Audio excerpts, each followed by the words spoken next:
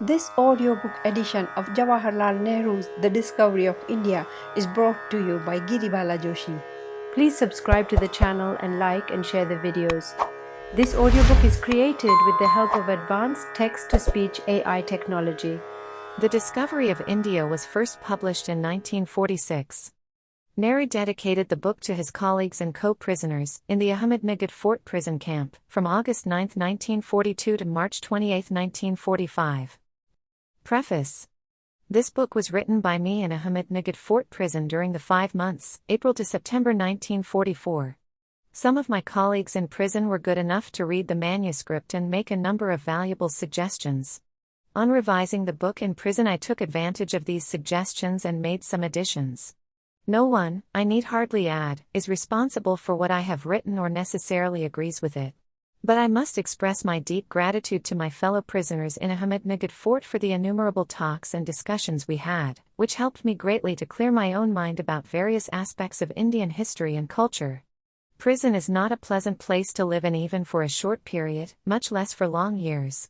But it was a privilege for me to live in close contact with men of outstanding ability and culture and a wide human outlook which even the passions of the moment did not obscure. My 11 companions in Ahmednagar Fort were an interesting cross-section of India and represented in their several ways not only politics but Indian scholarship, old and new, and various aspects of present-day India. Nearly all the principal living Indian languages, as well as the classical languages which have powerfully influenced India in the past and present, were represented, and the standard was often that of high scholarship. Among the classical languages were Sanskrit and Pali, Arabic and Persian. The modern languages were Hindi, Urdu, Bengali, Gujarati, Marathi, Telugu, Sindhi, and Oriya. I had all this wealth to draw upon, and the only limitation was my own capacity to profit by it. Though I am grateful to all my companions, I should like to mention especially Maulana Abul Kalam Azad, whose vast erudition invariably delighted me but sometimes also rather overwhelmed me, Govind Balapant, Narendra Dev, and M. Asif Ali.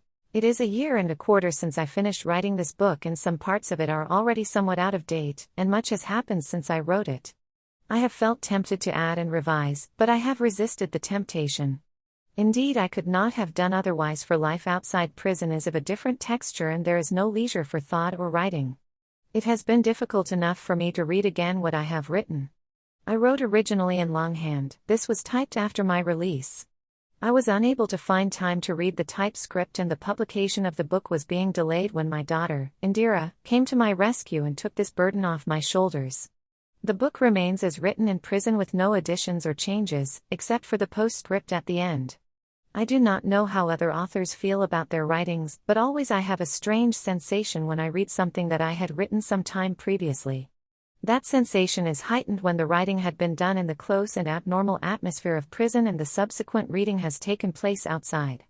I recognize it, of course, but not wholly. It seems almost that I was reading some familiar piece written by another, who was near to me and yet who was different. Perhaps that is the measure of the change that has taken place in me.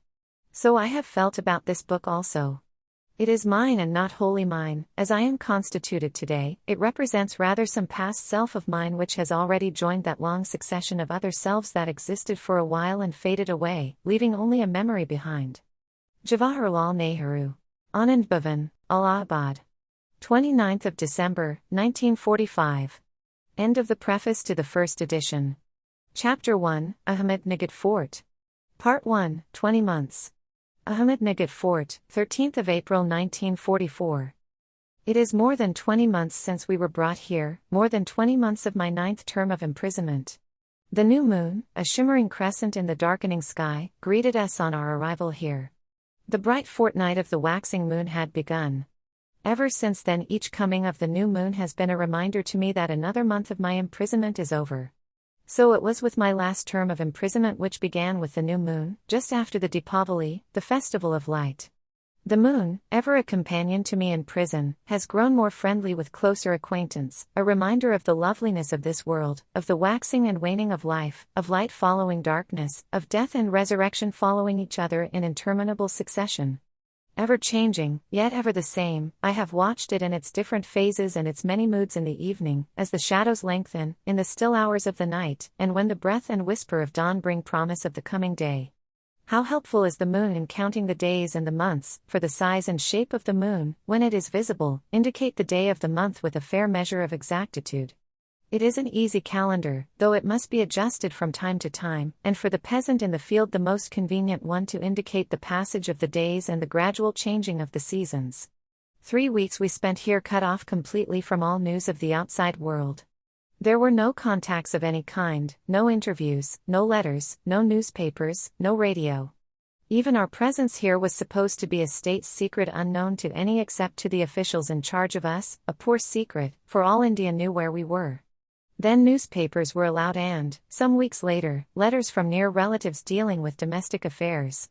But no interviews during these 20 months, no other contacts. The newspapers contained heavily censored news. Yet they gave us some idea of the war that was consuming more than half the world, and of how it fared with our people in India. Little we knew about these people of ours except that scores of thousands lay in prison or internment camp without trial, that thousands had been shot to death, that tens of thousands had been driven out of schools and colleges, that something indistinguishable from martial law prevailed over the whole country, that terror and frightfulness darkened the land. They were worse off, far worse than us, those scores of thousands in prison, like us, without trial, for there were not only no interviews but also no letters or newspapers for them, and even books were seldom allowed. Many sickened for lack of healthy food, some of our dear ones died for lack of proper care and treatment. There were many thousands of prisoners of war kept in India, mostly from Italy. We compared their lot with the lot of our own people. We were told that they were governed by the Geneva Convention. But there was no convention or law or rule to govern the conditions under which Indian prisoners and detenus had to exist, except such ordinances which it pleased our British rulers to issue from time to time. End of Part 1, titled 20 Months, of Chapter 1. Part 2, Famine. Famine came, ghastly, staggering, horrible beyond words. In Malabar, in Bijapur, in Orissa, and, above all, in the rich and fertile province of Bengal, men and women and little children died in their thousands daily for lack of food. They dropped down dead before the palaces of Calcutta, their corpses lay in the mud huts of Bengal's innumerable villages and covered the roads and fields of its rural areas. Men were dying all over the world and killing each other in battle, usually a quick death, often a brave death, death for a cause, death with a purpose, death which seemed in this mad world of ours an inexorable logic of events, a sudden end to the life we could not mold or control. Death was common enough everywhere. But here death had no purpose, no logic, no necessity, it was the result of man's incompetence and callousness, man-made, a slow creeping thing of horror with nothing to redeem it, life merging and fading into death, with death looking out of the shrunken eyes and withered frame while life still lingered for a while. And so it was not considered right or proper to mention it, it was not good form to talk or write of unsavory topics. To do so was to dramatize an unfortunate situation. False reports were issued by those in authority in India and in England. But corpses cannot easily be overlooked, they come in the way. While the fires of hell were consuming the people of Bengal and elsewhere, we were first told by high authority that owing to wartime prosperity the peasantry in many parts of India had too much to eat. Then it was said that the fault lay with provincial autonomy, and that the British government in India, or the India Office in London, sticklers for constitutional propriety, could not interfere with provincial affairs.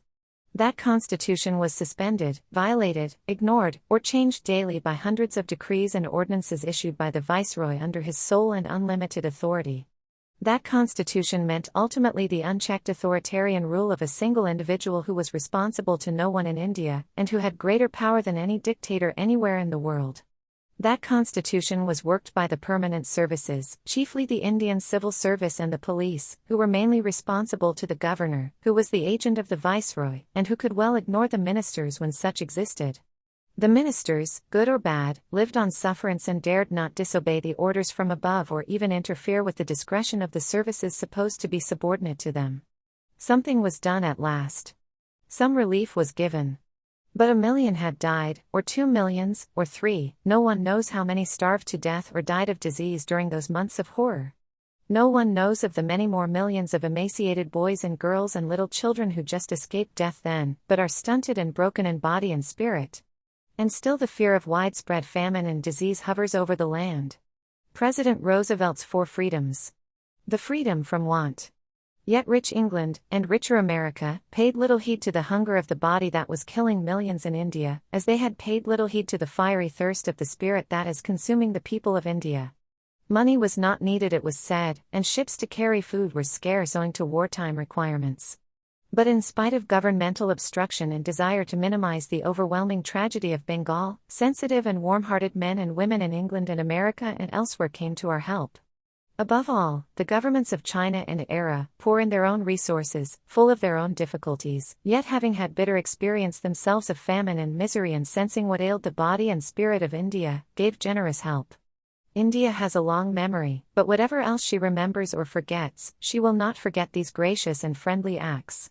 End of Part 2, titled Famine, of Chapter 1. Part 3. The War for Democracy. In Asia and Europe and Africa, and over the vast stretches of the Pacific and Atlantic and Indian Oceans, war has raged in all its dreadful aspects. Nearly 7 years of war in China, over 4.5 years of war in Europe and Africa, and 2 years and 4 months of world war. War against fascism and Nazism and attempts to gain world dominion. Of these years of war I have so far spent nearly 3 years in prison, here and elsewhere in India.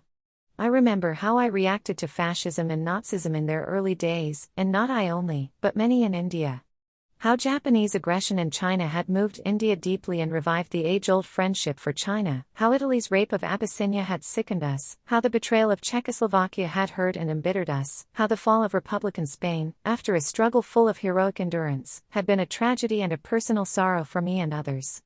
It was not merely the physical acts of aggression in which fascism and Nazism indulged, not only the vulgarity and brutality that accompanied them, terrible as they were, that affected us, but the principles on which they stood and which they proclaimed so loudly and blatantly, the theories of life on which they tried to fashion themselves, for these went counter to what we believed in the present, and what we had held from ages past.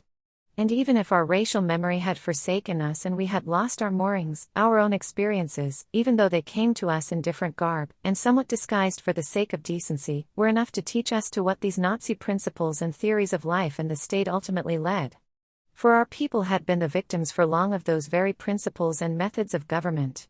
So we reacted immediately and intensely against fascism and Nazism. I remember how I refused a pressing invitation from Signor Mussolini to see him in the early days of March, 1936. Many of Britain's leading statesmen, who spoke harshly of the fascist Duce in later years when Italy became a belligerent, referred to him tenderly and admiringly in those days, and praised his regime and methods.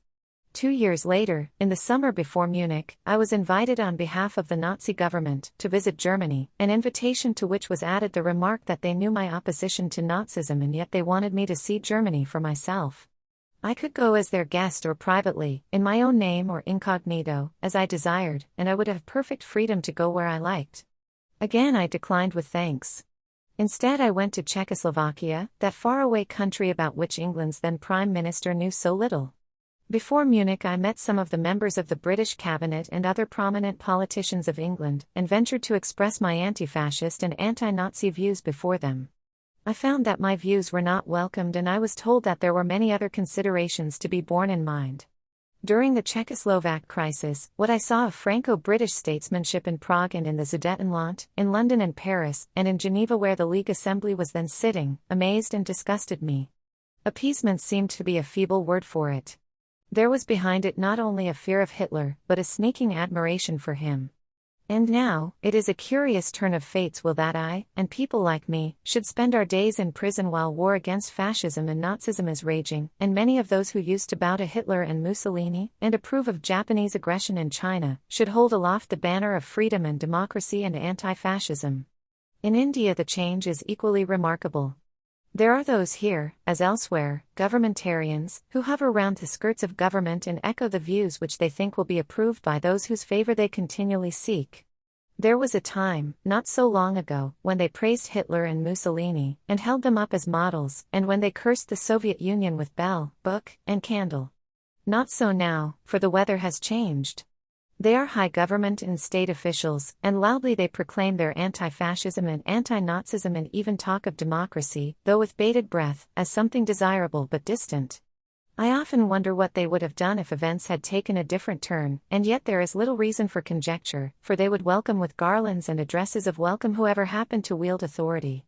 For long years before the war, my mind was full of the war that was coming.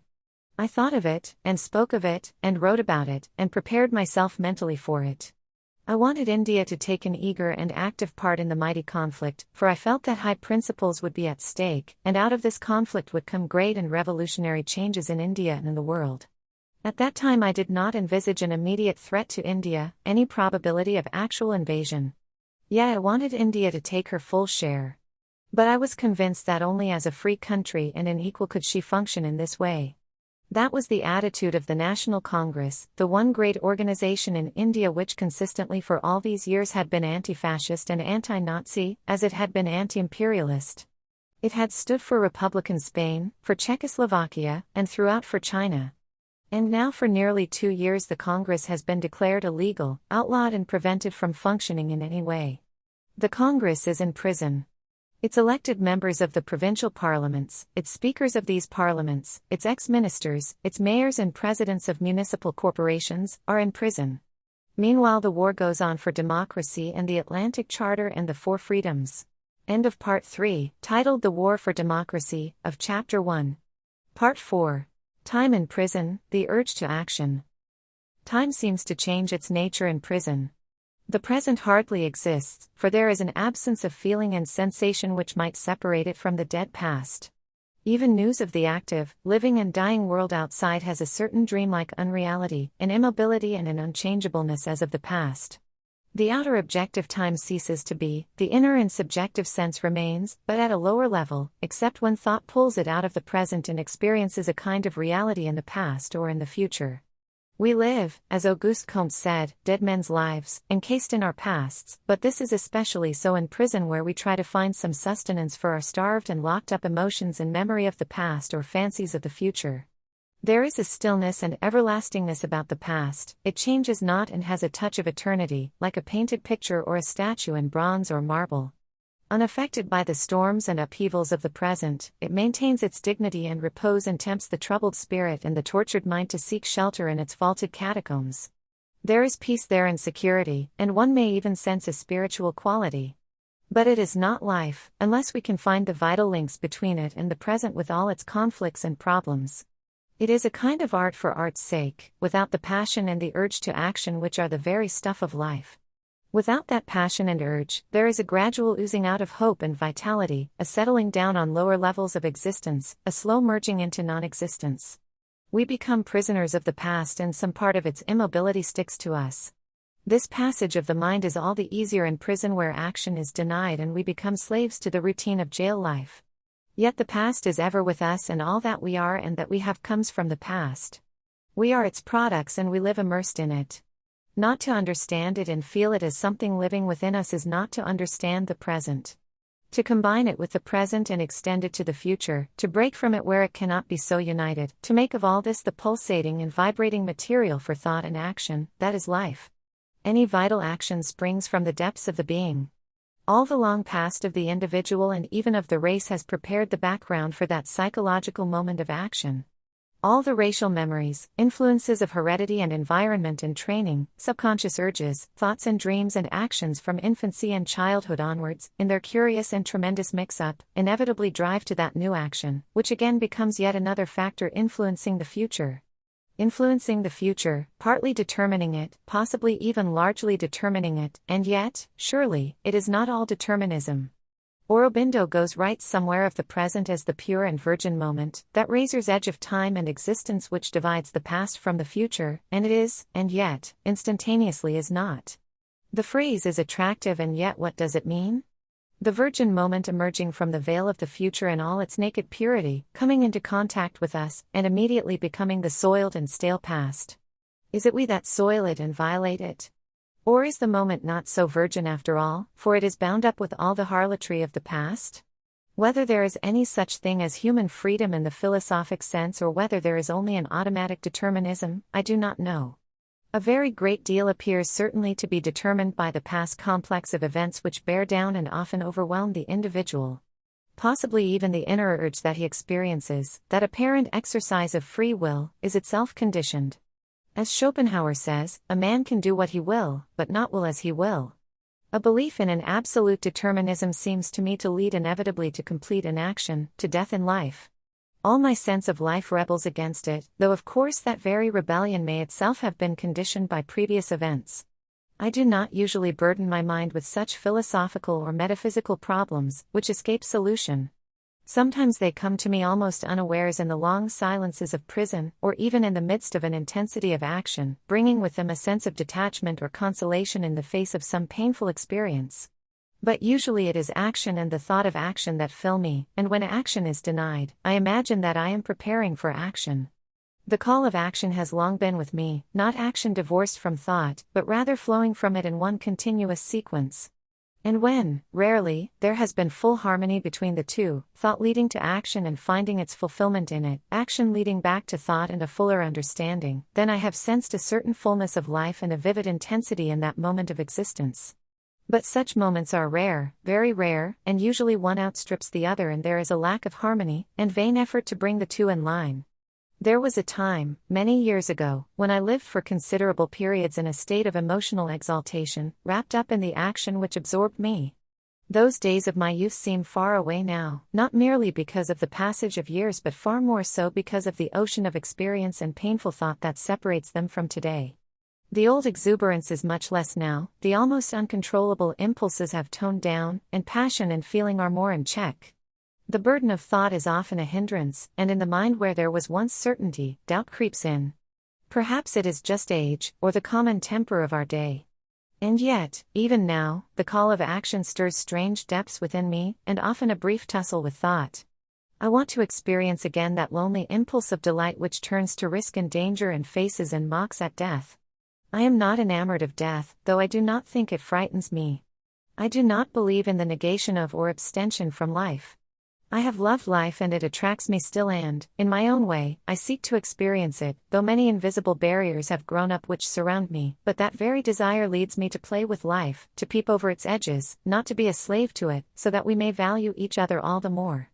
Perhaps I ought to have been an aviator, so that when the slowness and dullness of life overcame me I could have rushed into the tumult of the clouds and said to myself, balanced all, brought all to mind.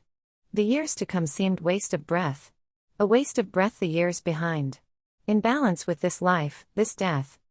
End of Part 4, titled, Time in Prison, The Urge to Action, of Chapter 1. Part 5. The Past and its Relation to the Present. This urge to action, this desire to experience life through action, has influenced all my thought and activity. Even sustained thinking, apart from being itself a kind of action, becomes part of the action to come. It is not something entirely abstract, in the void, unrelated to action and life. The past becomes something that leads up to the present, the moment of action, the future something that flows from it, and all three are inextricably intertwined and interrelated. Even my seemingly actionless life in prison is tacked on somehow, by some process of thought and feeling, to coming or imagined action, and so it gains for me a certain content without which it would be a vacuum in which existence would become intolerable. When actual action has been denied me I have sought some such approach to the past and to history. Because my own personal experiences have often touched historic events and sometimes I have even had something to do with the influencing of such events in my own sphere, it has not been difficult for me to envisage history as a living process with which I could identify myself to some extent. I came late to history and, even then, not through the usual direct road of learning a mass of facts and dates and drawing conclusions and inferences from them, unrelated to my life's course. So long as I did this, history had little significance for me. I was still less interested in the supernatural or problems of a future life. Science and the problems of today and of our present life attracted me far more. Some mixture of thought and emotion and urges, of which I was only dimly conscious, led me to action, and action, in its turn, sent me back to thought and a desire to understand the present. The roots of that present lay in the past and so I made voyages of discovery into the past, ever seeking a clue in it, if any such existed, to the understanding of the present. The domination of the present never left me even when I lost myself in musings of past events and of persons far away and long ago, forgetting where or what I was. If I felt occasionally that I belonged to the past, I felt also that the whole of the past belonged to me in the present.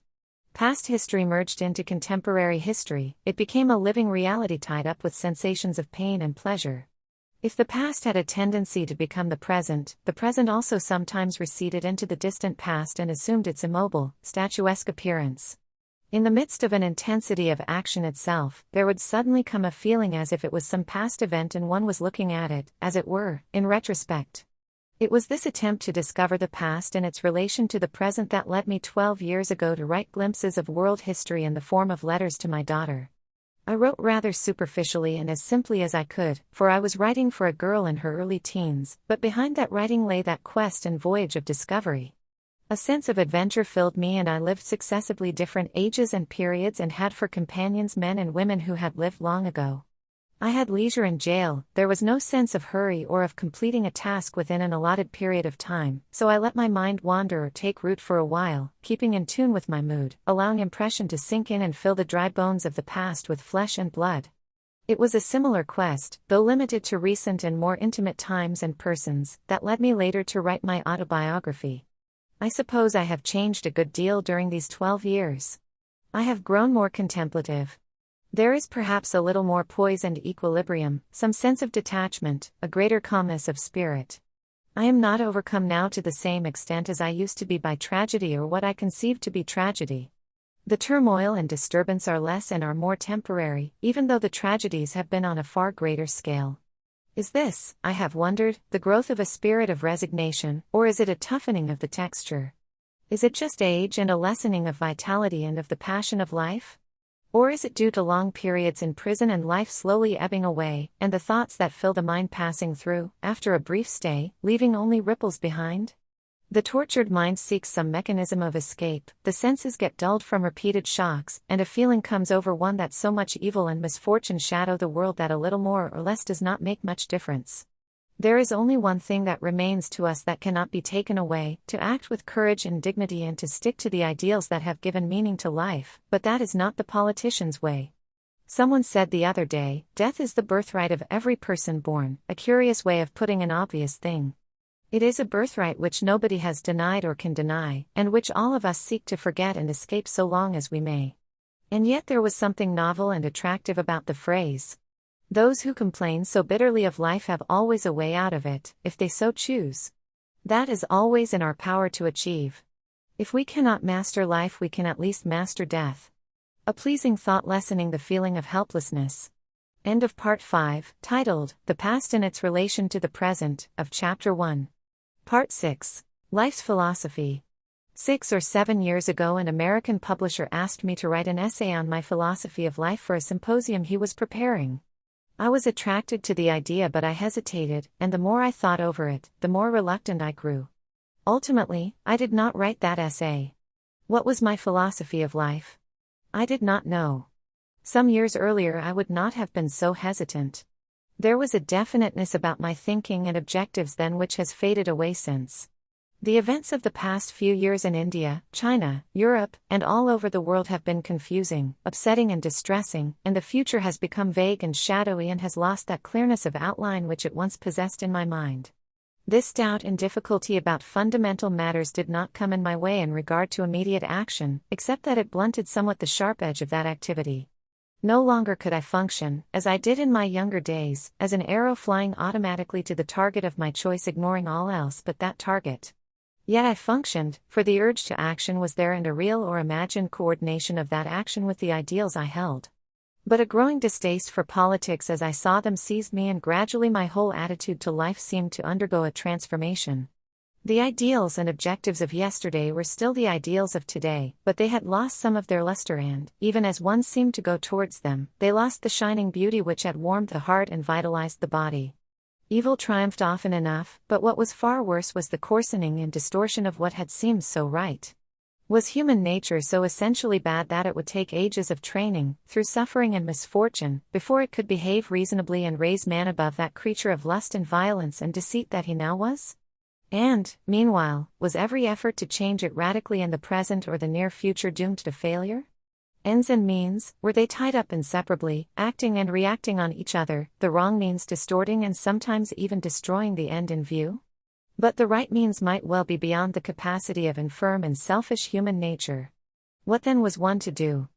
Not to act was a complete confession of failure and a submission to evil. To act meant often enough a compromise with some form of that evil, with all the untoward consequences that such compromises result in. My early approach to life's problems had been more or less scientific, with something of the easy optimism of the science of the 19th and early 20th century. A secure and comfortable existence and the energy and self-confidence I possessed increased that feeling of optimism. A kind of vague humanism appealed to me. Religion, as I saw it practiced, and accepted even by thinking minds, whether it was Hinduism or Islam or Buddhism or Christianity, did not attract me. It seemed to be closely associated with superstitious practices and dogmatic beliefs, and behind it lay a method of approach to life's problems which was certainly not that of science. There was an element of magic about it, an uncritical credulousness, a reliance on the supernatural. Yet it was obvious that religion had supplied some deeply felt inner need of human nature, and that the vast majority of people all over the world could not do without some form of religious belief. It had produced many fine types of men and women, as well as bigoted, narrow-minded, cruel tyrants. It had given a set of values to human life, and though some of these values had no application today, or were even harmful, others were still the foundation of morality and ethics. In the wider sense of the word, religion dealt with the uncharted regions of human experience, uncharted, that is, by the scientific positive knowledge of the day. In a sense it might be considered an extension of the known and charted region, though the methods of science and religion were utterly unlike each other, and to a large extent they had to deal with different kinds of media. It was obvious that there was a vast unknown region all around us, and science, with its magnificent achievements, knew little enough about it, though it was making tentative approaches in that direction. Probably also, the normal methods of science, its dealings with the visible world and the processes of life, were not wholly adapted to the physical, the artistic, the spiritual, and other elements of the invisible world.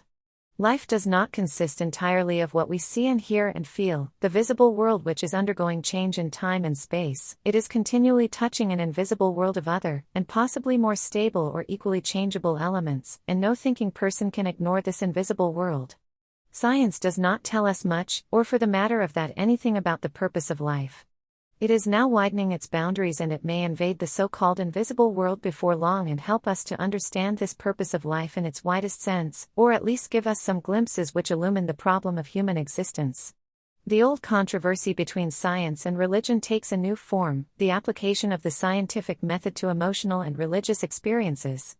Religion merges into mysticism and metaphysics and philosophy. There have been great mystics, attractive figures, who cannot easily be disposed of as self-deluded fools.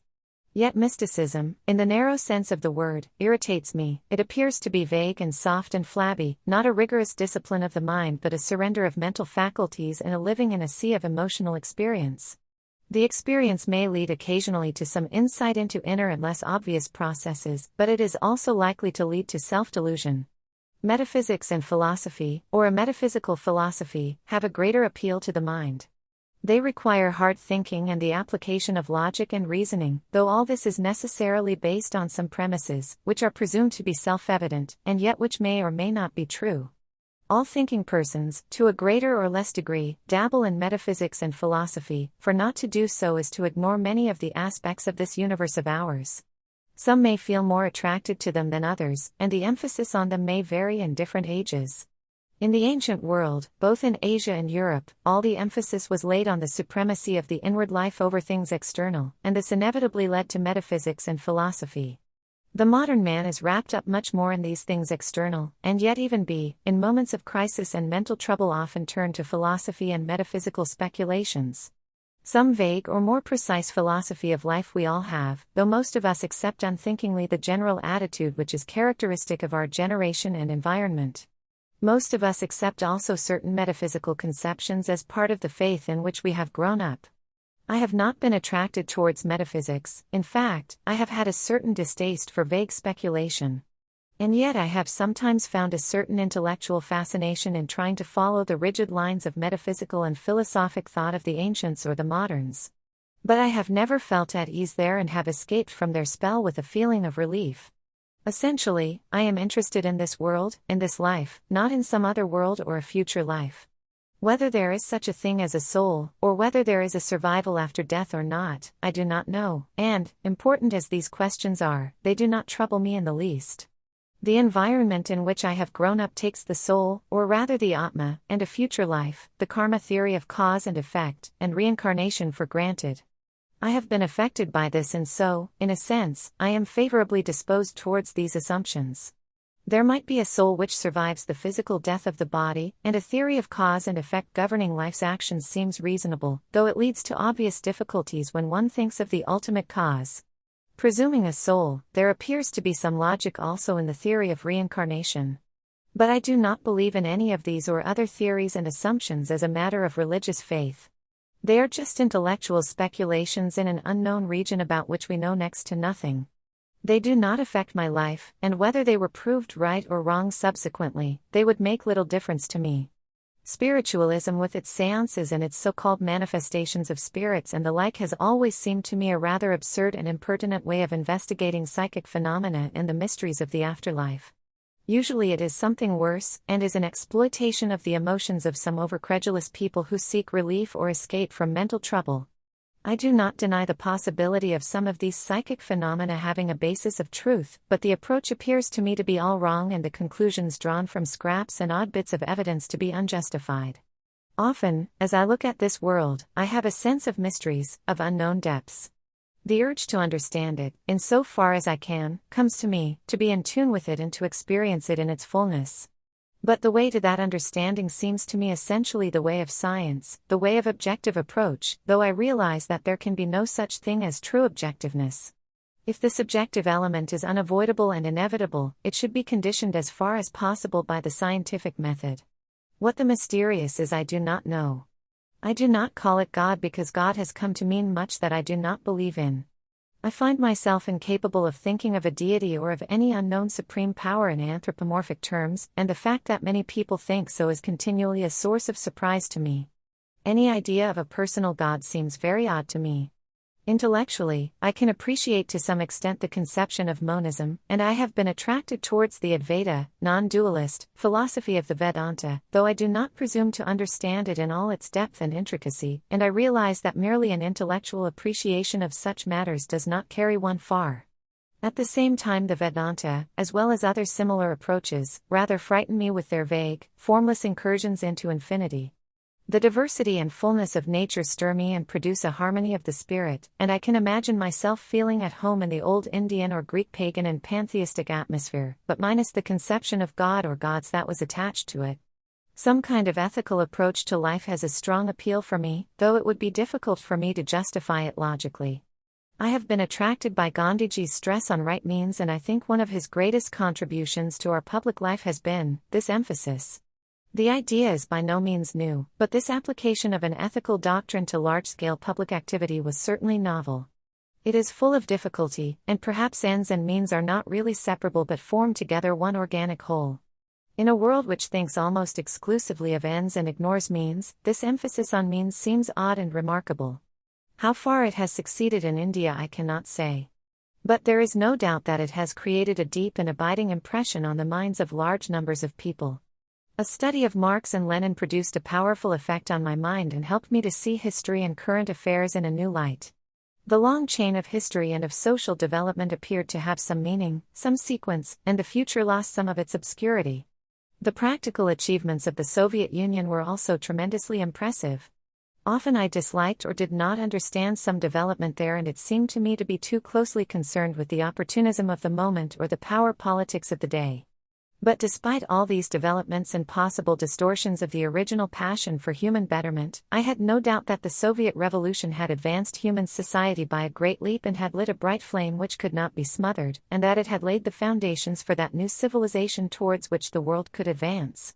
I am too much of an individualist and believer in personal freedom to like overmuch regimentation. Yet it seemed to me obvious that in a complex social structure individual freedom had to be limited, and perhaps the only way to read personal freedom was through some such limitation in the social sphere. The lesser liberties may often need limitation in the interest of the larger freedom. Much in the Marxist philosophical outlook I could accept without difficulty, its monism and non-duality of mind and matter, the dynamics of matter and the dialectic of continuous change by evolution as well as leap, through action and interaction, cause and effect, thesis, antithesis and synthesis. It did not satisfy me completely, nor did it answer all the questions in my mind, and, almost unawares, a vague idealist approach would creep into my mind, something rather akin to the Vedanta approach. It was not a difference between mind and matter, but rather of something that lay beyond the mind. Also there was the background of ethics. I realized that the moral approach is a changing one and depends upon the growing mind and an advancing civilization. It is conditioned by the mental climate of the age. Yet there was something more to it than that, certain basic urges which had greater permanence. I did not like the frequent divorce in communist, as in other, practice between action and these basic urges or principles. So there was an odd mixture in my mind which I could not rationally explain or resolve. There was a general tendency not to think too much of those fundamental questions which appear to be beyond reach, but rather to concentrate on the problems of life, to understand in the narrower and more immediate sense what should be done and how. Whatever ultimate reality may be, and whether we can ever grasp it in whole or in part, there certainly appear to be vast possibilities of increasing human knowledge, even though this may be partly or largely subjective, and of applying this to the advancement and betterment of human living and social organization. There has been in the past, and there is to a lesser extent even today among some people, an absorption in finding an answer to the riddle of the universe. This leads them away from the individual and social problems of the day, and when they are unable to solve that riddle they despair and turn to inaction and triviality, or find comfort in some dogmatic creed. Social evils, most of which are certainly capable of removal, are attributed to original sin, to the unalterableness of human nature, or the social structure, or, in India, to the inevitable legacy of previous births. Thus one drifts away from even the attempt to think rationally and scientifically and takes refuge in irrationalism, superstition, and unreasonable and inequitable social prejudices and practices. It is true that even rational and scientific thought does not always take us as far as we would like to go. There is an infinite number of factors and relations, all of which influence and determine events in varying degrees. It is impossible to grasp all of them, but we can try to pick out the dominating forces at work, and by observing external material reality, and by experiment and practice, trial and error, grope our way to ever-widening knowledge and truth. For this purpose, and within these limitations, the general Marxist approach, fitting in as it more or less does with the present state of scientific knowledge, seemed to me to offer considerable help. But even accepting that approach, the consequences that flow from it and the interpretation on past and present happenings were by no means always clear. Marx's general analysis of social development seems to have been remarkably correct, and yet many developments took place later which did not fit in with his outlook for the immediate future. Lenin successfully adapted the Marxian thesis to some of these subsequent developments, and again since then further remarkable changes have taken place, the rise of fascism and Nazism and all that lay behind them. The very rapid growth of technology and the practical application of vast developments in scientific knowledge are now changing the world picture with an amazing rapidity, leading to new problems. And so while I accepted the fundamentals of the socialist theory, I did not trouble myself about its numerous inner controversies. I had little patience with leftist groups in India, spending much of their energy in mutual conflict and recrimination over fine points of doctrine which did not interest me at all. Life is too complicated and, as far as we can understand it in our present state of knowledge, too illogical, for it to be confined within the four corners of a fixed doctrine. The real problems for me remain problems of individual and social life, of harmonious living, of a proper balancing of an individual's inner and outer life, of an adjustment of the relations between individuals and between groups, of a continuous becoming something better and higher, of social development, of the ceaseless adventure of man. In the solution of these problems, the way of observation and precise knowledge and deliberate reasoning, according to the method of science, must be followed. This method may not always be applicable in our quest of truth, for art and poetry and certain psychic experiences seem to belong to a different order of things and to elude the objective methods of science. Let us, therefore, not rule out intuition and other methods of sensing truth and reality. They are necessary even for the purposes of science. But always we must hold to our anchor of precise objective knowledge tested by reason, and even more so by experiment and practice, and always we must beware of losing ourselves in a sea of speculation unconnected with the day-to-day problems of life and the needs of men and women. A living philosophy must answer the problems of today. It may be that we of this modern age, who so pride ourselves on the achievements of our times, are prisoners of our age, just as the ancients and the men and women of medieval times were prisoners of their respective ages. We may delude ourselves, as others have done before us, that our way of looking at things is the only right way, leading to truth. We cannot escape from that prison or get rid entirely of that illusion, if illusion it is. Yet I am convinced that the methods and approach of science have revolutionized human life more than anything else in the long course of history, and have opened doors and avenues of further and even more radical change, leading up to the very portals of what has long been considered the unknown. The technical achievements of science are obvious enough, its capacity to transform an economy of scarcity into one of abundance is evident, its invasion of many problems which have so far been the monopoly of philosophy is becoming more pronounced. Space-time and the quantum theory utterly changed the picture of the physical world. More recent researches into the nature of matter, the structure of the atom, the transmutation of the elements, and the transformation of electricity and light, either into the other, have carried human knowledge much further.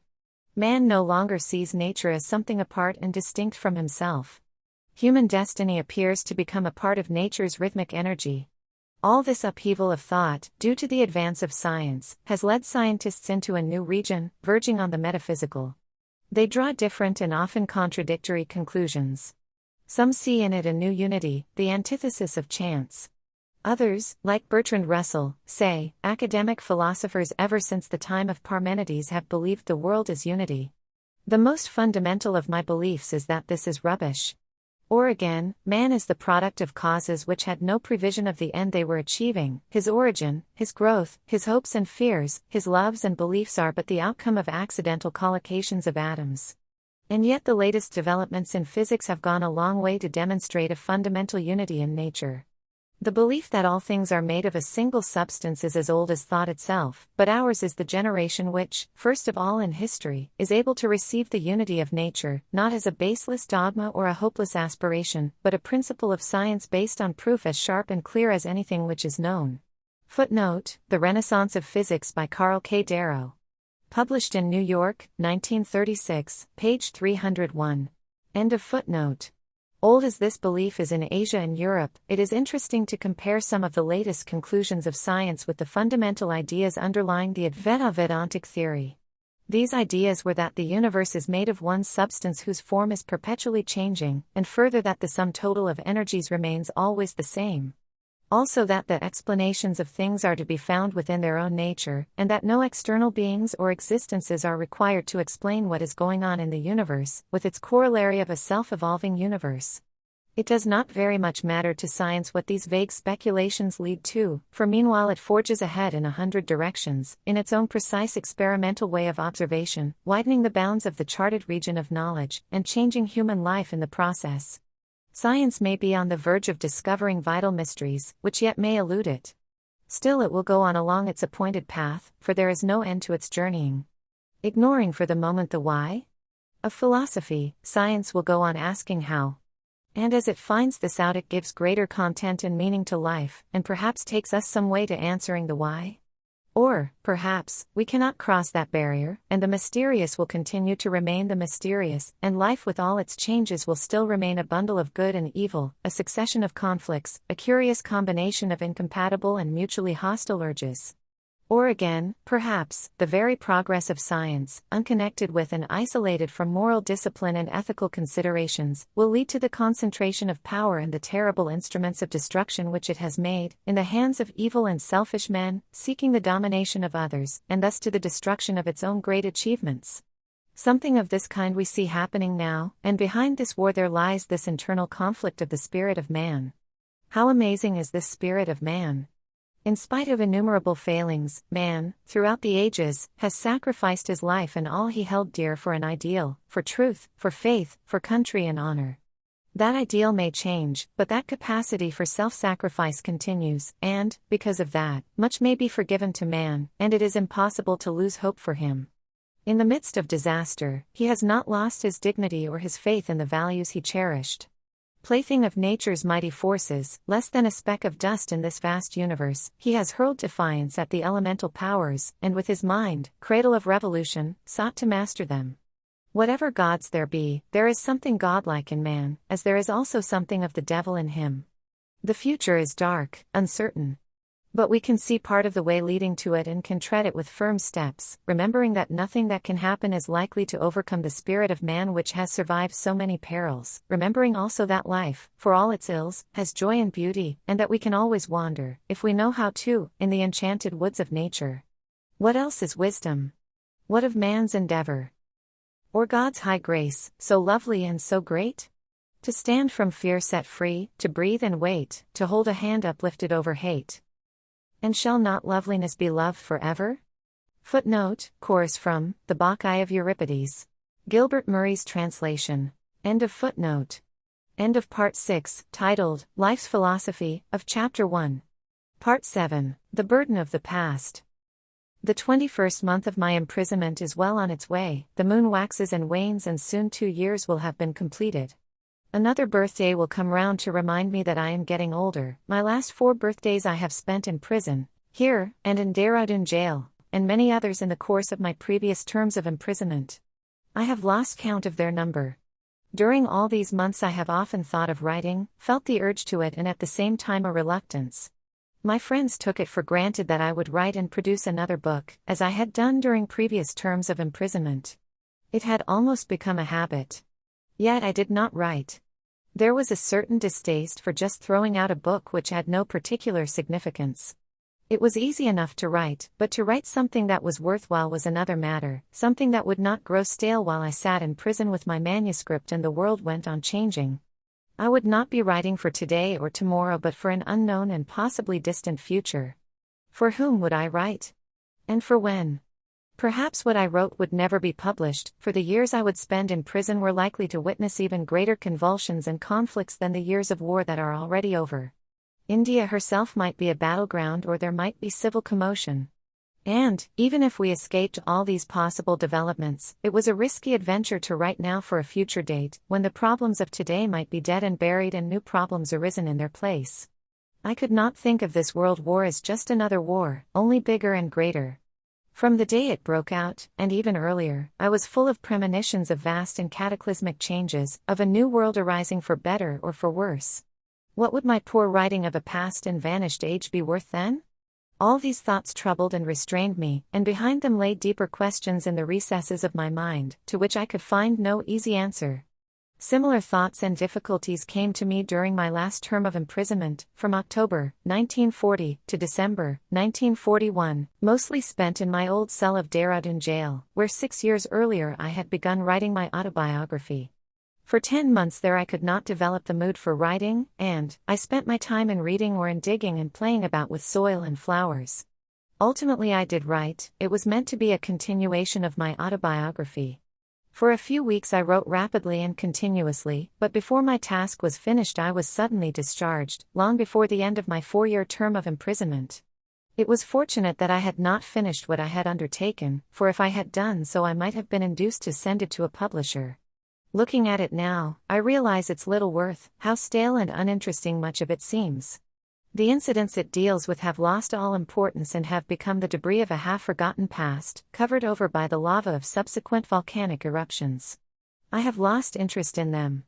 What stand out in my mind are personal experiences which had left their impress upon me, contacts with certain individuals and certain events, contacts with the crowd, the mass of the Indian people, in their infinite diversity and yet their amazing unity, some adventures of the mind, waves of unhappiness and the relief and joy that came from overcoming them, the exhilaration of the moment of action. About much of this one may not write. There is an intimacy about one's inner life, one's feelings and thoughts, which may not and cannot be conveyed to others. Yet those contacts, personal and impersonal, mean much. They affect the individual and mold him and change his reactions to life, to his own country, to other nations. As in other prisons, here also in Ahmednagar fort, I took to gardening and spent many hours daily, even when the sun was hot, in digging and preparing beds for flowers. The soil was very bad, stony, full of debris and remains of previous building operations, and even the ruins of ancient monuments. For this is a place of history, of many a battle and palace intrigue in the past. That history is not very old, as Indian history goes, nor is it very important in the larger scheme of things. But one incident stands out and is still remembered, the courage of a beautiful woman, Chand Bibi, who defended this fort and led her forces, sword in hand, against the imperial armies of Akbar. She was murdered by one of her own men. Digging in this unfortunate soil, we have come across parts of ancient walls and the tops of domes and buildings buried far underneath the surface of the ground. We could not go far, as deep digging and archaeological explorations were not approved by authority, nor did we have the wherewithal to carry this on. Once we came across a lovely lotus carved in stone on the side of a wall, probably over a doorway. I remembered another and a less happy discovery in Dehradun jail. In the course of digging in my little yard, 3 years ago, I came across a curious relic of past days. Deep under the surface of the ground, the remains of 2 ancient piles were uncovered and we viewed them with some excitement. They were part of the old gallows that had functioned there 30 or 40 years earlier. The jail had long ceased to be a place of execution and all visible signs of the old gallows tree had been removed. We had discovered and uprooted its foundations, and all my fellow prisoners, who had helped in this process, rejoiced that we had put away at last this thing of ill omen. Now I have put away my spade and taken to the pen instead. Possibly what I write now will meet the same fate as my unfinished manuscript of Dehradun jail. I cannot write about the present so long as I am not free to experience it through action.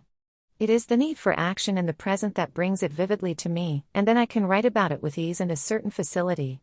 In prison it is something vague, shadowy, something I cannot come to grips with, or experience as the sensation of the moment. It ceases to be the present for me in any real sense of the word, and yet it is not the past either, with the past's immobility and statuesque calm. Nor can I assume the role of a prophet and write about the future. My mind often thinks of it and tries to pierce its veil and clothe it in the garments of my choice. But these are vain imaginings and the future remains uncertain, unknown, and there is no assurance that it will not betray again our hopes and prove false to humanity's dreams. The past remains, but I cannot write academically of past events in the manner of a historian or scholar. I have not that knowledge or equipment or training, nor do I possess the mood for that kind of work. The past oppresses me or fills me sometimes with its warmth when it touches on the present, and becomes, as it were, an aspect of that living present. If it does not do so, then it is cold, barren, lifeless, uninteresting. I can only write about it, as I have previously done, by bringing it in some relation to my present-day thoughts and activities, and then this writing of history, as Goethe once said, brings some relief from the weight and burden of the past. It is, I suppose, a process similar to that of psychoanalysis, but applied to a race or to humanity itself instead of to an individual. The burden of the past, the burden of both good and ill, is overpowering, and sometimes suffocating, more especially for those of us who belong to very ancient civilizations like those of India and China. As Nietzsche says, not only the wisdom of centuries, also their madness breaketh out in us. Dangerous is it to be an heir. What is my inheritance? To what am I an heir? To all that humanity has achieved during tens of thousands of years, to all that it has thought and felt and suffered and taken pleasure in, to its cries of triumph and its bitter agony of defeat, to that astonishing adventure of man which began so long ago and yet continues and beckons to us. To all this and more, in common with all men. But there is a special heritage for those of us of India, not an exclusive one, for none is exclusive and all are common to the race of man, one more especially applicable to us, something that is in our flesh and blood and bones, that has gone to make us what we are and what we are likely to be. It is the thought of this particular heritage and its application to the present that has long filled my mind, and it is about this that I should like to write, though the difficulty and complexity of the subject appall me and I can only touch the surface of it.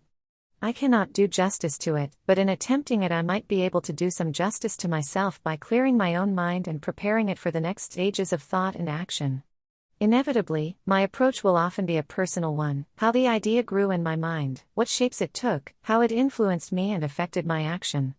There will also be some entirely personal experiences which have nothing to do with the subject in its wider aspects, but which colored my mind and influenced my approach to the whole problem. Our judgments of countries and peoples are based on many factors, among them our personal contacts, if there have been any, have a marked influence.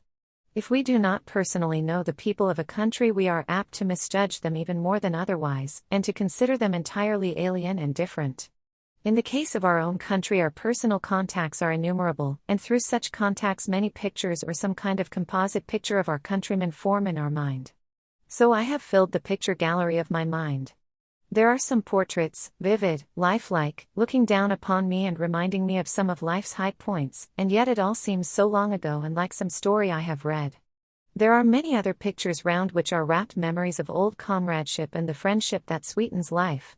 And there are innumerable pictures of the mass, Indian men and women and children, all crowded together, looking up at me, and I trying to fathom what lie behind those thousands of eyes of theirs.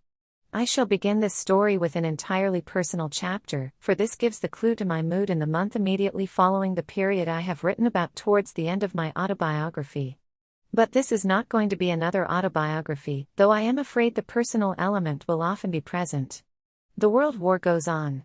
Sitting here in Ahmednagar fort, a prisoner perforce inactive when a fierce activity consumes the world, I fret a little sometimes and I think of the big things and brave ventures which have filled my mind these many years. I try to view the war impersonally as one would look at some elemental phenomenon, some catastrophe of nature, a great earthquake or a flood. I do not succeed, of course. But there seems no other way if I am to protect myself from too much hurt and hatred and excitement.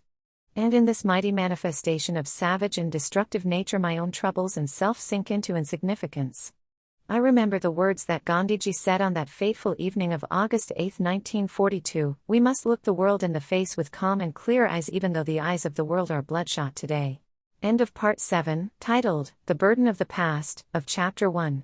Also the end of Chapter 1, titled, Ahmednagar Fort. Chapter 2. Badenweiler, Lausanne. Part 1, titled, Kamala. On September 4, 1935, I was suddenly released from the mountain jail of Almoda, for news had come that my wife was in a critical condition. She was far away in a sanatorium at Badenweiler in the Black Forest of Germany. I hurried by automobile and train to Allahabad, reaching there the next day, and the same afternoon I started on the air journey to Europe. The airliner took me to Karachi and Baghdad and Cairo, and from Alexandria a seaplane carried me to Brindisi. From Brindisi I went by train to Basel in Switzerland. I reached Badenweiler on the evening of September 9, 4 days after I had left Allahabad and 5 days after my release from Almora jail. There was the same old brave smile on Kamala's face when I saw her, but she was too weak and too much in the grip of pain to say much. Perhaps my arrival made a difference, for she was a little better the next day and for some days after. But the crisis continued and slowly drained the life out of her. Unable to accustom myself to the thought of her death, I imagined that she was improving and that if she could only survive that crisis she might get well. The doctors, as is their way, gave me hope. The immediate crisis seemed to pass and she held her ground. She was never well enough for a long conversation. We talked briefly and I would stop as soon as I noticed that she was getting tired. Sometimes I read to her.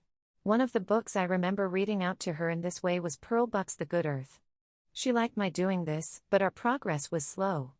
Morning and afternoon I trudged from my pension in the little town to the sanatorium and spent a few hours with her.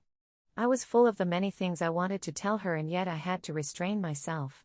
Sometimes we talked a little of old times, old memories, of common friends in India, sometimes, a little wistfully, of the future and what we would do then. In spite of her serious condition she clung to the future. Her eyes were bright and vital, her face usually cheerful. Odd friends who came to visit her were pleasantly surprised to find her looking better than they had imagined. They were misled by those bright eyes and that smiling face. In the long autumn evenings I sat by myself in my room in the pension, where I was staying, or sometimes went out for a walk across the fields or through the forest. 100 pictures of Kamala succeeded each other in my mind, 100 aspects of her rich and deep personality. We had been married for nearly 20 years, and yet how many times she had surprised me by something new in her mental or spiritual makeup. I had known her in so many ways and, in later years, I had tried my utmost to understand her. That understanding had not been denied to me, but I often wondered if I really knew her or understood her. There was something elusive about her, something fey-like, real but unsubstantial, difficult to grasp. Sometimes, looking into her eyes, I would find a stranger peeping out at me. Except for a little schooling, she had had no formal education, her mind had not gone through the educational process. She came to us as an unsophisticated girl, apparently with hardly any of the complexes which are said to be so common now. She never entirely lost that girlish look, but as she grew into a woman her eyes acquired a depth and a fire, giving the impression of still pools behind which storms raged. She was not the type of modern girl, with the modern girl's habits and lack of poise, yet she took easily enough to modern ways. But essentially she was an Indian girl and, more particularly, a Kashmiri girl, sensitive and proud, childlike and grown-up, foolish and wise. She was reserved to those she did not know or did not like, but bubbling over with gaiety and frankness before those she knew and liked. She was quick in her judgment and not always fair or right, but she stuck to her instinctive likes and dislikes. There was no guile in her. If she disliked a person, it was obvious, and she made no attempt to hide the fact. Even if she had tried to do so, she would probably not have succeeded. I have come across few persons who have produced such an impression of sincerity upon me as she did. End of Part 1, titled, Kamala, of Chapter 2. Part 2. Our Marriage and After. I thought of the early years of our marriage when, with all my tremendous liking for Kamala, I almost forgot her and denied her, in so many ways, that comradeship which was her due. For I was then like a person possessed, giving myself utterly to the cause I had espoused, living in a dream world of my own, and looking at the real people who surrounded me as unsubstantial shadows. I worked to the utmost of my capacity and my mind was filled to the brim with the subject that engrossed me. I gave all my energy to that cause and had little left to spare. And yet I was very far from forgetting her, and I came back to her again and again as to a sure haven. If I was away for a number of days the thought of her cooled my mind, and I looked forward eagerly to my return home. What indeed could I have done if she had not been there to comfort me and give me strength, and thus enable me to recharge the exhausted battery of my mind and body? I had taken from her what she gave me. What had I given to her in exchange during these early years? I had failed evidently and, possibly, she carried the deep impress of those days upon her. With her inordinate pride and sensitiveness she did not want to come to me to ask for help, although I could have given her that help more than anyone else. She wanted to play her own part in the national struggle and not be merely a hanger-on and a shadow of her husband. She wanted to justify herself to her own self as well as to the world. Nothing in the world could have pleased me more than this, but I was far too busy to see beneath the surface, and I was blind to what she looked for and so ardently desired. And then prison claimed me so often and I was away from her, or else she was ill. Like Chitra in Tagore's play, she seemed to say to me, I am Chitra. No goddess to be worshipped, nor yet the object of common pity to be brushed aside like a moth with indifference. If you deign to keep me by your side in the path of danger and daring, if you allow me to share the great duties of your life, then you will know my true self. But she did not say this to me in words, and it was only gradually that I read the message of her eyes. In the early months of 1930 I sensed her desire and we worked together, and I found in this experience a new delight. We lived for a while on the edge of life, as it were, for the clouds were gathering and a national upheaval was coming. Those were pleasant months for us, but they ended too soon, and, early in April, the country was in the grip of civil disobedience and governmental repression, and I was in prison again. Most of us menfolk were in prison. And then a remarkable thing happened. Our women came to the front and took charge of the struggle. Women had always been there of course, but now there was an avalanche of them, which took not only the British government but their own menfolk by surprise. Here were these women, women of the upper or middle classes, leading sheltered lives in their homes, peasant women, working-class women, rich women, pouring out in their tens of thousands in defiance of government order and police lodi. It was not only that display of courage and daring, but what was even more surprising was the organizational power they showed. Never can I forget the thrill that came to us in 90 prison when news of this reached us, the enormous pride in the women of India that filled us. We could hardly talk about all this among ourselves, for our hearts were full and our eyes were dim with tears. My father had joined us later in 90 prison, and he told us much that we did not know. He had been functioning outside as the leader of the civil disobedience movement, and he had encouraged in no way these aggressive activities of the women all over the country. He disliked, in his paternal and somewhat old-fashioned way, young women and old messing about in the streets under the hot sun of summer and coming into conflict with the police. But he realized the temper of the people and did not discourage anyone, not even his wife and daughters and daughter-in-law. He told us how he had been agreeably surprised to see the energy, courage, and ability displayed by women all over the country. Of the girls of his own household he spoke with affectionate pride. At father's instance, a resolution of remembrance was passed at thousands of public meetings all over India on January 26, 1931, the anniversary of India's Independence Day. These meetings were banned by the police and many of them were forcibly broken up. Father had organized this from his sickbed, and it was a triumph of organization, for we could not use the newspapers, or the mails, or the telegraph, or the telephone, or any of the established printing presses. And yet at a fixed time on an identical day all over this vast country, even in remote villages, the resolution was read out in the language of the province and adopted. 10 days after the resolution was so adopted, Father died. The resolution was a long one. But a part of it related to the women of India. We record our homage and deep admiration for the womanhood of India, who, in the hour of peril for the motherland, forsook the shelter of their homes and, with unfailing courage and endurance, stood shoulder to shoulder with their menfolk in the front line of India's national army to share with them the sacrifices and triumphs of the struggle. In this upheaval, Kamala had played a brave and notable part, and on her inexperienced shoulders fell the task of organizing our work in the city of Allahabad when every known worker was in prison. She made up for that inexperience by her fire and energy, and, within a few months, she became the pride of Allahabad. We met again under the shadow of my father's last illness and his death. We met on a new footing of comradeship and understanding. A few months later, when we went with our daughter to Ceylon for our first brief holiday, and our last, we seemed to have discovered each other anew. All the past years that we had passed together had been but a preparation for this new and more intimate relationship. We came back all too soon, and work claimed me and, later, prison. There was to be no more holidaying, no working together, not even being together, except for a brief while between 2 long prison terms of 2 years each which followed each other. Before the second of these was over, Kamala lay dying. When I was arrested in February 1934, on a Calcutta warrant, Kamala went up to our rooms to collect some clothes for me. I followed her to say goodbye to her. Suddenly she clung to me and, fainting, collapsed. This was unusual for her, as we had trained ourselves to take this jail-going lightly and cheerfully and to make as little fuss about it as possible. Was it some premonition she had that this was our last more or less normal meeting? 2 long prison terms of 2 years each had come between me and her just when our need for each other was greatest, just when we had come so near to each other. I thought of this during the long days in jail, and yet I hoped that the time would surely come when we would be together again. How did she fare during these years? I can guess, but even I do not know, for during jail interviews, or during a brief interval outside, there was little normality.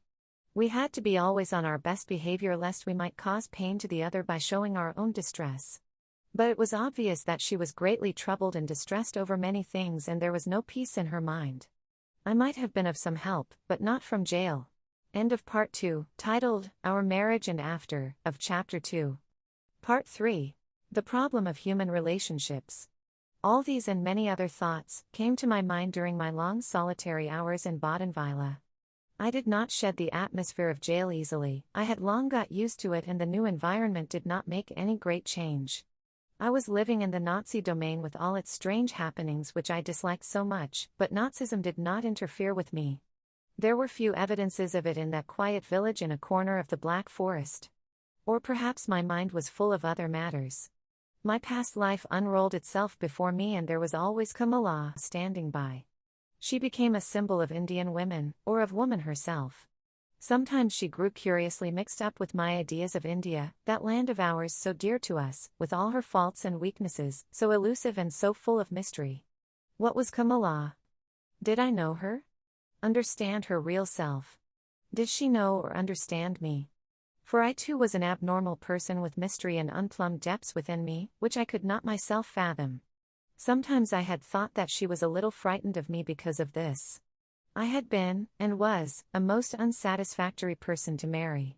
Kamala and I were unlike each other in some ways, and yet in some other ways very alike. We did not complement each other. Our very strength became a weakness in our relations to each other. There could either be complete understanding, a perfect union of minds, or difficulties. Neither of us could live a humdrum domestic life, accepting things as they were.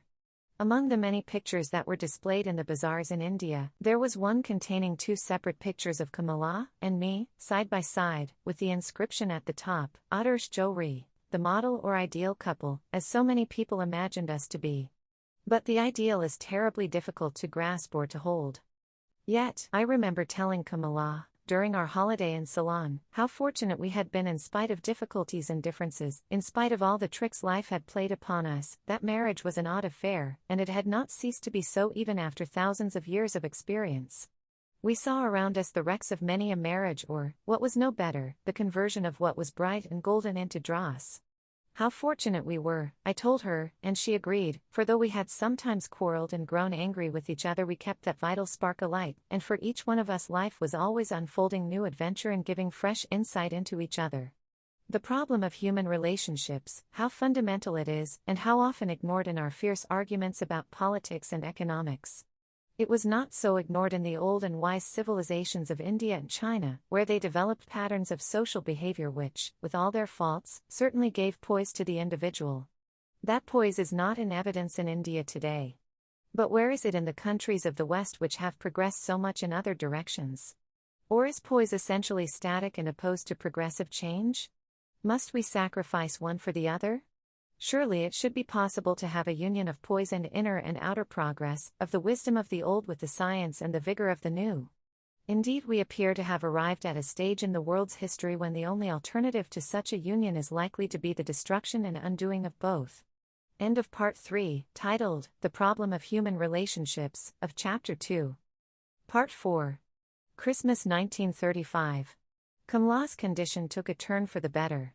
It was not very marked, but after the strain of the past weeks we experienced great relief. She had got over that crisis and stabilized her condition, and that in itself was a gain. This continued for another month, and I took advantage of it to pay a brief visit to England with our daughter, Indira. I had not been there for 8 years and many friends pressed me to visit them. I came back to Badenweiler and resumed the old routine. Winter had come and the landscape was white with snow. As Christmas approached, there was a marked deterioration in Kamala's condition. Another crisis had come, and it seemed that her life hung by a mere thread. During those last days of 1935 I plowed my way through snow and slush, not knowing how many days or hours she would live. The calm winter scene with its mantle of white snow seemed so like the peace of cold death to me, and I lost all my past hopeful optimism. But Kamala fought this crisis also, and with amazing vitality survived it. She grew better and more cheerful and wanted us to take her away from Badenweiler. She was weary of the place, and another factor which made a difference was the death of another patient in the sanatorium, who had sometimes sent flowers to her, and once or twice visited her. That patient, he was an Irish boy, had been much better than Kamala, and was even allowed to go out for walks. We tried to keep the news of his sudden death from her, but we did not succeed. Those who are ill, and especially those who have the misfortune to stay in a sanatorium, seem to develop a sixth sense which tells them much that is sought to be hid from them. In January I went to Paris for a few days and paid another brief visit to London. Life was pulling at me again, and news reached me, in London, that I had been elected for a second time president of the Indian National Congress, which was to meet in April. I had been expecting this, as friends had forewarned me, and I had even discussed it with Kamala. It was a dilemma for me, to leave her as she was or to resign from the presidentship. She would not have me resign. She was just a little better, and we thought that I could come back to her later.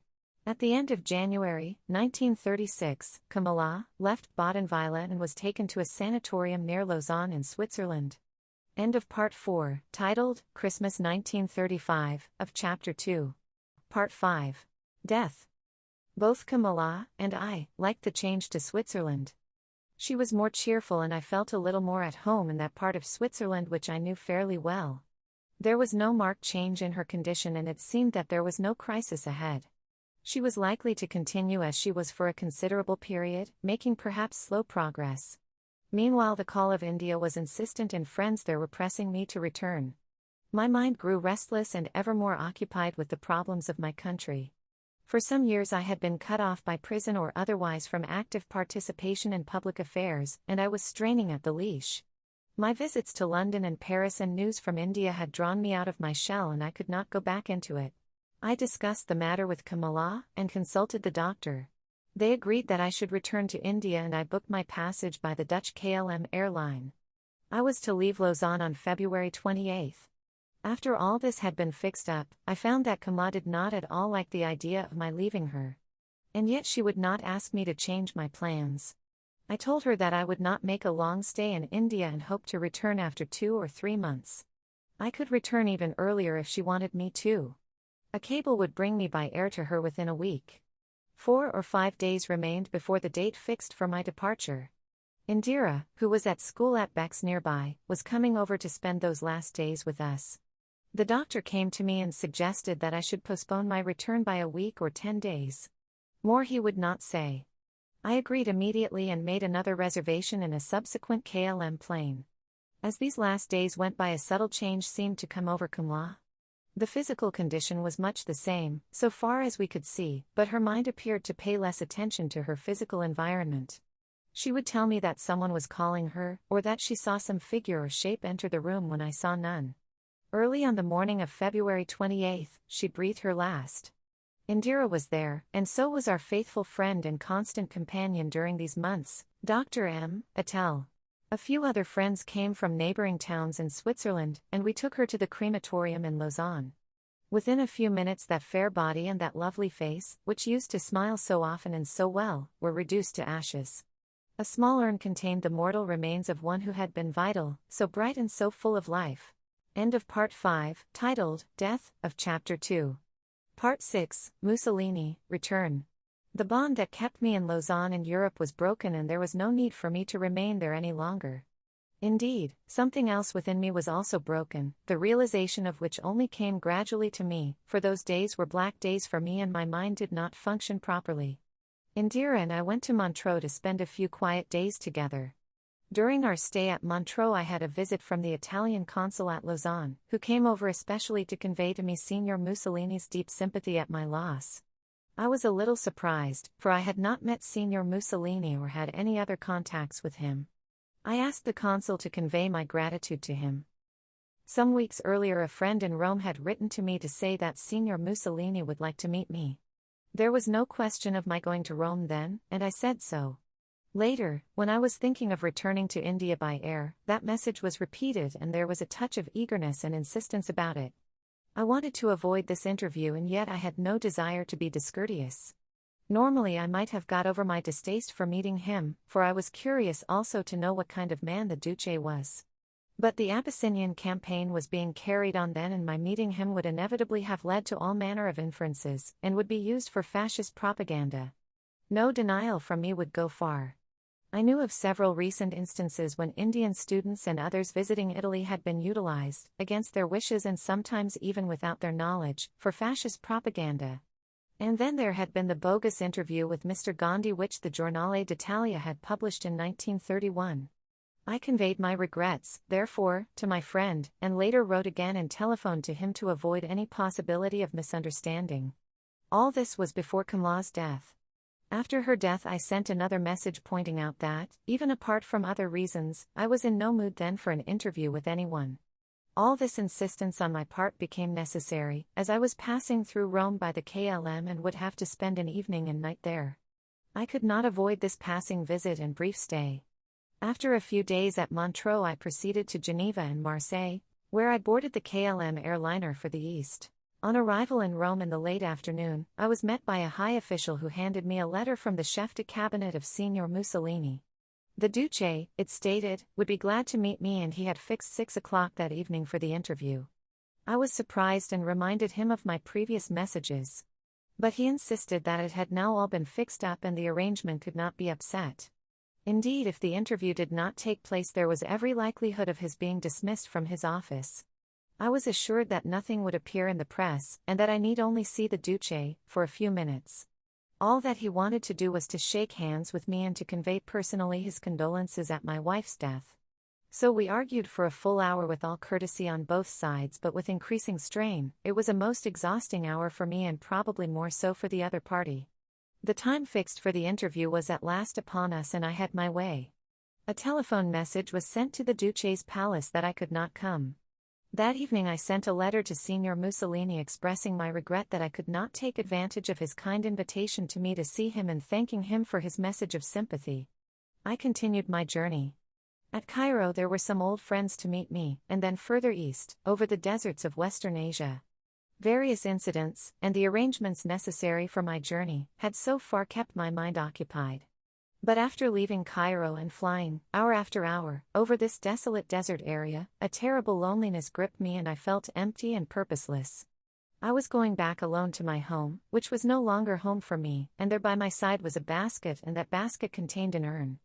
That was all that remained of Kamala, and all our bright dreams were also dead and turned to ashes.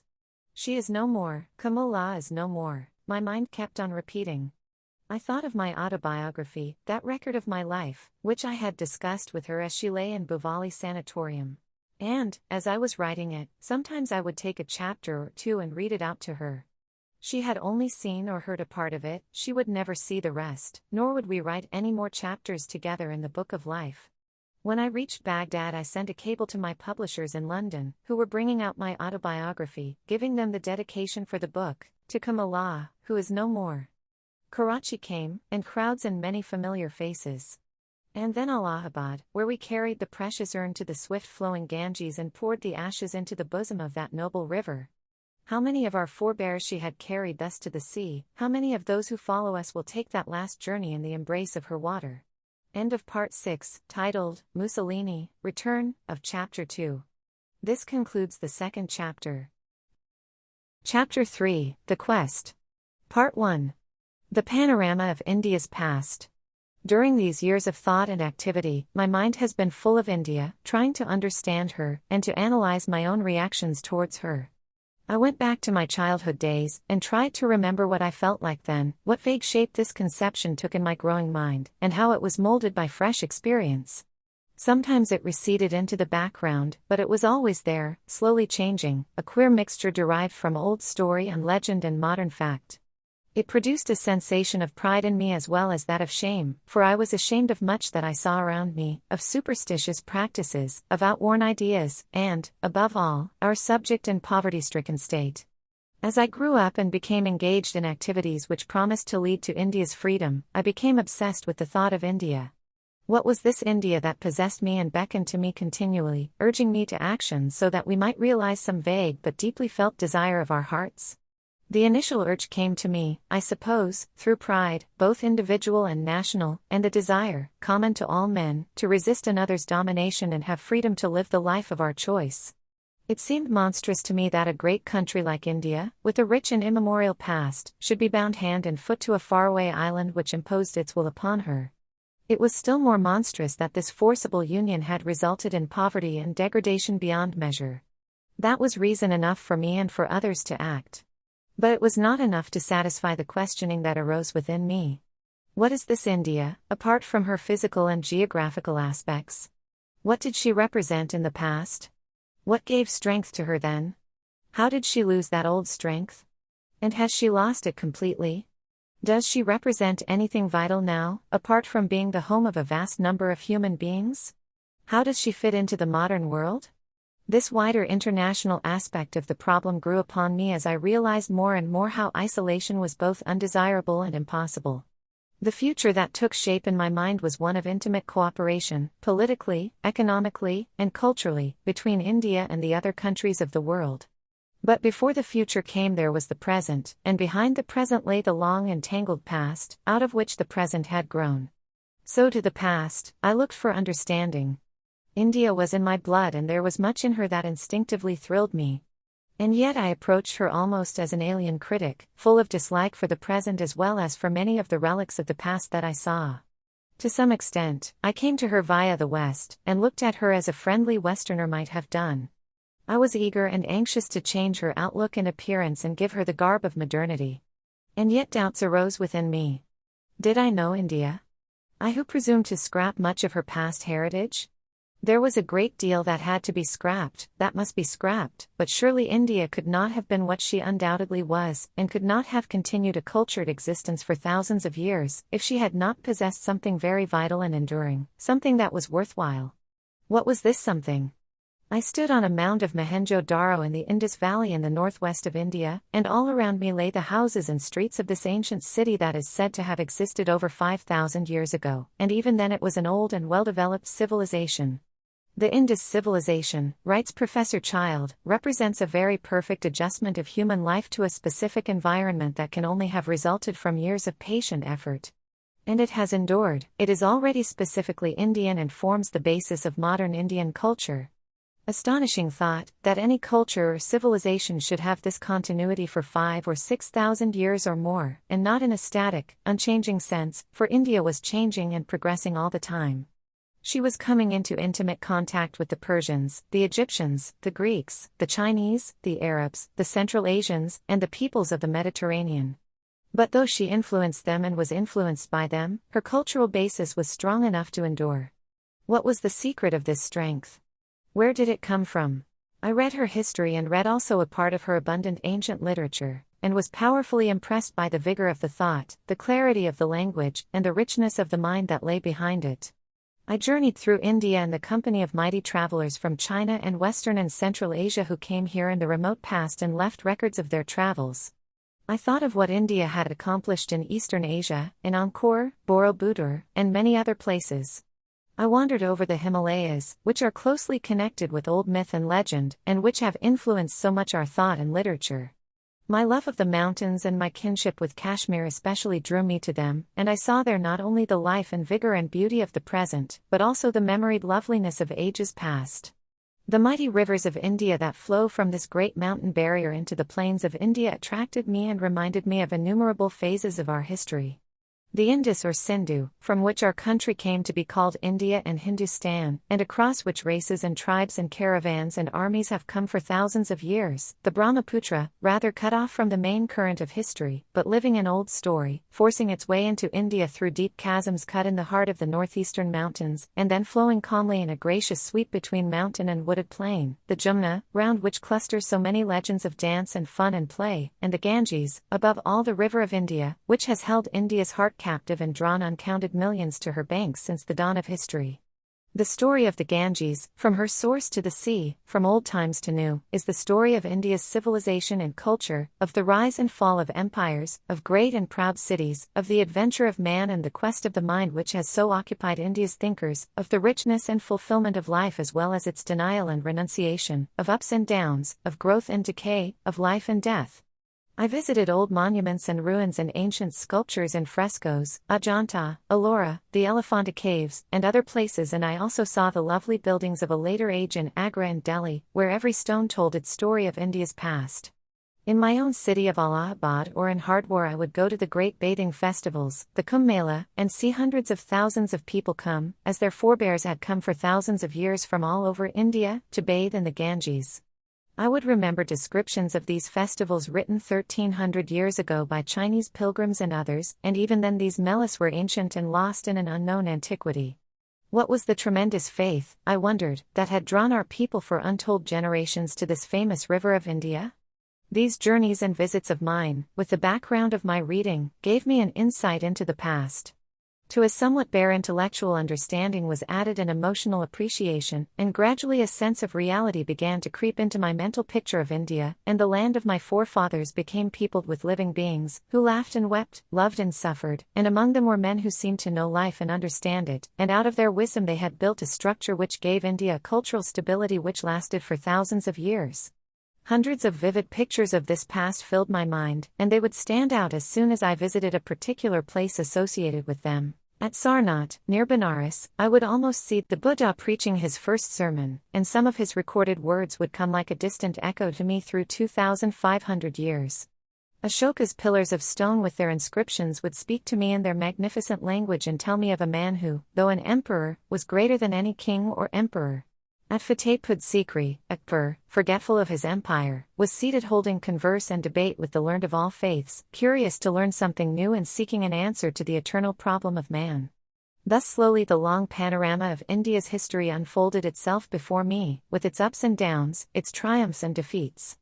There seemed to me something unique about the continuity of a cultural tradition through 5,000 years of history, of invasion and upheaval, a tradition which was widespread among the masses and powerfully influenced them.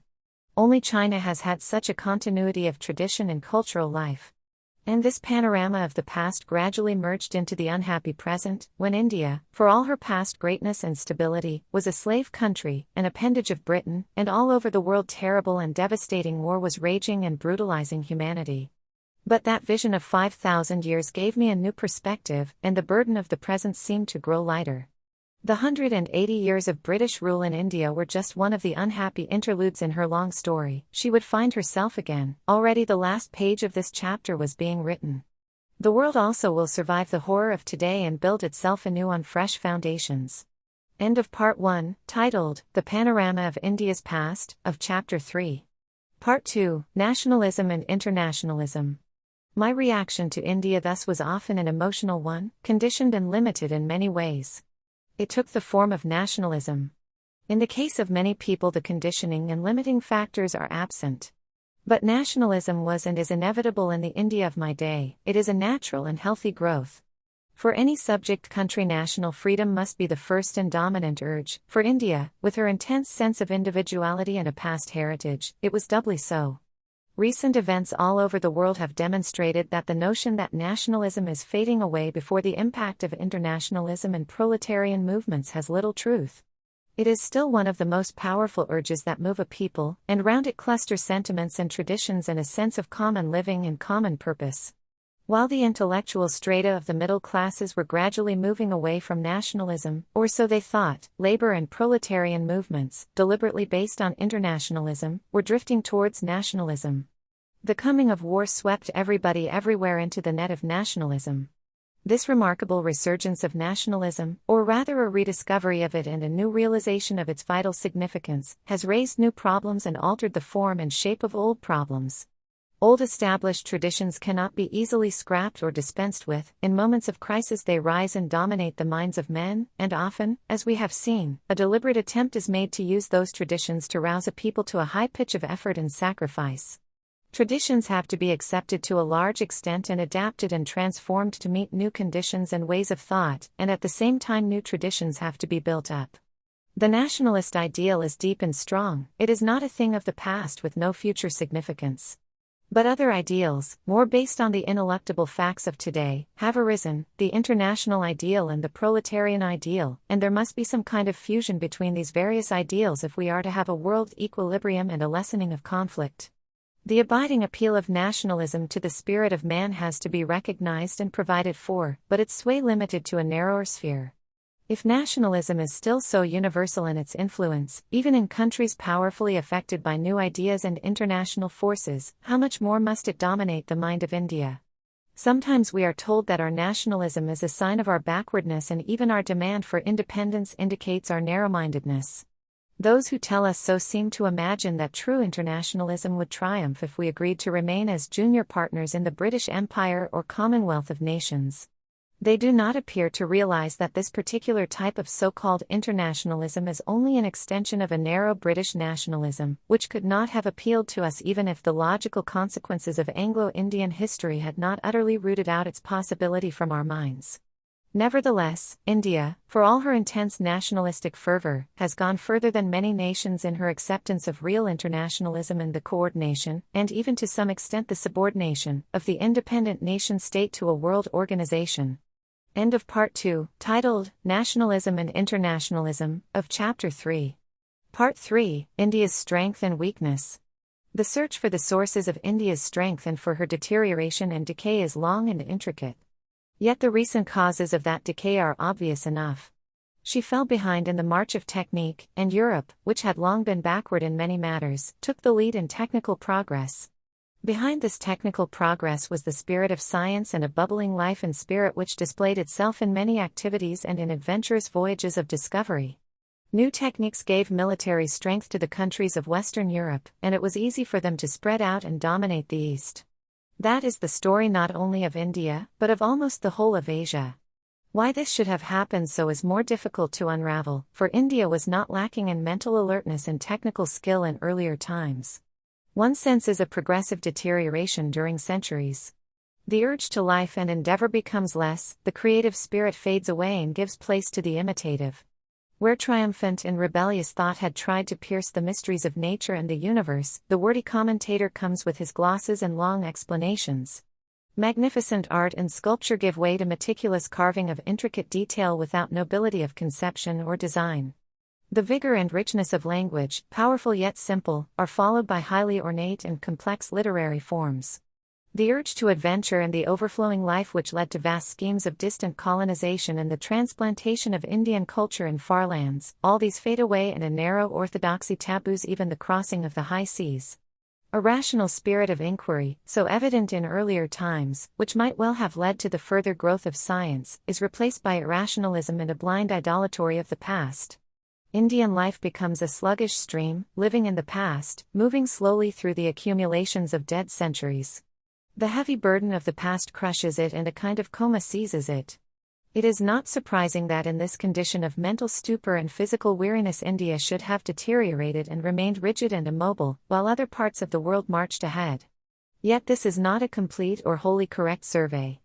If there had only been a long and unrelieved period of rigidity and stagnation, this might well have resulted in a complete break with the past, the death of an era, and the erection of something new on its ruins. There has not been such a break and there is a definite continuity. Also, from time to time, vivid periods of renaissance have occurred, and some of them have been long and brilliant. Always there is visible an attempt to understand and adapt the new and harmonize it with the old, or at any rate with parts of the old which were considered worth preserving. Often that old retains an external form only, as a kind of symbol, and changes its inner content. But something vital and living continues, some urge driving the people in a direction not wholly realized, and always a desire for synthesis between the old and the new. It was this urge and desire that kept them going and enabled them to absorb new ideas while retaining much of the old. Whether there was such a thing as an Indian dream through the ages, vivid and full of life or sometimes reduced to the murmurings of troubled sleep, I do not know. Every people and every nation has some such belief or myth of national destiny, and perhaps it is partly true in each case. Being an Indian, I am myself influenced by this reality or myth about India, and I feel that anything that had the power to mold hundreds of generations, without a break, must have drawn its enduring vitality from some deep well of strength, and have had the capacity to renew that vitality from age to age. Was there some such well of strength? And if so, did it dry up, or did it have hidden springs to replenish it? What of today? Are there any springs still functioning from which we can refresh and strengthen ourselves? We are an old race, or rather an odd mixture of many races, and our racial memories go back to the dawn of history. Have we had our day, and are we now living in the late afternoon or evening of our existence, just carrying on after the manner of the aged, quiescent, devitalized, uncreative, desiring peace and sleep above all else? No people, no races remain unchanged. Continually they are mixing with others and slowly changing. They may appear to die almost and then rise again as a new people or just a variation of the old. There may be a definite break between the old people and the new, or vital links of thought and ideals may join them. History has numerous instances of old and well-established civilizations fading away or being ended suddenly, and vigorous new cultures taking their place. Is it some vital energy, sonic inner source of strength that gives life to a civilization or a people, without which all effort is ineffective, like the vain attempt of an aged person to play the part of a youth? Among the peoples of the world today I have sensed this vital energy chiefly in three: Americans, Russians, and the Chinese, a queer combination. Americans, in spite of having their roots in the old world, are a new people, uninhibited and without the burdens and complexes of old races, and it is easy to understand their abounding vitality. So also are the Canadians, Australians, and New Zealanders, all of them largely cut off from the old world and facing life in all its newness. Russians are not a new people, and yet there has been a complete break from the old, like that of death, and they have been reincarnated anew, in a manner for which there is no example in history. They have become youthful again with an energy and vitality that are amazing. They are searching for some of their old roots again, but for all practical purposes they are a new people, a new race and a new civilization. The Russian example shows how a people can revitalize itself, become youthful again, if it is prepared to pay the price for it, and tap the springs of suppressed strength and energy among the masses. Perhaps this war, with all its horror and frightfulness, might result in the rejuvenation of other peoples also, such as survived from the Holocaust. The Chinese stand apart from all these. They are not a new race, nor have they gone through that shock of change, from top to bottom, which came to Russia. Undoubtedly, 7 years of cruel war has changed them, as it must. How far this change is due to the war or to more abiding causes, or whether it is a mixture of the two, I do not know, but the vitality of the Chinese people astonishes me. I cannot imagine a people endowed with such bedrock strength going under. Something of that vitality which I saw in China I have sensed at times in the Indian people also. Not always, and anyway it is difficult for me to take an objective view. Perhaps my wishes distort my thinking. But always I was in search for this in my wanderings among the Indian people. If they had this vitality, then it was well with them and they would make good. If they lacked it completely, then our political efforts and shouting were all make-believe and would not carry us far. I was not interested in making some political arrangement which would enable our people to carry on more or less as before, only a little better. I felt they had vast stores of suppressed energy and ability, and I wanted to release these and make them feel young and vital again. India, constituted as she is, cannot play a secondary part in the world. She will either count for a great deal or not count at all. No middle position attracted me. Nor did I think any intermediate position feasible. Behind the past quarter of a century's struggle for India's independence and all our conflicts with British authority, lay in my mind, and that of many others, the desire to revitalize India. We felt that through action and self-imposed suffering and sacrifice, through voluntarily facing risk and danger, through refusal to submit to what we considered evil and wrong, would we recharge the battery of India's spirit and waken her from her long slumber. Though we came into conflict continually with the British government in India, our eyes were always turned towards our own people. Political advantage had value only in so far as it helped in that fundamental purpose of ours. Because of this governing motive, frequently we acted as no politician, moving in the narrow sphere of politics only, would have done, and foreign and Indian critics expressed surprise at the folly and intransigence of our ways. Whether we were foolish or not, the historians of the future will judge. We aimed high and looked far. Probably we were often foolish, from the point of view of opportunist politics, but at no time did we forget that our main purpose was to raise the whole level of the Indian people, psychologically and spiritually and also, of course, politically and economically. It was the building up of that real inner strength of the people that we were after, knowing that the rest would inevitably follow. We had to wipe out some generations of shameful subservience and timid submission to an arrogant alien authority. End of Part 3, titled India's Strength and Weakness, of Chapter 3. Part 4, The Search for India. Though books and old monuments and past cultural achievements helped to produce some understanding of India, they did not satisfy me or give me the answer I was looking for. Nor could they, for they dealt with a past age, and I wanted to know if there was any real connection between that past and the present. The present for me, and for many others like me, was an odd mixture of medievalism, appalling poverty and misery and a somewhat superficial modernism of the middle classes. I was not an admirer of my own class or kind, and yet inevitably I looked to it for leadership in the struggle for India's salvation. That middle class felt caged and circumscribed and wanted to grow and develop itself. Unable to do so within the framework of British rule, a spirit of revolt grew against this rule, and yet this spirit was not directed against the structure that crushed us. It sought to retain it and control it by displacing the British. These middle classes were too much the product of that structure to challenge it and seek to uproot it. New forces arose that drove us to the masses and the villages, and for the first time, a new and different India rose up before the young intellectuals who had almost forgotten its existence or attached little importance to it. It was a disturbing sight, not only because of its stark misery and the magnitude of its problems, but because it began to upset some of our values and conclusions. So began for us the discovery of India as it was, and it produced both understanding and conflict within us. Our reactions varied and depended on our previous environment and experience. Some were already sufficiently acquainted with these village masses not to experience any new sensation, they took them for granted. But for me it was a real voyage of discovery, and, while I was always painfully conscious of the failings and weaknesses of my people, I found in India's countryfolk something, difficult to define, which attracted me. That something I had missed in our middle classes. I do not idealize the conception of the masses and, as far as possible, I try to avoid thinking of them as a theoretical abstraction. The people of India are very real to me in their great variety and, in spite of their vast numbers, I try to think of them as individuals rather than as vague groups. Perhaps it was because I did not expect much from them that I was not disappointed. I found more than I had expected. It struck me that perhaps the reason for this, and for a certain stability and potential strength that they possessed, was the old Indian cultural tradition which was still retained by them in a small measure. Much had gone in the battering they had received during the past 200 years. Yet something remained that was worthwhile, and with it so much that was worthless and evil.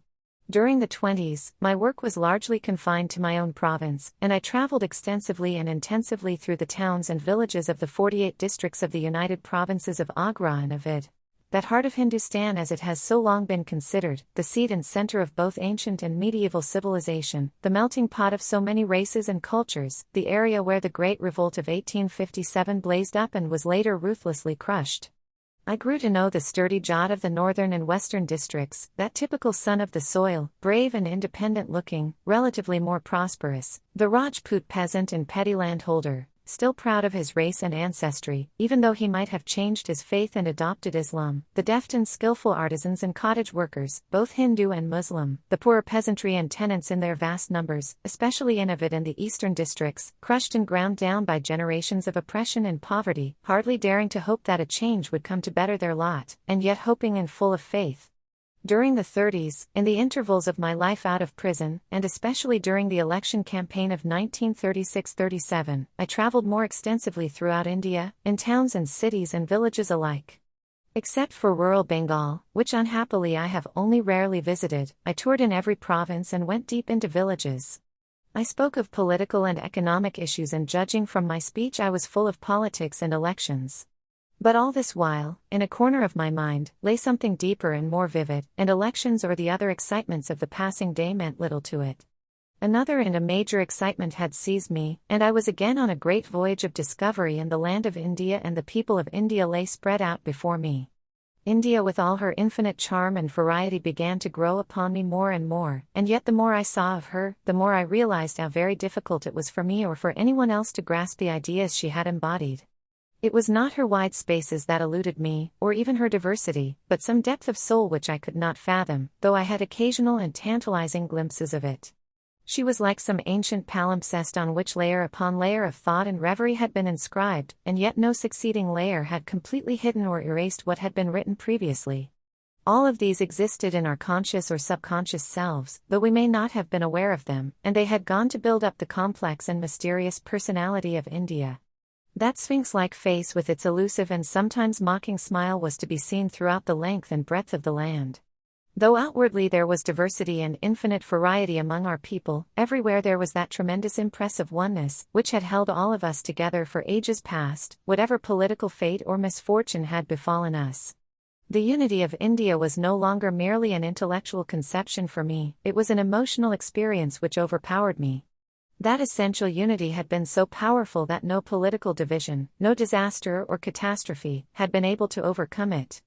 It was absurd, of course, to think of India or any country as a kind of anthropomorphic entity.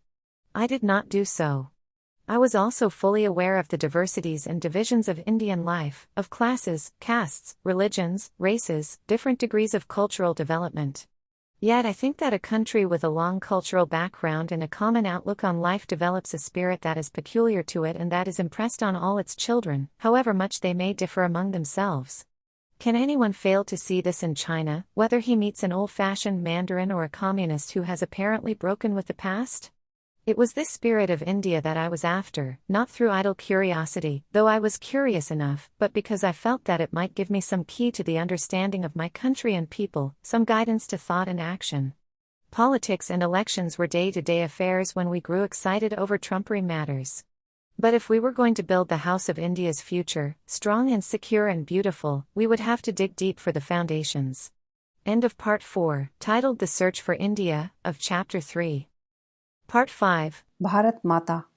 Often, as I wandered from meeting to meeting, I spoke to my audience of this India of ours, of Hindustan and of Bharat, the old Sanskrit name derived from the mythical founder of the race. I seldom did so in the cities, for there the audiences were more sophisticated and wanted stronger fare. But to the peasant, with his limited outlook, I spoke of this great country for whose freedom we were struggling, of how each part differed from the other and yet was India, of common problems of the peasants from north to south and east to west, of the Swaraj that could only be for all and every part and not for some. I told them of my journeying from the Khyber Pass in the far northwest to Kanyakumari or Cape Comorin in the distant south, and how everywhere the peasants put me identical questions, for their troubles were the same: poverty, debt, vested interests, landlords, moneylenders, heavy rents and taxes, police harassment, and all these wrapped up in the structure that the foreign government had imposed upon us, and relief must also come for all. I tried to make them think of India as a whole, and even to some little extent of this wide world of which we were a part.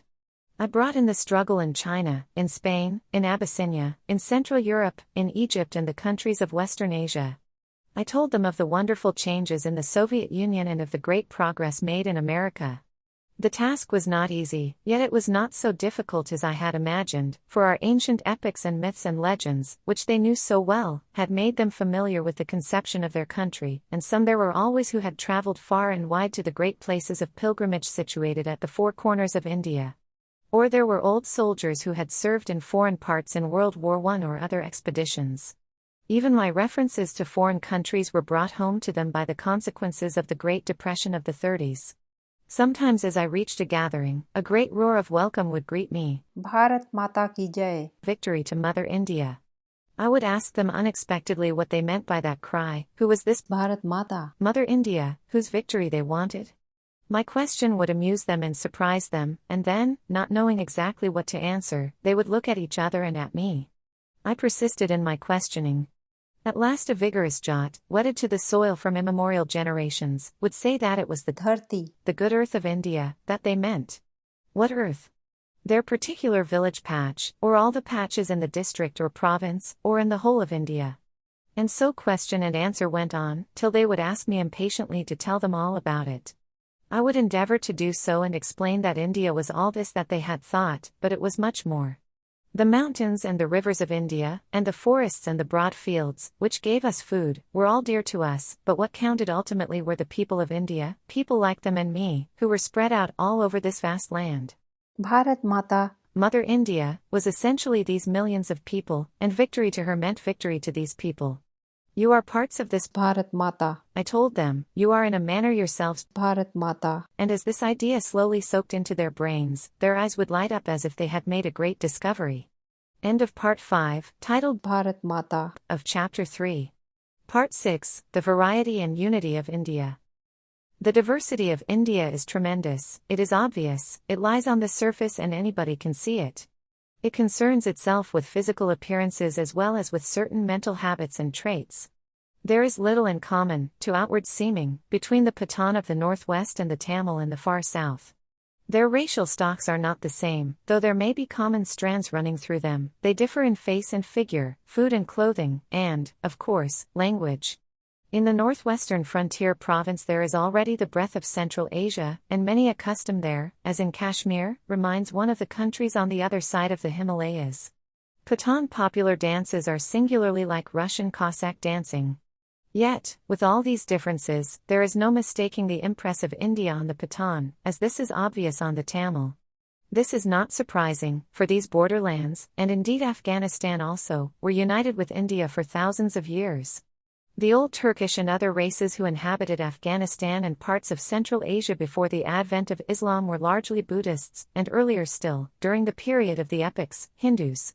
The frontier area was one of the principal centers of old Indian culture, and it abounds still with ruins of monuments and monasteries and, especially, of the great University of Tikshala, which was at the height of its fame 2,000 years ago, attracting students from all over India as well as different parts of Asia. Changes of religion made a difference, but could not change entirely the mental backgrounds which the people of those areas had developed. The Pathan and the Tamil are two extreme examples, the others lie somewhere in between. All of them have their distinctive features, all of them have still more the distinguishing mark of India.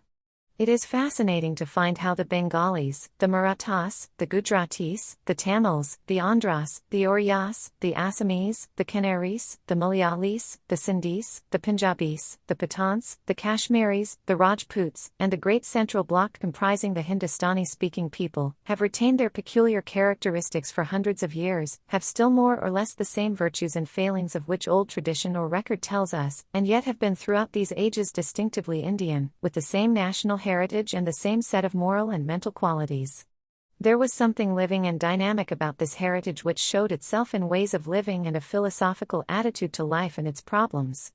Ancient India, like ancient China, was a world in itself, a culture and a civilization which gave shape to all things. Foreign influences poured in and often influenced that culture and were absorbed. Disruptive tendencies gave rise immediately to an attempt to find a synthesis. Some kind of a dream of unity has occupied the mind of India since the dawn of civilization. That unity was not conceived as something imposed from outside, a standardization of externals or even of beliefs. It was something deeper and, within its fold, the widest tolerance of belief and custom was practiced and every variety acknowledged and even encouraged. Differences, big or small, can always be noticed even within a national group, however closely bound together it may be. The essential unity of that group becomes apparent when it is compared to another national group, though often the differences between two adjoining groups fade out or intermingle near the frontiers, and modern developments are tending to produce a certain uniformity everywhere. In ancient and medieval times, the idea of the modern nation was non-existent, and feudal, religious, racial, or cultural bonds had more importance. Yet I think that at almost any time in recorded history an Indian would have felt more or less at home in any part of India, and would have felt as a stranger and alien in any other country. He would certainly have felt less of a stranger in countries which had partly adopted his culture or religion. Those who professed a religion of non-Indian origin or, coming to India, settled down there, became distinctively Indian in the course of a few generations, such as Christians, Jews, Parsis, Muslims. Indian converts to some of these religions never ceased to be Indians on account of a change of their faith. They were looked upon in other countries as Indians and foreigners, even though there might have been a community of faith between them. Today, when the conception of nationalism has developed much more, Indians in foreign countries inevitably form a national group and hang together for various purposes, in spite of their internal differences. An Indian Christian is looked upon as an Indian wherever he may go. An Indian Muslim is considered an Indian in Turkey or Arabia or Iran, or any other country where Islam is the dominant religion. All of us, I suppose, have varying pictures of our native land and no two persons will think exactly alike. When I think of India, I think of many things, of broad fields dotted with innumerable small villages, of towns and cities I have visited, of the magic of the rainy season which pours life into the dry parched-up land and converts it suddenly into a glistening expanse of beauty and greenery, of great rivers and flowing water, of the Khyber Pass in all its bleak surroundings, of the southern tip of India, of people, individually and in the mass, and, above all, of the Himalayas, snow-capped, or some mountain valley in Kashmir in the spring, covered with new flowers, and with a brook bubbling and gurgling through it. We make and preserve the pictures of our choice, and so I have chosen this mountain background rather than the more normal picture of a hot, subtropical country. Both pictures would be correct, for India stretches from the tropics right up to the temperate regions, from near the equator to the cold heart of Asia. End of Part 6, titled, The Variety and Unity of India, of Chapter 3. Part 7, Traveling Through India. Towards the end of 1936 and in the early months of 1937 my touring progressively gathered speed and became frantic. I passed through this vast country like some hurricane, traveling night and day, always on the move, hardly staying anywhere, hardly resting. There were urgent demands for me from all parts and time was limited, for the general elections were approaching and I was supposed to be an election winner for others. I traveled mostly by automobile, partly by aeroplane and railway. Occasionally I had to use, for short distances, an elephant, a camel, or a horse, or travel by steamer, paddleboat, or canoe, or use a bicycle, or go on foot. These odd and varied methods of transport sometimes became necessary in the interior, far from the beaten track. I carried a double set of microphones and loudspeakers with me, for it was not possible to deal with the vast gatherings in any other way, nor indeed could I otherwise retain my voice. Those microphones went with me to all manner of strange places, from the frontiers of Tibet to the border of Baluchistan, where no such thing had ever been seen or heard of previously. From early morning till late at night I traveled from place to place where great gatherings awaited me, and in between these there were numerous stops where patient villagers stood to greet me. These were impromptu affairs, which upset my heavy program and delayed all subsequent engagements, and yet how was it possible for me to rush by, unheeding and careless of these humble folk? Delay was added to delay and, at the big open-air gatherings, it took many minutes for me to pass through the crowds to the platform, and later to come away. Every minute counted, and the minutes piled up on top of each other and became hours, so that by the time evening came I was several hours late. But the crowd was waiting patiently, though it was winter and they sat and shivered in the open, insufficiently clad as they were. My day's program would thus prolong itself to 18 hours and we would reach our journey's end for the day at midnight or after. Once in the Karnataka, in mid-February, we passed all bounds and broke our own records. The day's program was a terribly heavy one, and we had to pass through a very beautiful mountain forest with winding and none too good roads, which could only be tackled slowly. There were half a dozen monster meetings and many smaller ones.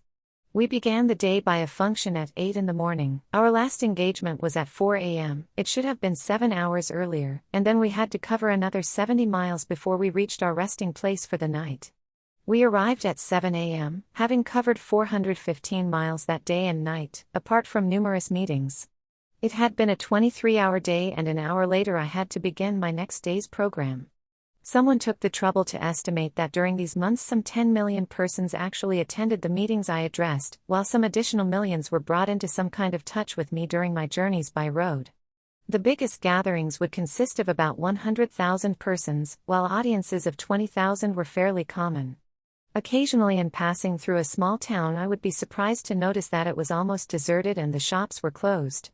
The explanation came to me when I saw that almost the entire population of the town, men, women, and even children, had gathered at the meeting place, on the other side of the town, and were waiting patiently for my arrival.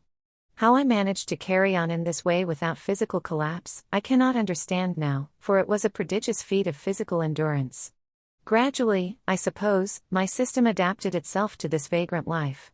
I would sleep heavily in the automobile for half an hour between two meetings and find it hard to wake up. Yet I had to get up, and the sight of a great cheering crowd would finally wake me. I reduced my meals to a minimum and often dropped a meal, especially in the evenings, feeling the better for it. But what kept me up and filled me with vitality was the vast enthusiasm and affection that surrounded me and met me everywhere I went. I was used to it, and yet I could never get quite used to it, and every new day brought its surprises. End of Part 7, titled, Traveling Through India, of Chapter 3. Part 8, General Elections. My tour was especially concerned with the general elections all over India that were approaching. But I did not take kindly to the usual methods and devices that accompany electioneering. Elections were an essential and inseparable part of the democratic process, and there was no way of doing away with them. Yet, often enough, elections brought out the evil side of man, and it was obvious that they did not always lead to the success of the better man. Sensitive persons, and those who were not prepared to adopt rough and ready methods to push themselves forward, were at a disadvantage and preferred to avoid these contests. Was democracy then to be a close preserve of those possessing thick skins and loud voices and accommodating consciences? Especially were these election evils most prevalent where the electorate was small. Many of them vanished, or at any rate were not so obvious, when the electorate was a big one. It was possible for the biggest electorate to be swept off its feet on a false issue, or in the name of religion, as we saw later, but there were usually some balancing factors which helped to prevent the grosser evils. My experience in this matter confirmed my faith in the widest possible franchise. I was prepared to trust that wide electorate far more than a restricted one, based on a property qualification or even an educational test. The property qualification was anyhow bad, as for education it was obviously desirable and necessary. But I have not discovered any special qualities in a literate or slightly educated person which would entitle his opinion to greater respect than that of a sturdy peasant, illiterate but full of a limited kind of common sense. In any event, where the chief problem is that of the peasant, his opinion is far more important. I am a convinced believer in adult franchise, for men and women, and, though I realize the difficulties in the way, I am sure that the objections raised to its adoption in India have no great force and are based on the fears of privileged classes and interests. The general elections in 1937 for the provincial assemblies were based on a restricted franchise affecting about 12% of the population. But even this was a great improvement on the previous franchise, and nearly 30 millions all over India, apart from the Indian states, were now entitled to vote. The scope of these elections was vast and comprised the whole of India, minus the states. Every province had to elect its provincial assembly, and in most provinces there were two houses, and there were thus two sets of elections. The number of candidates ran into many thousands. My approach to these elections, and to some extent the approach of most congressmen, was different from the usual one. I did not trouble myself about the individual candidates, but wanted rather to create a countrywide atmosphere in favor of our national movement for freedom as represented by the Congress, and for the program contained in our election manifesto. I felt that if we succeeded in this, all would be well; if not, then it did not matter much if an odd candidate won or lost. My appeal was an ideological one, and I hardly referred to the candidates, except as standard-bearers of our cause. I knew many of them, but there were many I did not know at all, and I saw no reason why I should burden my mind with hundreds of names. I asked for votes for the Congress, for the independence of India, and for the struggle for independence. I made no promises, except to promise unceasing struggle till freedom was attained. I told people to vote for us only if they understood and accepted our objective and our program, and were prepared to live up to them, not otherwise. I charged them not to vote for the Congress if they disagreed with this objective or program. We wanted no false votes, no votes for particular persons because they liked them. Votes and elections would not take us far, they were just small steps in a long journey, and to delude us with votes, without intelligent acceptance of what they signified or willingness for subsequent action, was to play us false and be untrue to our country. Individuals did not count, though we wanted good and true individuals to represent us. It was the cause that counted, the organization that represented it, and the nation to whose freedom we were pledged. I analyzed that freedom and what it should mean to the hundreds of millions of our people. We wanted no change of masters from white to brown, but a real people's rule, by the people and for the people, and an ending of our poverty and misery. That was the burden of my speeches, and only in that impersonal way could I fit myself into the election campaign. I was not greatly concerned with the prospects of particular candidates. My concern was with a much bigger issue. As a matter of fact, that approach was the right one even from the narrower point of view of a particular candidate's success. For thus he and his election were lifted up to a higher and more elemental level of a great nation's fight for freedom, and millions of poverty-stricken people striving to put an end to their ancient curse of poverty. These ideas, expressed by scores of leading congressmen, came and spread like a mighty wind fresh from the sea, sweeping away all petty ideas and electioneering stunts. I knew my people and liked them, and their million eyes had taught me much of mass psychology.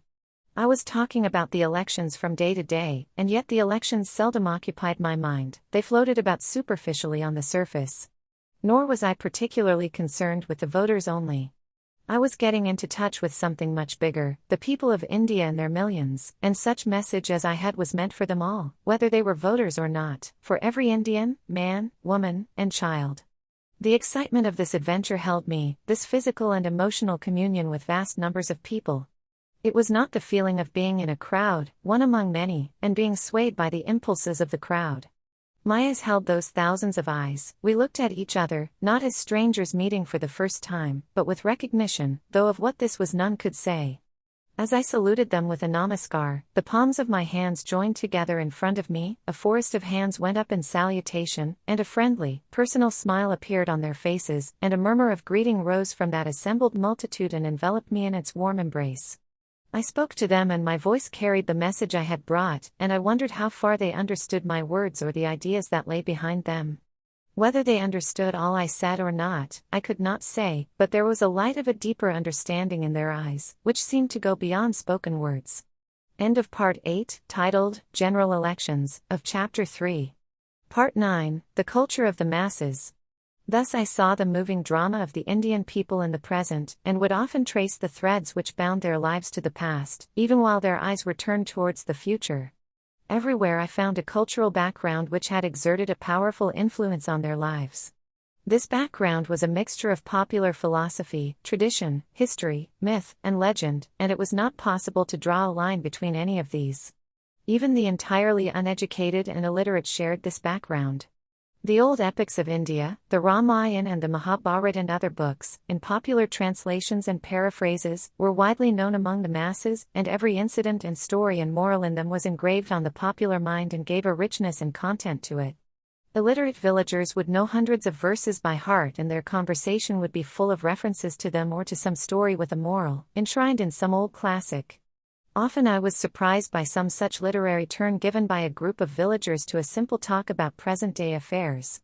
If my mind was full of pictures from recorded history and more or less ascertained fact, I realized that even the illiterate peasant had a picture gallery in his mind, though this was largely drawn from myth and tradition and epic heroes and heroines, and only very little from history. Nevertheless, it was vivid enough. I looked at their faces and their figures and watched their movements. There was many a sensitive face and many a sturdy body, straight and clean-limbed, and among the women there was grace and suppleness and dignity and poise and, very often, a look that was full of melancholy. Usually the finer physical types were among the upper castes, who were just a little better off in the economic sense. Sometimes, as I was passing along a country road, or through a village, I would start with surprise on seeing a fine type of man, or a beautiful woman, who reminded me of some fresco of ancient times. And I wondered how the type endured and continued through ages, in spite of all the horror and misery that India had gone through. What could we not do with these people under better conditions and with greater opportunities opening out to them? There was poverty and the innumerable progeny of poverty everywhere, and the mark of this beast was on every forehead. Life had been crushed and distorted and made into a thing of evil, and many vices had flowed from this distortion and continuous lack and ever-present insecurity. All this was not pleasant to see, yet that was the basic reality in India. There was far too much of the spirit of resignation and acceptance of things as they were. But there was also a mellowness and a gentleness, the cultural heritage of thousands of years, which no amount of misfortune had been able to rub off. End of Part 9, titled, The Culture of the Masses of Chapter 3. Part 10, Two Lives. In this and other ways I tried to discover India, the India of the past and of the present, and I made my mood receptive to impressions and to the waves of thought and feeling that came to me from living beings as well as those who had long ceased to be. I tried to identify myself for a while with this unending procession, at the tail end of which I, too, was struggling along. And then I would separate myself and as from a hilltop, apart, look down at the valley below. To what purpose was all this long journeying? To what end these unending processions? A feeling of tiredness and disillusion would sometimes invade my being, and then I would seek escape from it in cultivating a certain detachment. Slowly my mind had prepared itself for this, and I had ceased to attach much value to myself or to what happened to me. Or so I thought, and to some extent I succeeded, though not much, I fear, as there is too much of a volcano within me for real detachment. Unexpectedly all my defenses are hurled away and all my detachment goes. But even the partial success I achieved was very helpful and, in the midst of activity, I could separate myself from it and look at it as a thing apart. Sometimes, I would steal an hour or two, and forgetting my usual preoccupations, retire into that cloistered chamber of my mind and live, for a while, another life. And so, in a way, these two lives marched together, inseparably tied up with one another, and yet apart. End of Part 10, titled, Two Lives, of Chapter 3. This concludes the third chapter, titled, The Quest. Chapter 4, The Discovery of India. Part 1, The Indus Valley Civilization. The Indus Valley Civilization, of which impressive remains have been discovered at Mohenjo-daro in Sindh, and at Harappa, in the western Punjab, is the earliest picture that we have of India's past. These excavations have revolutionized the conception of ancient history. Unfortunately, a few years after this work of excavation began in these areas, it was stopped, and for the last 13 years or so nothing significant has been done.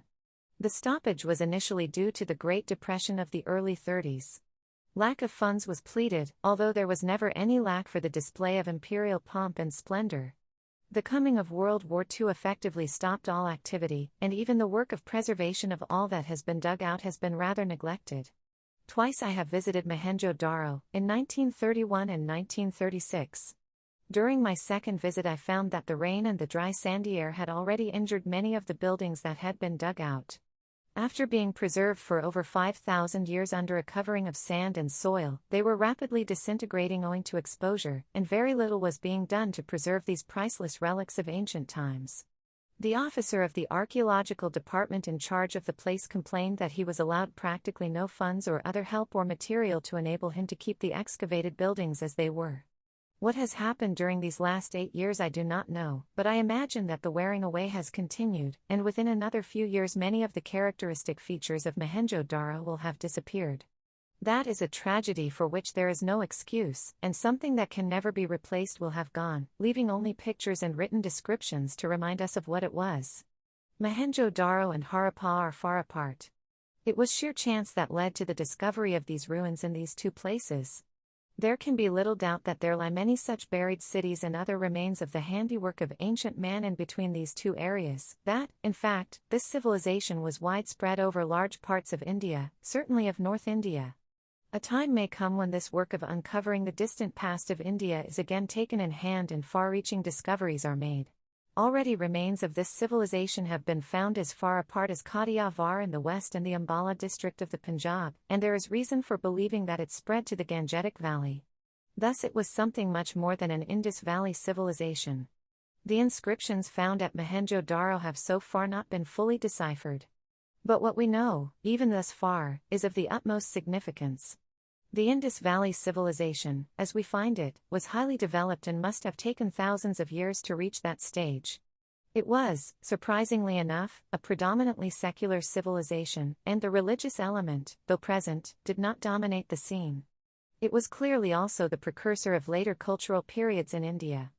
Sir John Marshall tells us, one thing that stands out clear and unmistakable both at Mohenjo-Daro and Harappa is that the civilization hitherto revealed at these two places is not an incipient civilization, but one already age-old and stereotyped on Indian soil, with many millenniums of human endeavor behind it. Thus India must henceforth be recognized, along with Persia, Mesopotamia, and Egypt, as one of the most important areas where the civilizing processes were initiated and developed. And, again, he says that the Punjab and Sindh, if not other parts of India as well, were enjoying an advanced and singularly uniform civilization of their own, closely akin, but in some respects even superior, to that of contemporary Mesopotamia and Egypt. These people of the Indus Valley had many contacts with the Sumerian civilization of that period, and there is even some evidence of an Indian colony, probably of merchants, at Akkad. Manufactures from the Indus cities reached even the markets on the Tigris and Euphrates. Conversely, a few Sumerian devices in art, Mesopotamia toilet sets, and a cylinder seal were copied on the Indus. Trade was not confined to raw materials and luxury articles. Fish, regularly imported from the Arabian Sea coasts, augmented the food supplies of Mohenjo-Daro. Footnote, What Happened in History, by Gordon Child, page 112, published by Pelican Books, 1943. End of footnote. Cotton was used for textiles even at that remote period in India. Marshall compares and contrasts the Indus Valley civilization with those of contemporary Egypt and Mesopotamia. Thus, to mention only a few salient points, the use of cotton for textiles was exclusively restricted at this period to India and was not extended to the Western world until 2,000 or 3,000 years later. Again, there is nothing that we know of in prehistoric Egypt or Mesopotamia or anywhere else in Western Asia to compare with the well-built baths and commodious houses of the citizens of Mohenjo-Daro. In these countries much money and thought were lavished on the building of magnificent temples for the gods and on the palaces and tombs of kings, but the rest of the people seemingly had to content themselves with insignificant dwellings of mud. In the Indus Valley the picture is reversed and the finest structures are those erected for the convenience of the citizens. These public and private baths, as well as the excellent drainage system we find at Mohenjo-Daro, are the first of their kind yet discovered anywhere. There are also two-storied private houses, made of baked bricks, with bathrooms and a porter's lodge, as well as tenements. Yet another quotation from Marshall, the acknowledged authority on the Indus Valley civilization, who was himself responsible for the excavations. He says that equally peculiar to the Indus Valley and stamped with an individual character of their own are its art and its religion. Nothing that we know of in other countries at this period bears any resemblance, in point of style, to the faience models of rams, dogs, and other animals, or to the intaglio engravings on the seals, the best of which, notably the humped and short-horned bulls, are distinguished by a breadth of treatment and a feeling for a line and plastic form that have rarely been surpassed in glyptic art, nor would it be possible, until the classic age of Greece, to match the exquisitely supple modeling of the two human statuettes from Harappa. In the religion of the Indus people there is much, of course, that might be paralleled in other countries. This is true of every prehistoric and most historic religions as well. But, taken as a whole, their religion is so characteristically Indian as hardly to be distinguished from still living Hinduism. We find thus this Indus Valley civilization connected and trading with its sister civilizations of Persia, Mesopotamia, and Egypt, and superior to them in some ways.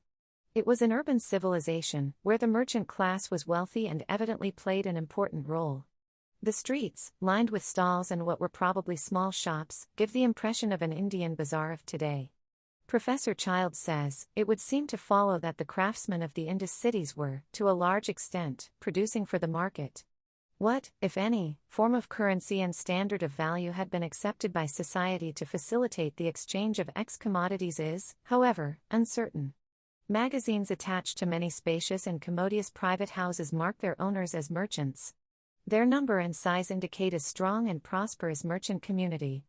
A surprising wealth of ornaments of gold, silver, precious stones and faience, of vessels of beaten copper and of metal implements and weapons, has been collected from the ruins.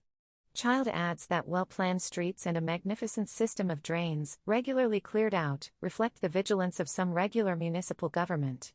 Its authority was strong enough to secure the observance of town planning bylaws and the maintenance of approved lines for streets and lanes over several reconstructions rendered necessary by floods. Footnote, What Happened in History, by Gordon Childe, pages 113 to 114, published by Pelican Books, 1943.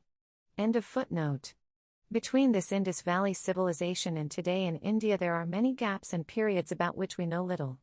The links joining one period to another are not always evident, and a very great deal has of course happened and innumerable changes have taken place. But there is always an underlying sense of continuity, of an unbroken chain which joins modern India to the far distant period of 6,000 or 7,000 years ago when the Indus Valley civilization probably began. It is surprising how much there is in Mohenjo-Daro and Harappa which reminds one of persisting traditions and habits, popular ritual, craftsmanship, even some fashions and dress. Much of this influenced Western Asia. It is interesting to note that at this dawn of India's story, she does not appear as a puling infant, but already grown up in many ways. She is not oblivious of life's ways, lost in dreams of a vague and unrealizable supernatural world, but has made considerable technical progress in the arts and amenities of life, creating not only things of beauty, but also the utilitarian and more typical emblems of modern civilization, good baths and drainage systems. End of Part 1, titled, The Indus Valley Civilization, of Chapter 4. Part 2, The Coming of the Aryans. Who were these people of the Indus Valley civilization and whence had they come? We do not know yet. It is quite possible, and even probable, that their culture was an indigenous culture and its roots and offshoots may be found even in southern India.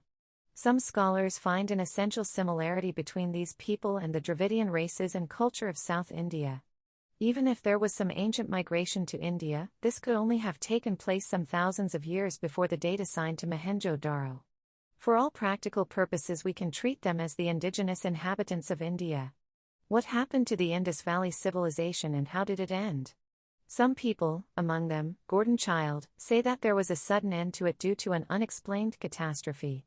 The river Indus is well known for its mighty floods which overwhelm and wash away cities and villages. Or a changing climate might lead to a progressive desiccation of the land and the encroachment of the desert over cultivated areas.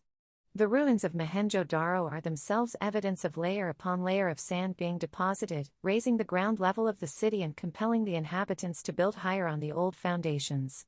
Some excavated houses have the appearance of 2- or 3-storied structures, and yet they represent a periodic raising of the walls to keep pace with the rising level. The province of Zint we know was rich and fertile in ancient times, but from medieval times onwards it has been largely desert. It is probable, therefore, that these climatic changes had a marked effect on the people of those areas and their ways of living. And in any event climatic changes must have only affected a relatively small part of the area of this widespread urban civilization, which, as we have now reason to believe, spread right up to the Gangetic Valley, and possibly even beyond. We have really not sufficient data to judge. Sand, which probably overwhelmed and covered some of these ancient cities, also preserved them, while other cities and evidences of the old civilization gradually decayed and went to pieces in the course of ages. Perhaps future archaeological discoveries might disclose more links with later ages. While there is a definite sense of continuity between the Indus Valley civilization and later periods, there is also a kind of break or a gap, not only in point of time but also in the kind of civilization that came next. This latter was probably more agricultural to begin with, though towns existed and there was some kind of city life also. This emphasis on the agricultural aspect may have been given to it by the newcomers, the Aryans who poured into India in successive waves from the northwest. The Aryan migrations are supposed to have taken place about 1,000 years after the Indus Valley period, and yet it is possible that there was no considerable gap and tribes and peoples came to India from the northwest from time to time, as they did in later ages, and became absorbed in India. We might say that the first great cultural synthesis and fusion took place between the incoming Aryans and the Dravidians, who were probably the representatives of the Indus Valley civilization. Out of this synthesis and fusion grew the Indian races and the basic Indian culture, which had distinctive elements of both. In the ages that followed there came many other races: Iranians, Greeks, Parthians, Bactrians, Scythians, Huns, Turks, before Islam, early Christians, Jews, Zoroastrians. They came, made a difference, and were absorbed.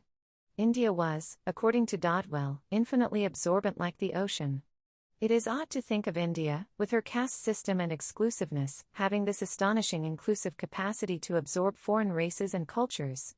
Perhaps it was due to this that she retained her vitality and rejuvenated herself from time to time. The Muslims, when they came, were also powerfully affected by her. The foreigners, Muslim Turks, says Vincent Smith, like their forerunners the Sakas and the Yuezhi, universally yielded to the wonderful assimilative power of Hinduism, and rapidly became Hinduized. End of Part 2, titled, The Coming of the Aryans, of Chapter 4. Part 3, What is Hinduism? In this quotation Vincent Smith has used the words Hinduism and Hinduized. I do not think it is correct to use them in this way unless they are used in the widest sense of Indian culture. They are apt to mislead today when they are associated with a much narrower, and specifically religious, concept. The word Hindu does not occur at all in our ancient literature. The first reference to it in an Indian book is, I am told, in a tantric work of the 8th century AC, where Hindu means a people and not the followers of a particular religion. But it is clear that the word is a very old one, as it occurs in the Avesta and in Old Persian. It was used then and for 1,000 years or more later by the peoples of Western and Central Asia for India, or rather for the people living on the other side of the Indus River. The word is clearly derived from Sindhu, the old, as well as the present, Indian name for the Indus. From this Sindhu came the words Hindu and Hindustan, as well as Indus and India. The famous Chinese pilgrimite Singh, who came to India in the 7th century AC, writes in his record of travels that the northern tribes, that is the people of Central Asia, called India Hindu, Shinto, but, he adds, this is not at all a common name. And the most suitable name for India is the noble land, Arya Desh. The use of the word Hindu in connection with a particular religion is of very late occurrence. The old inclusive term for religion in India was Arya Dharma. Dharma really means something more than religion.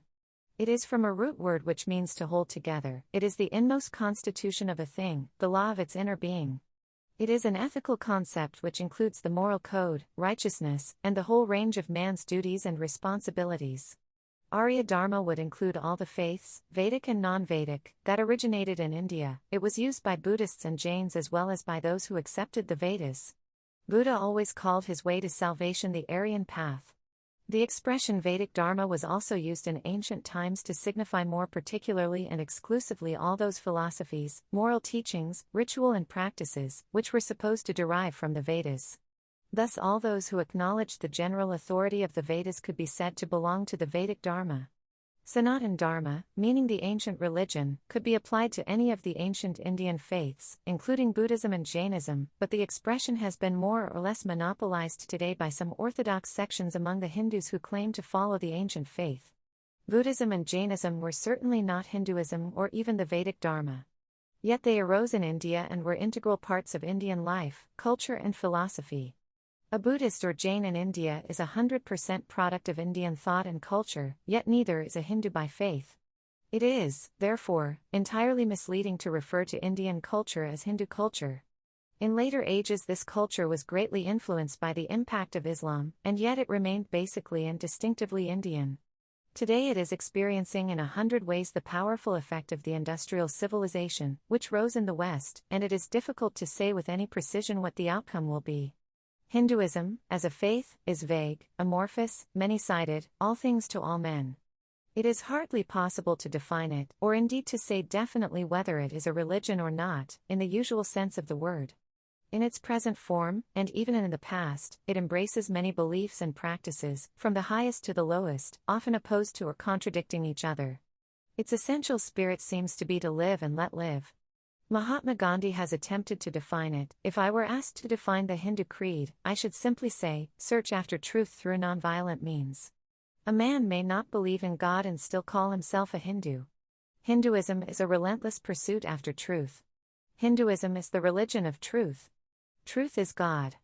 Denial of God we have known. Denial of truth we have not known. Truth in nonviolence, so says Gandhi, but many eminent and undoubted Hindus say that nonviolence, as Gandhi understands it, is no essential part of the Hindu creed. We thus have truth left by itself as the distinguishing mark of Hinduism. That, of course, is no definition at all. It is, therefore, incorrect and undesirable to use Hindu or Hinduism for Indian culture, even with reference to the distant past, although the various aspects of thought, as embodied in ancient writings, were the dominant expression of that culture. Much more is it incorrect to use those terms, in that sense, today. So long as the old faith and philosophy were chiefly a way of life and an outlook on the world, they were largely synonymous with Indian culture, but when a more rigid religion developed, with all manner of ritual and ceremonial, it became something more and at the same time something much less than that composite culture. A Christian or a Muslim could, and often did, adapt himself to the Indian way of life and culture, and yet remained in faith an Orthodox Christian or Muslim. He had Indianized himself and become an Indian without changing his religion. The correct word for Indian, as applied to country or culture or the historical continuity of our varying traditions, is Hindi, from Hind, a shortened form of Hindustan. Hind is still commonly used for India. In the countries of Western Asia, in Iran and Turkey, in Iraq, Afghanistan, Egypt, and elsewhere, India has always been referred to, and is still called, Hind, and everything Indian is called Hindi. Hindi has nothing to do with religion, and a Muslim or Christian Indian is as much a Hindi as a person who follows Hinduism as a religion. Americans who call all Indians Hindus are not far wrong. They would be perfectly correct if they used the word Hindi. Unfortunately, the word Hindi has become associated in India with a particular script, the Devanagari script of Sanskrit, and so it has become difficult to use it in its larger and more natural significance. Perhaps when present-day controversies subside we may revert to its original and more satisfying use. Today, the word Hindustani is used for Indian. It is, of course, derived from Hindustan. But this is too much of a mouthful and it has no such historical and cultural associations as Hindi has. It would certainly appear odd to refer to ancient periods of Indian culture as Hindustani. Whatever the word we may use, Indian or Hindi or Hindustani, for our cultural tradition, we see in the past that some inner urge towards synthesis, derived essentially from the Indian philosophic outlook, was the dominant feature of Indian cultural, and even racial, development. Each incursion of foreign elements was a challenge to this culture, but it was met successfully by a new synthesis and a process of absorption. This was also a process of rejuvenation and new blooms of culture arose out of it, the background and essential basis, however, remaining much the same. End of Part 3, titled, What is Hinduism? Of Chapter 4. Part 4, The Earliest Records, Scripture, and Mythology. Before the discovery of the Indus Valley Civilization, the Vedas were supposed to be the earliest records we possess of Indian culture. There was much dispute about the chronology of the Vedic period, European scholars usually giving later dates and Indian scholars much earlier ones.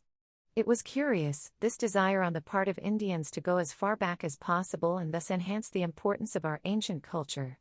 Professor Winternitz thinks that the beginnings of Vedic literature go back to 2000 BC, or even 2500 BC. This brings us very near the Mohenjo-Daro period. The usual date accepted by most scholars today for the hymns of the Rig Veda is 1500 BC, but there is a tendency, ever since the Mohenjo-Daro excavations, to date further back these early Indian scriptures.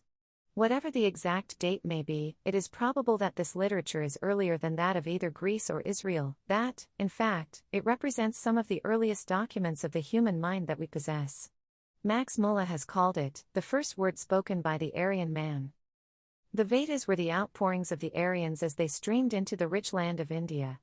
They brought their ideas with them from that common stock out of which grew the Avesta in Iran, and elaborated them in the soil of India. Even the language of the Vedas bears a striking resemblance to that of the Avesta, and it has been remarked that the Avesta is nearer the Veda than the Veda is to its own epic Sanskrit. How are we to consider the scripture of various religions, much of it believed by its votaries to be revealed scripture? To analyze it and criticize it and look upon it as a human document is often to offend the true believers. Yet there is no other way to consider it. I have always hesitated to read books of religion. The totalitarian claims made on their behalf did not appeal to me. The outward evidences of the practice of religion that I saw did not encourage me to go to the original sources. Yet I had to drift to these books, for ignorance of them was not a virtue and was often a severe drawback. I knew that some of them had powerfully influenced humanity, and anything that could have done so must have some inherent power and virtue in it, some vital source of energy. I found great difficulty in reading through many parts of them, for try as I would, I could not arouse sufficient interest, but the sheer beauty of some passages would hold me. And then a phrase or a sentence would suddenly leap up and electrify me and make me feel the presence of the really great. Some words of the Buddha or of Christ would shine out with deep meaning and seem to me applicable as much today as when they were uttered 2,000 or more years ago. There was a compelling reality about them, a permanence which time and space could not touch. So I felt sometimes when I read about Socrates or the Chinese philosophers, and also when I read the Upanishads and the Bhagavad Gita. I was not interested in the metaphysics, or the description of ritual, or the many other things which apparently had no relation to the problems that faced me. Perhaps I did not understand the inner significance of much that I read, and sometimes, indeed, a second reading threw more light.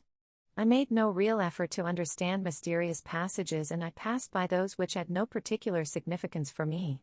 Nor was I interested in long commentaries and glossaries. I could not approach these books, or any book, as holy writ which must be accepted in their totality without challenge or demur. Indeed, this approach of holy writ visually resulted in my mind being closed to what they contained. I was much more friendly and open to them when I could consider them as having been written by human beings, very wise and far-seeing, but nevertheless ordinary mortals, and not incarnations or mouthpieces of a divinity, about whom I had no knowledge or surety whatever. It has always seemed to me a much more magnificent and impressive thing that a human being should rise to great heights, mentally and spiritually, and should then seek to raise others up, rather than that he should be the mouthpiece of a divine or superior power. Some of the founders of religions were astonishing individuals, but all their glory vanishes in my eyes when I cease to think of them as human beings. What impresses me and gives me hope is the growth of the mind and spirit of man, and not his being used as an agent to convey a message. Mythology affected me in much the same way. If people believed in the factual content of these stories, the whole thing was absurd and ridiculous. But as soon as one ceased believing in them, they appeared in a new light, a new beauty, a wonderful flowering of a richly endowed imagination, full of human lessons. No one believes now in the stories of Greek gods and goddesses, and so, without any difficulty, we can admire them and they become part of our mental heritage. But if we had to believe in them, what a burden it would be, and how, oppressed by this weight of belief, we would often miss their beauty. Indian mythology is richer, vaster, very beautiful, and full of meaning. I have often wondered what manner of men and women they were who gave shape to these bright dreams and lovely fancies, and out of what gold mine of thought and imagination they dug them. Looking at scripture then as a product of the human mind, we have to remember the age in which it was written, the environment and mental climate in which it grew, the vast distance in time and thought and experience that separates it from us. We have to forget the trappings of ritual and religious usage in which it is wrapped, and remember the social background in which it expanded. Many of the problems of human life have a permanence and a touch of eternity about them, and hence the abiding interest in these ancient books. But they dealt with other problems also, limited to their particular age, which have no living interest for us now. End of Part 4, titled, The Earliest Records, Scripture, and Mythology, of Chapter 4. Part 5, The Vedas. Many Hindus look upon the Vedas as revealed scripture. This seemed to me to be peculiarly unfortunate, for thus we miss their real significance, the unfolding of the human mind in the earliest stages of thought. And what a wonderful mind it was! The Vedas, from the root vid, to know, were simply meant to be a collection of the existing knowledge of the day. They are a jumble of many things: hymns, prayers, ritual for sacrifice, magic, magnificent nature poetry. There is no idolatry in them, no temples for the gods. The vitality and affirmation of life pervading them are extraordinary. The early Vedic Aryans were so full of the zest for life that they paid little attention to the soul. In a vague way they believed in some kind of existence after death. Gradually the conception of God grows. There are the Olympian type of gods, and then monotheism, and later, rather mixed with it, the conception of monism. Thought carries them to strange realms, and brooding on nature's mystery comes, and the spirit of inquiry. These developments take place in the course of hundreds of years, and by the time we reach the end of the Veda, the Vedanta, Anta, meaning end, we have the philosophy of the Upanishads. The Rig Veda, the first of the Vedas, is probably the earliest book that humanity possesses. In it we can find the first outpourings of the human mind, the glow of poetry, the rapture at nature's loveliness and mystery. And in these early hymns there are, as Dr. McNichol says, the beginnings of the brave adventures made so long ago and recorded here, of those who seek to discover the significance of our world and of man's life within it. India here set out on a quest which she has never ceased to follow. Yet behind the Rig Veda itself lay ages of civilized existence and thought, during which the Indus Valley and the Mesopotamian and other civilizations had grown.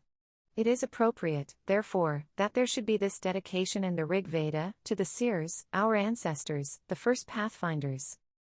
These Vedic hymns have been described by Rabindranath Tagore as a poetic testament of a people's collective reaction to the wonder and awe of existence. A people of vigorous and unsophisticated imagination awakened at the very dawn of civilization to a sense of the inexhaustible mystery that is implicit in life.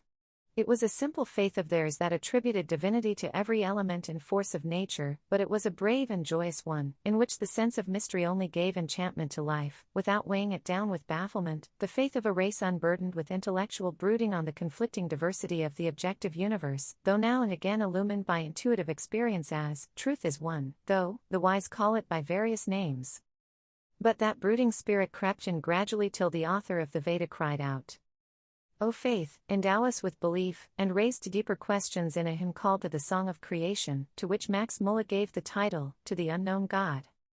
Then there was not non-existent nor existent, there was no realm of air, no sky beyond it. What covered in, and where? And what gave shelter? Was water there, unfathomed depth of water? Death was not then, nor was there aught immortal, no sign was there, the days and nights divider. That one thing, breathless, breathed by its own nature, apart from it was nothing whatsoever. Darkness there was, at first concealed in darkness, this all was undiscriminated chaos. All that existed then was void and formless, by the great power of warmth was born that unit. Thereafter rose desire in the beginning, desire the primal seed and germ of spirit. Sages who searched with their heart's thought discovered the existence kinship in the non-existent. Transversely was their severing line extended, what was above it then, and what below it? There were begetters, there were mighty forces, free action here and energy of yonder. Who verily knows and who can here declare it, whence it was born and whence comes this creation? The gods are later than this world's production. Who knows, then, whence it first came into being? He, the first origin of this creation, whether he formed it all or did not form it. Whose eye controls this world in highest heaven, he verily knows it, or perhaps he knows it not. Footnote, Hindu Scriptures Every Man's Library. Dent, London. End of footnote. End of Part 5, titled, The Vedas, of Chapter 4. Part 6, The Acceptance and the Negation of Life. From these dim beginnings of long ago flow out the rivers of Indian thought and philosophy, of Indian life and culture and literature, ever widening and increasing in volume, and sometimes flooding the land with their rich deposits. During this enormous span of years they changed their courses sometimes, and even appeared to shrivel up, yet they preserved their essential identity. They could not have done so if they had not possessed a sound instinct for life. That staying power need not necessarily be a virtue, it may well mean, as I think it has meant in India for a long time past, stagnation and decay. But it is a major fact to be reckoned with, especially in these days when we seem to be witnessing an undermining, in repeated wars and crises, of a proud and advanced civilization. Out of this crucible of war, wherein so much is melting, we hope that something finer will emerge for the West as well as the East, something that will retain all the great achievements of humanity and add to them what they lacked. But this repeated and widespread destruction not only of material resources and human lives, but of essential values that have given meaning to life, is significant. Was it that in spite of astonishing progress in numerous directions and the higher standards, undreamed of in previous ages, that came in its train, our modern highly industrialized civilization did not possess some essential ingredient, and that the seeds of self-destruction lay within it? A country under foreign domination seeks escape from the present in dreams of a vanished age, and finds consolation in visions of past greatness. That is a foolish and dangerous pastime in which many of us indulge. An equally questionable practice for us in India is to imagine that we are still spiritually great though we have come down in the world in other respects. Spiritual or any other greatness cannot be founded on lack of freedom and opportunity, or on starvation and misery. Many Western writers have encouraged the notion that Indians are otherworldly. I suppose the poor and unfortunate in every country become to some extent otherworldly, unless they become revolutionaries, for this world is evidently not meant for them. So also subject peoples. As a man grows to maturity, he is not entirely engrossed in, or satisfied with, the external objective world. He seeks also some inner meaning, some psychological and physical satisfactions. So also with peoples and civilizations as they mature and grow adult. Every civilization and every people exhibit these parallel streams of an external life and an internal life. Where they meet or keep close to each other, there is an equilibrium and stability. When they diverge, conflict arises and the crises that torture the mind and spirit. We see from the period of the Rig Veda hymns onwards the development of both these streams of life and thought. The early ones are full of the external world, of the beauty and mystery of nature, of joy in life and an overflowing vitality. The gods and goddesses, like those of Olympus, are very human. They are supposed to come down and mix with men and women. There is no hard and fast line dividing the two.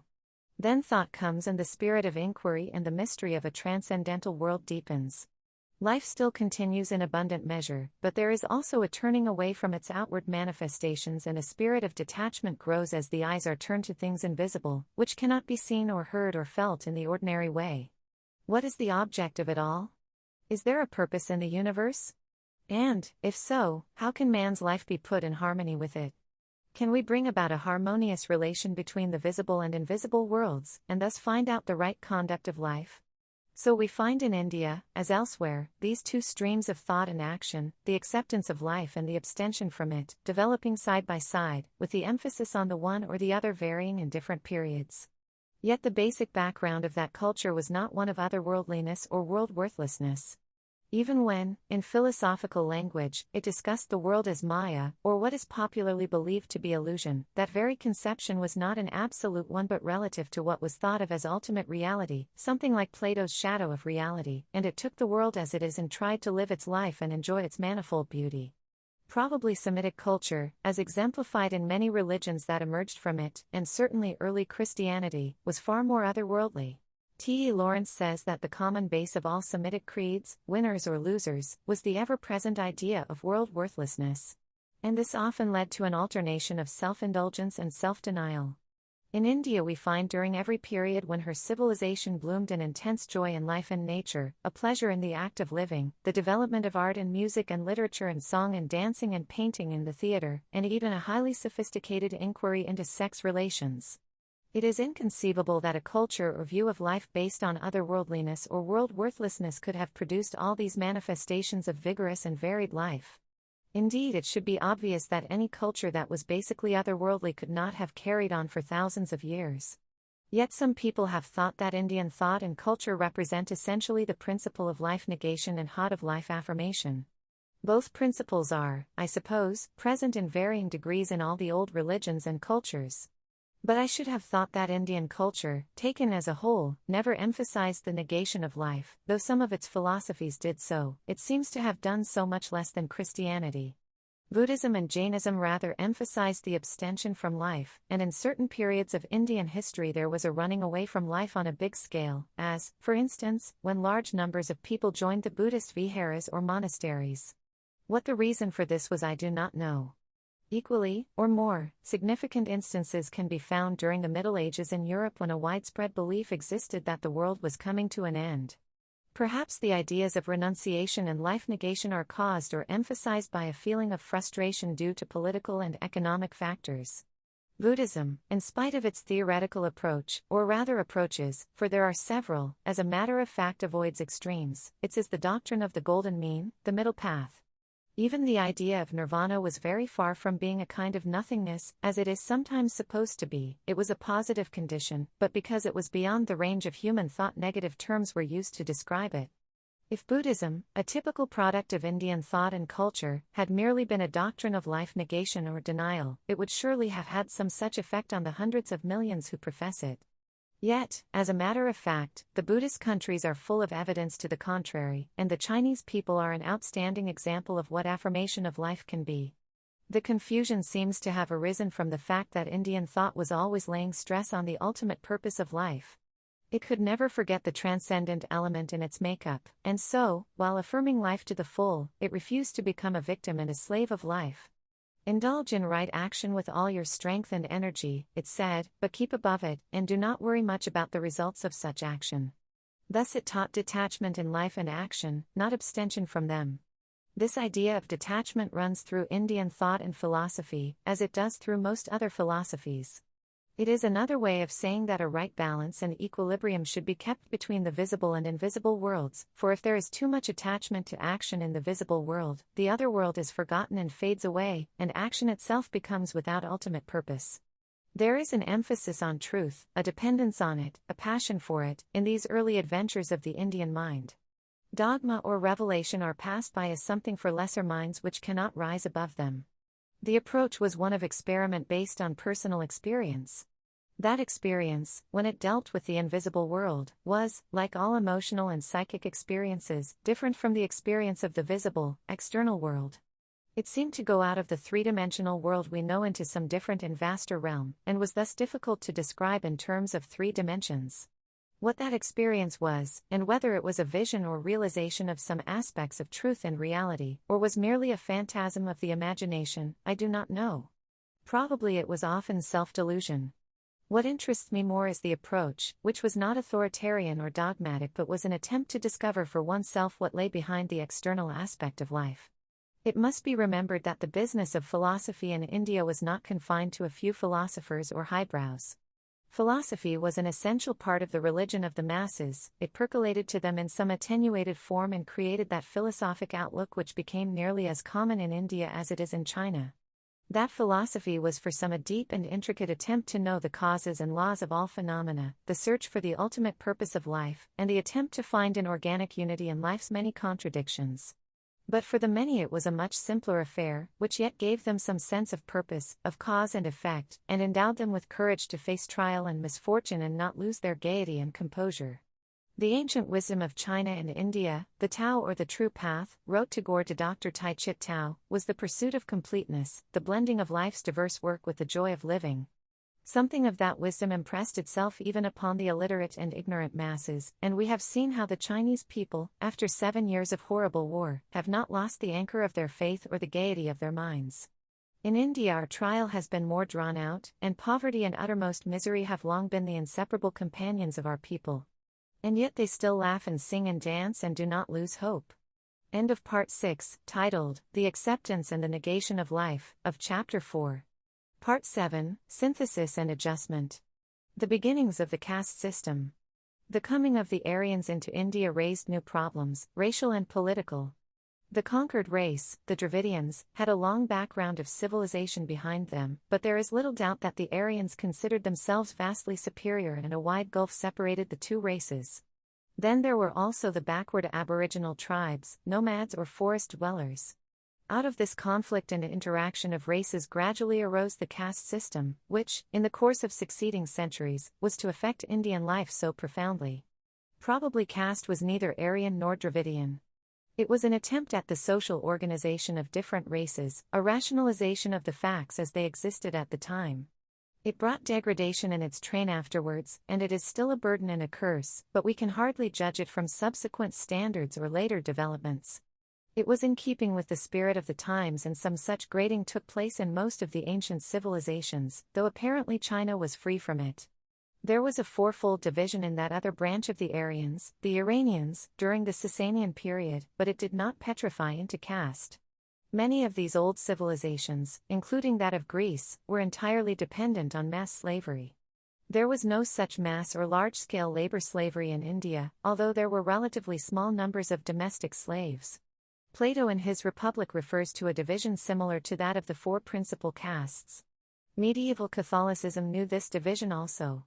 Caste began with a hard and fast division between Aryans and non-Aryans, the latter again being divided into the Dravidian races and the aboriginal tribes. The Aryans, to begin with, formed one class and there was hardly any specialization. The word Arya comes from a root word meaning to till, and the Aryans as a whole were agriculturists, and agriculture was considered a noble occupation. The tiller of the soil functioned also as priest, soldier, or trader, and there was no privileged order of priests. The caste divisions, originally intended to separate the Aryans from the non-Aryans, reacted on the Aryans themselves, and as division of functions and specialization increased, the new classes took the form of castes. Thus, at a time when it was customary for the conquerors to exterminate or enslave the conquered races, caste enabled a more peaceful solution which fitted in with the growing specialization of functions. Life was graded, and out of the mass of agriculturists evolved the Vaishyas, the agriculturists, artisans, and merchants, the Kshatriyas, or rulers and warriors, and the Brahmins, priests and thinkers who were supposed to guide policy and preserve and maintain the ideals of the nation. Below these three were the Shudras or laborers and unskilled workers, other than the agriculturists. Among the indigenous tribes, many were gradually assimilated and given a place at the bottom of the social scale, that is, among the Shudras. This process of assimilation was a continuous one. These castes must have been in a fluid condition, rigidity came in much later. Probably the ruling class had always great latitude, and any person who by conquest or otherwise assumed power, could, if he so willed, join the hierarchy as a Kshatriya, and get the priests to manufacture an appropriate genealogy connecting him with some ancient Aryan hero. The word Arya ceased to have any racial significance and came to mean noble, just as un-Arya meant ignoble and was usually applied to nomadic tribes, forest dwellers, etc. The Indian mind was extraordinarily analytical and had a passion for putting ideas and concepts, and even life's activities, into compartments. The Aryans not only divided society into four main groups but also divided the individual's life into four parts. The first part consisted of growth and adolescence, the student period of life, acquiring knowledge, developing self-discipline and self-control, continence. The second was that of the householder and man of the world. The third was that of the elder statesman, who had attained a certain poise and objectivity, and could devote himself to public work without the selfish desire to profit by it. And the last stage was that of the recluse, who lived a life largely cut off from the world's activities. In this way also they adjusted the two opposing tendencies which often exist side by side in man, the acceptance of life in its fullness and the rejection of it.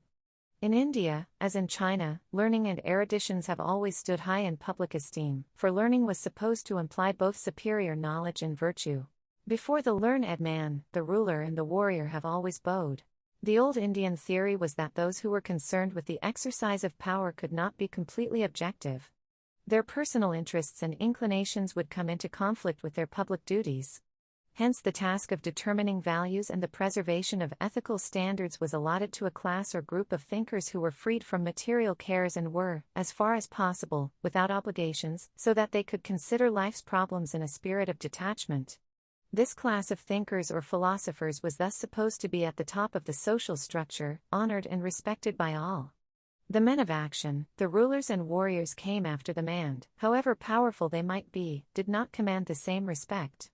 The possession of wealth was still less entitled to honor and respect. The warrior class, though not at the top, held a high position, and not as in China, where it was looked upon with contempt.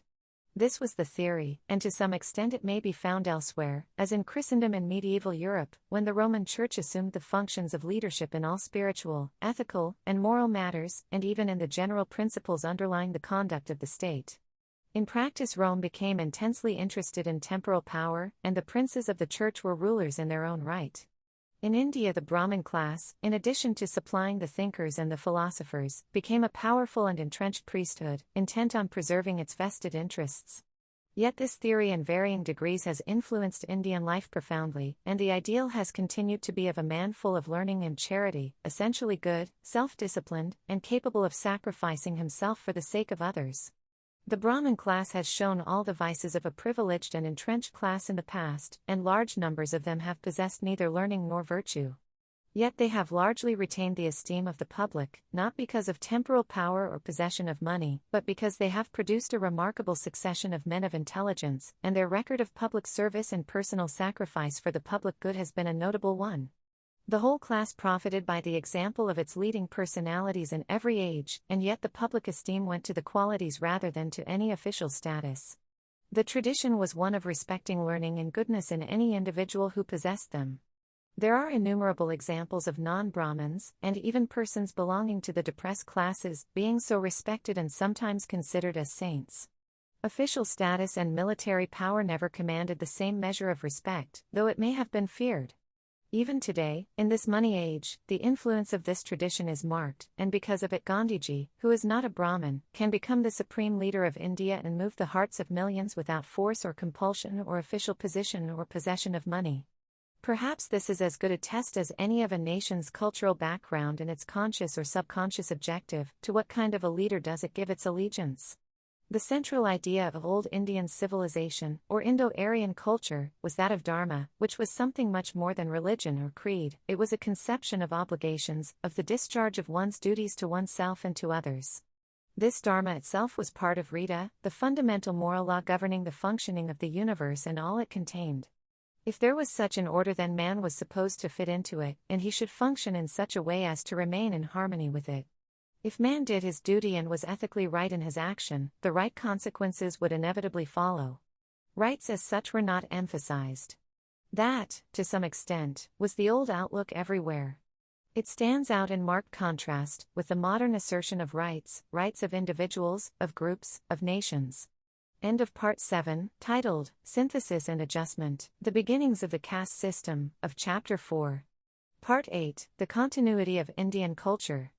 Thus in these very early days we find the beginnings of the civilization and culture which were to flower so abundantly and richly in subsequent ages, and which have continued, in spite of many changes, to our own day.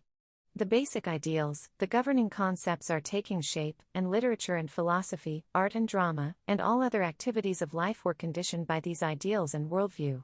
Also we see that exclusiveness and touch-me-notism which were to grow and grow till they became unalterable, octopus-like, with their grip on everything, the caste system of modern times. Fashioned for a particular day, intended to stabilize the then organization of society and give it strength and equilibrium, it developed into a prison for that social order and for the mind of man. Security was purchased in the long run at the cost of ultimate progress. Yet it was a very long run and, even within that framework, the vital original impetus for advancement in all directions was so great that it spread out all over India and over the eastern seas, and its stability was such that it survived repeated shock and invasion. Professor MacDonald, in his History of Sanskrit Literature, tells us that the importance of Indian literature as a whole consists in its originality. When the Greeks towards the end of the 4th century BC invaded the northwest, the Indians had already worked out a national culture of their own, unaffected by foreign influences. And in spite of successive waves of invasion and conquest by Persians, Greeks, Scythians, Mohammedans, the national development of the life and literature of the Indo-Aryan race remained practically unchecked and unmodified from without down to the era of British occupation. No other branch of the Indo-European stock has experienced an isolated evolution like this. No other country except China can trace back its language and literature, its religious beliefs and rites, its dramatic and social customs through an uninterrupted development of more than 3,000 years. Still India was not isolated, and throughout this long period of history she had continuous and living contacts with Iranians and Greeks, Chinese and Central Asians and others. If her basic culture survived these contacts, there must have been something in that culture itself which gave it the dynamic strength to do so, some inner vitality and understanding of life. For this 3,000 or 4,000 years of cultural growth and continuity is remarkable. Max Muller, the famous scholar and Orientalist, emphasizes this: there is, in fact, an unbroken continuity between the most modern and the most ancient phases of Hindu thought, extending over more than 3,000 years. Carried away by his enthusiasm, he said, in his lectures delivered before the University of Cambridge, England, in 1882, if we were to look over the whole world to find out the country most richly endowed with all the wealth, power, and beauty that nature can bestow, in some parts a very paradise on earth, I should point to India.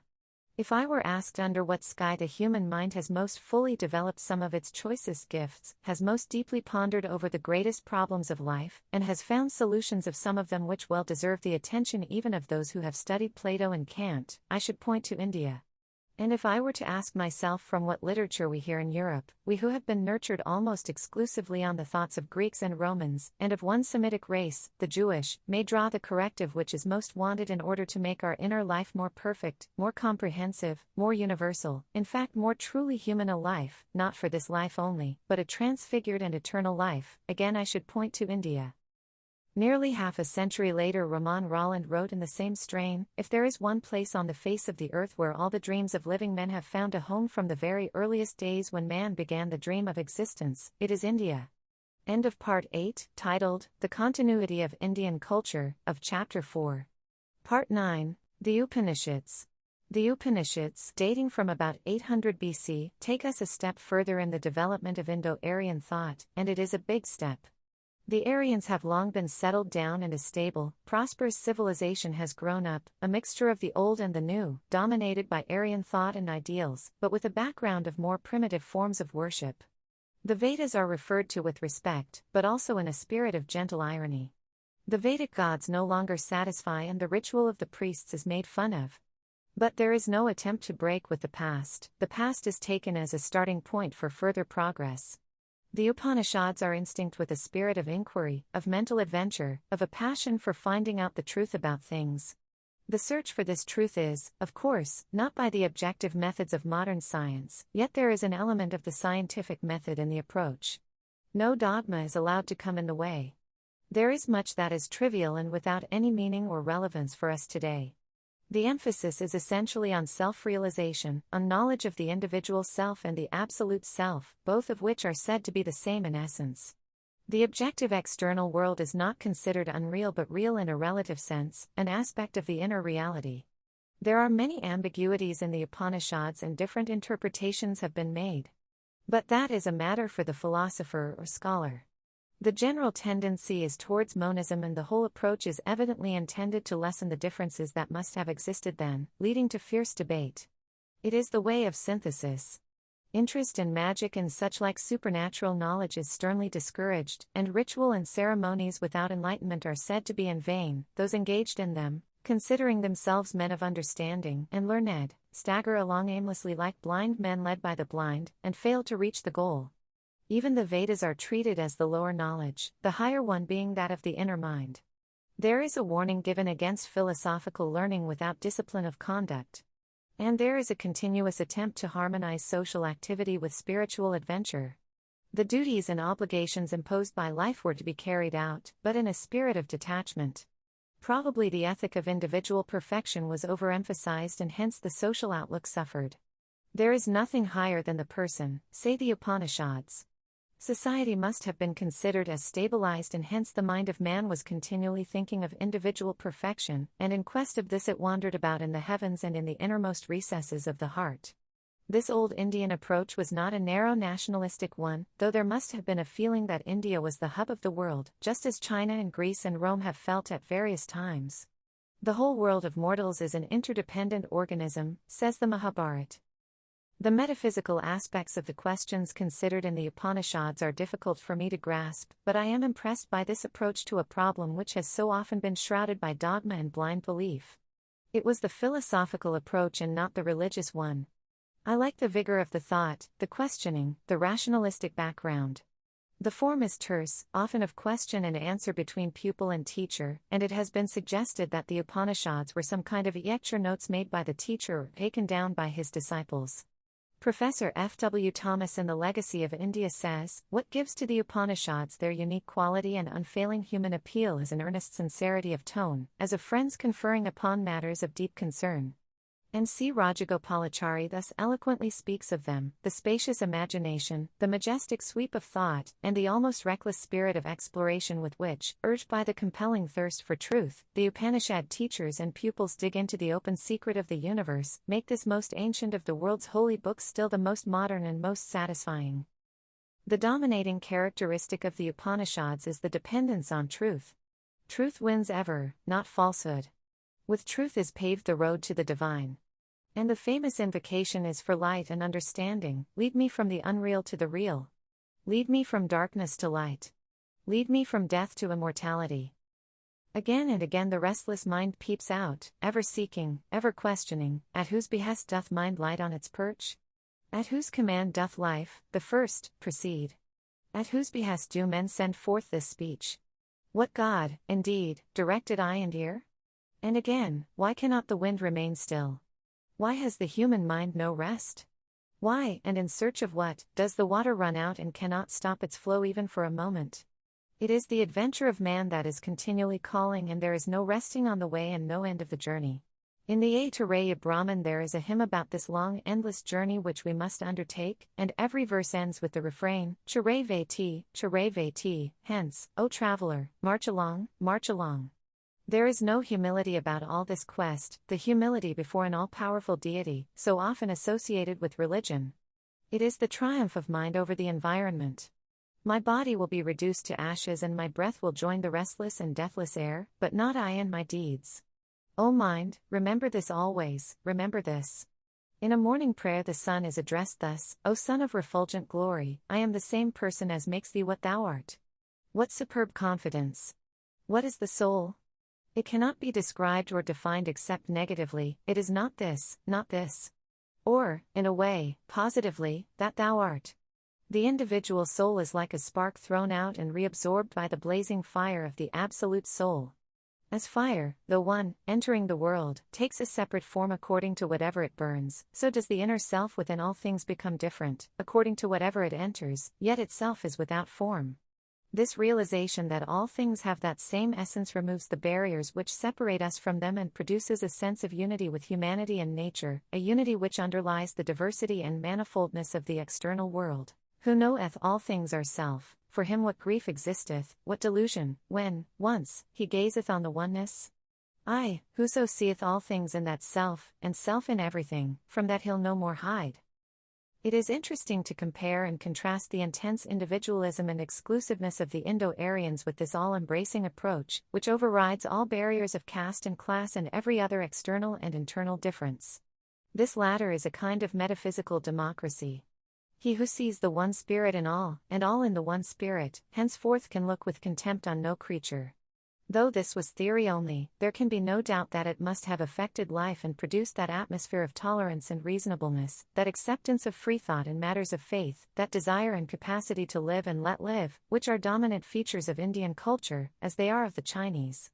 There was no totalitarianism in religion or culture, and they indicate an old and wise civilization with inexhaustible mental reserves. There is a question in the Upanishads to which a very curious and yet significant answer is given. The question is, what is this universe? From what does it arise? Into what does it go? And the answer is, in freedom it rises, in freedom it rests, and into freedom it melts away. What exactly this means I am unable to understand, except that the authors of the Upanishads were passionately attached to the idea of freedom and wanted to see everything in terms of it. Swami Vivekananda was always emphasizing this aspect. It is not easy for us, even imaginatively, to transplant ourselves to this distant period and enter the mental climate of that day. The form of writing itself is something that we are unused to, odd-looking, difficult to translate, and the background of life is utterly different. We take for granted so many things today because we are used to them, although they are curious and unreasonable enough. But what we are not used to at all is much more difficult to appreciate or understand.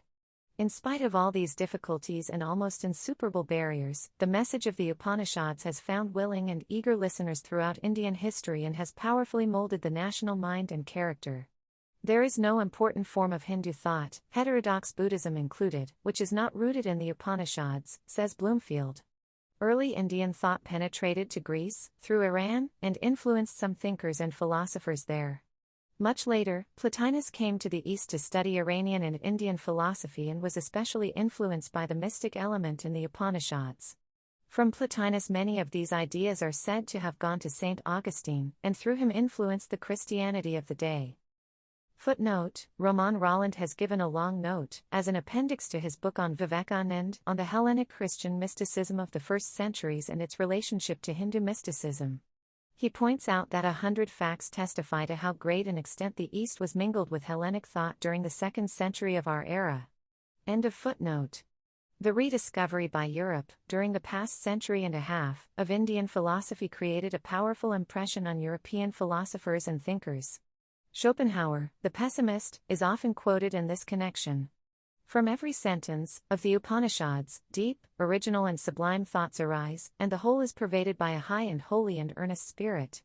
In the whole world there is no study so beneficial and so elevating as that of the Upanishads. They are products of the highest wisdom. It is destined sooner or later to become the faith of the people. And again, the study of the Upanishads has been the solace of my life, it will be the solace of my death.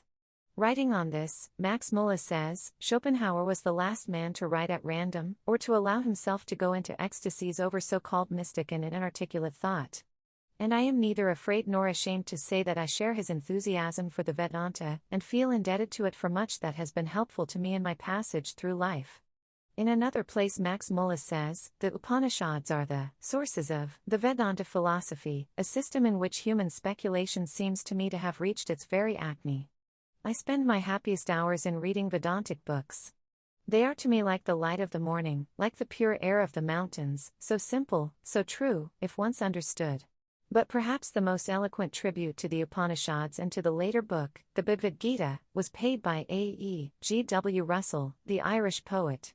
Goethe, Wordsworth, Emerson and Thoreau among moderns have something of this vitality and wisdom, but we can find all they have said and much more in the grand sacred books of the East.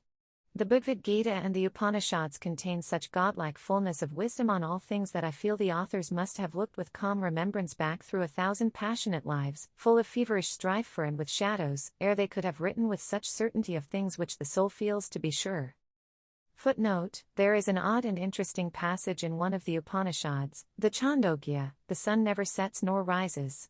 When people think to themselves the sun is setting, he only changes about after reaching the end of the day, and makes night below and day to what is on the other side. Then when people think he rises in the morning, he only shifts himself about after reaching the end of the night, and makes day below and night to what is on the other side.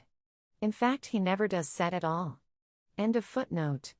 End of Part 9, titled, The Upanishads, of Chapter 4. Part 10, The Advantages and Disadvantages of an Individualistic Philosophy. There is, in the Upanishads, a continual emphasis on the fitness of the body and clarity of the mind, on the discipline of both body and mind, before effective progress can be made. The acquisition of knowledge, or any achievement, requires restraint, self-suffering, self-sacrifice. This idea of some kind of penance, tapasya, is inherent in Indian thought, both among the thinkers at the top and the unread masses below. It is present today as it was present some thousands of years ago, and it is necessary to appreciate it in order to understand the psychology underlying the mass movements which have convulsed India under Gandhiji's leadership. It is obvious that the ideas of the authors of the Upanishads, the rarefied mental atmosphere in which they moved, were confined to a small body of the elect who were capable of understanding them. They were entirely beyond the comprehension of the vast mass of the people. A creative minority is always small in numbers, but, if it is in tune with the majority, and is always trying to pull the latter up and make it advance, so that the gap between the two is lessened, a stable and progressive culture results. Without that creative minority, a civilization must inevitably decay. But it may also decay if the bond between a creative minority and the majority is broken and there is a loss of social unity in society as a whole, and ultimately that minority itself loses its creativeness and becomes barren and sterile, or else it gives place to another creative or vital force which society throws up. It is difficult for me, as for most others, to visualize the period of the Upanishads and to analyze the various forces that were at play. I imagine, however, that in spite of the vast mental and cultural difference between the small thinking minority and the unthinking masses, there was a bond between them, or, at any rate, there was no obvious gulf. The graded society in which they lived had its mental gradation also, and these were accepted and provided for. This led to some kind of social harmony, and conflicts were avoided. Even the new thought of the Upanishads was interpreted for popular purposes so as to fit in with popular prejudices and superstitions, thereby losing much of its essential meaning. The graded social structure was not touched, it was preserved. The conception of monism became transformed into one of monotheism for religious purposes, and even lower forms of belief and worship were not only tolerated but encouraged, as suited to a particular stage of development.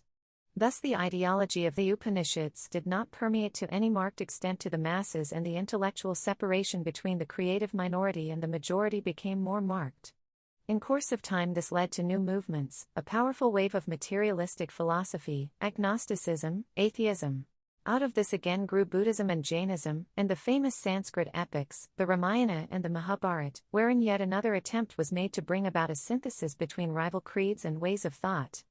The creative energy of the people, or of the creative minority, is very evident during these periods, and again there appears to be a bond between that minority and the majority. On the whole, they pull together. In this way, period succeeds period with bursts of creative effort in the fields of thought and action, in literature and the drama, in sculpture and architecture, and in cultural, missionary and colonial enterprises far from India's borders. In between, there are periods of disharmony and conflict, due both to inner causes and intrusions from outside. Yet they are ultimately overcome and a fresh period of creative energy supervenes. The last great period of such activity in a variety of directions was the classical epoch, which began in the 4th century after Christ. By about 1000 AC, or earlier, signs of inner decay in India are very evident. Although the old artistic impulse continued to function and produce fine work, the coming of new races with a different background brought a new driving force to India's tired mind and spirit, and out of that impact arose new problems and new attempts at solution. It seems that the intense individualism of the Indo-Aryans led, in the long run, to both the good and the evil that their culture produced. It led to the production of very superior types, not in one particular limited period of history, but again and again, age after age. It gave a certain idealist and ethical background to the whole culture, which persisted and still persists, though it may not influence practice much. With the help of this background and by sheer force of example at the top, they helped together the social fabric and repeatedly rehabilitated it when it threatened to go to pieces. They produced an astonishing flowering of civilization and culture which, though largely confined to the upper circles, inevitably spread to some extent to the masses. By their extreme tolerance of other beliefs in other ways than their own, they avoided the conflicts that have so often torn society asunder, and managed to maintain, as a rule, some kind of equilibrium. By allowing, within the larger framework, considerable freedom to people to live the life of their choice, they showed the wisdom of an old and experienced race. All these were very remarkable achievements. But that very individualism led them to attach little importance to the social aspect of man, of man's duty to society. For each person life was divided and fixed up, a bundle of duties and responsibilities within his narrow sphere in the graded hierarchy. He had no duty to, or conception of, society as a whole, and no attempt was made to make him feel his solidarity with it. This idea is perhaps largely a modern development and cannot be found in any ancient society. It is unreasonable, therefore, to expect it in ancient India. Still, the emphasis on individualism, on exclusiveness, on graded castes is much more evident in India. In later ages it was to grow into a very prison for the mind of our people, not only for the lower castes, who suffered most from it, but for the higher ones also. Throughout our history it was a weakening factor, and one might perhaps say that along with the growth of rigidity in the caste system, grew rigidity of mind and the creative energy of the race faded away. Another curious fact seems to stand out. The extreme tolerance of every kind of belief and practice, every superstition and folly, had its injurious side also, for this perpetuated many an evil custom and prevented people from getting rid of the traditional burdens that prevented growth. The growing priesthood exploited this situation to their own advantage and built up their powerful vested interests on the foundation of the superstitions of the masses. That priesthood was probably never quite so powerful as in some branches of the Christian Church, for there were always spiritual leaders who condemned its practices, and there was a variety of beliefs to choose from, but it was strong enough to hold and exploit the masses. So this mixture of free thought and orthodoxy lived side by side, and out of them scholasticism grew, and a puritanical ritualism. The appeal was always made to the ancient authorities, but little attempt was made to interpret their truths in terms of changing conditions. The creative and spiritual forces weakened, and only the shell of what used to be so full of life and meaning remained. Aurobindo Ghosh has written, if an ancient Indian of the time of the Upanishad, of the Buddha, or the later classical age were to be set down in modern India, he would see his race clinging to forms and shells and rags of the past and missing 9/10 of its nobler meaning. He would be amazed by the extent of the mental poverty, the immobility, the static repetition, the cessation of science, the long sterility of art, the comparative feebleness of the creative intuition. End of Part 10, titled, The Advantages and Disadvantages of an Individualistic Philosophy, of Chapter 4. Part 11, Materialism. One of our major misfortunes is that we have lost so much of the world's ancient literature, in Greece, in India, and elsewhere. Probably this was inevitable as these books were originally written on palm leaves or on Bhojapatra, the thin layers of the bark of the birch tree which peel off so easily, and later on paper. There were only a few copies of a work in existence, and if they were lost or destroyed, that work disappeared, and it can only be traced by references to it, or quotations from it, in other books. Even so, about 50 or 60,000 manuscripts in Sanskrit or its variations have already been traced and listed, and fresh discoveries are being constantly made. Many old Indian books have so far not been found in India at all, but their translations in Chinese or Tibetan have been discovered. Probably an organized search for old manuscripts in the libraries of religious institutions, monasteries, and private persons would yield rich results. That, and the critical examination of these manuscripts and, where considered desirable, their publication and translation, are among the many things we have to do in India when we succeed in breaking through our shackles and can function for ourselves. Such study is bound to throw light on many phases of Indian history, and especially on the social background behind historic events and changing ideas. The fact that in spite of repeated losses and destruction, and without any organized attempt to discover them, over 50,000 manuscripts have been brought out, shows how extraordinarily abundant must have been the literary, dramatic, philosophical, and other productions of old times. Many of the manuscripts discovered still await thorough examination. Among the books that have been lost is the entire literature on materialism, which followed the period of the early Upanishads. The only references to this, now found, are in criticisms of it and in elaborate attempts to disprove the materialist theories. There can be no doubt, however, that the materialist philosophy was professed in India for centuries and had, at the time, a powerful influence on the people. In the famous Arthashastra, Kautilya's book on political and economic organization, written in the 4th century BC, it is mentioned as one of the major philosophies of India. We have then to rely on the critics and persons interested in disparaging this philosophy, and they try to pour ridicule on it and show how absurd it all is. That is an unfortunate way for us to find out what it was. Yet their very eagerness to discredit it shows how important it was in their eyes. Possibly much of the literature of materialism in India was destroyed by the priests and other believers in the orthodox religion during subsequent periods. The materialists attacked authority and all vested interests in thought, religion, and theology. They denounced the Vedas and priestcraft and traditional beliefs, and proclaimed that belief must be free and must not depend on presuppositions or merely on the authority of the past. They inveighed against all forms of magic and superstition. Their general spirit was comparable in many ways to the modern materialistic approach. It wanted to rid itself of the chains and burden of the past, of speculation about matters which could not be perceived, of worship of imaginary gods. Only that could be presumed to exist which could be directly perceived. Every other inference or presumption was equally likely to be true or false. Hence matter in its various forms and this world could only be considered as really existing. There was no other world, no heaven or hell, no soul separate from the body. Mind and intelligence and everything else have developed from the basic elements. Natural phenomena did not concern themselves with human values and were indifferent to what we consider good or bad. Moral rules were mere conventions made by men. We recognize all this, it seems curiously of our day and not of more than 2,000 years ago. How did these thoughts arise, these doubts and conflicts, this rebellion of the mind of man against traditional authority?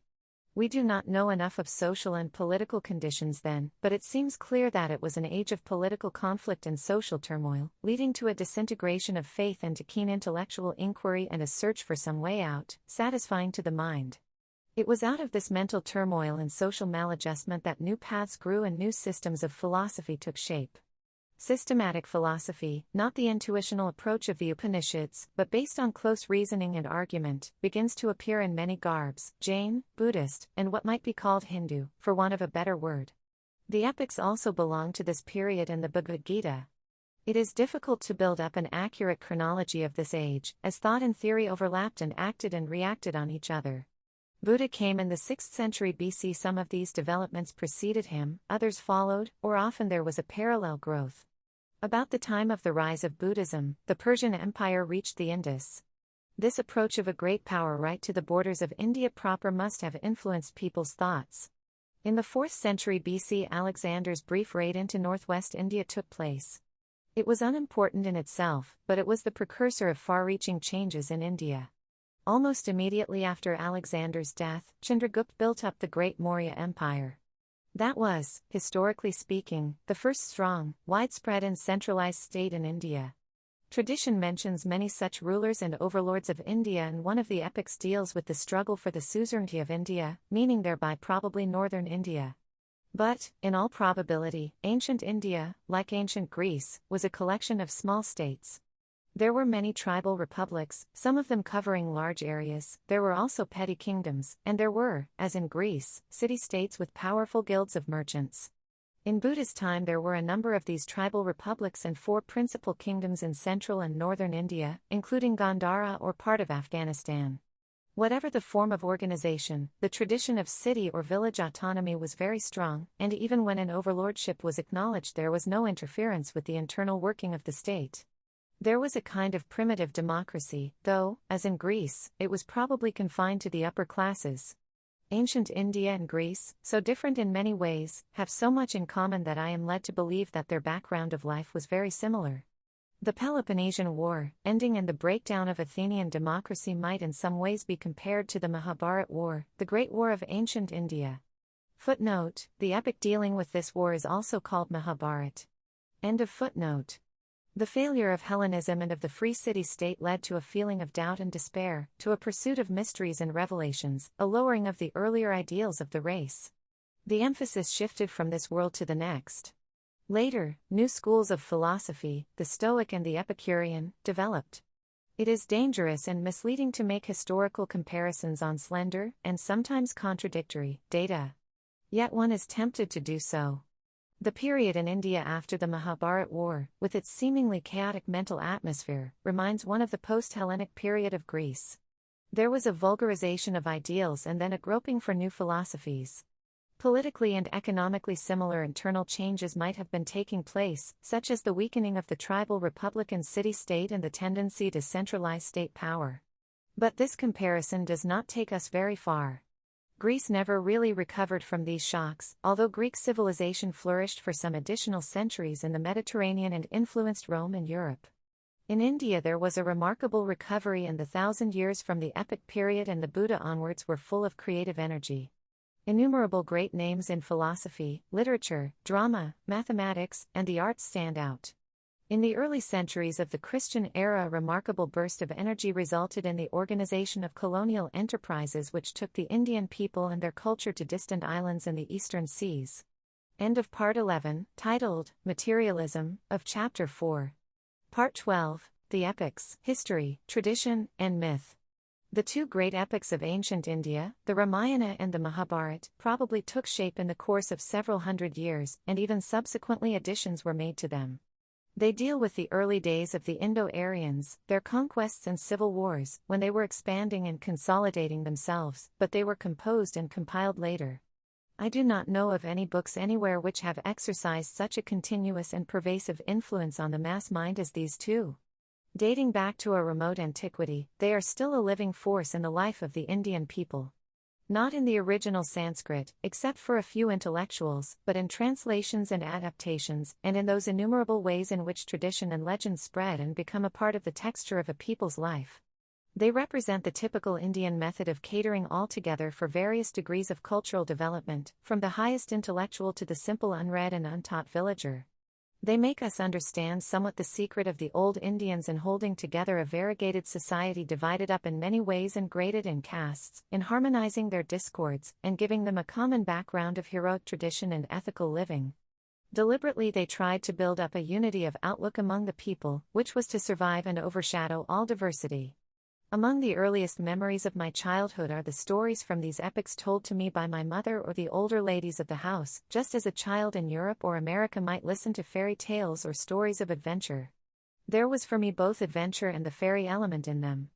And then I used to be taken every year to the popular open-air performances where the Ramayana story was enacted and vast crowds came to see it and join in the processions.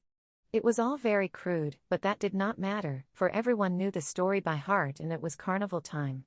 In this way Indian mythology and old tradition crept into my mind and got mixed up with all manner of other creatures of the imagination.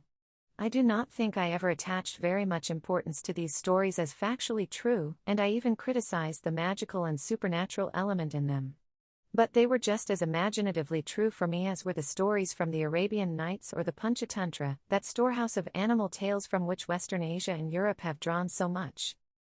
Footnote: the story of the innumerable translations and adaptations of the Panchatantra into Asiatic and European languages is a long, intricate, and fascinating one. The first known translation was from Sanskrit into Pahlavi in the middle of the 6th century AC at the instance of Khusro Anushirwan, Emperor of Persia. Soon after, circa 570 AC, a Syrian translation appeared, and later on an Arabic one. In the 11th century new translations appeared in Syrian, Arabic, and Persian, the last named becoming famous as the story of Kalyadaman. It was through these translations that the Panchatantra readied Europe. There was a Greek translation from the Syrian at the end of the 11th century, and a little later a Hebrew translation.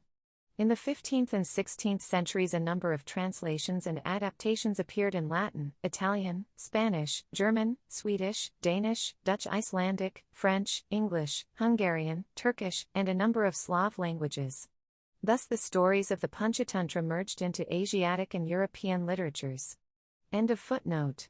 As I grew up, other pictures crowded into my mind: fairy stories, both Indian and European, tales from Greek mythology, the story of Joan of Arc, Alice in Wonderland, and many stories of Akbar and Birbal, Sherlock Holmes, King Arthur and his knights, the Rani of Jhansi, the young heroine of the Indian Mutiny, and tales of Rajput chivalry and heroism.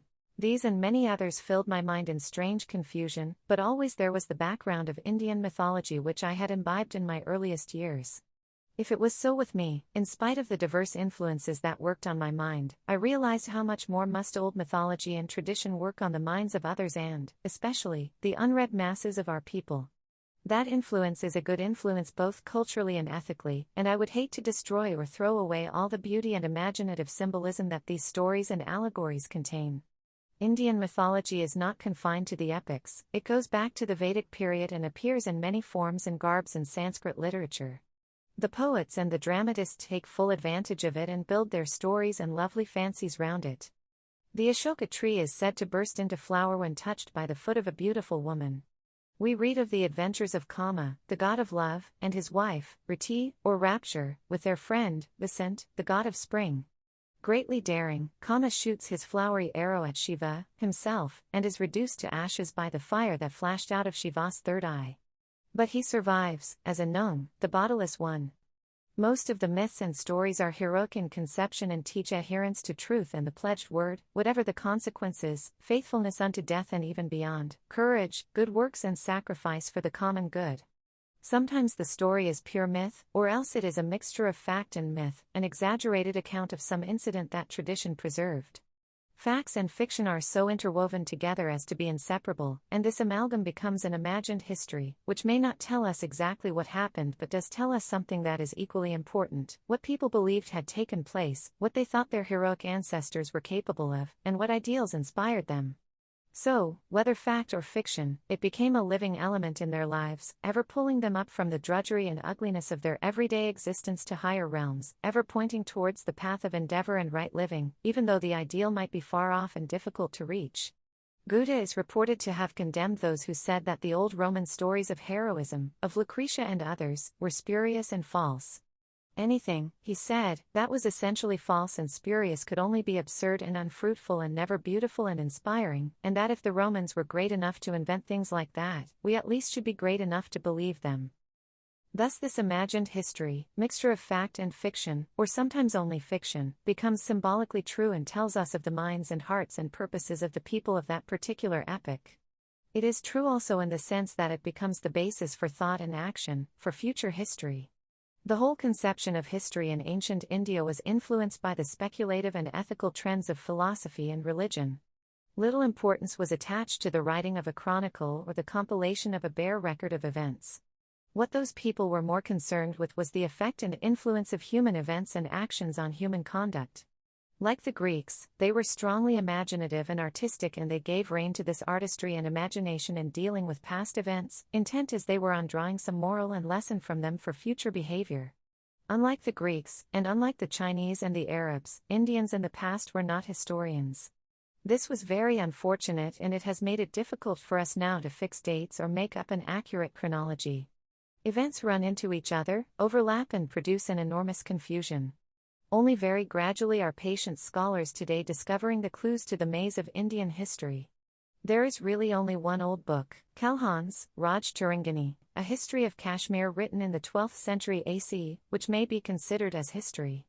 For the rest we have to go to the imagined history of the epics and other books, to some contemporary records, to inscriptions, to artistic and architectural remains, to coins, and to the large body of Sanskrit literature, for occasional hints. Also, of course, to the many records of foreign travelers who came to India, notably Greeks and Chinese, and, during a later period, Arabs.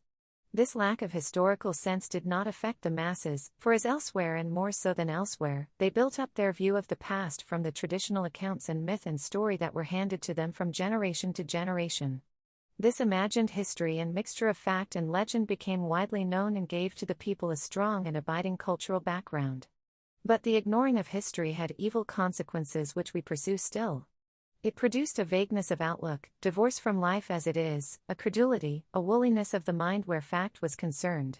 That mind was not at all woolly in the far more difficult, but inevitably vaguer and more indefinite, realms of philosophy. It was both analytic and synthetic, often very critical, sometimes skeptical.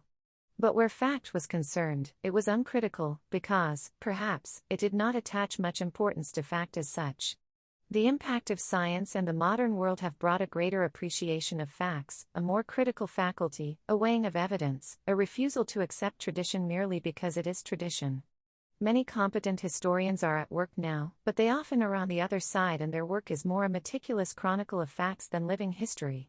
But even today it is strange how we suddenly become overwhelmed by tradition, and the critical faculties of even intelligent men cease to function. This may partly be due to the nationalism that consumes us in our present subject state. Only when we are politically and economically free will the mind function normally and critically. Very recently there has been a significant and revealing instance of this conflict between the critical outlook and nationalist tradition.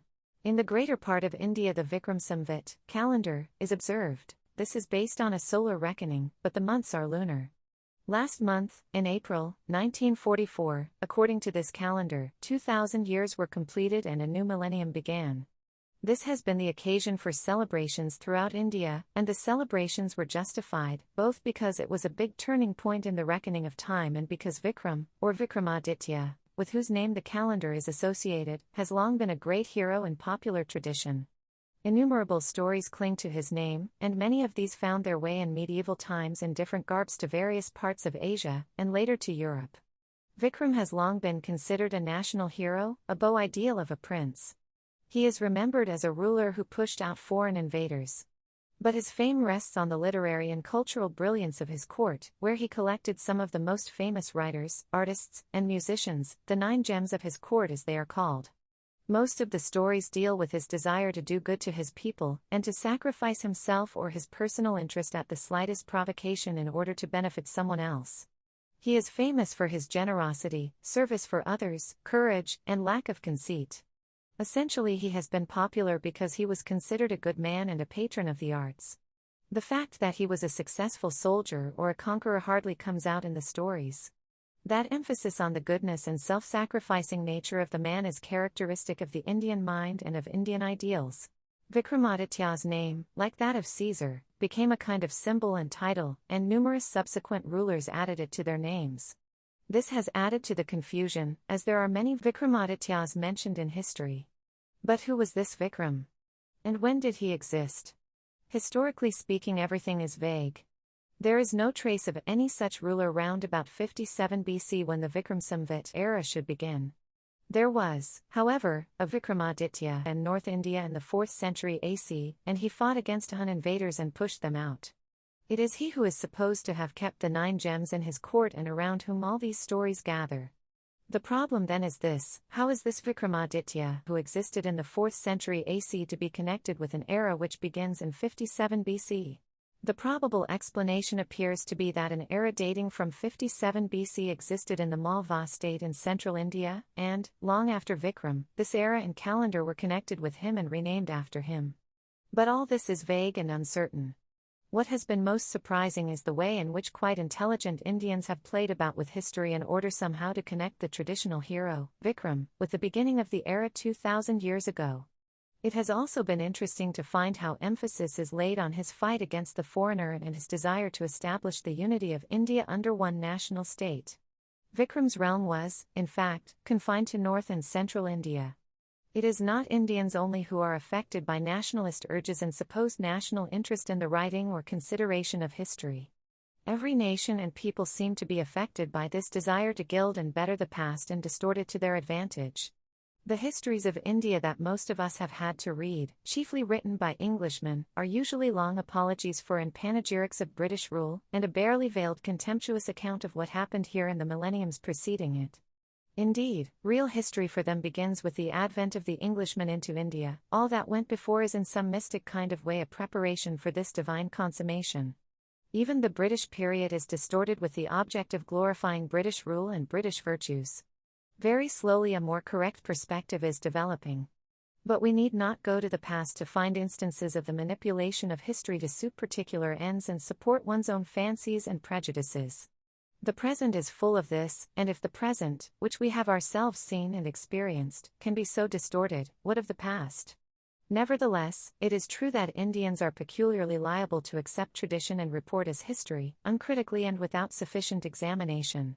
They will have to rid themselves of this loose thinking and easy way of arriving at conclusions. But I have digressed and wandered away from the gods and goddesses in the days when myth and legend began. Those were the days when life was full and in harmony with nature, when man's mind gazed with wonder and delight at the mystery of the universe, when heaven and earth seemed very near to each other, and the gods and goddesses came down from Kailasa or their other Himalayan haunts, even as the gods of Olympus used to come down, to play with and sometimes punish men and women. Out of this abundant life and rich imagination grew myth and legend and strong and beautiful gods and goddesses, for the ancient Indians, like the Greeks, were lovers of beauty and of life. Professor Gilbert Murray tells us of the sheer beauty of the Olympian system. Footnote: Gilbert Murray's 5 Stages of Greek Religion, page 76, published by Thinkers Library, Watts, London. End of footnote. That description might well apply to the early creations of the Indian mind also. They are artists' dreams, ideals, allegories, they are symbols of something beyond themselves. They are gods of half-rejected tradition, of unconscious make-believe, of aspiration. They are gods to whom doubtful philosophers can pray, with all a philosopher's due caution, as to many radiant and heart-searching hypotheses. They are not gods in whom anyone believes as a hard fact. Equally applicable to India is what Professor Murray adds, as the most beautiful image carved by man was not the god, but only a symbol to help towards conceiving the god, so the god himself, when conceived, was not the reality but only a symbol to help towards conceiving the reality. Meanwhile they issued no creeds that contradicted knowledge, no commands that made man sin against his own inner light. Gradually the days of the Vedic and other gods and goddesses receded into the background and hard and abstruse philosophy took their place. But in the minds of the people these images still floated, companions in joy and friends in distress, symbols of their own vaguely felt ideals and aspirations. And round them poets wrapped their fancies and built the houses of their dreams, full of rich embroidery and lovely fantasy. Many of these legends and poets' fancies have been delightfully adapted by F. W. Bain in his series of little books containing stories from Indian mythology. In one of these, The Digit of the Moon, we are told of the creation of woman. In the beginning, when Twashtri, the divine artificer, came to the creation of woman, he found that he had exhausted his materials in the making of man and that no solid elements were left. In this dilemma, after profound meditation, he did as follows: he took the rotundity of the moon, and the curves of the creepers, and the clinging of tendrils, and the trembling of grass, and the slenderness of the reed, and the bloom of flowers, and the lightness of leaves, and the tapering of the elephant's trunk, and the glances of deer, and the clustering of rows of bees, and the joyous gaiety of sunbeams, and the weeping of clouds, and the fickleness of the winds, and the timidity of the hare, and the vanity of the peacock, and the softness of the parrot's bosom, and the hardness of adamant, and the sweetness of honey, and the cruelty of the tiger, and the warm glow of fire, and the coldness of snow, and the chattering of jays, and the cooing of the kokila, and the hypocrisy of the crane, and the fidelity of the chakravaka, and compounding all these together, he made woman and gave her to man. End of Part 12, titled, The Epics, History, Tradition, and Myth, of Chapter 4. Part 13, The Mahabharata. It is difficult to date the epics. They deal with remote periods when the Aryans were still in the process of settling down and consolidating themselves in India. Evidently many authors have written them or added to them in successive periods. The Ramayana is an epic poem with a certain unity of treatment. The Mahabharata is a vast and miscellaneous collection of ancient lore. Both must have taken shape in the pre-Buddhist period, though additions were no doubt made later. Michelet, the French historian, writing in 1864, with special reference to the Ramayana, says, "Whoever has done or willed too much, let him drink from this deep cup a long draught of life and youth. Everything is narrow in the west, Greece is small and I stifle, Judea is dry and I pant. Let me look towards lofty Asia and the profound east for a little while. There lies my great poem, as vast as the Indian Ocean, blessed, gilded with the sun, the book of divine harmony wherein is no dissonance. A serene peace reigns there, and in the midst of conflict and infinite sweetness, a boundless fraternity, which spreads over all living things, an ocean, without bottom or bound, of love, of pity, of clemency." Great as the Ramayana is as an epic poem, and loved by the people, it is really the Mahabharata that is one of the outstanding books of the world. It is a colossal work, an encyclopedia of tradition and legend, and political and social institutions of ancient India. For a decade or more, a host of competent Indian scholars have been engaged in critically examining and collating the various available texts, with a view to publishing an authorized edition. Some parts have been issued by them, but the work is still incomplete and is proceeding. It is interesting to note that even in these days of total and horrible war, Russian Oriental scholars have produced a Russian translation of the Mahabharata. Probably this was the period when foreign elements were coming into India and bringing their customs with them. Many of these customs were unlike those of the Aryans, and so a curious mixture of opposing ideas and customs is observable. There was no polyandry among the Aryans, and yet one of the leading heroines of the Mahabharata story is the common wife of 5 brothers. Gradually the absorption of the earlier indigenous elements as well as of newcomers was taking place, and the Vedic religion was being modified accordingly. It was beginning to take that all-inclusive form which led to modern Hinduism. This was possible, as the basic approach seems to have been that there could be no monopoly in truth, and there were many ways of seeing it and approaching it. So all kinds of different and even contradictory beliefs were tolerated. In the Mahabharata, a very definite attempt has been made to emphasize the fundamental unity of India, or Bharatvarsh as it was called, from Bharat, the legendary founder of the race. An earlier name was Aryavarta, the land of the Aryas, but this was confined to northern India up to the Vindhya mountains in central India. The Aryans had probably not spread beyond that mountain range at that period. The Ramayana story is one of Aryan expansion to the south. The Great Civil War, which occurred later, described in the Mahabharata, is vaguely supposed to have taken place about the 14th century BC. That war was for the overlordship of India, or possibly of northern India, and it marks the beginning of the conception of India as a whole, of Bharatvarsh. In this conception, a large part of modern Afghanistan, then called Gandhad, from which the name of the present city of Kandahar, which was considered an integral part of the country, was included. Indeed, the queen of the principal ruler was named Gandhari, the lady from Gandhad. Dili or Delhi, not the modern city but ancient cities situated near the modern site, named Hastinapur and Indraprastha, becomes the metropolis of India. Sister Nivedita, Margaret Noble, writing about the Mahabharata, has pointed out, the foreign reader is at once struck by 2 features, in the first place its unity and complexity, and, in the second, its constant efforts to impress on its hearers the idea of a single centralized India, with a heroic tradition of her own as formative and uniting impulse. Footnote: I have taken this quotation from Sir S. Radhakrishnan's Indian Philosophy. I am indebted to Radhakrishnan for other quotations and much else in this and other chapters. End of footnote. The Mahabharata contains the Krishna legends and the famous poem, the Bhagavad Gita. Even apart from the philosophy of the Gita, it lays stress on ethical and moral principles in statecraft and in life generally. Without this foundation of Dharma, there is no true happiness and society cannot hold together. The aim is social welfare, not the welfare of a particular group only but of the whole world, for the entire world of mortals is a self-dependent organism. Yet Dharma itself is relative and depends on the times and the conditions prevailing, apart from some basic principles, such as adherence to truth, non-violence, etc. These principles endure and do not change, but otherwise Dharma, that amalgam of duties and responsibilities, changes with the changing age. The emphasis on non-violence, here and elsewhere, is interesting, for no obvious contradiction appears to be noticed between this and fighting for a righteous cause. The whole epic centers round a great war.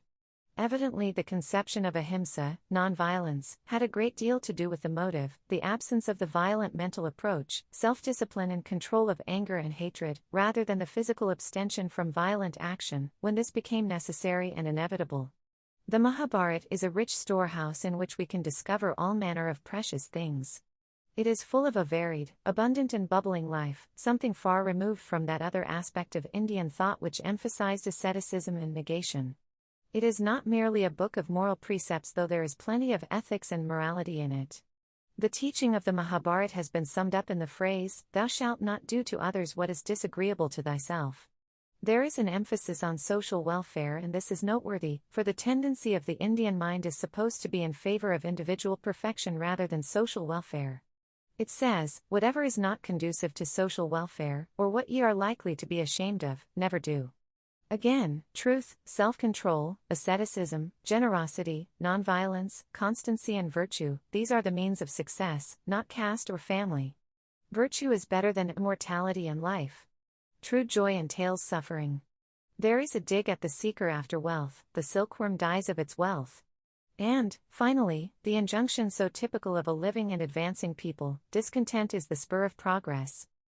There is in the Mahabharata the polytheism of the Vedas, the monism of the Upanishads, and deisms, and dualisms, and monotheism. The outlook is still creative and more or less rationalistic, and the feeling of exclusiveness is yet limited. Caste is not rigid.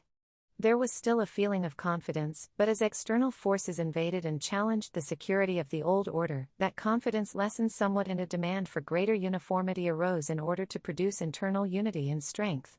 New taboos grew up. The eating of beef, previously countenanced, is later absolutely prohibited. In the Mahabharata there are references to beef or veal being offered to honored guests. End of Part 13, titled, The Mahabharata, of Chapter 4. Part 14, the Bhagavad Gita. The Bhagavad Gita is part of the Mahabharata, an episode in the vast drama. But it stands apart and is complete in itself. It is a relatively small poem of 700 verses, the most beautiful, perhaps the only true philosophical song existing in any known tongue, so William von Humboldt described it. Its popularity and influence have not waned ever since it was composed and written in the pre-Buddhistic age, and today its appeal is as strong as ever in India. Every school of thought and philosophy looks up to it and interprets it in its own way. In times of crisis, when the mind of man is tortured by doubt and is torn by the conflict of duties, it has turned all the more to the Gita for light and guidance. For it is a poem of crisis, of political and social crisis and, even more so, of crisis in the spirit of man. Innumerable commentaries on the Gita have appeared in the past and they continue to come out with unfailing regularity. Even the leaders of thought and action of the present day, Tilak, Aurobindo Ghosh, Gandhi, have written on it, each giving his own interpretation. Gandhiji bases his firm belief in nonviolence on it, others justify violence and warfare for a righteous cause. The poem begins with a conversation between Arjuna and Krishna on the very field of battle before the great war begins. Arjuna is troubled, his conscience revolts at the thought of the war and the mass murder that it involves, the killing of friends and relatives, for what purpose? What conceivable gain can outweigh this loss, this sin? All his old standards fail him, his values collapse. Arjuna becomes the symbol of the tortured spirit of man, which, from age to age, has been torn by conflicting obligations and moralities. From this personal conversation we are taken step by step to higher and more impersonal regions of individual duty and social behavior, of the application of ethics to human life, of the spiritual outlook that should govern all. There is much that is metaphysical in it, and an attempt to reconcile and harmonize the three ways for human advancement, the path of the intellect or knowledge, the path of action, and the path of faith. Probably more emphasis is laid on faith than on the others, and even a personal God emerges, though he is considered as a manifestation of the Absolute. The Gita deals essentially with the spiritual background of human existence, and it is in this context that the practical problems of everyday life appear. It is a call to action to meet the obligations and duties of life, but always keeping in view that spiritual background and the larger purpose of the universe. Inaction is condemned, and action and life have to be in accordance with the highest ideals of the age, for these ideals themselves may vary from age to age. The Yugadharma, the ideal of the particular age, has always to be kept in view. Because modern India is full of frustration and has suffered from too much quietism, this call to action makes a special appeal. It is also possible to interpret that action in modern terms as action for social betterment and social service, practical, altruistic, patriotic, and humanitarian. Such action is desirable, according to the Gita, but behind it must lie the spiritual ideal. And action must be in a spirit of detachment, not much concerned with its results. The law of cause and effect holds good under all circumstances. Right action must therefore necessarily yield right results, though these might not be immediately apparent. The message of the Gita is not sectarian or addressed to any particular school of thought. It is universal in its approach for everyone, Brahmin or outcast. All paths lead to me, it says. It is because of this universality that it has found favor with all classes and schools. There is something in it which seems to be capable of being constantly renewed, which does not become out of date with the passing of time, an inner quality of earnest inquiry and search, of contemplation and action, of balance and equilibrium in spite of conflict and contradiction. There is a poise in it and a unity in the midst of disparity, and its temper is one of supremacy over the changing environment, not by seeking escape from it but fitting in with it.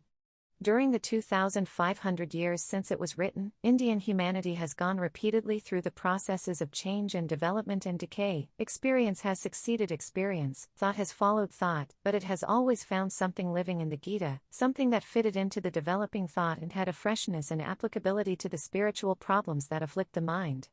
End of Part 14, titled, The Bhagavad Gita, of Chapter 4. Part 15, Life and Work in Ancient India.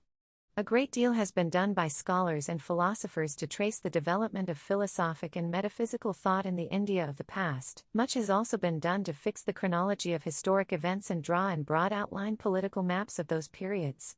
But not much has so far been done to investigate the social and economic conditions of those days, how people lived, carried on their work, what they produced and how, and the way trade functioned. Greater attention is being paid to these vital questions now, and some works by Indian scholars, and one by an American, have appeared. But a great deal remains to be done. The Mahabharata itself is a storehouse of sociological and other data, and many more books will no doubt yield useful information. But they have to be critically examined from this particular point of view.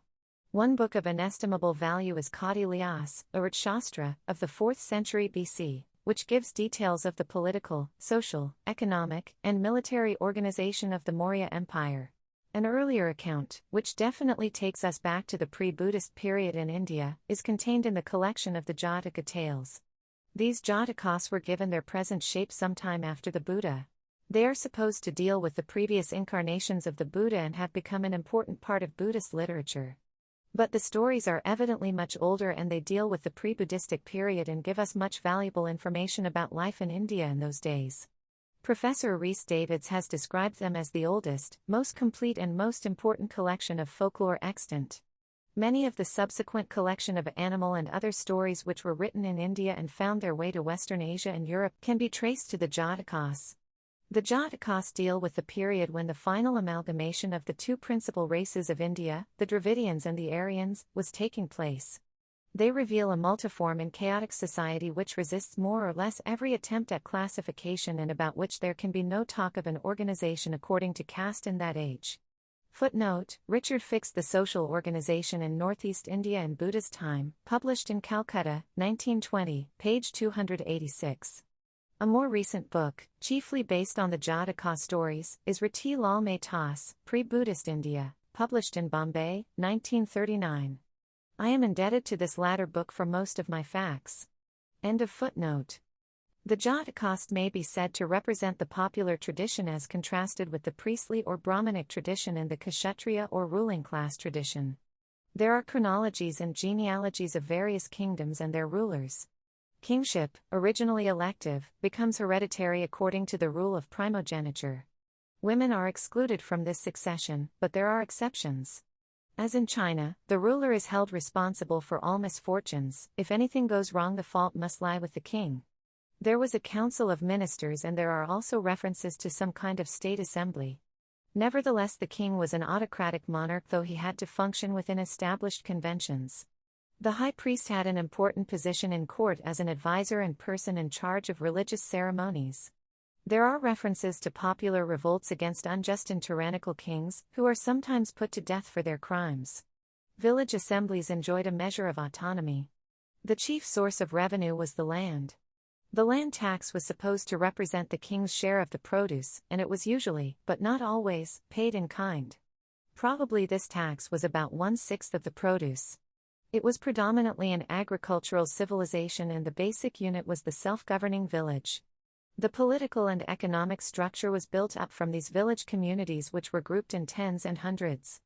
Horticulture, rearing of livestock, and dairy farming were practiced on an extensive scale.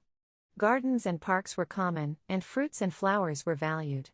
The list of flowers mentioned is a long one. Among the favorite fruits were the mango, fig, grape, plantain, and the date. There were evidently many shops of vegetable and fruit sellers in the cities, as well as of florists. The flower garland was then, as now, a favorite of the Indian people. Hunting was a regular occupation, chiefly for the food it provided. Flesh eating was common and included poultry and fish. Venison was highly esteemed. There were fisheries and slaughterhouses.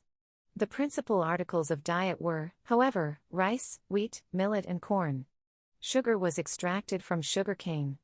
Milk and its various products were then, as they are now, highly prized. There were liquor shops, and liquor was apparently made from rice, fruits, and sugar cane.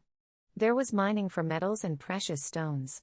Among the metals mentioned are gold, silver, copper, iron, lead, tin, and brass. Among the precious stones were diamonds, rubies, corals, also pearls. Gold, silver, and copper coins are referred to.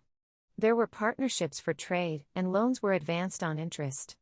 Among the manufactured goods are silks, woolens, and cotton textiles, rugs, blankets, and carpets. Spinning, weaving, and dyeing are flourishing and widespread industries. The metallurgical industry produces weapons of war. The building industry uses stone, wood, and bricks.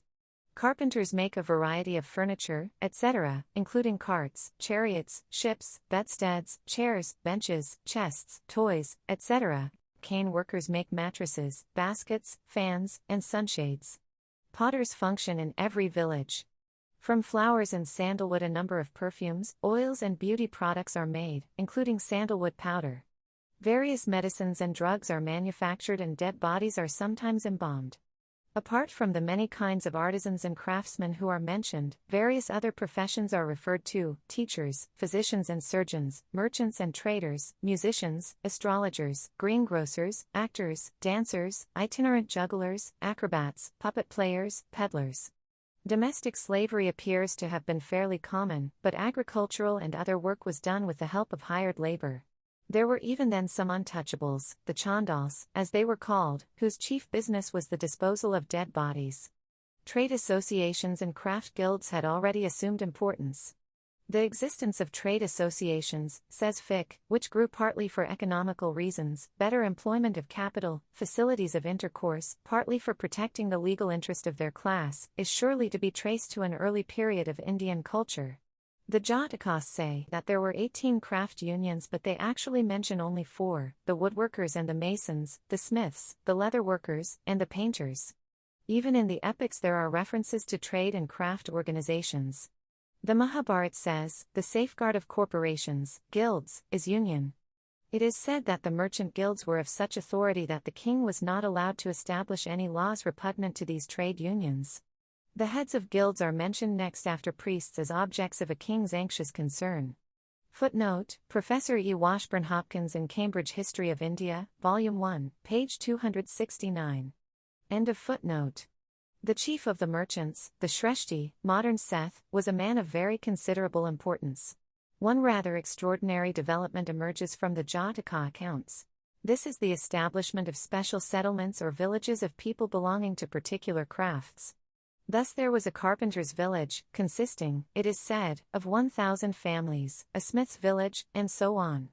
These specialized villages were usually situated near a city, which absorbed their special products and which provided them with the other necessaries of life.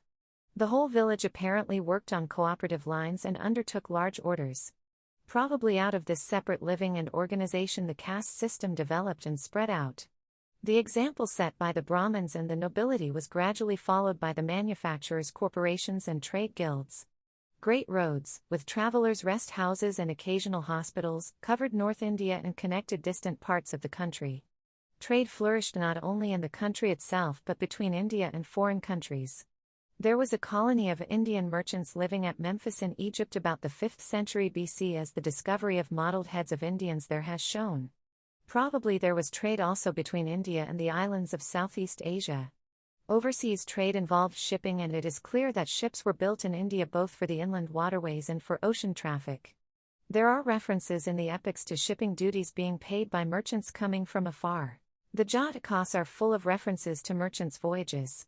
There were overland caravans across deserts going westward to the seaport of Broach and north towards Gandhad in Central Asia.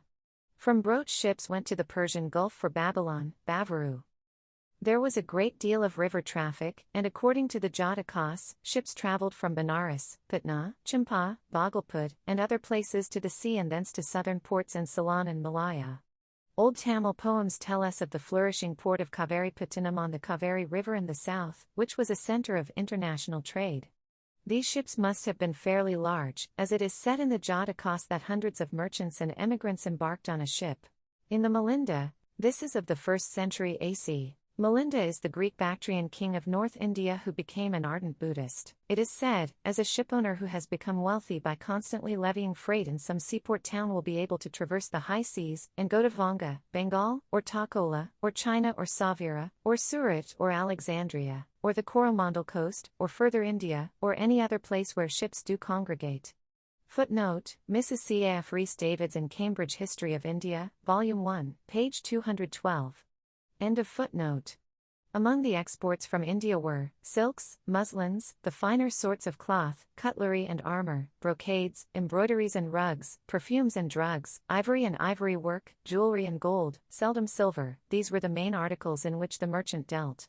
Footnote: Rhys-Davids, Buddhist India, page 98. End of footnote. India, or rather North India, was famous for her weapons of war, especially for the quality of her steel, her swords and daggers.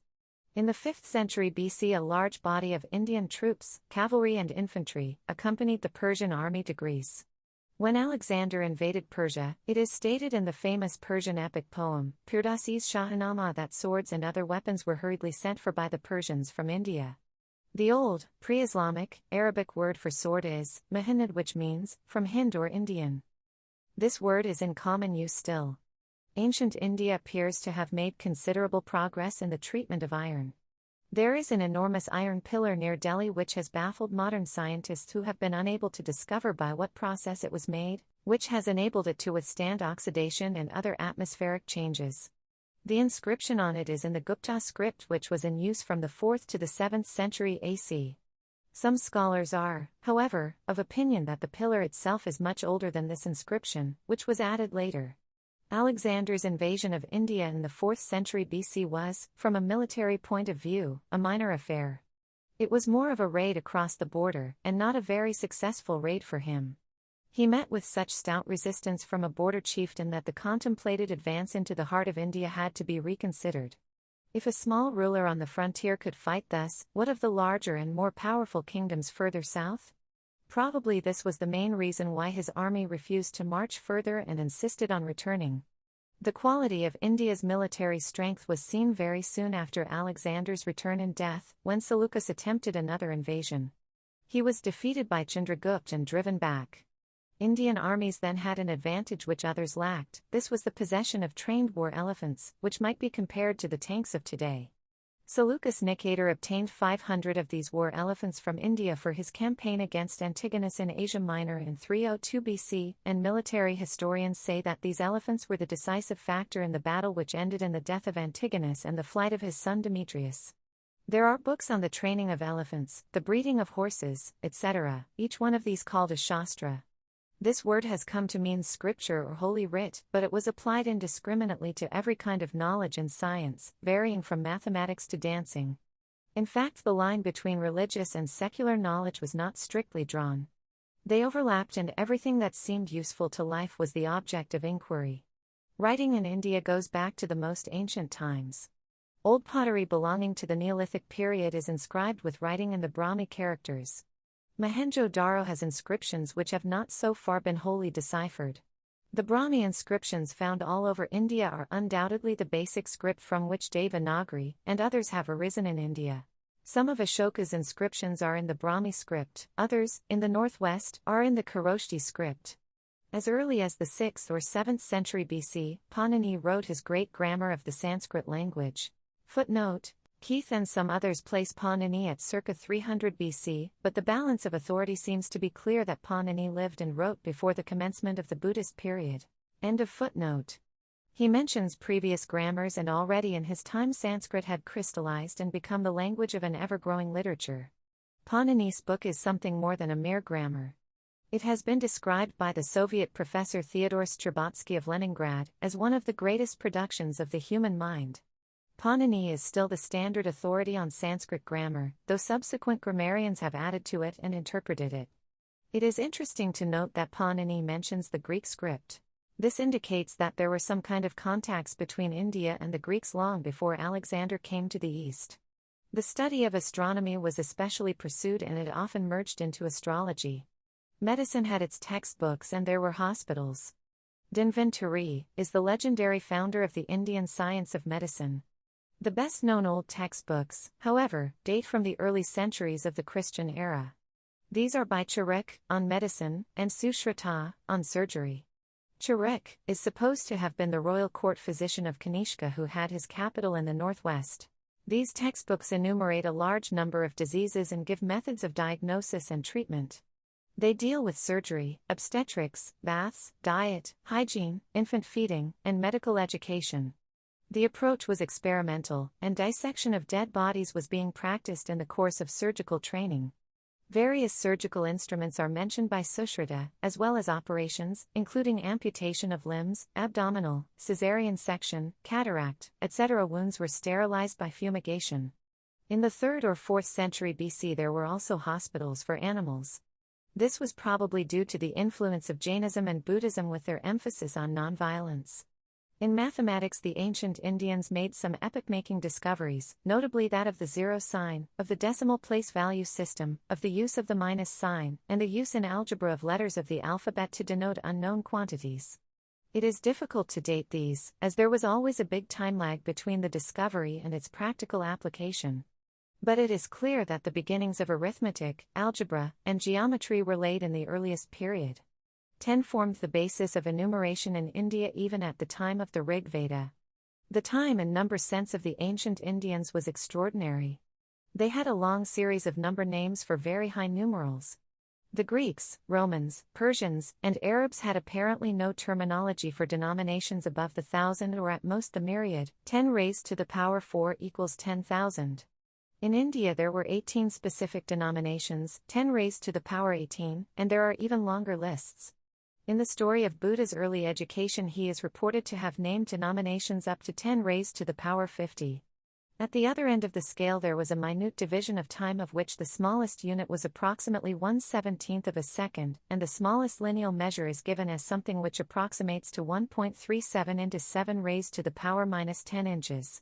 All these big and small figures were no doubt entirely theoretical and used for philosophical purposes. Nevertheless, the old Indians, unlike other ancient nations, had vast conceptions of time and space. They thought in a big way. Even their mythology deals with ages of hundreds of millions of years. To them the vast periods of modern geology or the astronomical distances of the stars would not have come as a surprise. Because of this background, Darwin's and other similar theories could not create in India the turmoil and inner conflict which they produced in Europe in the middle of the 19th century. The popular mind in Europe was used to a time scale which did not go beyond a few thousand years. In the Arthashastra, we are given the weights and measures which were in use in North India in the 4th century BC. There used to be careful supervision of the weights in the marketplaces. In the epic period we have frequent mention of some kind of forest universities, situated not far from a town or city, where students gathered round well-known scholars for training and education, which comprised a variety of subjects, including military training. These forest abodes were preferred so as to avoid the distractions of city life and enable the students to lead a disciplined and continent life. After some years of this training they were supposed to go back and live as householders and citizens. Probably these forest schools consisted of small groups, though there are indications that a popular teacher would attract large numbers. Benares has always been a center of learning, and even in Buddha's day it was old and known as such. It was in the Deer Park near Benares that Buddha preached his first sermon, but Benares does not appear to have been at any time anything like a university, such as existed then and later in other parts of India. There were numerous groups there, consisting of a teacher and his disciples, and often between rival groups there was fierce debate and argument. But in the northwest, near modern Peshawar, there was an ancient and famous university at Tikshashala, or Tikshala. This was particularly noted for science, especially medicine, and the arts, and people went to it from distant parts of India. The Jataka stories are full of instances of sons of nobles and Brahmins traveling, unattended and unarmed, to Tikshala, to be educated. Probably students came also from Central Asia and Afghanistan, as it was conveniently situated. It was considered an honor and a distinction to be a graduate of Tikshala. Physicians who had studied in the school of medicine there were highly thought of, and it is related that whenever Buddha felt unwell his admirers brought to him a famous physician who had graduated from Tikshala. Panini, the great grammarian of the 6th–7th century BC, is said to have studied there. Tiksila was thus a pre-Buddhist university and a seat of Brahminical learning. During the Buddhist period it became also a center of Buddhist scholarship and attracted Buddhist students from all over India and across the border. It was the headquarters of the northwestern province of the Maurya Empire. The legal position of women, according to Manu, the earliest exponent of the law, was definitely bad. They were always dependent on somebody, on the father, the husband, or the son. Almost they were treated, in law, as chattels. And yet from the numerous stories in the epics this law was not applied very rigidly and they held an honored place in the home and in society. The old lawgiver, Manu, himself says, "Where women are honored the gods dwell." There is no mention of women students at Tiksila or any of the old universities, but some of them did function as students somewhere, for there is repeated mention of learned and scholarly women. In later ages also there were a number of eminent women scholars.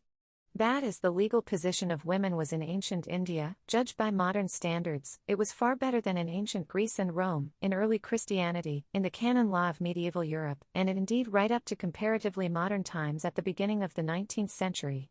The exponents of the law from Manu onwards refer to forms of partnership in business. Manu refers chiefly to priests, Yajnavalkya includes trade and agriculture. A later writer, Narada, says, loss, expense, profit of each partner are equal to, more than, or less than those of other partners according as his share, invested, is equal, greater, or less. Storage, food, charges, tolls, loss, freightage, expense of keeping, must be paid by each partner in accordance with the terms of agreement. Manu's conception of a state was evidently that of a small kingdom. This conception was, however, growing and changing, leading to the vast Maurya Empire of the 4th century BC and to international contacts with the Greek world. Megasthenes, the Greek ambassador in India in the 4th century BC, totally denies the existence of slavery in India. But in this he was wrong, as there were certainly domestic slaves, and there are references in Indian books of the period to improving the lot of the slaves. It is clear, however, that there was no large-scale slavery and no slave gangs for labor purposes, as were common in many countries then, and this may have led Megasthenes to believe that slavery was completely absent. It was laid down that never shall an Arya be subjected to slavery. Who exactly was an Arya, and who was not, it is difficult to say, but the Aryan fold at that time had come to mean rather vaguely all the 4 basic castes, including the Shudras, but not the untouchables.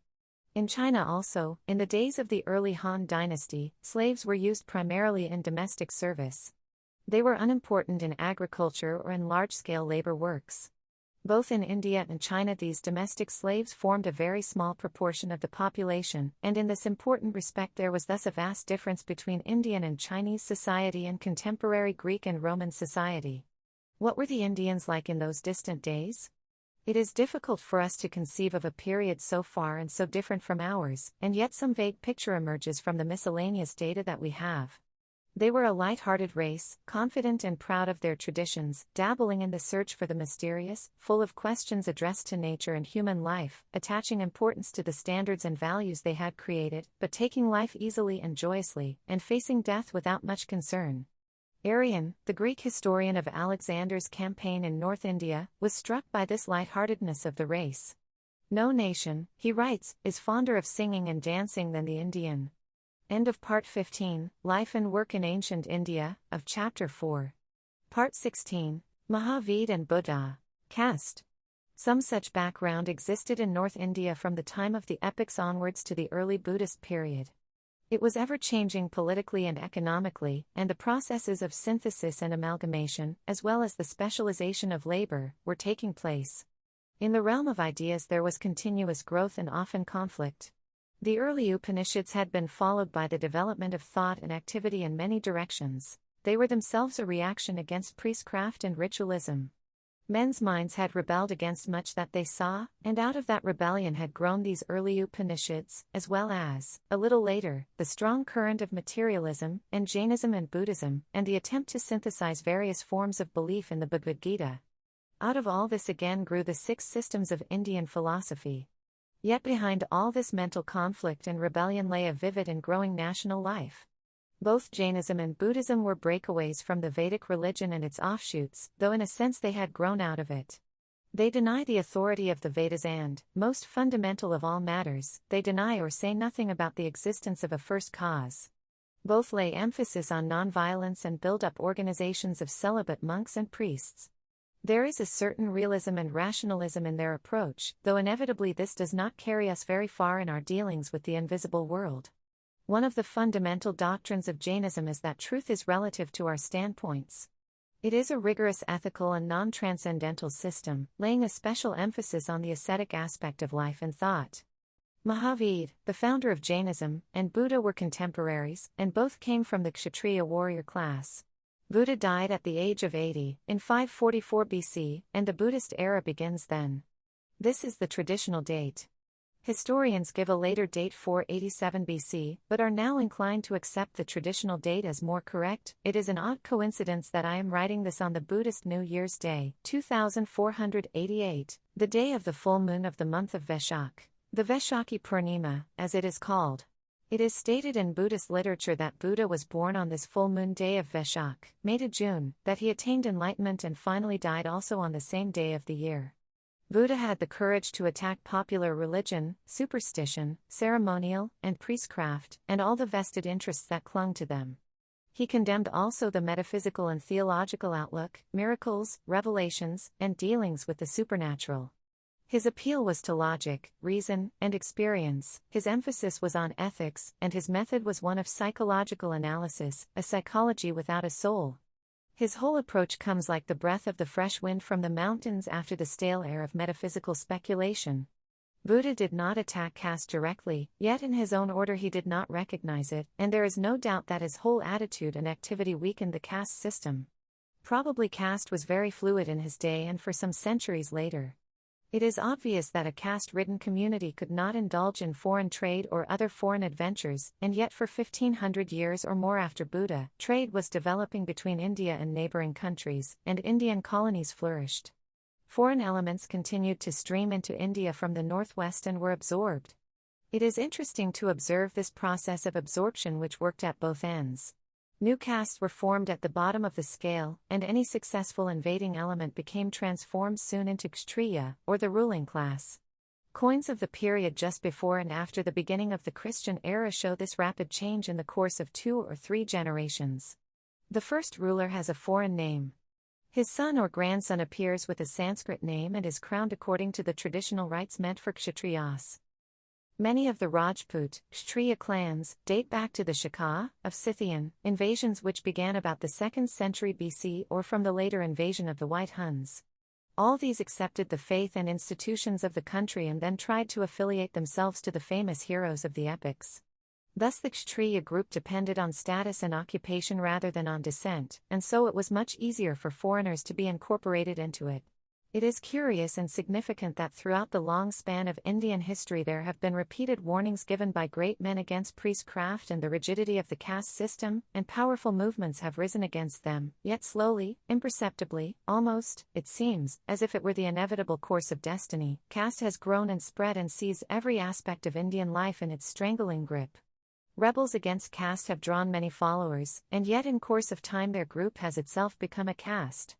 Jainism, a rebel against the parent religion and in many ways utterly different from it, was yet tolerant to caste and adapted itself to it, and so it survives and continues in India, almost as an offshoot of Hinduism.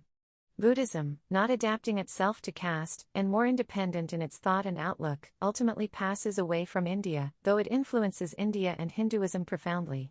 Christianity comes here 1800 years ago and settles down and gradually develops its own castes. The Muslim social structure in India, in spite of its vigorous denunciation of all such barriers within the community, is also partly affected. In our own period, numerous movements to break the tyranny of caste have arisen among the middle classes, and they have made a difference, but not a vital one, so far as the masses are concerned. Their method was usually one of direct attack. Then Gandhi came and tackled the problem, after the immemorial Indian fashion, in an indirect way, and his eyes were on the masses. He has been direct enough, aggressive enough, persistent enough, but without challenging the original basic functional theory underlying the four main castes. He has attacked the rank undergrowth and overgrowth, knowing well that he was undermining the whole caste structure thereby. Footnote: Gandhiji's references to caste have been progressively stronger and more pointed, and he has made it repeatedly clear that caste as a whole and as it exists must be eliminated. Referring to the constructive program which he has placed before the nation, he says, it has undoubtedly independence, political, social and economic, as its aim. It is a moral, non-violent revolution in all the departments of life of a big nation, at the end of which caste and untouchability and such other superstitions must vanish, differences between Hindu and Muslim become things of the past, enmity against Englishmen or Europeans must be wholly forgotten. And again, quite recently, the caste system, as we know, is an anachronism. It must go if both Hinduism and India are to live and grow from day to day. End of footnote.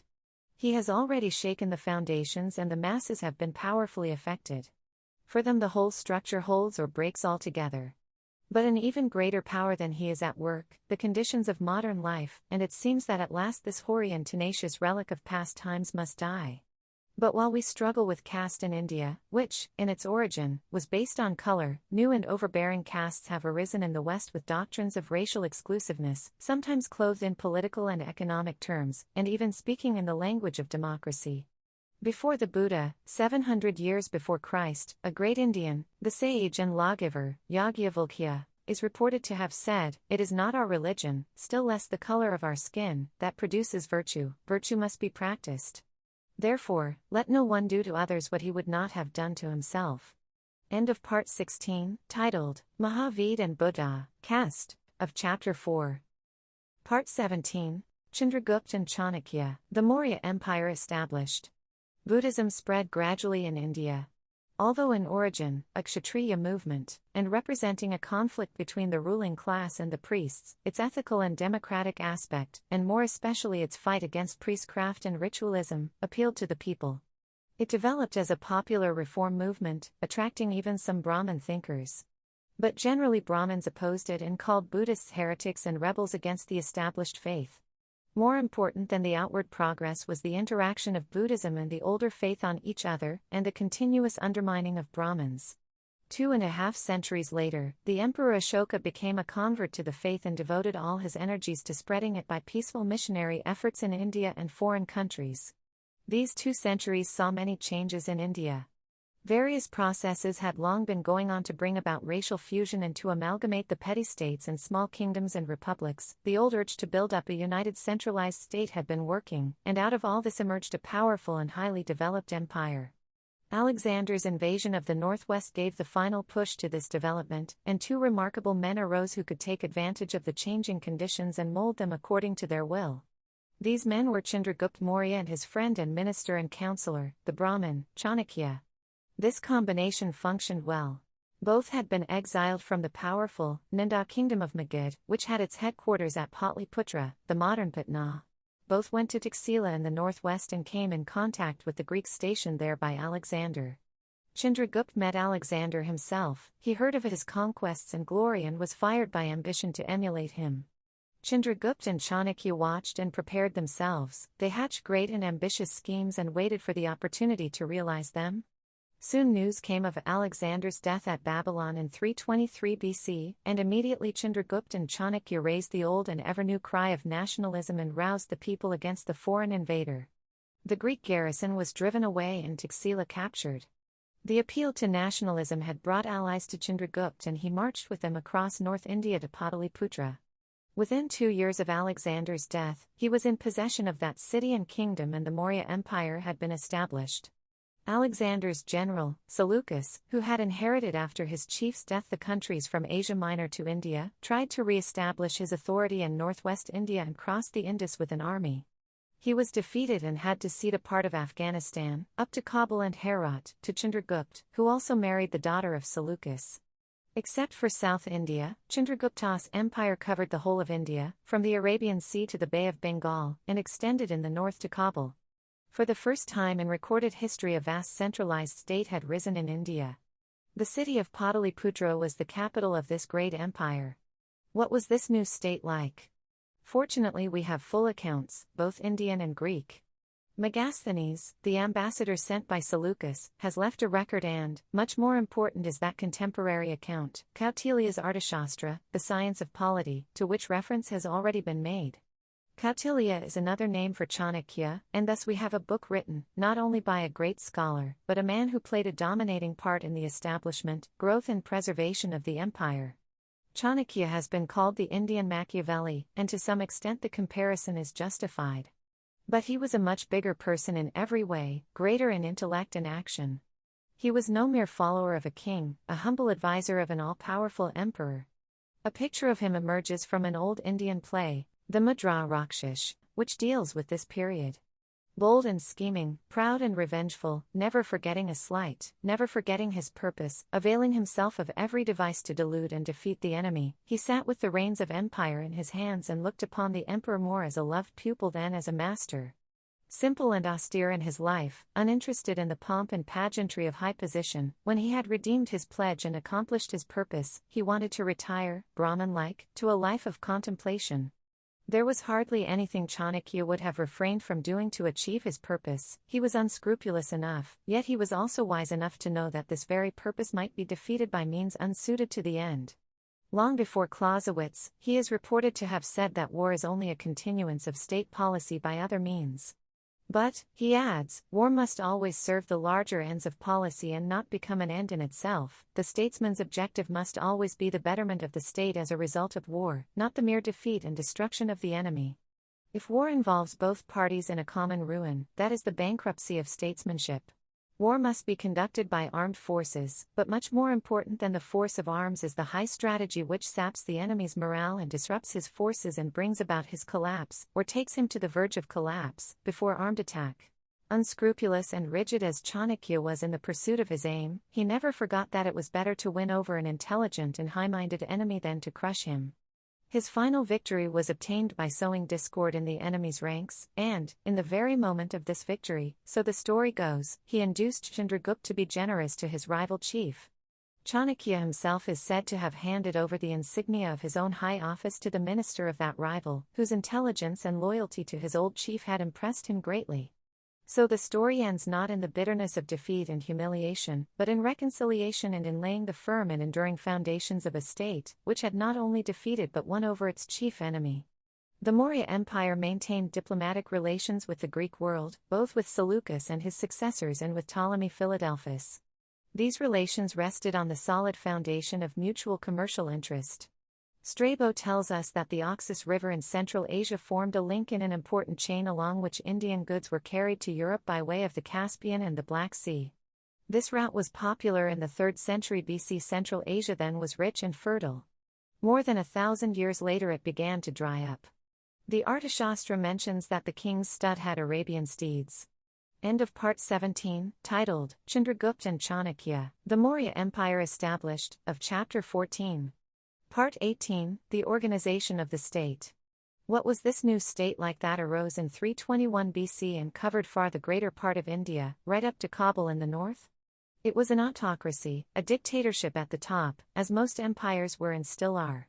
There was a great deal of local autonomy in the towns and village units, and elective elders looked after these local affairs.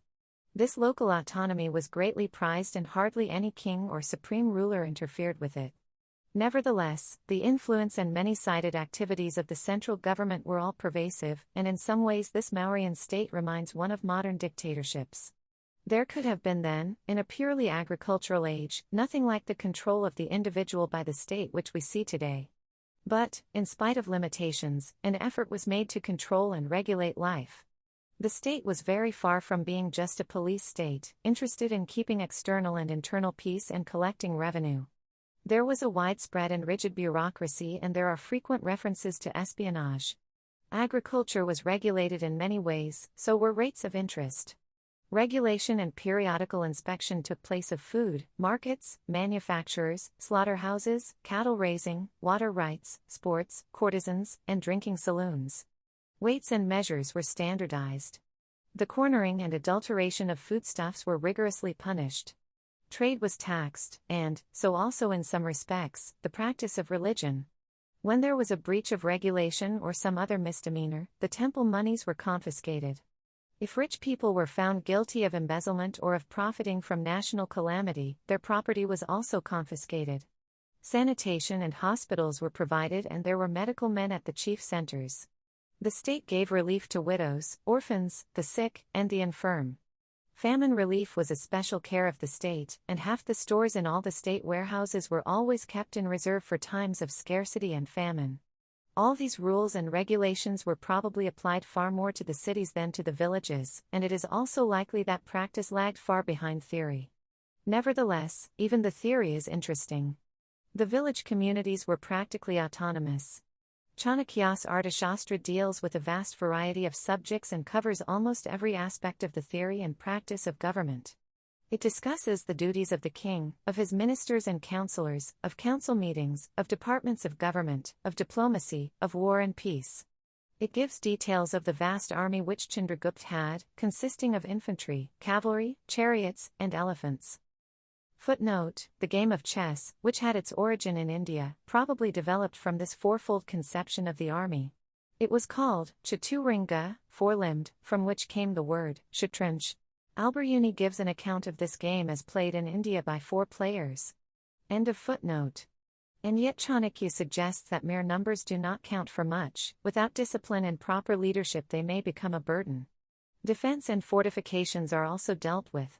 Among the other matters discussed in the book are trade and commerce, law and law courts, municipal government, social customs, marriage and divorce, rights of women, taxation and revenue, agriculture, the working of mines and factories, artisans, markets, horticulture, manufactures, irrigation, and waterways, ships and navigation, corporations, census operations, fisheries, slaughterhouses, passports, and jails. Widow remarriage is recognized, also divorce under certain circumstances. There is a reference to China Pata, silk fabrics of China manufacture, and a distinction is made between these and the silk made in India. Probably the latter was of a coarser variety. The importation of Chinese silk indicates trade contacts with China at least as early as the 4th century BC. The king, at the time of his coronation, had to take the oath of service to the people. May I be deprived of heaven, of life, and of offspring if I oppress you. In the happiness of his subjects lies his happiness, in their welfare. Whatever pleases himself he shall consider as not good, but whatever pleases his subjects, he shall consider as good. If a king is energetic, his subjects will be equally energetic. Public work could not suffer or await the king's pleasure, he had always to be ready for it. And if the king misbehaved, his people had the right to remove him and put another in his place. There was an irrigation department to look after the many canals, and a navigation department for the harbors, ferries, bridges, and the numerous boats and ships that went up and down the rivers and crossed the seas to Burma and beyond. There was apparently some kind of navy, too, as an adjunct of the army. Trade flourished in the empire and great roads connected the distant parts, with frequent rest houses for travelers. The chief road was named King's Way, and this went right across the country from the capital to the northwest frontier. Foreign merchants are especially mentioned and provided for, and seem to have enjoyed a kind of extraterritoriality. It is said that the old Egyptians wrapped their mummies in Indian muslins and dyed their cloth with indigo obtained from India. Some kind of glass has also been discovered in the old remains. Megasthenes, the Greek ambassador, tells us that the Indians loved finery and beauty, and even notes the use of the shoe to add to one's height. There was a growth of luxury in the Maurya Empire. Life becomes more complicated, specialized, and organized.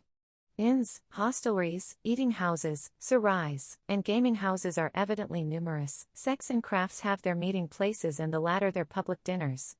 The business of entertainment provides a livelihood for various classes of dancers, singers, and actors. Even the villages are visited by them, and the author of the Arthashastra is inclined to discourage the existence of a common hall used for their shows as too great a distraction from the life of the home and the fields. At the same time, there are penalties for refusal to assist in organizing public entertainment. The king provides in amphitheaters, constructed for the occasion, dramatic, boxing, and other contests of men and animals, and also spectacles with displays of pictured objects of curiosity. Not seldom the streets were lighted for festivals. Footnote: Dr. F. W. Thomas, in the Cambridge History of India, Volume 1, page 480. End of footnote. There were also royal processions and hunts. There were many populous cities in this vast empire, but the chief of them was the capital, Patliputra, a magnificent city spread out along the banks of the Ganges, where the Sone River meets it, the modern Patna. Megasthenes describes it thus: at the junction of this river, Ganges, with another is situated Palabhatra, a city of 80 stadia, 9 to 2 miles, in length, and 15 stadia, 1 to 7 miles, in breadth.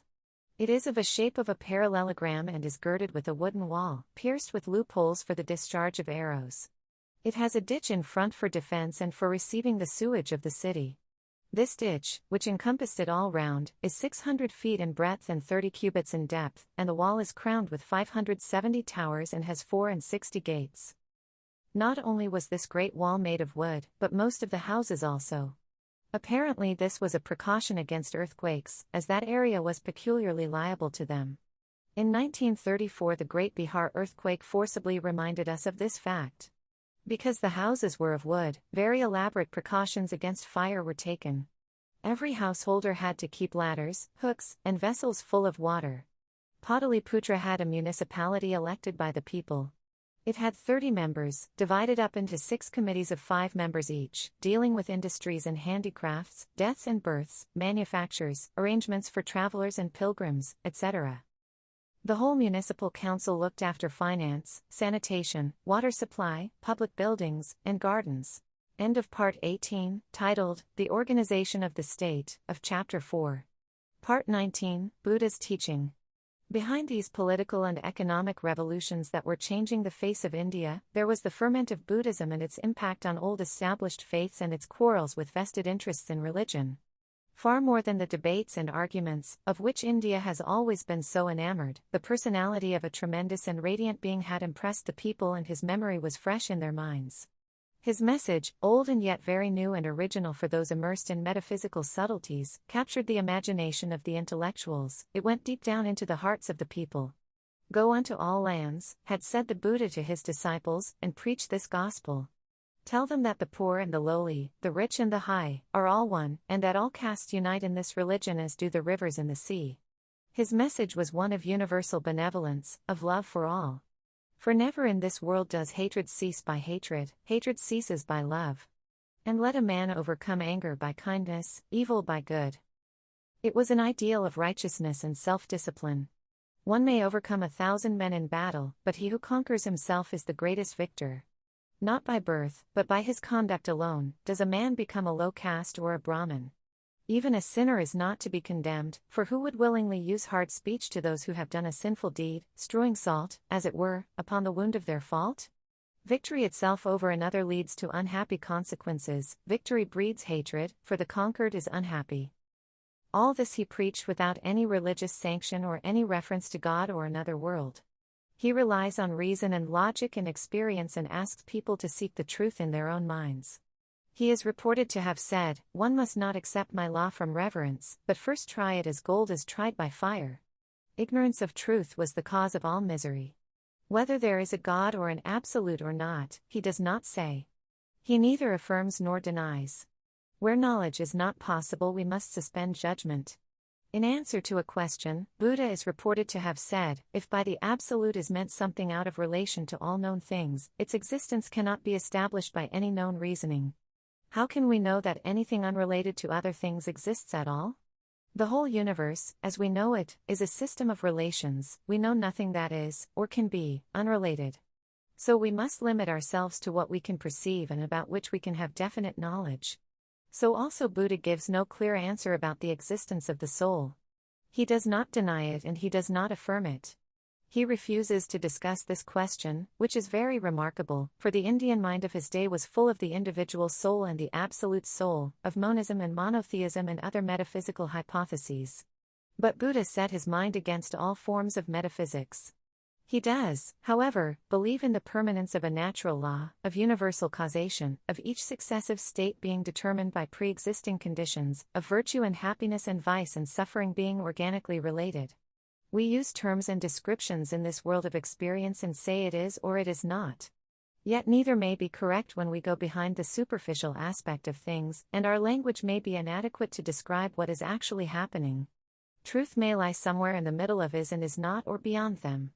The river flows continuously and appears to be the same from moment to moment, yet the waters are ever-changing. So also fire. The flame keeps glowing and even maintains its shape and form, yet it is never the same flame and it changes every instant. So everything continually changes and life in all its forms is a stream of becoming. Reality is not something that is permanent and unchanging, but rather a kind of radiant energy, a thing of forces and movements, a succession of sequences. The idea of time is just a notion abstracted by mere usage, from this or that event. We cannot say that one thing is the cause of something else, for there is no core of permanent being which changes. The essence of a thing is its immanent law of relation to other so-called things. Our bodies and our souls change from moment to moment, they cease to be, and something else, like them and yet different, appears and then passes off. In a sense we are dying all the time and being reborn, and this succession gives the appearance of an unbroken identity. It is the continuity of an ever-changing identity. Everything is flux, movement, change. All this is difficult for our minds to grasp, used as we are to set methods of thinking and of interpreting physical phenomena. Yet it is remarkable how near this philosophy of the Buddha brings us to some of the concepts of modern physics and modern philosophic thought.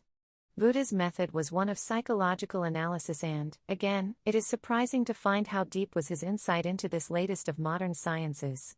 Man's life was considered and examined without any reference to a permanent self, for even if such a self exists, it is beyond our comprehension. The mind was looked upon as part of the body, a composite of mental forces. The individual thus becomes a bundle of mental states, the self is just a stream of ideas. All that we are is the result of what we have thought. There is an emphasis on the pain and suffering of life, and the Four Noble Truths which Buddha enunciated deal with this suffering, its cause, the possibility of ending it, and the way to do it. Speaking to his disciples, he is reported to have said, "And while ye experienced this sorrow, through long ages, more tears have flowed from you and have been shed by you, while ye strayed and wandered on this pilgrimage of life, and sorrowed and wept, because that was your portion which ye abhorred, and that which ye loved was not your portion, than all the water which is in the four great oceans." Through an ending of this state of suffering is reached nirvana. As to what nirvana is, people differ, for it is impossible to describe a transcendental state in our inadequate language and in terms of the concepts of our limited minds. Some say it is just extinction, a blowing out. And yet Buddha is reported to have denied this and to have indicated that it was an intense kind of activity. It was the extinction of false desire, and not just annihilation, but it cannot be described by us except in negative terms. Buddha's way was the middle path, between the extremes of self-indulgence and self-mortification. From his own experience of mortification of the body, he said that a person who has lost his strength cannot progress along the right path. This middle path was the Aryan Eightfold Path: right beliefs, right aspirations, right speech, right conduct, right mode of livelihood, right effort, right-mindedness, and right rapture. It is all a question of self-development, not grace. And if a person succeeds in developing along these lines and conquers himself, there can be no defeat for him. Not even a god can change into defeat the victory of a man who has vanquished himself. Buddha told his disciples what he thought they could understand and live up to. His teaching was not meant to be a full explanation of everything, a complete revelation of all that is. Once, it is said, he took some dry leaves in his hand and asked his favorite disciple, Ananda, to tell him whether there were any other leaves besides those in his hand.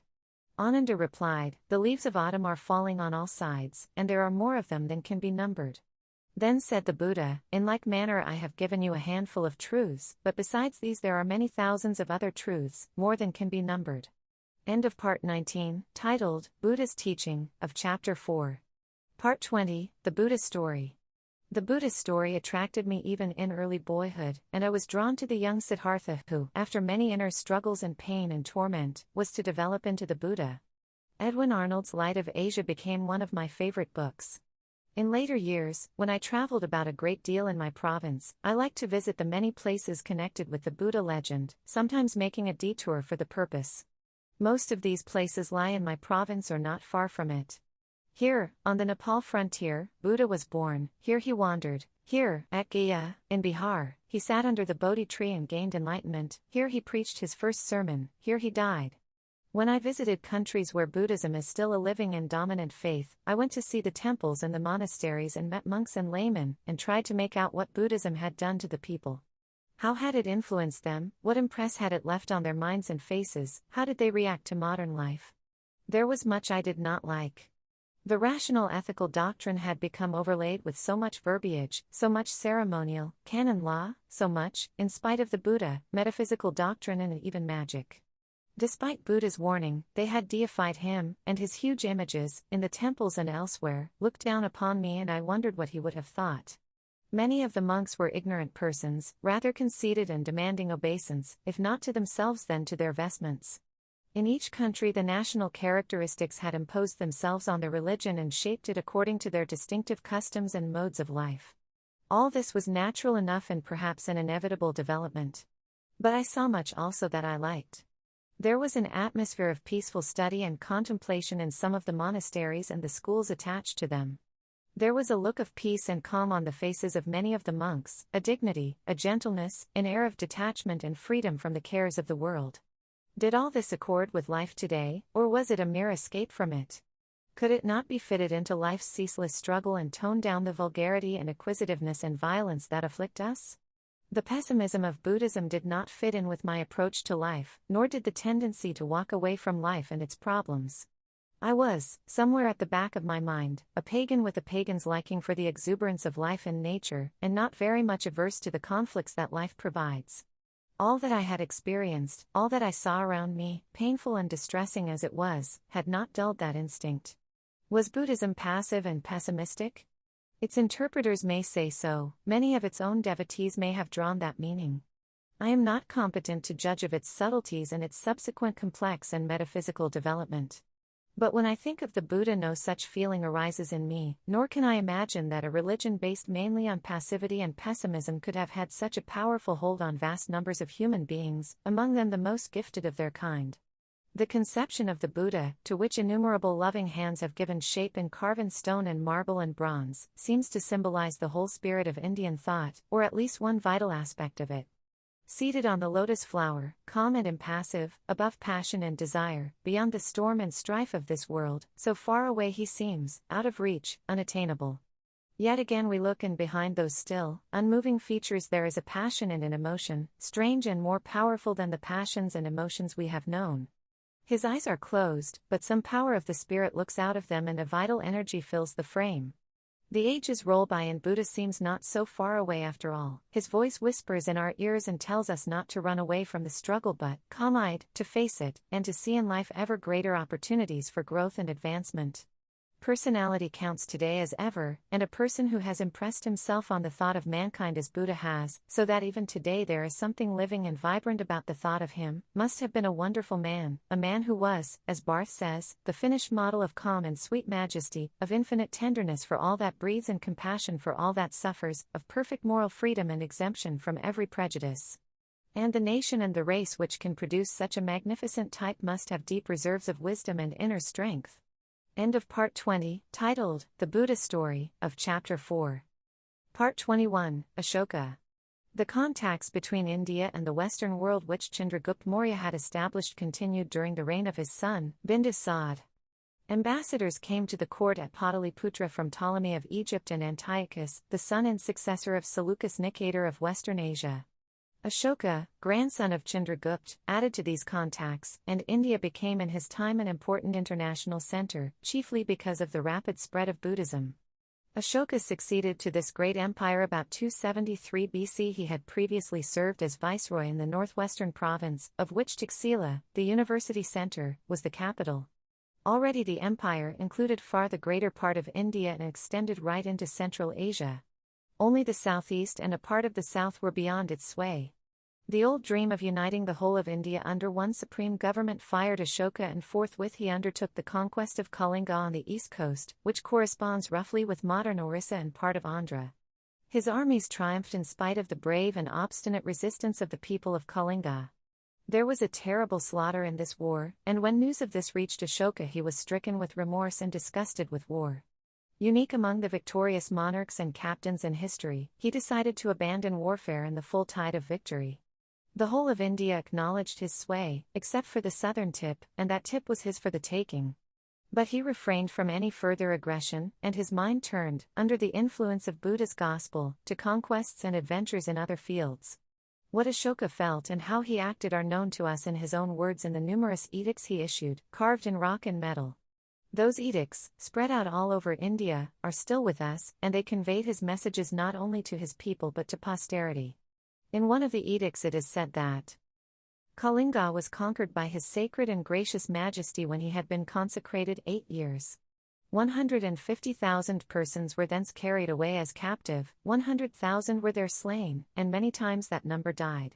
Directly after the annexation of the Kalingas began his sacred majesty's zealous protection of the law of piety, his love of that law, and his inculcation of that law, dharma. Thus arose his sacred majesty's remorse for having conquered the Kalingas, because the conquest of a country previously unconquered involves the slaughter, death, and carrying away captive of the people. That is a matter of profound sorrow and regret to his sacred majesty.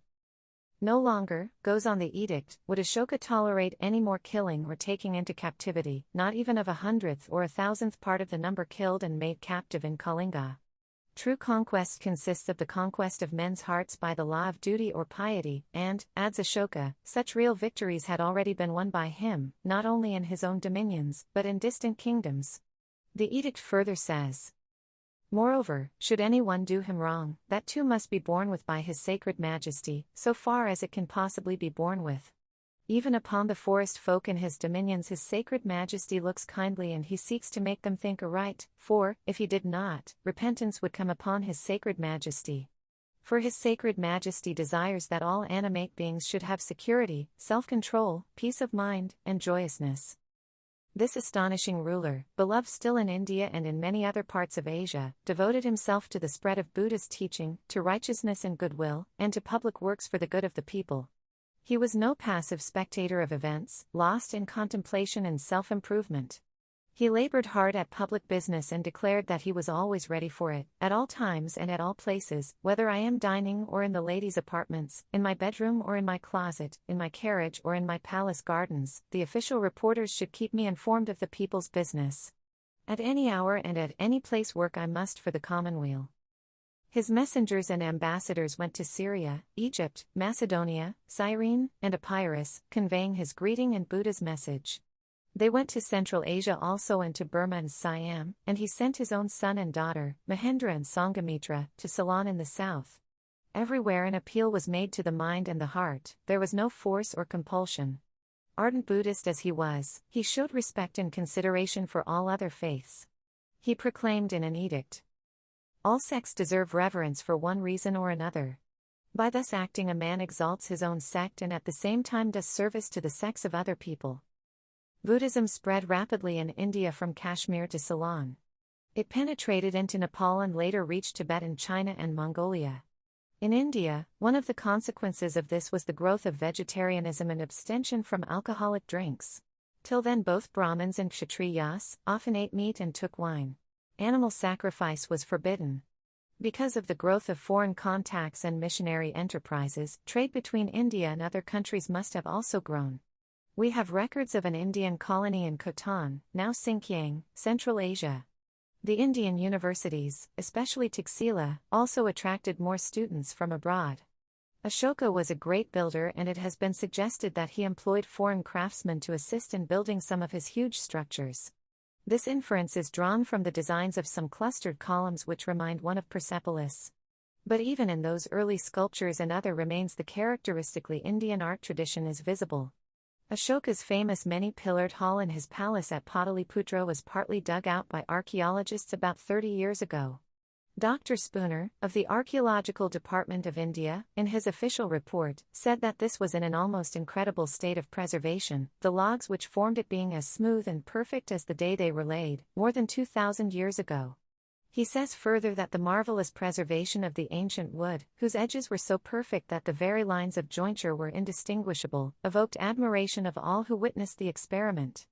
The whole was built with a precision and reasoned care that could not possibly be excelled today. In short, the construction was absolute perfection of such work. In other excavated buildings also in different parts of the country, wooden logs and rafters have been found in an excellent state of preservation. This would be surprising anywhere, but in India it is more so, for the climate wears them away and all manner of insects eat them up. There must have been some special treatment of the wood. What this was is still, I believe, a mystery. Between Pataliputra, Patna, and Gaya, lie the impressive remains of Nalanda University, which was to become famous in later days. It is not clear when this began functioning, and there are no records of it in Ashoka's time. Ashoka died in 232 BC, after ruling strenuously for 41 years. Of him H. G. Wells says in his Outline of History, amidst the tens of thousands of names of monarchs that crowd the columns of history, their majesties and graciousnesses and serenities and royal highnesses and the like, the name of Ashoka shines, and shines almost alone, a star. From the Volga to Japan his name is still honored. China, Tibet, and even India, though it has left his doctrine, preserve the tradition of his greatness. More living men cherish his memory today than have ever heard the names of Constantine or Charlemagne. End of Part 21, titled, Ashoka, of Chapter 4. This concludes the fourth chapter, titled, The Discovery of India. Chapter 5. Through the Ages. Part 1, Nationalism and Imperialism under the Guptas. The Maurya Empire faded away and gave place to the Sunga dynasty, which ruled over a much smaller area. In the south great states were rising, and in the north the Bactrians, or Indo-Greeks, were spreading out from Kabul to the Punjab. Under Menander they threatened Pataliputra itself, but were defeated and repelled. Menander himself succumbed to the spirit and atmosphere of India and became a Buddhist, a famous one, known as King Milinda, popular in Buddhist legend and regarded almost as a saint. From the fusion of Indian and Greek cultures rose the Greco-Buddhist art of Gondad, the region covering Afghanistan and the frontier. There is a granite pillar called the Heliodorus column, dating from the 1st century BC, at BADENWEILER, near Sanchi in central India, bearing an inscription in Sanskrit. This gives us a glimpse of the process of Indianization of the Greeks who had come to the frontier, and their absorption of Indian culture. The inscription has been translated thus: this Garuda column of Vasudeva, Vishnu, the god of gods, was erected by Heliodorus, a worshipper of Vishnu, the son of Dion, and an inhabitant of Taxila, who came as Greek ambassador from the great king Antialcidas to King Kashiputra, Bhagbhadra, the savior, then reigning in the 14th year of his kingship. 3 immortal precepts, when practiced well, lead to heaven's self-restraint, self-sacrifice, charity, conscientiousness. In Central Asia the Shaikas or Scythians, Sistan equals Shaikistan, had established themselves in the Oxus Valley. The Uachi, coming from further east, drove them out and pushed them into North India. These Shaikas became converts to Buddhism and Hinduism. Among the Uachi, one of the clans, the Kushans, established their supremacy and then extended their sway over northern India. They defeated the Shaikas and pushed them still further south, the Shaikas going to Kathiawad and the Deccan. The Kushans thereupon established an extensive and durable empire over the whole of North India and a great part of Central Asia. Some of them became converts to the Hindu faith, but most of them became Buddhists, and their most famous king, Kanishka, is also one of the heroes of Buddhist legend, which records his great deeds and public works. Buddhist though he was, it appears that the state religion was a mixed affair to which even Zoroastrianism had contributed. This borderland state, called the Kushan Empire, with its seat near modern Peshawar and the old University of Taxila nearby, became the meeting place of men from many nations. There the Indians met the Scythians, the Yuezhi, the Iranians, the Bactrian Greeks, the Turks, and the Chinese, and the various cultures reacted on each other. A vigorous school of sculpture and painting arose as a result of their interactions. It was during this period that, historically, the first contacts took place between China and India, and a Chinese embassy came to India in 64 AC Minor. But very welcome gifts of China to India at that time were the peach and the pear trees. Right on the borders of the Gobi Desert, at Turfan and Kucha, rose fascinating amalgams of Indian, Chinese, and Iranian cultures. During the Kushan period, a great schism divided Buddhism into two sections, the Mahayana and the Hinayana, and controversy raged between them and, as has been India's way, the issue was put to debate in great assemblies, to which representatives came from all over the country.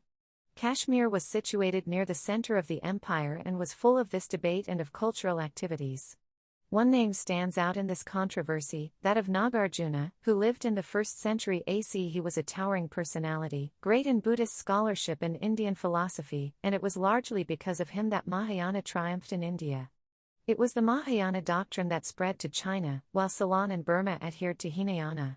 The Kushans had Indianized themselves and had become patrons of Indian culture, yet an undercurrent of nationalist resistance to their rule continued, and when, later, fresh tribes poured into India, this nationalist and anti-foreign movement took shape at the beginning of the 4th century AC. Another great ruler, also named Chandragupta, drove out the new intruders and established a powerful and widespread empire.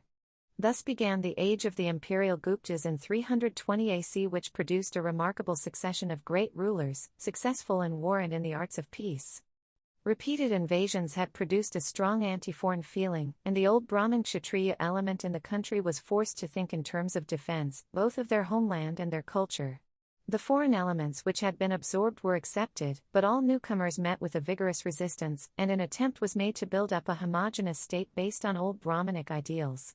But the old self-assurance was going, and these ideals began to develop a rigidity which was foreign to their nature. India seemed to draw into her shell, both physically and mentally. Yet that shell was deep enough and wide enough. Previously, in the ages since the Aryans had come down to what they called Aryavarta or Bharatvarsh, the problem that faced India was to produce a synthesis between this new race and culture and the old race and civilization of the land. To that the mind of India devoted itself, and it produced an enduring solution built on the strong foundations of a joint Indo-Aryan culture. Other foreign elements came and were absorbed. They made little difference. Though India had many contacts with other countries through trade and otherwise, essentially she was absorbed in herself and paid little attention to what happened elsewhere. But now periodic invasion by strange peoples with strange customs had shaken her up, and she could no longer ignore these eruptions, which not only broke up her political structure but endangered her cultural ideals and social structure also. The reaction was essentially a nationalist one, with the strength as well as the narrowness of nationalism. That mixture of religion and philosophy, history and tradition, custom and social structure, which in its wide fold included almost every aspect of the life of India, and which might be called Brahmanism or, to use a later word, Hinduism, became the symbol of nationalism. It was indeed a national religion, with its appeal to all those deep instincts, racial and cultural, which form the basis everywhere of nationalism today. Buddhism, child of Indian thought, had its nationalist background also. India was to it the holy land where Buddha had lived and preached and died, where famous scholars and saints had spread the faith. But Buddhism was essentially international, a world religion, and as it developed and spread it became increasingly so. Thus it was natural for the old Brahminic faith to become the symbol again and again of nationalist revivals. That faith and philosophy were tolerant and chivalrous to the various religions and racial elements in India, and they still continued to absorb them into their wide-flung structure, but they became increasingly aggressive to the outsider and sought to protect themselves against his impact. In doing so, the spirit of nationalism they had roused often took on the semblance of imperialism, as it frequently does when it grows in strength. The age of the Guptas, enlightened, vigorous, highly cultured, and full of vitality as it was, rapidly developed these imperialistic tendencies. One of its great rulers, Samudragupta, has been called the Indian Napoleon. From a literary and artistic view it was a brilliant period. From early in the 4th century onwards, for about 150 years, the Guptas ruled over a powerful and prosperous state in the north. For almost another century and a half their successors continued, but they were on the defensive now, and the empire shrank and became smaller and smaller. New invaders from Central Asia were pouring into India and attacking them. These were the White Huns, as they are called, who ravaged the land, as under Attila they were ravaging Europe. Their barbarous behavior and fiendish cruelty at last roused the people, and a united attack by a confederacy under Yashovarman was made on them. The Hun power was broken and their chief, Mihiragula, was made a prisoner. But the descendant of the Guptas, Baladitya, in accordance with his country's customs, treated him with generosity and allowed him to leave India. Mihiragula responded to this treatment by returning later and making a treacherous attack on his benefactor. But the Hun rule in northern India was of brief duration, about half a century. Many of them remained, however, in the country as petty chiefs, giving trouble occasionally and being absorbed into the sea of Indian humanity. Some of these chiefs became aggressive early in the 7th century AC. They were crushed by the king of Kannauj, Harshvardhan, who thereafter built up a powerful state right across northern and central India. He was an ardent Buddhist, but his Buddhism was of the Mahayana variety, which was akin in many ways to Hinduism. He encouraged both Buddhism and Hinduism. It was in his time that the famous Chinese pilgrim Sun Song, or Yuan Chuang, came to India, in 629 AC. Harshvardhan was a poet and dramatist, and he gathered round his court many artists and poets, making his capital Ujjaini, a famous center of cultural activities. Harsha died in 648 AC, just about the time when Islam was emerging from the deserts of Arabia, to spread out rapidly across Africa and Asia.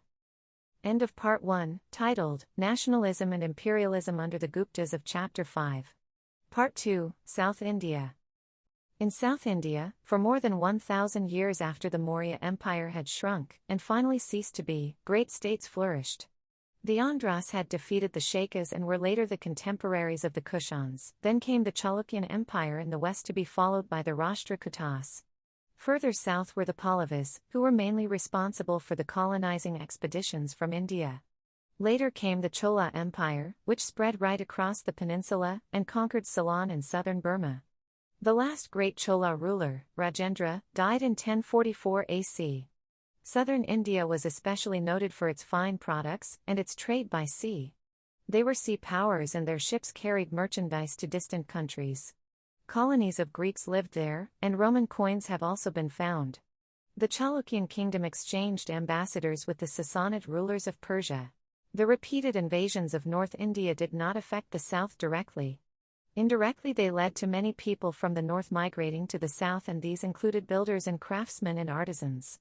The south thus became a center of the old artistic traditions, while the north was more affected by new currents which the invaders brought with them. This process was accelerated in later centuries, and the south became the stronghold of Hindu orthodoxy. End of Part 2, titled, South India, of Chapter 5. Part 3, Peaceful Development and Methods of Warfare. A brief account of repeated invasions and of empire succeeding empire is likely to convey a very wrong idea of what was taking place in India. It must be remembered that the period dealt with covers 1,000 years or more, and the country enjoyed long stretches of peaceful and orderly government.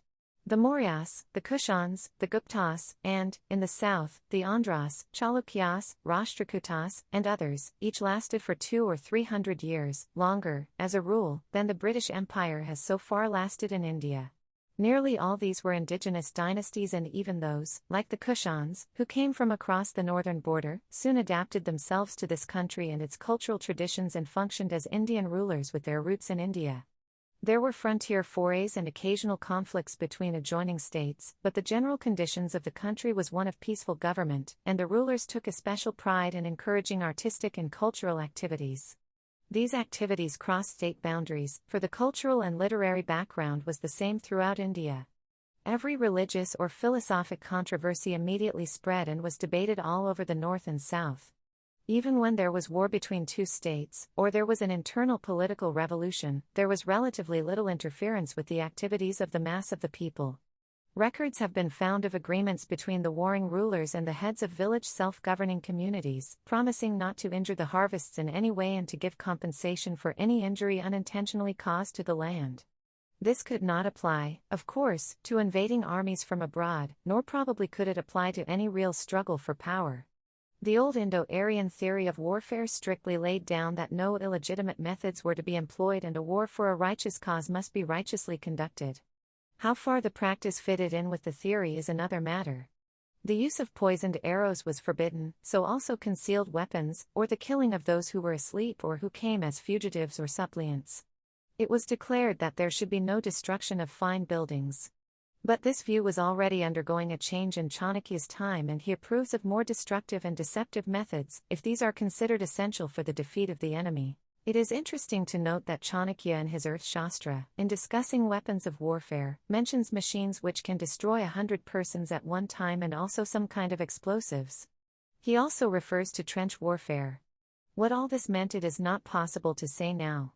Probably the reference is to some traditional stories of magical exploits. There is no ground for thinking that gunpowder is meant. India has had many distressful periods in the course of her long history, when she was ravaged by fire and sword or by famine, and internal order collapsed. Yet a broad survey of this history appears to indicate that she had a far more peaceful and orderly existence for long periods of time at a stretch than Europe has had. And this applies also to the centuries following the Turkish and Afghan invasions, right up to the time when the Mughal Empire was breaking up. The notion that the Pax Britannica brought peace and order for the first time to India is one of the most extraordinary of delusions. It is true that when British rule was established in India the country was at her lowest ebb and there was a breakup of the political and economic structure. That indeed was one of the reasons why that rule was established. End of Part 3, titled, Peaceful Development and Methods of Warfare, of Chapter 5. Part 4, India's Urge to Freedom. The East bowed low before the blast. In patient, deep disdain, she let the legions thunder past, and plunged in thought again. So says the poet, and his lines are often quoted. It is true that the East, or at any rate that part of it which is called India, has been enamored of thinking, often of thinking about matters which to those who consider themselves practical men seem absurd and pointless. She has always honored thought and the men of thought, the highbrows, and has refused to consider the men of the sword or the possessors of money as superior to them. Even in her days of degradation, she has clung to thought and found some comfort in it. But it is not true that India has ever bowed patiently before the blast or been indifferent to the passage of foreign legions. Always she has resisted them, often successfully, sometimes unsuccessfully, and even when she failed for the time being, she has remembered and prepared herself for the next attempt. Her method has been twofold: to fight them and drive them out, and to absorb those who could not be driven away. She resisted, with considerable success, Alexander's legions, and immediately after his death drove out the Greek garrisons in the north.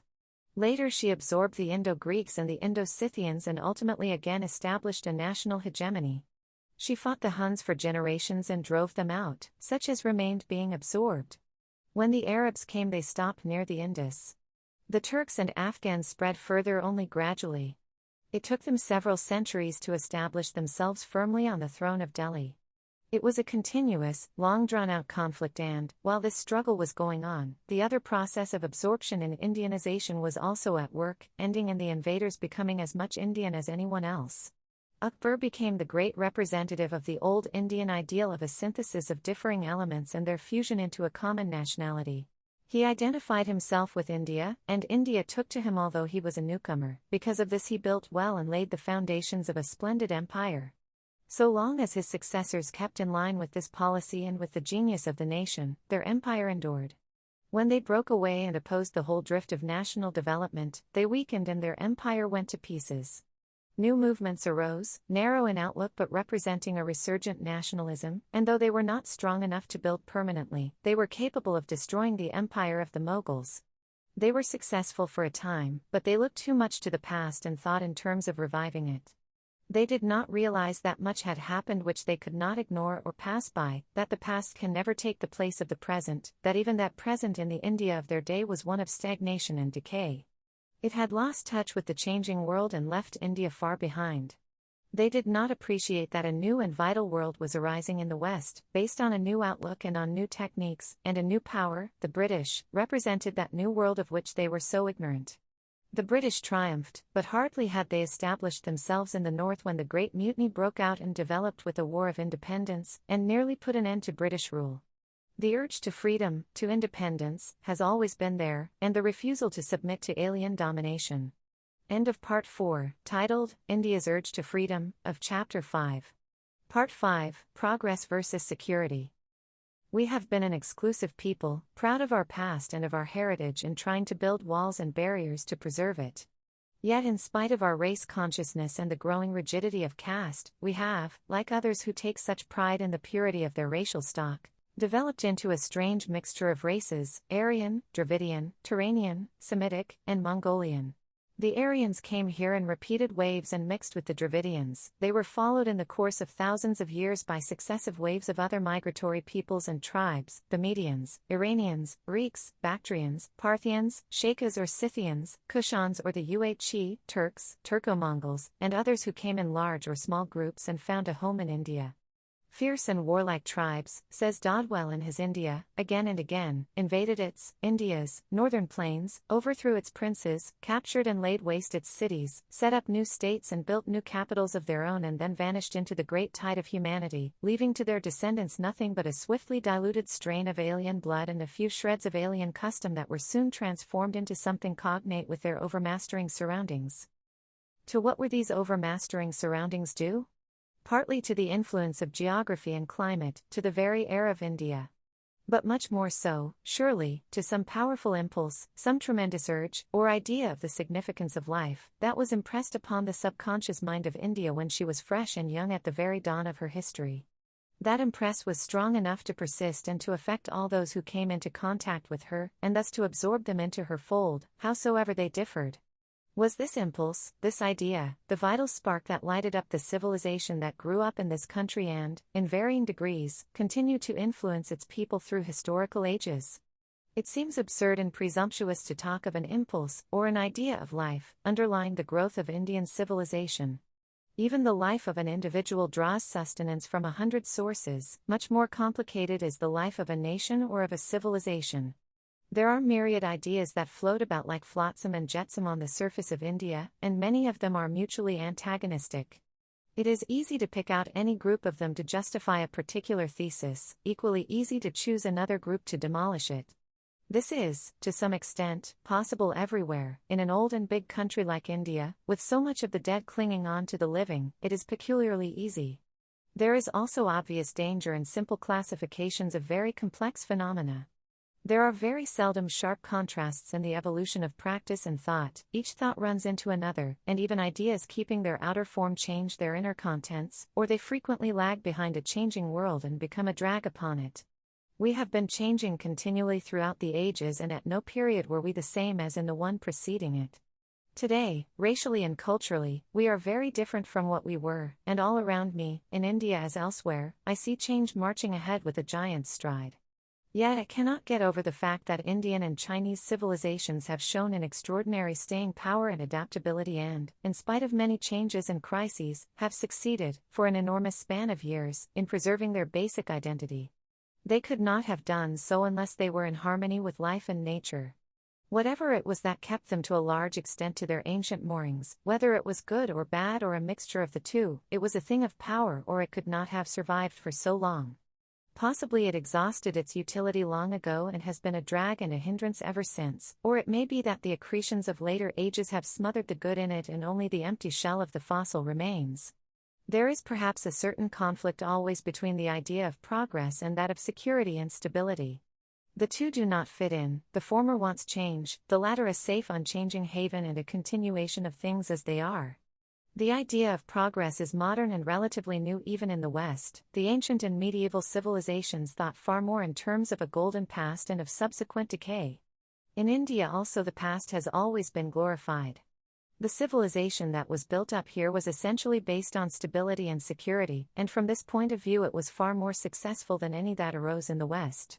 The social structure, based on the caste system and joint families, served this purpose and was successful in providing social security for the group and a kind of insurance for the individual who by reason of age, infirmity, or any other incapacity, was unable to provide for himself.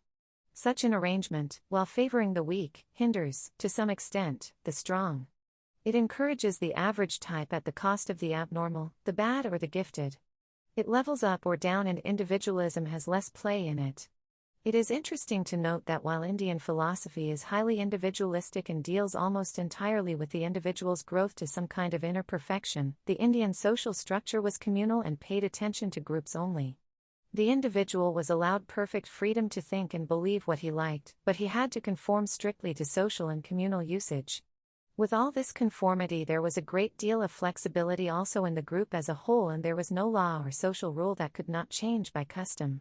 Also, new groups could have their own customs, beliefs, and practices and yet be considered members of the larger social group. It was this flexibility and adaptability that helped in the absorption of foreign elements. Behind it all were some basic ethical doctrines and a philosophic approach to life and a tolerance of other people's ways. So long as stability and security were the chief ends in view, this structure functioned more or less successfully, and even when economic changes undermined it, there was a process of adaptation and it continued. The real challenge to it came from the new dynamic conception of social progress, which could not be fitted into the old static ideas. It is this conception that is uprooting old established systems in the East as it has done in the West. In the West, while progress is still the dominant note, there is a growing demand for security. In India, the very lack of security has forced people out of their old ruts and made them think in terms of a progress that will give more security. In ancient and medieval India, however, there was no such challenge of progress. But the necessity for change and continuous adaptation was recognized, and hence grew a passion for synthesis. It was a synthesis not only of the various elements that came into India, but also an attempt at a synthesis between the outer and inner life of the individual, between man and nature. There were no such wide gaps and cleavages as seem to exist today. This common cultural background created India and gave it an impressive unity in spite of its diversity. At the root of the political structure was the self-governing village system, which endured at the base while kings came and went. Fresh migrations from outside and invaders merely ruffled the surface of this structure without touching those roots. The power of the state, however despotic in appearance, was curbed in 100 ways by customary and constitutional restraints, and no ruler could easily interfere with the rights and privileges of the village community. These customary rights and privileges ensured a measure of freedom both for the community and the individual. Among the people of India today, none are more typically Indian or prouder of Indian culture and tradition than the Rajputs. Their heroic deeds in the past have become a living part of that very tradition. Yet many of the Rajputs are said to be descended from the Indo-Scythians, and some even from the Huns who came to India. There is no sturdier or finer peasant in India than the Jat, wedded to the soil and brooking no interference with his land. He also has a Scythian origin. And so too the Khati, the tall, handsome peasant of Kathiawad. The racial origins of some of our people can be traced back with a certain definiteness, of others it is not possible to do so. But whatever the origin might have been, all of them have become distinctively Indian, participating jointly with others in India's culture and looking back on her past traditions as their own. It would seem that every outside element that has come to India and been absorbed by India, has given something to India and taken much from her. It has contributed to its own and to India's strength. But where it has kept apart, or been unable to become a sharer and participant in India's life, and her rich and diverse culture, it has had no lasting influence, and has ultimately faded away, sometimes injuring itself and India in the process. End of Part 5, titled, Progress versus Security, of Chapter 5. Part 6, India and Iran. Among the many peoples and races who have come in contact with and influenced India's life and culture, the oldest and most persistent have been the Iranians. Indeed, the relationship precedes even the beginnings of Indo-Aryan civilization, for it was out of some common stock that the Indo-Aryans and the ancient Iranians diverged and took their different ways. Racially connected, their old religions and languages also had a common background. The Vedic religion had much in common with Zoroastrianism, and Vedic Sanskrit and the Old Pahlavi, the language of the Avesta, closely resemble each other. Classical Sanskrit and Persian developed separately, but many of their root words were common, as some are common to all the Aryan languages. The two languages, and even more so their art and culture, were influenced by their respective environments. Persian art appears to be intimately connected with the soil and scenery of Iran, and to that probably is due the persistence of Iran's artistic tradition. So also the Indo-Aryan artistic tradition and ideals grew out of the snow-covered mountains, rich forests, and great rivers of North India. Iran, like India, was strong enough in her cultural foundations to influence even her invaders and often to absorb them. The Arabs, who conquered Iran in the 7th century AC, soon succumbed to this influence and, in place of their simple desert ways, adopted the sophisticated culture of Iran. The Persian language, like French in Europe, became the language of cultured people across wide stretches of Asia. Iranian art and culture spread from Constantinople in the west right up to the edge of the Gobi Desert. In India, this Iranian influence was continuous, and during the Afghan and Mughal periods in India, Persian was the court language of the country. This lasted right up to the beginning of the British period. All the modern Indian languages are full of Persian words. This was natural enough for the languages descended from the Sanskrit, and more especially for Hindustani, which itself is a mixed product, but even the Dravidian languages of the south have been influenced by Persian. India has produced in the past some brilliant poets in the Persian language, and even today there are many fine scholars of Persian, both Hindu and Muslim. There seems to be little doubt that the Indus Valley civilization had some contacts with the contemporaneous civilizations of Iran and Mesopotamia. There is a striking similarity between some of the designs and seals. There is also some evidence to show that there were contacts between Iran and India in the pre-Achaemenid period. India is mentioned in the Avesta, and there is also some kind of a description of North India in it. In the Rig Veda there are references to Persia. The Persians were called Padshavas and later Padshakas, from which the modern word Parsi is derived. The Parthians were referred to as Padtavas. Iran and North India were thus traditionally interested in each other from the most ancient times, prior to the Achaemenid dynasty. With Cyrus the Great, King of Kings, we have record of further contacts. Cyrus reached the borderlands of India, probably Kabul and Baluchistan. In the 6th century BC, the Persian Empire under Darius stretched right up to northwest India, including Sind and probably part of western Punjab. That period is sometimes referred to as the Zoroastrian period of Indian history, and its influence must have been widespread. Sun worship was encouraged.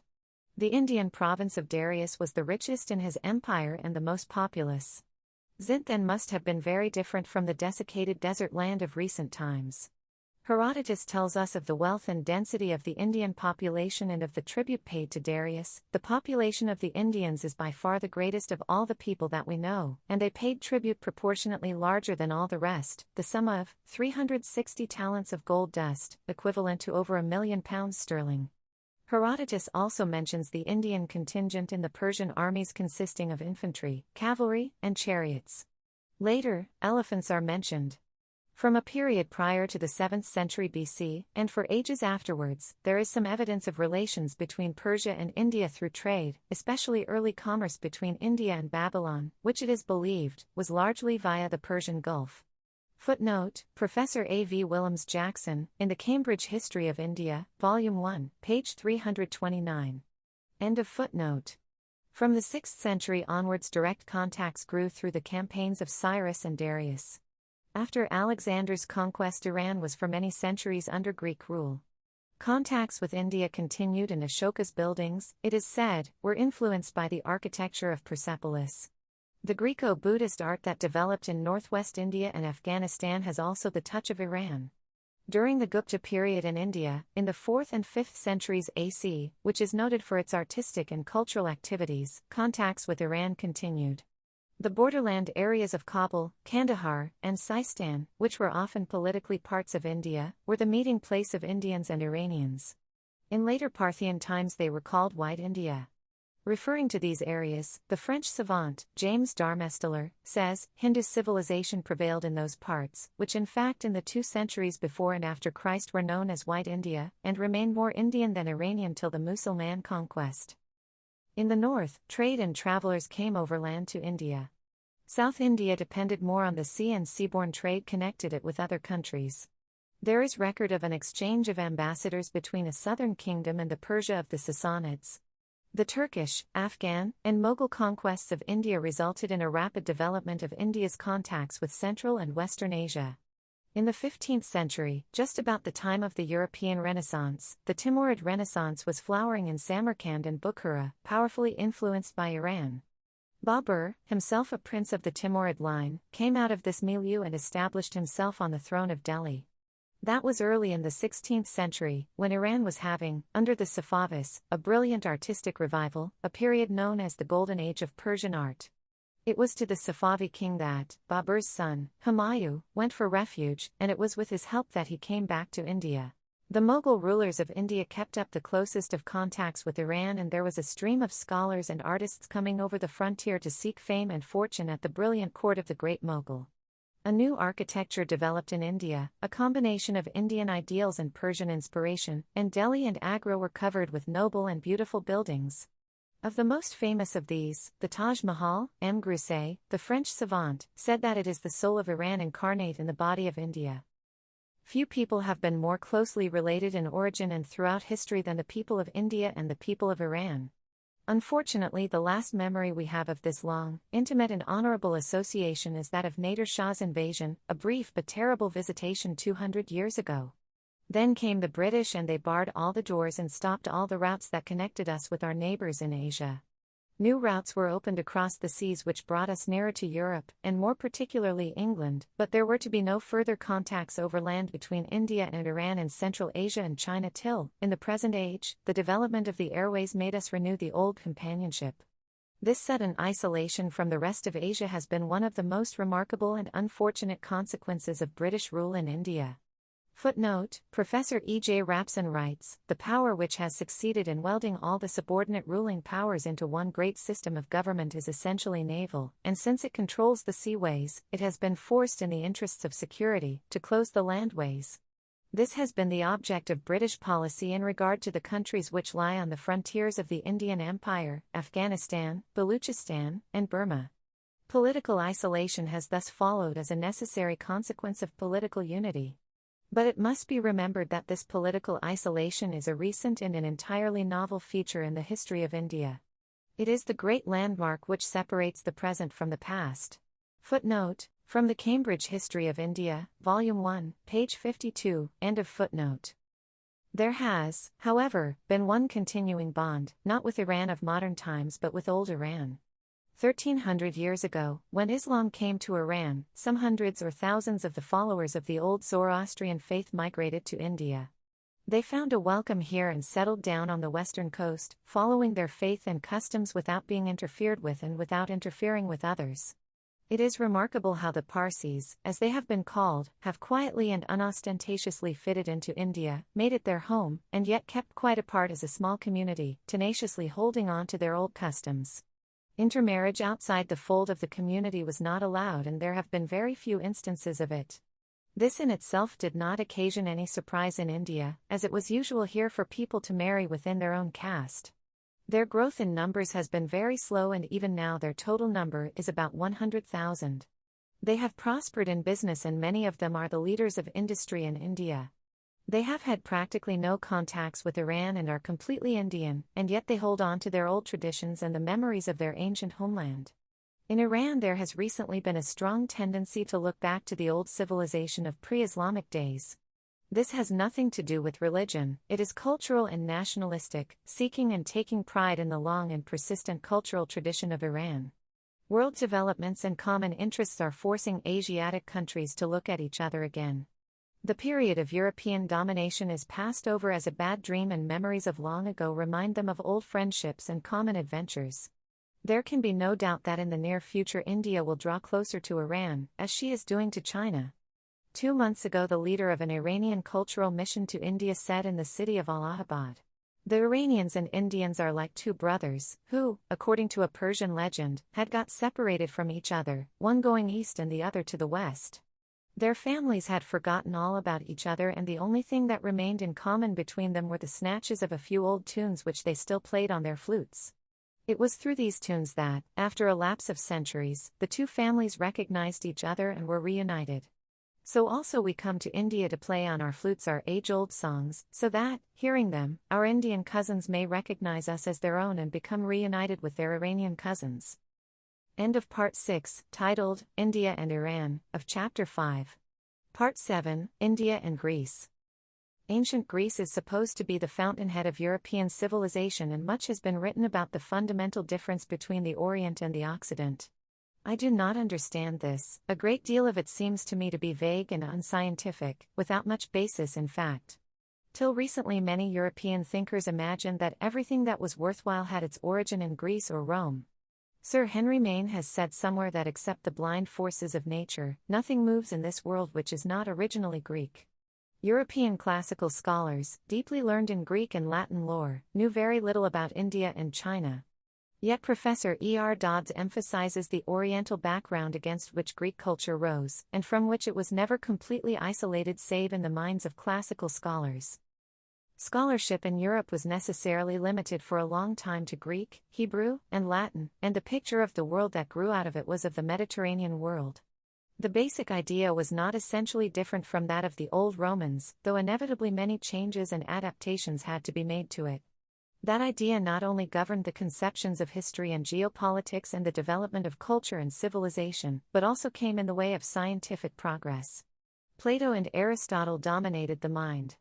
Even when some knowledge of what the peoples of Asia had done in the past soaked into the European mind, it was not willingly accepted. There was an unconscious resistance to it, an attempt to fit it somehow into the previous picture. If scholars believed so, much more so did the unread crowd believe in some essential difference between the East and the West. The industrialization of Europe and the consequent material progress impressed this difference still further on the popular mind, and by an odd process of rationalization ancient Greece became the father or mother of modern Europe and America. Additional knowledge of the past of the world shook these conclusions in the minds of a few thinkers, but so far as the mass of the people were concerned, intellectuals and non-intellectuals, the centuries-old ideas continued, phantoms floating about in the upper layer of their consciousness and fading away into the landscape they had fashioned for themselves. I do not understand the use of the words Orient and Occident, except in the sense that Europe and America are highly industrialized and Asia is backward in this respect. This industrialization is something new in the world's history, and it has changed and continues to change the world more than anything else has done. There is no organic connection between Hellenic civilization and modern European and American civilization. The modern notion that the really important thing is to be comfortable is entirely foreign to the ideas underlying Greek or any other ancient literature. Greeks and Indians and Chinese and Iranians were always seeking a religion and a philosophy of life which affected all their activities and which were intended to produce an equilibrium and a sense of harmony. This ideal emerges in every aspect of life, in literature, art, and institutions, and it produces a sense of proportion and completeness. Probably these impressions are not wholly justified and the actual conditions of life may have been very different. But even so, it is important to remember how far removed are modern Europe and America from the whole approach and outlook of the Greeks, whom they praise so much in their leisure moments, and with whom they seek some distant contacts, in order to satisfy some inner yearning of their hearts, or find some oasis in the harsh and fiery deserts of modern existence. Every country and people in the East and the West has had an individuality, a message, and has attempted to solve life's problems each in its own way. Greece is something definite, superb in its own way, so is India, so is China, so is Iran. Ancient India and ancient Greece were different from each other and yet they were akin, just as ancient India and ancient China had kinship in thought, in spite of great differences. They all had the same broad, tolerant, pagan outlook, joy in life and in the surprising beauty and infinite variety of nature, love of art, and the wisdom that comes from the accumulated experience of an old race. Each of them developed in accordance with its racial genius, influenced by its natural environment, and emphasized some one aspect of life more than others. This emphasis varied. The Greeks, as a race, may have lived more in the present and found joy and harmony in the beauty they saw around them or which they themselves created. The Indians found this joy and harmony also in the present, but, at the same time, their eyes were turned towards deeper knowledge and their minds trafficked with strange questions. The Chinese, fully aware of these questions and their mystery, in their wisdom avoided entanglement with them. In their different ways each tried to express the fullness and beauty of life. History has shown that India and China had stronger foundations and greater staying power. They have thus far survived, though they have been badly shaken and have greatly deteriorated, and the future is obscure. Old Greece, for all its brilliance, had a short life. It did not survive except in its splendid achievements, its influence on succeeding cultures, and the memory of that short bright day of abundant life. Perhaps because it was too much engrossed in the present, it became the past. India is far nearer in spirit and outlook to the old Greece than the nations of Europe are today, although they call themselves children of the Hellenic spirit. We are apt to forget this because we have inherited fixed concepts which prevent reasoned thought. India, it is said, is religious, philosophical, speculative, metaphysical, unconcerned with this world, and lost in dreams of the beyond and the hereafter. So we are told, and perhaps those who tell us so would like India to remain plunged in thought and entangled in speculation, so that they might possess this world and the fullness thereof, unhindered by these thinkers, and take their joy of it. Yes, India has been all this but also much more than this. She has known the innocence and insouciance of childhood, the passion and abandon of youth, and the ripe wisdom of maturity that comes from long experience of pain and pleasure, and over again she has renewed her childhood and youth and age. The tremendous inertia of age and size have weighed her down, degrading custom and evil practice have eaten into her, many a parasite has clung to her and sucked her blood, but behind all this lie the strength of ages and the subconscious wisdom of an ancient race. For we are very old, and trackless centuries whisper in our ears, yet we have known how to regain our youth again and again, though the memory and dreams of those past ages endure with us. It is not some secret doctrine or esoteric knowledge that has kept India vital and going through these long ages, but a tender humanity, a varied and tolerant culture, and a deep understanding of life and its mysterious ways. Her abundant vitality flows out from age to age in her magnificent literature and art, though we have only a small part of this with us and much lies hidden still or has been destroyed by nature or man's vandalism.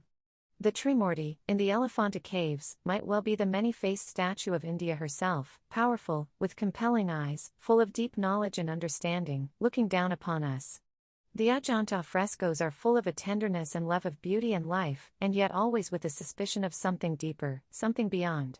Geographically and climatically Greece is different from India. There are no real rivers there, no forests, no big trees, which abound in India. The sea with its immensity and changing moods affected the Greeks far more than it did the Indians, except perhaps those who lived near India's coastline. India's life was more continental, of vast plains and huge mountains, of mighty rivers and great forests. There were some mountains in Greece also, and the Greeks chose Olympus as the abode of the gods, just as the Indians placed their gods and even their sages on the Himalayan heights.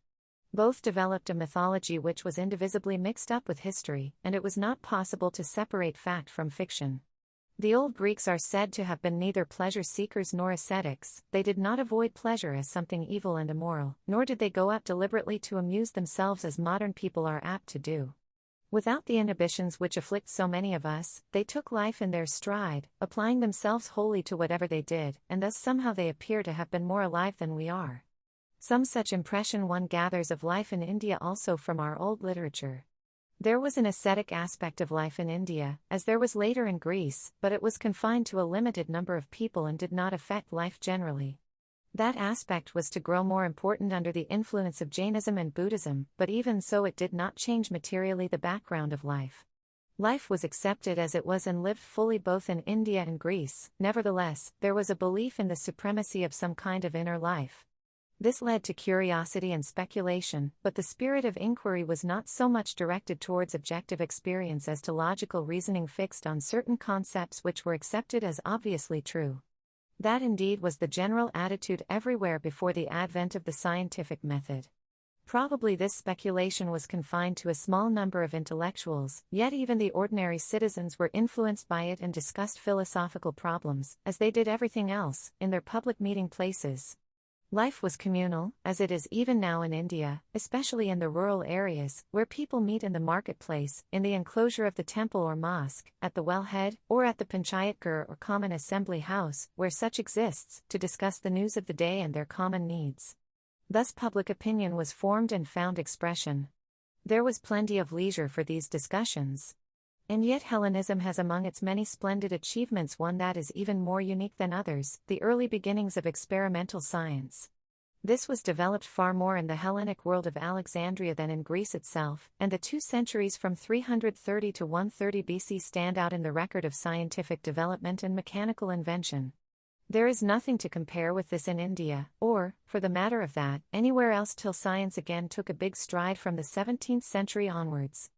Even Rome, for all its empire and the Pax Romana over a considerable area, its close contacts with Hellenic civilization, its opportunities to draw upon the learning and experiences of many peoples, made no significant contribution to science, invention, or mechanical development.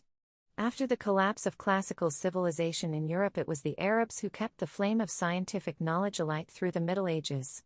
This burst of scientific activity and invention in Alexandria was no doubt the social product of the time, called forth by the needs of a growing society and of seafaring, just as the advance in arithmetic and algebraic methods, the use of the zero sign and the place value system in India were also due to social needs, advancing trade and more complex organization. But it is doubtful how far the scientific spirit was present in the old Greeks as a whole, and their life must have followed traditional patterns, based on their old philosophic approach seeking an integration and harmony in man and with nature. It is that approach which is common to old Greece and India.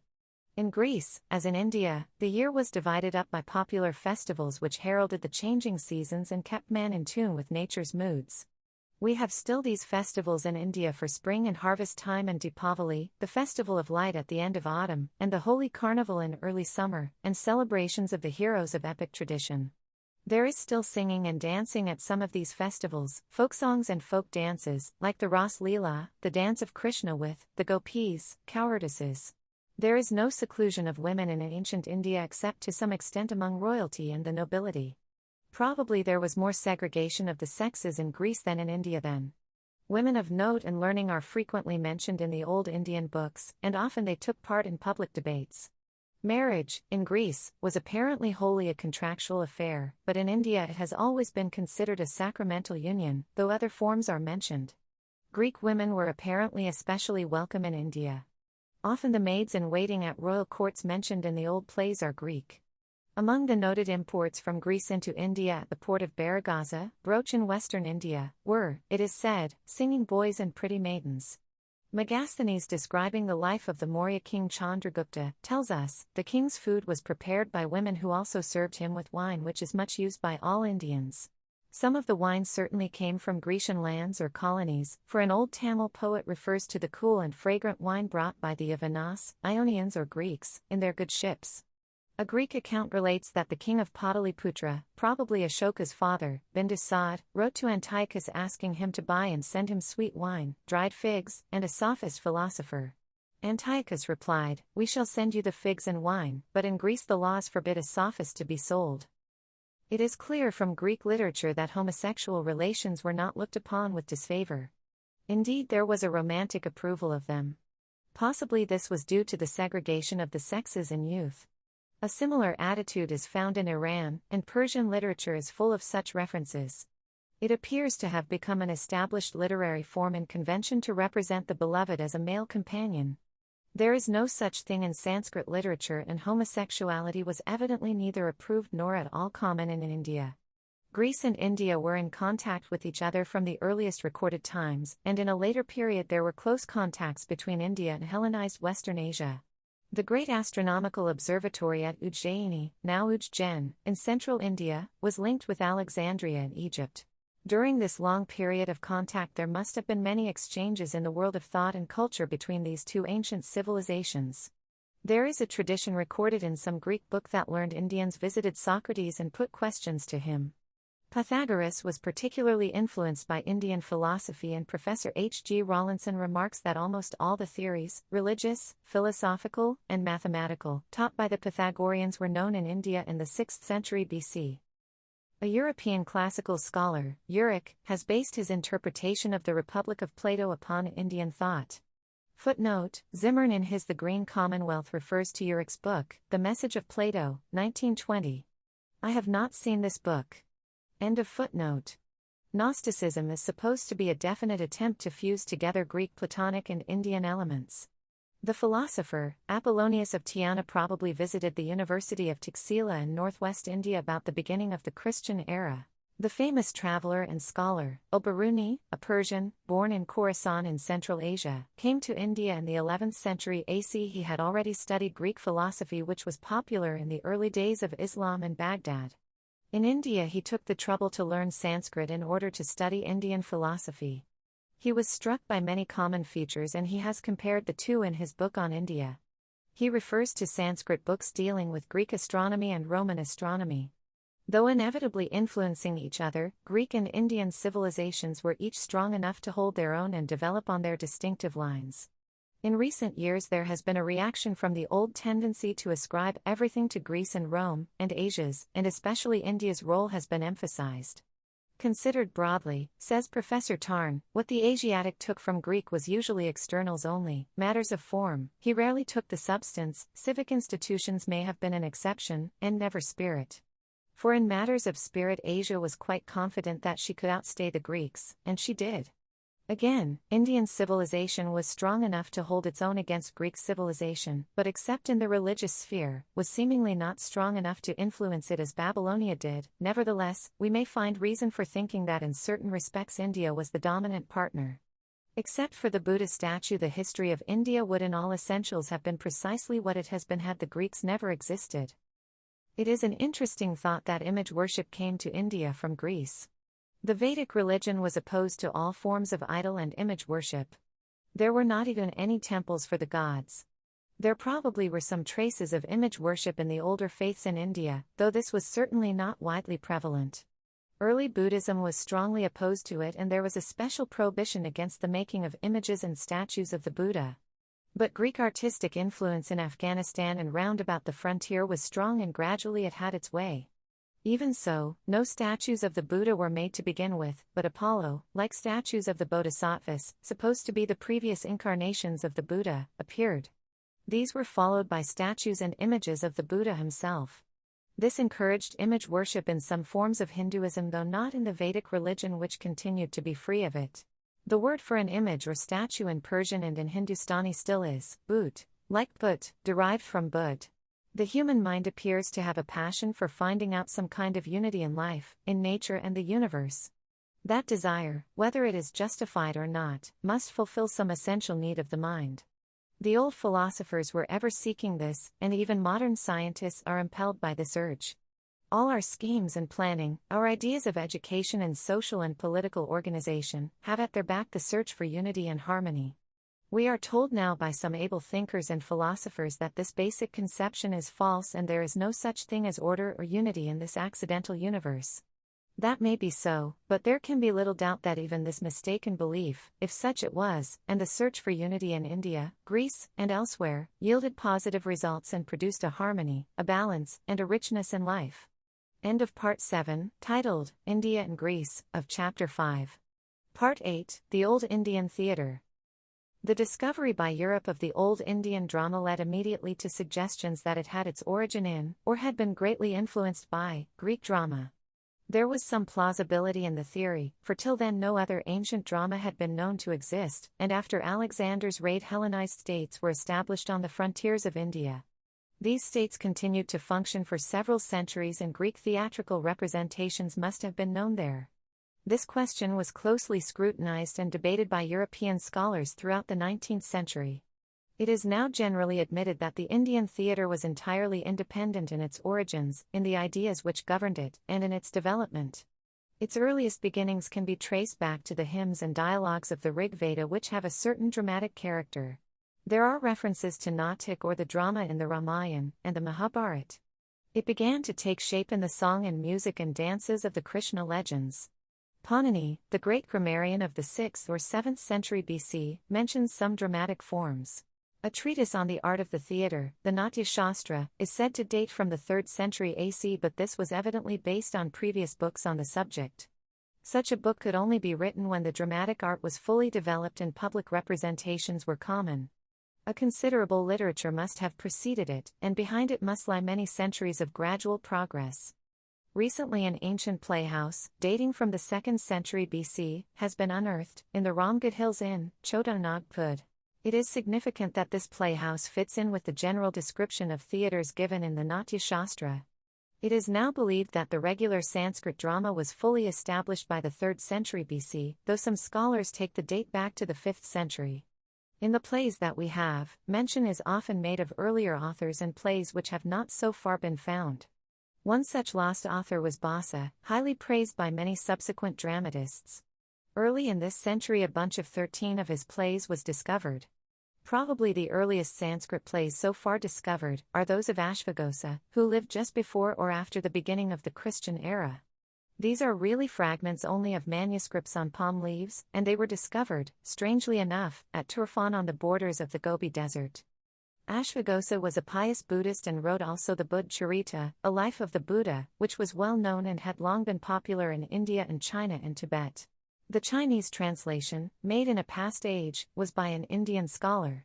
These discoveries have given a new perspective to the history of the old Indian drama, and it may be that further discoveries and finds will throw more light on this fascinating development of Indian culture. 4. As Sylvain Lévy has written in his Le Théâtre Indien, note, a paragraph in French begins, Le théâtre est la plus haute expression de la civilisation qui l'enfant. Qu'il traduise ou qu'il interprète la vie réelle, il est tenu de la résumer sous une forme frappante, dégagée des accessoires insignifiants, généralisée dans un symbole. L'originalité de l'on s'est exprimée tout entière dans son art dramatique, elle combine et condense ses dogmes, ses doctrines, ses institutions. End of the paragraph in French. Europe first learned of the old Indian drama from Sir William Jones's translation of Kalidas's Shakuntala, published in 1789. Something in the nature of a commotion was created among European intellectuals by this discovery, and several editions of the book followed. Translations also appeared, made from Sir William Jones's translation, in German, French, Danish, and Italian. Goethe was powerfully impressed, and he paid a magnificent tribute to Shakuntala. The idea of giving a prologue to Faust is said to have originated from Kalidas's prologue, which was in accordance with the usual tradition of the Sanskrit drama. Footnote, there is a tendency on the part of Indian writers, to which I have also partly succumbed, to give selected extracts and quotations from the writings of European scholars in praise of old Indian literature and philosophy. It would be equally easy, and indeed much easier, to give other extracts giving an exactly opposite viewpoint. The discovery by the European scholars of the 18th and 19th centuries of Indian thought and philosophy led to an outburst of admiration and enthusiasm. There was a feeling that these filled a need, something that European culture had been unable to do. Then there was a reaction away from this attitude, and criticism and skepticism grew. This was caused by a feeling that the philosophy was formless and diffuse, and a dislike of the rigid caste structure of Indian society. Both these reactions, in favor and against, were based on very incomplete knowledge of old Indian literature. Goethe himself moved from one opinion to the other, and while he acknowledged the tremendous stimulus of Indian thought on Western civilization, he refused to submit to its far-reaching influence. This dual and conflicting approach has been characteristic of the European mind in regard to India. In recent years, that great European and typical product of the best European culture, Romain Rolland, made a more synthetic and very friendly approach to the basic foundations of Indian thought. For him, East and West represented different phases of the eternal struggle of the human soul. On this subject, Western reaction to Indian thought, Mr. Alex Aronson, of Santini-Keaton University, has written with learning and ability. End of footnote. Kalidasa is acknowledged to be the greatest poet and dramatist of Sanskrit literature. Le nom de Kalidasa, says Professor Sylvain Lévy, note, a paragraph in French begins, Domine la poésie indienne et la résume brillamment. Le drama, l'épopée savante, l'élégie attestant aujourd'hui encore la puissance et la souplesse de ces magnifiques génies, seul entre les disciples de Sarasvati, the goddess of learning and the arts, il a eu le bonheur de produire un chef d'œuvre vraiment classique, où l'on s'admire et où l'humanité se reconnaît. Les applaudissements qui célébrent la naissance de Shakuntala à Ujjainian, après de longs siècles, éclatent d'un bot du monde à l'autre, quand William Jones l'eut révélé à l'Occident. Kalidasa a marqué sa place dans cette pléiade étincelante où chaque nom résume une période de l'esprit humain. La série de ces noms forme l'histoire, ou plutôt elle est l'histoire même. End of the paragraph in French. Kalidasa wrote other plays also and some long poems. His date is uncertain, but very probably he lived towards the end of the 4th century AC at Ujjaini during the reign of Chandragupta II, Vikramaditya of the Gupta dynasty. Tradition says that he was one of the 9 gems of the court, and there is no doubt that his genius was appreciated and he met with full recognition during his life. He was among the fortunate whom life treated as a cherished son and who experienced its beauty and tenderness more than its harsh and rough edges. His writings betray this love of life and a passion for nature's beauty. One of Kalidasa's long poems is the Meghdut, the Cloud Messenger. A lover, made captive and separated from his beloved, asks the cloud, during the rainy season, to carry his message of desperate longing to her. To this poem and to Kalidasa, the American scholar, writer, has paid a splendid tribute. He refers to the two parts of the poem and says, the former half is a description of external nature, yet interwoven with human feeling, the latter half is a picture of a human heart, yet the picture is framed in natural beauty. So exquisitely is the thing done that none can say which half is superior. Of those who read this perfect poem in the original text, some are moved by the one, some by the other. Kalidasa understood in the 5th century what Europe did not learn until the 19th, and even now comprehends only imperfectly, that the world was not made for man, that man reaches his full stature only as he realizes the dignity and worth of life that is not human. That Kalidasa sees this truth is a magnificent tribute to his intellectual power, a quality quite as necessary to great poetry as perfection of form.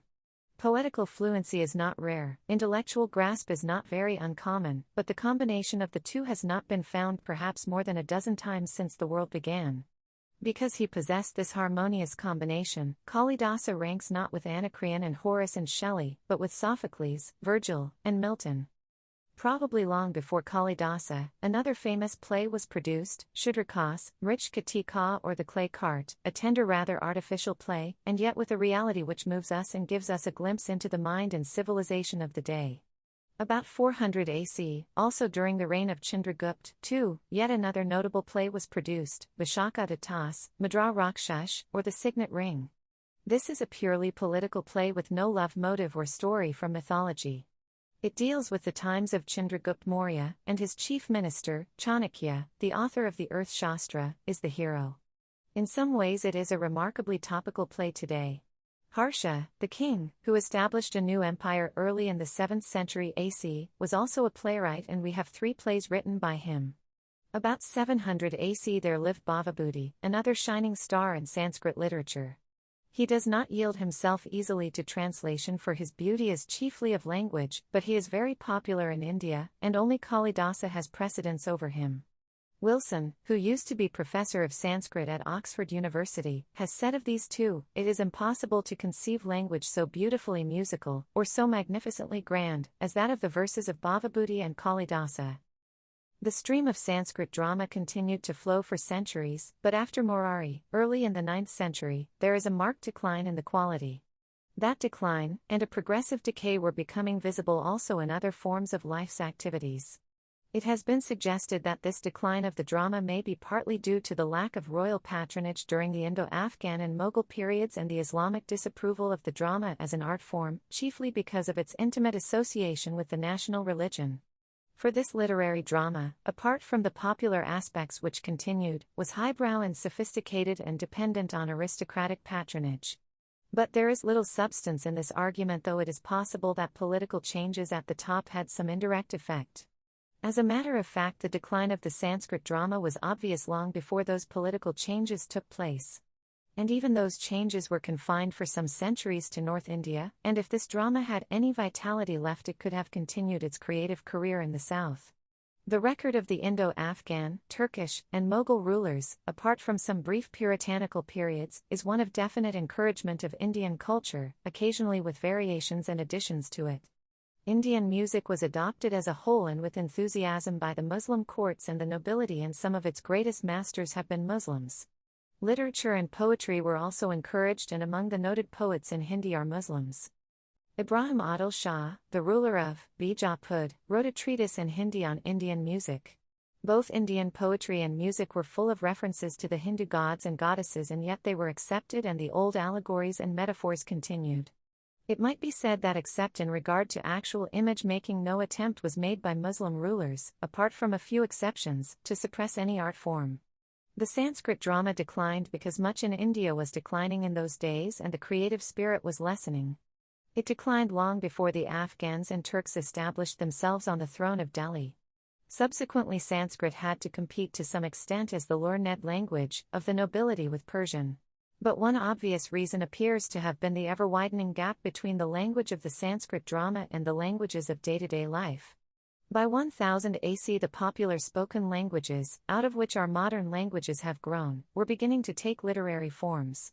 Yet, in spite of all this, it is astonishing how the Sanskrit drama continued to be produced right through the medieval period and up to recent times. In 1892 appeared a Sanskrit adaptation of Shakespeare's Midsummer Night's Dream. Manuscripts of old plays are continually being discovered. A list of these prepared by Professor Sylvain Levi in 1890 contained 377 plays by 189 authors. A more recent list contains 650 plays. The language of the old plays, of Kalidasa and others, is mixed, Sanskrit and one or more Prakrits, that is, popular variations of Sanskrit. In the same play, educated people speak in Sanskrit and ordinary uneducated folk, usually women, though there are exceptions, in Prakrit. The poetical and lyrical passages, which abound, are in Sanskrit. This mixture probably brought the plays nearer to the average audience. It was a compromise between the literary language and the demands of a popular art. Yet, essentially, the old drama represents an aristocratic art meant for sophisticated audiences, usually royal courts and the like. Sylvain Lévy compares it, in some ways, to French tragedy, which was cut off from the crowd by the choice of its subjects and, turning away from real life, created a conventional society. But apart from this high-class literary theatre, there has always been a popular theatre based on stories from Indian mythology and the epics, themes well known to the audience, and concerned more with display than with any dramatic element. This was in the language of the people in each particular area and was therefore confined to that area. Sanskrit plays, on the other hand, being in the all-India language of the educated, had an all-India vogue. These Sanskrit plays were undoubtedly meant for acting, and elaborate stage directions are given, and rules for seating the audience. Unlike the practice in ancient Greece, actresses took part in the presentation. In both Greek and Sanskrit there is a sensitive awareness of nature and a feeling of being a part of that nature.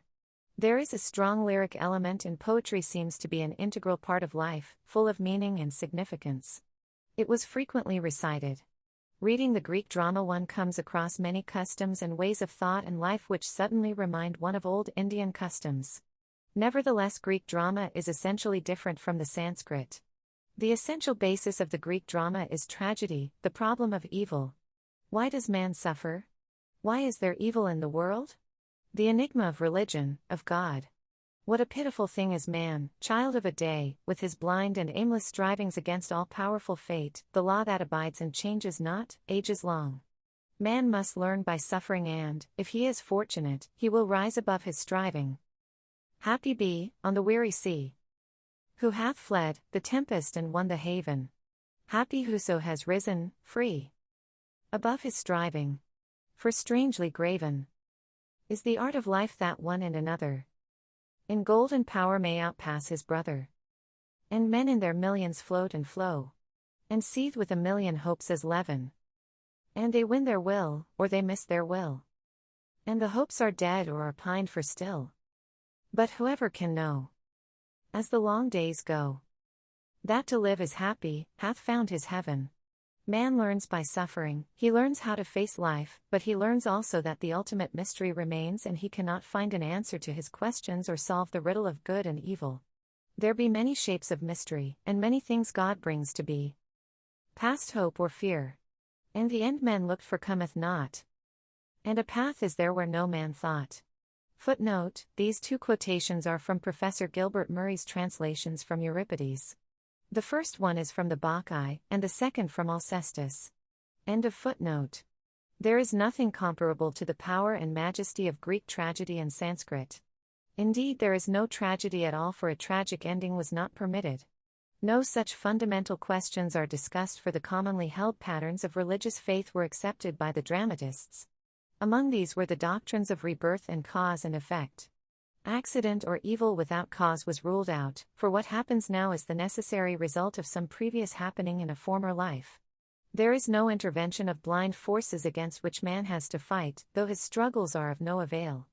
The philosophers and the thinkers were not satisfied by these simple explanations, and they were continually going behind them in their search for final causes and fuller explanations. But life was generally governed by these beliefs, and the dramatists did not challenge them. The plays and Sanskrit poetry in general were in full accord with the Indian spirit, and there are few traces of any rebellion against it. The rules laid down for dramatic writing were strict, and it was not easy to break them.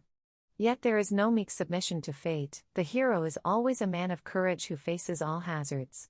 The ignorant rely on providence, says Chanakya contemptuously in the Madra Rakshash. They look to the stars for help instead of relying on themselves. Some artificiality creeps in. The hero is always the hero, the villain almost always acts villainously. There are few intermediate shades. Yet there are powerful dramatic situations and moving scenes and a background of life which seems like a picture in a dream, real and yet unreal, all woven together by a poet's fancy and magnificent language. It almost seems, though it may not have been so, that life in India was more peaceful, more stable than, as if it had discovered its roots and found answer to its questions. It flows along serenely and even strong winds and passing storms ruffle its surface only. There is nothing like the fierce tempests of Greek tragedy. But it is very human and there is an aesthetic harmony and a logical unity about it. The Natak, the Indian drama, says Sylvain Levy, still remains the happiest invention of the Indian genius. Professor A. Barrydale Keith says also that the Sanskrit drama may legitimately be regarded as the highest product of Indian poetry, and is summing up in itself the final conception of literary art achieved by the very self-conscious creators of Indian literature. The Brahmin, in fact, much abused as he has been in this as in other matters, was the source of the intellectual distinction of India. As he produced Indian philosophy, so by another effort of his intellect he evolved the subtle and effective form of the drama. Footnote: I have frequently consulted Sylvain Levy's Le Théâtre Indien, Paris, 1890, and A. Barrydale Keith's Sanskrit Drama, Oxford, 1924, and some quotations have been taken from these two books. End of footnote. An English translation of Shudra Ka Smrichkataka was staged in New York in 1924. Mr. Joseph Wood Crutch, the dramatic critic of The Nation, wrote of it as follows: here, if anywhere, the spectator will be able to see a genuine example of that pure art theater of which theorists talk, and here, too, he will be led to meditate upon that real wisdom of the East which lies not in esoteric doctrine but in a tenderness far deeper and truer than that of the traditional Christianity which has been so thoroughly corrupted by the hard righteousness of Hebraism. A play wholly artificial yet profoundly moving because it is not realistic but real. Whoever the author may have been, and whether he lived in the 4th century or the 8th, he was a man good and wise with the goodness and wisdom which come not from the lips or the smoothly flowing pen of the moralist but from the heart. An exquisite sympathy with the fresh beauty of youth and love tempered his serenity, and he was old enough to understand that a light-hearted story of ingenious complication could be made the vehicle of tender humanity and confident goodness. Such a play can be produced only by a civilization which has reached stability. When a civilization has thought its way through all the problems it faces, it must come to rest upon something calm and naive like this. Macbeth and Othello, however great and stirring they might be, are barbarous heroes because the passionate tumult of Shakespeare is the tumult produced by the conflict between a newly awakened sensibility and a series of ethical concepts inherited from the savage age. The realistic drama of our own time is a product of a like confusion, but when problems are settled, and when passions are reconciled with the decisions of an intellect, then form alone remains. Nowhere in our European past do we find, this side the classics, a work more completely civilized. End of Part 8, titled, The Old Indian Theatre, of Chapter 5. Part 9, Vitality and Persistence of Sanskrit. Sanskrit is a language amazingly rich, efflorescent, full of luxuriant growth of all kinds, and yet precise and strictly keeping within the framework of grammar, which Panini laid down 2,600 years ago. It spread out, added to its richness, became fuller and more ornate, but always it stuck to its original roots. In the years of the decline of Sanskrit literature, it lost some of its power and simplicity of style and became involved in highly complex forms and elaborate similes and metaphors. The grammatical rule which enable words to be joined together became in the hands of the epigones a mere device to show off their cleverness by combining whole strings of words running into many lines. Sir William Jones observed as long ago as 1784, the Sanskrit language, whatever be its antiquity, is of a wonderful structure, more perfect than the Greek, more copious than the Latin and more exquisitely refined than either, yet bearing to both of them a stronger affinity, both in the roots of verbs, and in the forms of grammar, than could possibly have been produced by accident, so strong indeed, that no philologer could examine them all without believing them to have sprung from some common source which perhaps no longer exists. William Jones was followed by many other European scholars, English, French, German, and others, who studied Sanskrit and laid the foundations of a new science, comparative philology. German scholarship forged ahead in this new domain, and it is to these German scholars of the 19th century that the greatest credit must go for research in Sanskrit. Practically every German university had a Sanskrit department, with 1 or 2 professors in charge of it. Indian scholarship, which was considerable, was of the old style, uncritical and seldom acquainted with foreign classical languages, except Arabic and Persian. A new type of scholarship arose in India under European inspiration, and many Indians went to Europe, usually to Germany, to train themselves in the new methods of research in critical and comparative study. These Indians had an advantage over the Europeans, and yet there was a disadvantage also. The disadvantage was due to certain preconceived notions, inherited beliefs and tradition, which came in the way of dispassionate criticism. The advantage, and it was great, was the capacity to enter into the spirit of the writing, to picture the environment in which it grew and thus to be more in tune with it. A language is something infinitely greater than grammar and philology. It is the poetic testament of the genius of a race and a culture, and the living embodiment of the thoughts and fancies that have molded them. Words change their meanings from age to age, and old ideas transform themselves into new, often keeping their old attire.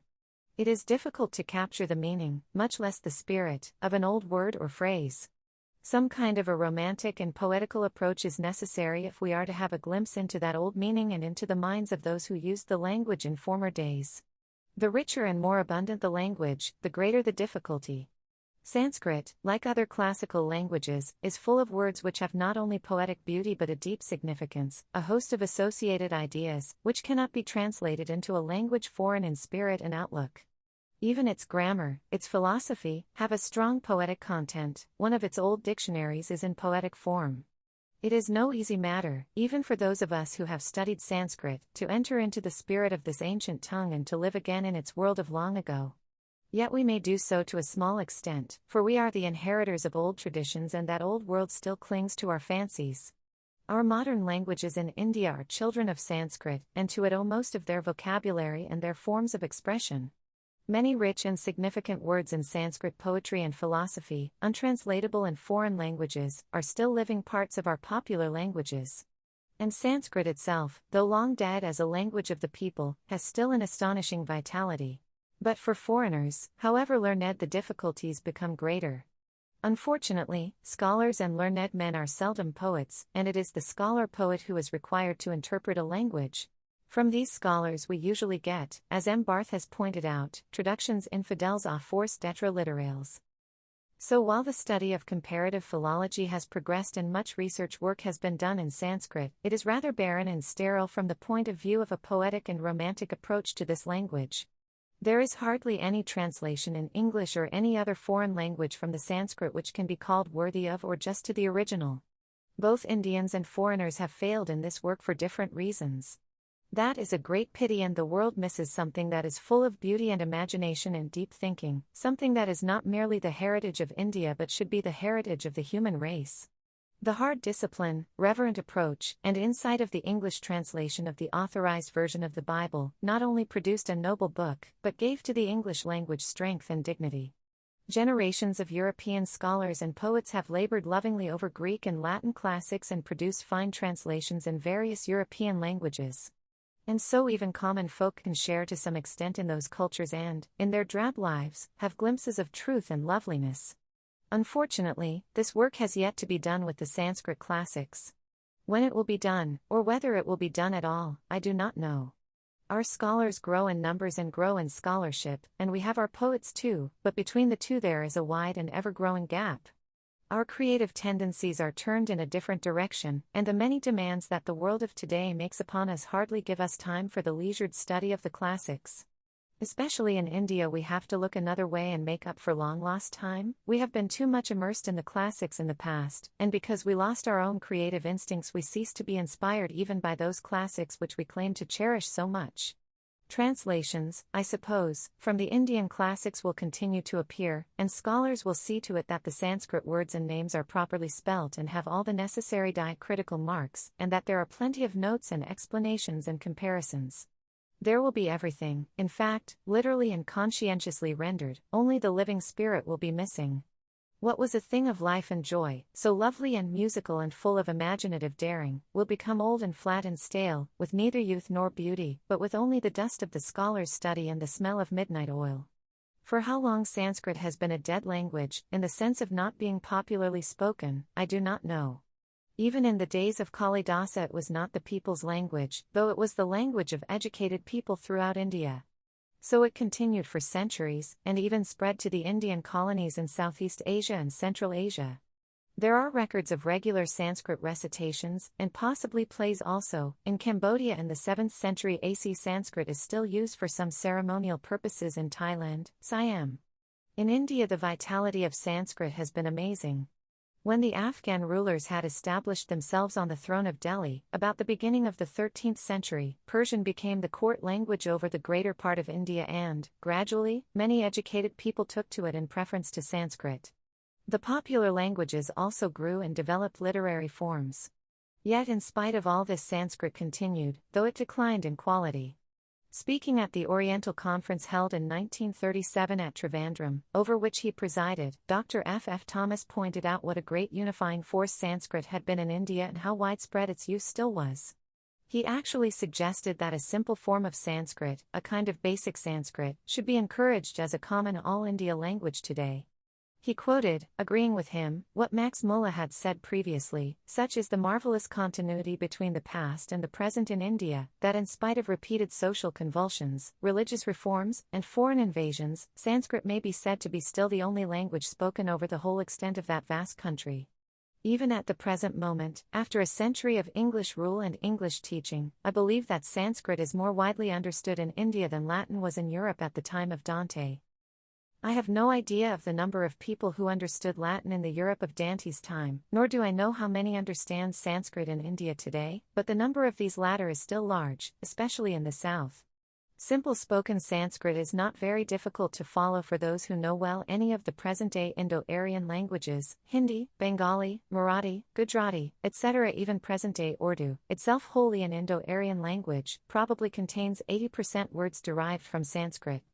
It is often difficult to say whether a word has come from Persian or Sanskrit, as the root words in both these languages are alike. Curiously enough, the Dravidian languages of the south, though entirely different in origin, have borrowed and adopted such masses of words from the Sanskrit that nearly half their vocabulary is very nearly allied to Sanskrit.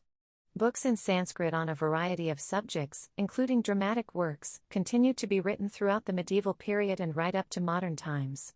Indeed, such books still appear from time to time, and so do Sanskrit magazines. The standard is not high and they do not add anything of value to Sanskrit literature. But the surprising thing is that this hold of Sanskrit should continue in this way throughout this long period. Sometimes public gatherings are still addressed in Sanskrit, though naturally the audiences are more or less select. This continuing use of Sanskrit has undoubtedly prevented the normal growth of the modern Indian languages. The educated intellectuals looked upon them as vulgar tongues not suited to any creative or learned work, which was written in Sanskrit, or later not infrequently in Persian. In spite of this handicap, the great provincial languages gradually took shape in the course of centuries, developed literary forms, and built up their literatures. It is interesting to note that in modern Thailand, when the need arose for new technical, scientific, and governmental terms, many of these were adapted from Sanskrit. The ancient Indians attached a great deal of importance to sound, and hence their writing, poetry or prose, had a rhythmic and musical quality. Special efforts were made to ensure the correct enunciation of words, and elaborate rules were laid down for this purpose. This became all the more necessary as, in the old days, teaching was oral, and whole books were committed to memory and thus handed down from generation to generation. The significance attached to the sound of words led to attempts to coordinate the sense with the sound, resulting sometimes in delightful combinations, and at other times in crude and artificial mixtures. E. H. Johnston has written about this. The classical poets of India have a sensitiveness to variations of sound, to which the literature of other countries afford few parallels, and their delicate combinations are a source of never-failing joy. Some of them, however, are inclined to attempt to match the sense with the sound in a way that is decidedly lacking in subtlety, and they have perpetrated real atrocities in the manufacture of verses with a limited number of consonants or even only one. From E. H. Johnston's translation of Ashvaghosh's Buddh Charita, published in Lahore, 1936. End of footnote. Recitations from the Vedas, even in the present day, are done according to the precise rules for enunciation laid down in ancient times. The modern Indian languages descended from the Sanskrit, and therefore called Indo-Aryan languages, are Hindi, Urdu, Bengali, Marathi, Gujarati, Oriya, Assamese, Rajasthani, a variation of Hindi, Punjabi, Sindhi, Pashto, and Kashmiri. The Dravidian languages are Tamil, Telugu, Kannarese, and Malayalam. These 15 languages cover the whole of India, and of these, Hindi, with its variation Urdu, is far the most widespread and is understood even where it is not spoken. Apart from these, there are only some dialects and some undeveloped languages spoken, in very limited areas, by some backward hill and forest tribes. The oft-repeated story of India having 500 or more languages is a fiction of the mind of the philologist and the census commissioner who notes down every variation in dialect and every petty hill tongue on the Assam-Bengal frontier with Burma as a separate language, although sometimes it is spoken only by a few hundred or a few thousand persons. Most of these so-called hundreds of languages are confined to this eastern frontier of India and to the eastern border tracts of Burma. According to the method adopted by census commissioners, Europe has hundreds of languages and Germany was, I think, listed as having about 60. The real language question in India has nothing to do with this variety. It is practically confined to Hindi Urdu, one language with 2 literary forms and 2 scripts. As spoken there is hardly any difference, as written, especially in literary style, the gap widens. Attempts have been, and are being, made to lessen this gap and develop a common form, which is usually styled Hindustani. This is developing into a common language understood all over India. Pashto, one of the Indo-Aryan languages derived from Sanskrit, is the popular language in the northwest frontier province as well as in Afghanistan. It has been influenced, more than any of our other languages, by Persian. This frontier area has in the past produced a succession of brilliant thinkers, scholars, and grammarians in Sanskrit. The language of Ceylon is Sinhalese. This is also an Indo-Aryan language derived directly from Sanskrit. The Sinhalese people have not only got their religion, Buddhism, from India, but are racially and linguistically akin to Indians. Sanskrit, it is now well recognized, is allied to the European classical and modern languages. Even the Slavonic languages have many common forms and roots with Sanskrit. The nearest approach to Sanskrit in Europe is made by the Lithuanian language. End of Part 9, titled, Vitality and Persistence of Sanskrit, of Chapter 5. Part 10, Buddhist Philosophy. Buddha, it is said, used the popular language of the area he lived in, which was a Prakrit, a derivative of Sanskrit. He must have known Sanskrit, of course, but he preferred to speak in the popular tongue so as to reach the people. From this Prakrit developed the Pali language of the early Buddhist scriptures. Buddha's dialogues and other accounts and discussions were recorded in Pali long after his death, and these form the basis of Buddhism in Ceylon, Burma, and Siam, where the Hinayana form of Buddhism prevails. Some hundreds of years after Buddha there was a revival of Sanskrit in India, and Buddhist scholars wrote their philosophical and other works in Sanskrit. Ashvaghosha's writings and plays, the earliest plays we have, which are meant to be propaganda for Buddhism, are in Sanskrit. These Sanskrit writings of Buddhist scholars in India went to China, Japan, Tibet, and Central Asia, where the Mahayana form of Buddhism prevailed. The age which gave birth to the Buddha had been one of tremendous mental ferment and philosophic inquiry in India. And not in India only, for that was the age of Lao Tse and Confucius, of Zoroaster and Pythagoras. In India it gave rise to materialism as well as to the Bhagavad Gita, to Buddhism and Jainism, and to many other currents of thought which were subsequently to consolidate themselves in the various systems of Indian philosophy. There were different strata of thought, one leading to another, and sometimes overlapping each other. Different schools of philosophy developed side by side with Buddhism, and Buddhism itself had schisms leading to the formation of different schools of thought. The philosophic spirit gradually declined, giving place to scholasticism and polemical controversy. Buddha had repeatedly warned his people against learned controversy over metaphysical problems. Whereof one cannot speak, thereof one must be silent, he is reported to have said. Truth was to be found in life itself and not in argument about matters outside the scope of life and therefore beyond the ken of the human intellect. He emphasized the ethical aspects of life and evidently felt that these suffered and were neglected because of a preoccupation with metaphysical subtleties. Early Buddhism reflected to some extent this philosophic and rational spirit of the Buddha, and its inquiries were based on experience. In the world of experience, the concept of pure being could not be grasped and was therefore put aside, so also the idea of a creator God, which was a presumption not capable of logical proof. Nevertheless, the experience remained and was real enough in a sense. What could this be except a mere flux of becoming, ever changing into something else? So these intermediate degrees of reality were recognized, and further inquiry proceeded on these lines on a psychological basis. Buddha, rebel as he was, hardly cut himself off from the ancient faith of the land. Mrs. Rhys Davids says that Gautam was born and brought up and lived and died as a Hindu. There was not much in the metaphysics and principles of Gautam, which cannot be found in one or other of the orthodox systems, and a great deal of his morality could be matched from earlier or later Hindu books. Such originality as Gautam possessed lay in the way in which he adapted, enlarged, ennobled, and systematized that which had already been well said by others, in the way in which he carried out to their logical conclusion principles of equity and justice already acknowledged by some of the most prominent Hindu thinkers. The difference between him and other teachers lay chiefly in his deep earnestness and in his broad public spirit of philanthropy. Footnote: this quotation, as well as much else, is taken from Sir S. Radhakrishnan's Indian Philosophy, published by George Allen and Unwin, in London, 1940. End of footnote. Yet Buddha had sown the seeds of revolt against the conventional practice of the religion of his day.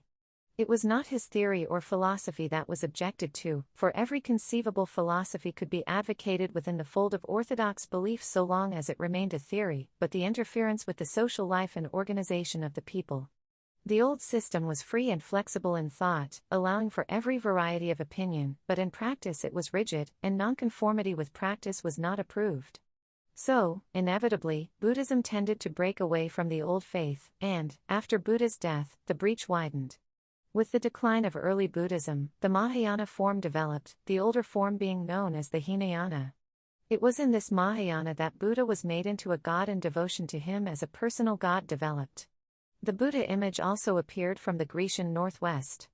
About the same time there was a revival of Brahmanism in India and of Sanskrit scholarship. Between the Hinayana and the Mahayana there was bitter controversy, and the debate and opposition to each other has continued throughout subsequent history. The Hinayana countries, Ceylon, Burma, Siam, even now rather look down upon the Buddhism that prevails in China and Japan, and I suppose this feeling is reciprocated. While the Hinayana adhered, in some measure, to the ancient purity of doctrine and circumscribed it in a Pali canon, the Mahayana spread out in every direction, tolerating almost everything and adapting itself to each country's distinctive outlook. In India it began to approach the popular religion. In each of the other countries, China and Japan and Tibet, it had a separate development. Some of the greatest of the early Buddhist thinkers moved away from the agnostic attitude which Buddha had taken up in regard to the existence of the soul and rejected it completely. Among a galaxy of men of remarkable intellect, Nagarjuna stands out as one of the greatest minds that India has produced. He lived during Kanishka's reign, about the beginning of the Christian era, and he was chiefly responsible for formulating the Mahayana doctrines. The power and daring of his thought are remarkable, and he is not afraid of arriving at conclusions which to most people must have appeared as scandalous and shocking. With a ruthless logic he pursues his argument till it leads him to deny even what he believed in. Thought cannot know itself and cannot go outside itself or know another. There is no God apart from the universe, and no universe apart from God, and both are equally appearances. And so he goes on till there is nothing left, no distinction between truth and error, no possibility of understanding or misunderstanding anything, for how can anyone misunderstand the unreal? Nothing is real.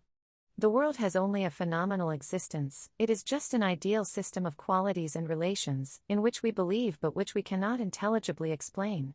Yet behind all this experience he hints at something, the absolute, which is beyond the capacity of our thinking, for in the very process of thought it becomes something relative. Footnote: Professor Theodor Strabotsky of the Academy of Sciences of the USSR, in his book, The Conception of Buddhist Nirvana, Leningrad, 1927, suggests that Nagarjuna should be placed among the great philosophers of humanity. He refers to his wonderful style which never ceases to be interesting, bold, baffling, sometimes seemingly arrogant. He compares Nagarjuna's views with those of Bradley and Hegel. Very remarkable are then the coincidences between Nagarjuna's negativism and the condemnation by Mr. Bradley of almost every conception of the everyday world, things and qualities, relations, space and time, change, causation, motion, the self. From the Indian standpoint, Bradley can be characterized as a genuine Madhyamika.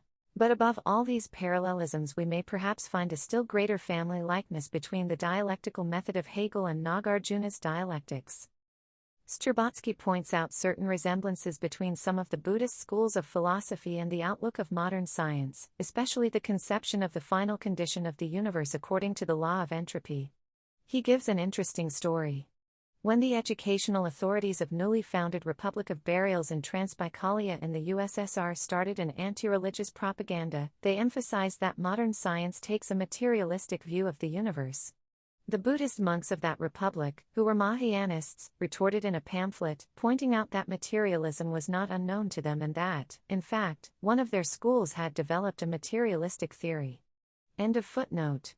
This absolute is often referred to in Buddhist philosophy as shunyata or nothingness. Shunya is the word for the zero mark, yet it is something very different from our conception of vacancy or nothingness. Footnote: Professor Strzelecki, who is an authority on the subject, having personally examined the original texts in various languages, including Tibetan, says that shunyata is relativity. Everything being relative and interdependent has no absoluteness by itself. Hence it is shunya. On the other hand, there is something entirely beyond the phenomenal world, but comprising it, which might be considered the absolute. This cannot be conceived or described in terms of the finite and phenomenal world, and hence it is referred to as tata, or thatness, suchness. This absolute has also been called shunyata. End of footnote.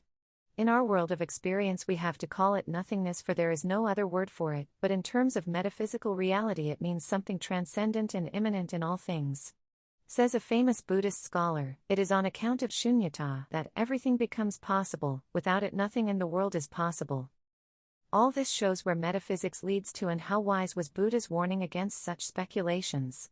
Yet the human mind refuses to imprison itself and continues to reach out for that fruit of knowledge which it well knows is beyond reach.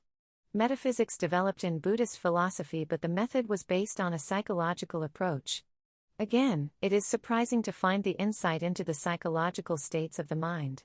The subconscious self of modern psychology is clearly envisaged and discussed. An extraordinary passage in one of the old books has been pointed out to me. This reminds one in a way of the Oedipus complex theory, though the approach is wholly different. Footnote: this occurs in Vasubandhu's Abhidharma Kosh, which was written in the early 5th century AC, collecting previous views and traditions. The original in Sanskrit has been lost. But Chinese and Tibetan translations exist. The Chinese translation is by the famous Chinese pilgrim to India, Sun Song. From this Chinese translation a French translation has been made, Paris Louvain, 1926. My colleague and companion in detention, Acharya Narendra Dev, has been translating this book from the French into Hindi and English, and he pointed out this passage to me. It is in the 3rd chapter. End of footnote. 4 definite schools of philosophy developed in Buddhism, 2 of these belong to the Hinayana branch, and 2 to the Mahayana. All these Buddhist systems of philosophy have their origin in the Upanishads, but they do not accept the authority of the Vedas. It is this denial of the Vedas that distinguishes them from the so-called Hindu systems of philosophy, which developed about the same time. These latter, while accepting the Vedas generally and, in a sense, paying formal obeisance to them, do not consider them as infallible, and indeed go their own way without much regard for them. As the Vedas and the Upanishads spoke with many voices, it was always possible for subsequent thinkers to emphasize one aspect rather than another, and to build their system on this foundation. Professor Radhakrishnan thus describes the logical movement of Buddhist thought as it found expression in the 4 schools. It begins with a dualistic metaphysics looking upon knowledge as a direct awareness of objects. In the next stage, ideas are made the media through which reality is apprehended, thus raising a screen between mind and things. These 2 stages represent the Hinayana schools. The Mahayana schools went further and abolished the things behind the images and reduced all experience to a series of ideas in their mind. The ideas of relativity and the subconscious self come in. In the last stage, this was Nagarjuna's Madhyamaka philosophy, or the middle way. Mind itself is dissolved into mere ideas, leaving us with loose units of ideas and perceptions about which we can say nothing definite. Thus we arrive finally at airy nothing, or something that is so difficult to grasp for our finite minds that it cannot be described or defined. The most we can say is that it is some kind of consciousness, Vigyan, as it is called. In spite of this conclusion arrived at by psychological and metaphysical analysis, which ultimately reduces the conception of the invisible world or the absolute to pure consciousness, and thus to nothing, so far as we can use or comprehend words, it is emphasized that ethical relations have a definite value in our finite world. So in our lives and in our human relations we have to conform to ethics and live the good life. To that life and to this phenomenal world we can and should apply reason and knowledge and experience. The infinite, or whatever it may be called, lies somewhere in the beyond, and to it therefore these cannot be applied. End of Part 10, titled, Buddhist Philosophy, of Chapter 5. Part 11, Effect of Buddhism on Hinduism. What was the effect of Buddha's teachings on the old Aryan religion and the popular beliefs that prevailed in India? There can be no doubt that they produced powerful and permanent effects on many aspects of religious and national life. Buddha may not have thought of himself as the founder of a new religion, probably he looked upon himself as a reformer only. But his dynamic personality and his forceful messages attacking many social and religious practices inevitably led to conflict with the entrenched priesthood. He did not claim to be an uprooter of the existing social order or economic system, he accepted their basic premises and only attacked the evils that had grown under them. Nevertheless he functioned, to some extent, as a social revolutionary, and it was because of this that he angered the Brahmin class who were interested in the continuance of the existing social practices. There is nothing in Buddha's teachings that cannot be reconciled with the wide-flung range of Hindu thought. But when Brahmin supremacy was attacked it was a different matter. It is interesting to note that Buddhism first took root in Magadh, that part of northern India where Brahmanism was weak. It spread gradually west and north and many Brahmins also joined it.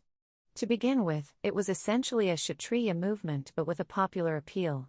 Probably it was due to the Brahmins, who later joined it, that it developed more along philosophical and metaphysical lines. It may have been due also chiefly to the Brahmin Buddhists that the Mahayana form developed, for, in some ways, and notably in its Catholic variety, this was more akin to the varied form of the existing Aryan faith. Buddhism influenced Indian life in 100 ways, as it was bound to, for it must be remembered that it was a living, dynamic, and widespread religion in India for over 1,000 years.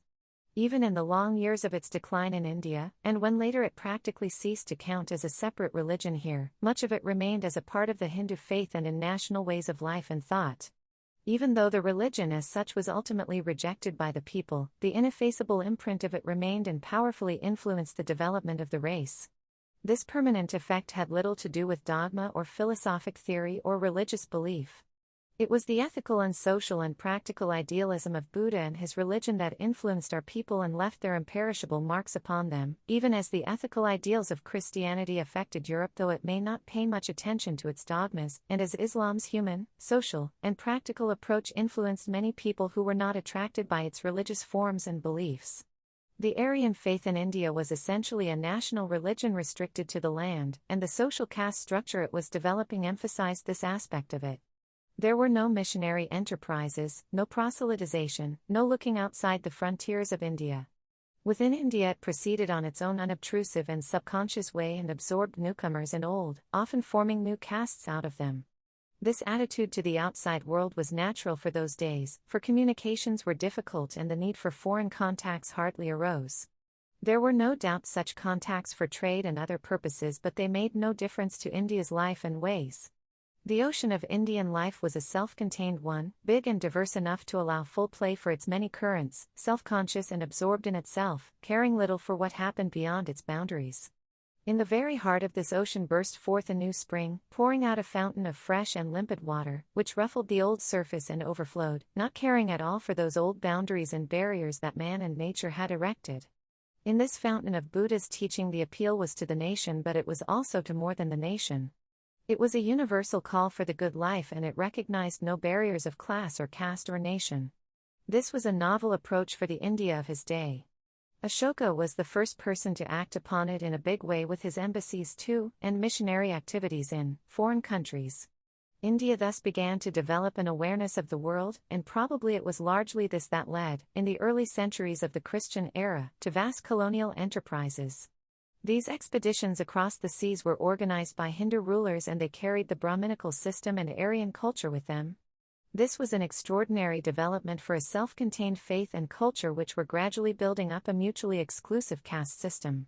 Only a powerful urge and something changing their basic outlook could have brought this about.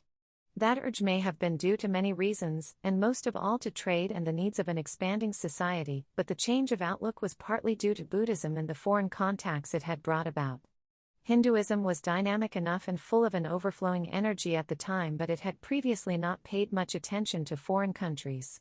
One of the effects of the universalism of the new faith was to encourage this dynamic energy to flow out to distant countries.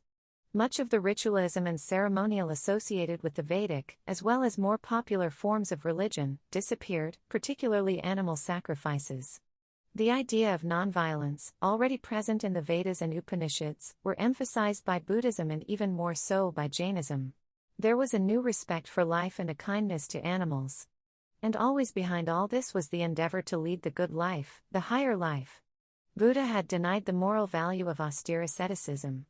But the whole effect of his teaching was one of pessimism towards life. This was especially the Hinayana view, and even more so that of Jainism. There was an emphasis on otherworldliness, a desire for liberation, of freedom from the burdens of the world. Sexual continence was encouraged and vegetarianism increased. All these ideas were present in India before the Buddha, but the emphasis was different. The emphasis of the old Aryan ideal was on a full and all-rounded life. The student stage was one of continence and discipline. The householder participated fully in life's activities and took sex as part of them. Then came a gradual withdrawal and a greater concentration on public service and individual improvement. Only the last stage of life, when old age had come, was that of sannyasa, or full withdrawal from life's normal work and attachments. Previously, small groups of ascetically inclined people lived in forest settlements, usually attracting students. With the coming of Buddhism, huge monasteries and nunneries grew up everywhere, and there was a regular flow of population towards them. The very name of the province of Bihar today is derived from Vihad, monastery, which indicates how full that huge area must have been of monasteries. Such monasteries were educational establishments also, or were connected with schools and sometimes with universities. Not only India but the whole of Central Asia had large numbers of huge Buddhist monasteries. There was a famous one in Balkh, accommodating 1,000 monks, of which we have many records. This was called Nava-Vihad, the new monastery, which was Persianized into, now Bahad. Why was it that Buddhism resulted in the growth of otherworldliness in India far more than in some other countries where it has flourished for long periods, in China, Japan and Burma? I do not know, but I imagine that the national background of each country was strong enough to mold the religion according to its shape. China, for instance, had the powerful traditions derived from Confucius and Lao Tse and other philosophers. Then again, China and Japan adopted the Mahayana form of Buddhism, which was less pessimistic in its approach than the Hinayana. India was also influenced by Jainism, which was the most otherworldly and life-negating of all these doctrines and philosophies. Yet another very curious effect of Buddhism in India and on its social structure appears to have been one that was entirely opposed to its whole outlook. This was in relation to caste, which it did not approve of, though it accepted its original basis. The caste system in the time of the Buddha was flexible and had not developed the rigidity of later periods. More importance was attached to capacity, character, and occupation, than to birth. Buddha himself often uses the term Brahmin as equivalent to an able, earnest, and disciplined person. There is a famous story in the Chandogya Upanishad, which shows us how caste and sex relations were viewed then. This is the story of Satyakama, whose mother was Jabala. Satyakama wanted to become a student of the sage Gautam, not the Buddha, and, as he was leaving his home, he asked his mother, "Of what gotra, family or clan, am I?" His mother said to him, "I do not know, my child, of what family thou art. In my youth, when I had to move about much as a servant, waiting on the guests in my father's house, I conceived thee. I do not know of what family thou art. I was Jabala by name, thou art Satyakama. Say that thou art Satyakama Jabala, that is, Satyakama, the son of Jabala." Satyakama then went to Gautam, and the sage asked him about his family. He replied in the words of his mother, Thereupon the teacher said, "No one but a true Brahmin would thus speak out. Go and fetch fuel, friend. I shall initiate you. You have not swerved from the truth." Probably at the time of the Buddha the Brahmins were the only more or less rigid caste.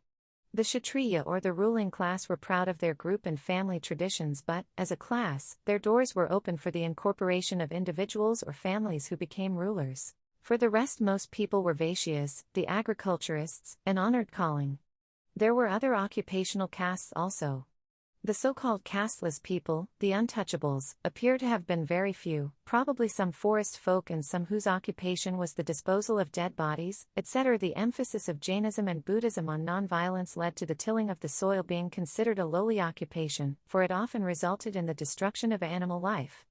This occupation, which had been the pride of the Indo-Aryans, went down in the scale of values in some parts of the country, in spite of its fundamental importance, and those who actually tilled the land descended in the social scale.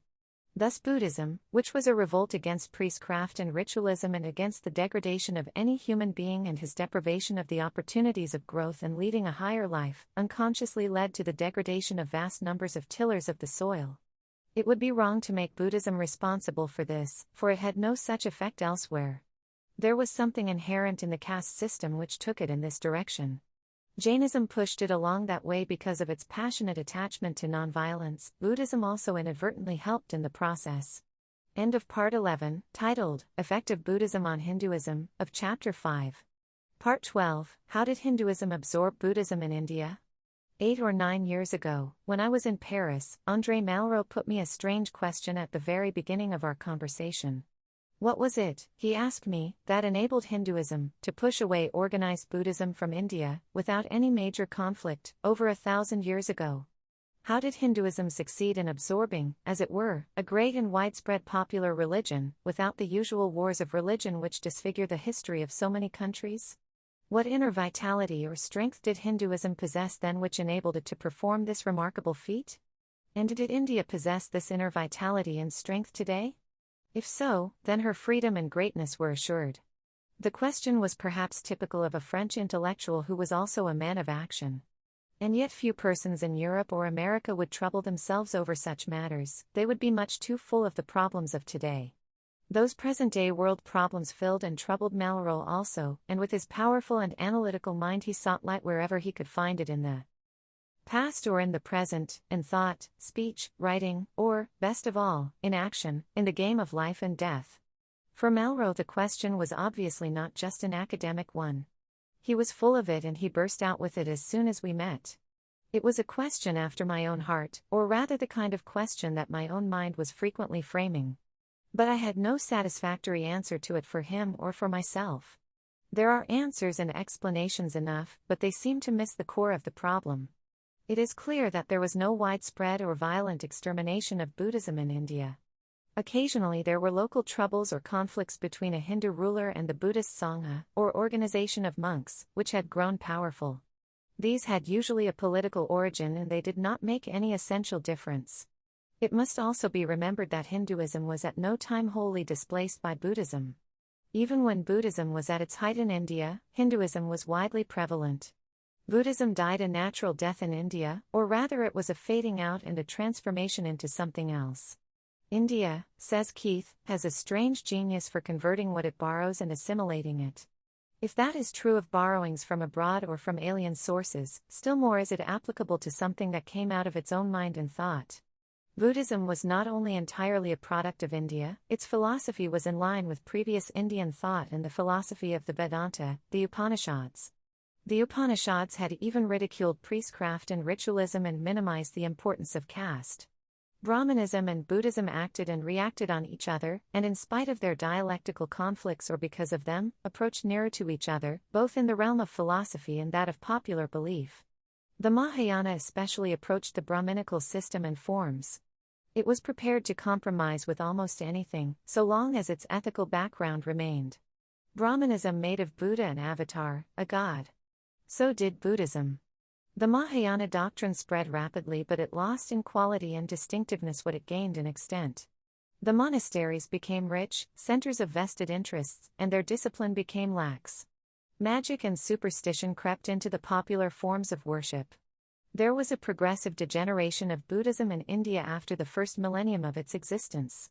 Mrs. Rhys-Davids points out its diseased state during that period. Under the overpowering influence of these sickly imaginations, the moral teachings of Gautama have been almost hid from view. The theories grew and flourished, each new step, each new hypothesis demanded another, until the whole sky was filled with forgeries of the brain, and the nobler and simpler lessons of the founder of the religion were smothered beneath the glittering mass of metaphysical subtleties. Footnote, from S. Radhakrishnan's Indian Philosophy, published by Allen and Unwin, in London, 1927. End of footnote. This description might well apply to many of the sickly imaginings and forgeries of the brain which were afflicting Brahmanism and its offshoots at that time.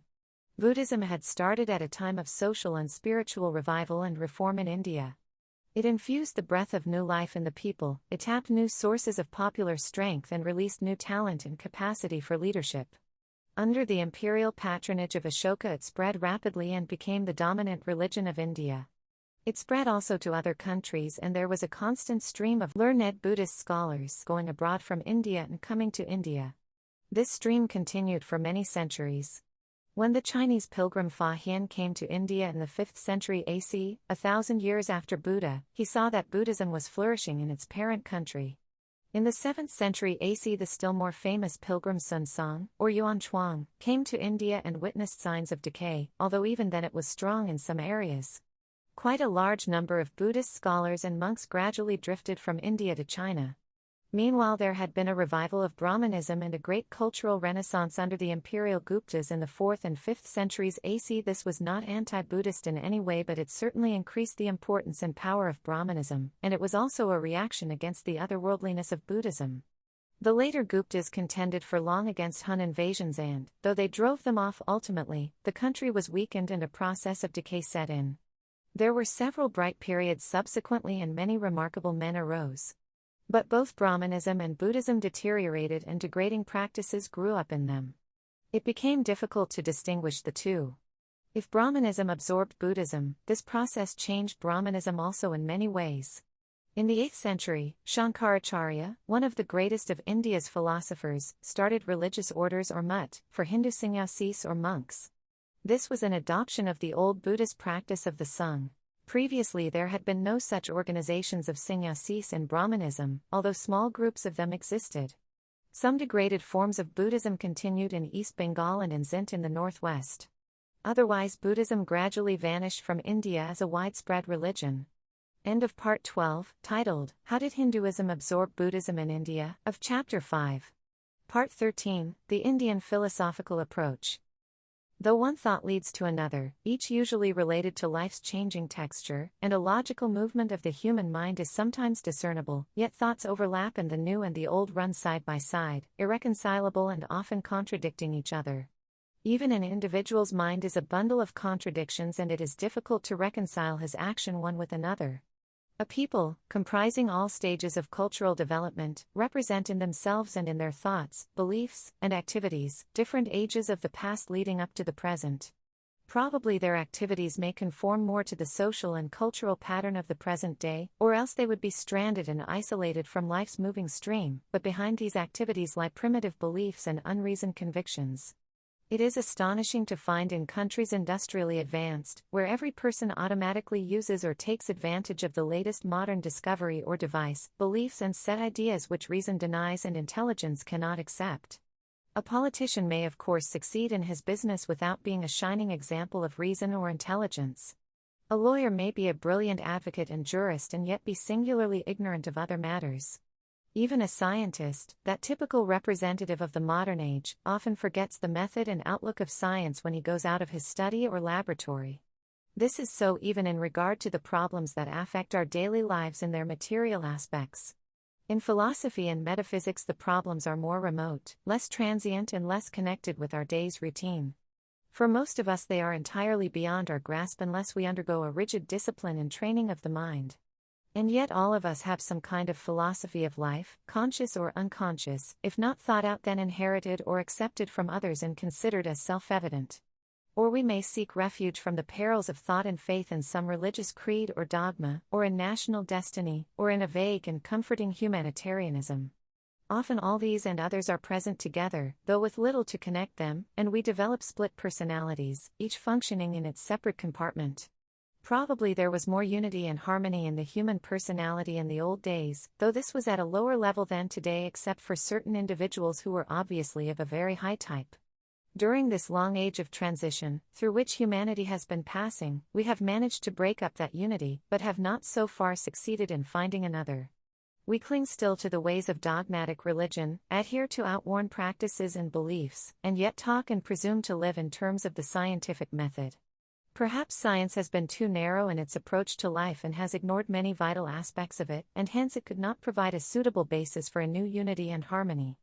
Perhaps it is gradually broadening this basis now, and we shall achieve a new harmony for the human personality on a much higher level than the previous one. But the problem is a more difficult and complex one now, for it has grown beyond the limits of the human personality. It was perhaps easier to develop some kind of a harmonious personality in the restricted spheres of ancient and medieval times. In that little world of town and village, with fixed concepts of social organization and behavior, the individual and the group lived their self-contained lives, protected, as a rule, from outer storms. Today the sphere of even the individual has grown worldwide, and different concepts of social organization conflict with each other, and behind them are different philosophies of life. A strong wind arising somewhere creates a cyclone in one place and an anticyclone in another. So if harmony is to be achieved by the individual, it has to be supported by some kind of social harmony throughout the world. In India, far more so than elsewhere, the old concept of social organization and the philosophy of life underlying it have persisted, to some extent, to the present day. They could not have done so unless they had some virtue which stabilized society and made it conform to life's conditions. And they would not have failed ultimately and become a drag and a hindrance, divorced from life, if the evil in them had not overcome that virtue. But, in any event, they cannot be considered today as isolated phenomena, they must be viewed in that world context and made to harmonize with it. In India, says Havel, religion is hardly a dogma, but a working hypothesis of human conduct, adapted to different stages of spiritual development and different conditions of life. A dogma might continue to be believed in, isolated from life, but a working hypothesis of human conduct must work and conform to life, or it obstructs life. The very raison d'etre of such a hypothesis is its workableness, its conformity to life, and its capacity to adapt itself to changing conditions. So long as it can do so, it serves its purpose and performs its allotted function. When it goes off at a tangent from the curve of life, loses contact with social needs, and the distance between it and life grows, it loses all its vitality and significance. Metaphysical theories and speculations deal not with the ever-changing stuff of life but with the permanent reality behind it, if such exists. Hence they have a certain permanence which is not affected by external changes. But, inevitably, they are the products of the environment in which they grow and of the state of development of the human minds that conceived them. If their influence spreads, they affect the general philosophy of life of a people. In India, philosophy, though in its higher reaches confined to the elect, has been more pervasive than elsewhere and has had a strong influence in molding the national outlook and in developing a certain distinctive attitude of mind. Buddhist philosophy played an important part in this process and, during the medieval period, Islam left its impress upon the national outlook, directly as well as indirectly, through the evolution of new sects which sought to bridge the gap between Hinduism and the Islamic social and religious structure. But, in the main, the dominating influence has been that of the 6 systems of Indian philosophy, or darshanas, as they are called. Some of these systems were themselves greatly affected by Buddhist thought. All of them are considered orthodox and yet they vary in their approach and their conclusions, though they have many common ideas. There is polytheism, and theism with a personal God, and pure monism, and a system which ignores God altogether and bases itself on a theory of evolution. There is both idealism and realism. The various facets of the complex and inclusive Indian mind are shown in their unity and diversity. Max Muller drew attention to both these factors. The more have I become impressed with the truth that there is behind the variety of the 6 systems a common fund of what may be called national and popular philosophy, from which each thinker was allowed to draw for his own purposes. There is a common presumption in all of them, that the universe is orderly and functions according to law, that there is a mighty rhythm about it. Some such presumption becomes necessary, for otherwise there could hardly be any system to explain it. Though the law of causality, of cause and effect, functions, yet there is a measure of freedom to the individual to shape his own destiny. There is belief in rebirth and an emphasis on unselfish love and disinterested activity. Logic and reason are relied upon and used effectively for argument, but it is recognized that often intuition is greater than either. The general argument proceeds on a rational basis, insofar as reason can be applied to matters often outside its scope. Professor Keith has pointed out that the systems are indeed orthodox and admit the authority of the sacred scriptures, but they attack the problems of existence with human means, and scripture serves for all practical purposes but to lend sanctity to results which are achieved not only without its aid, but often in very dubious harmony with its tenets. End of Part 13, titled, The Indian Philosophical Approach, of Chapter 5. Part 14, The Six Systems of Philosophy. The early beginnings of the Indian systems of philosophy take us back to the pre-Buddhist era.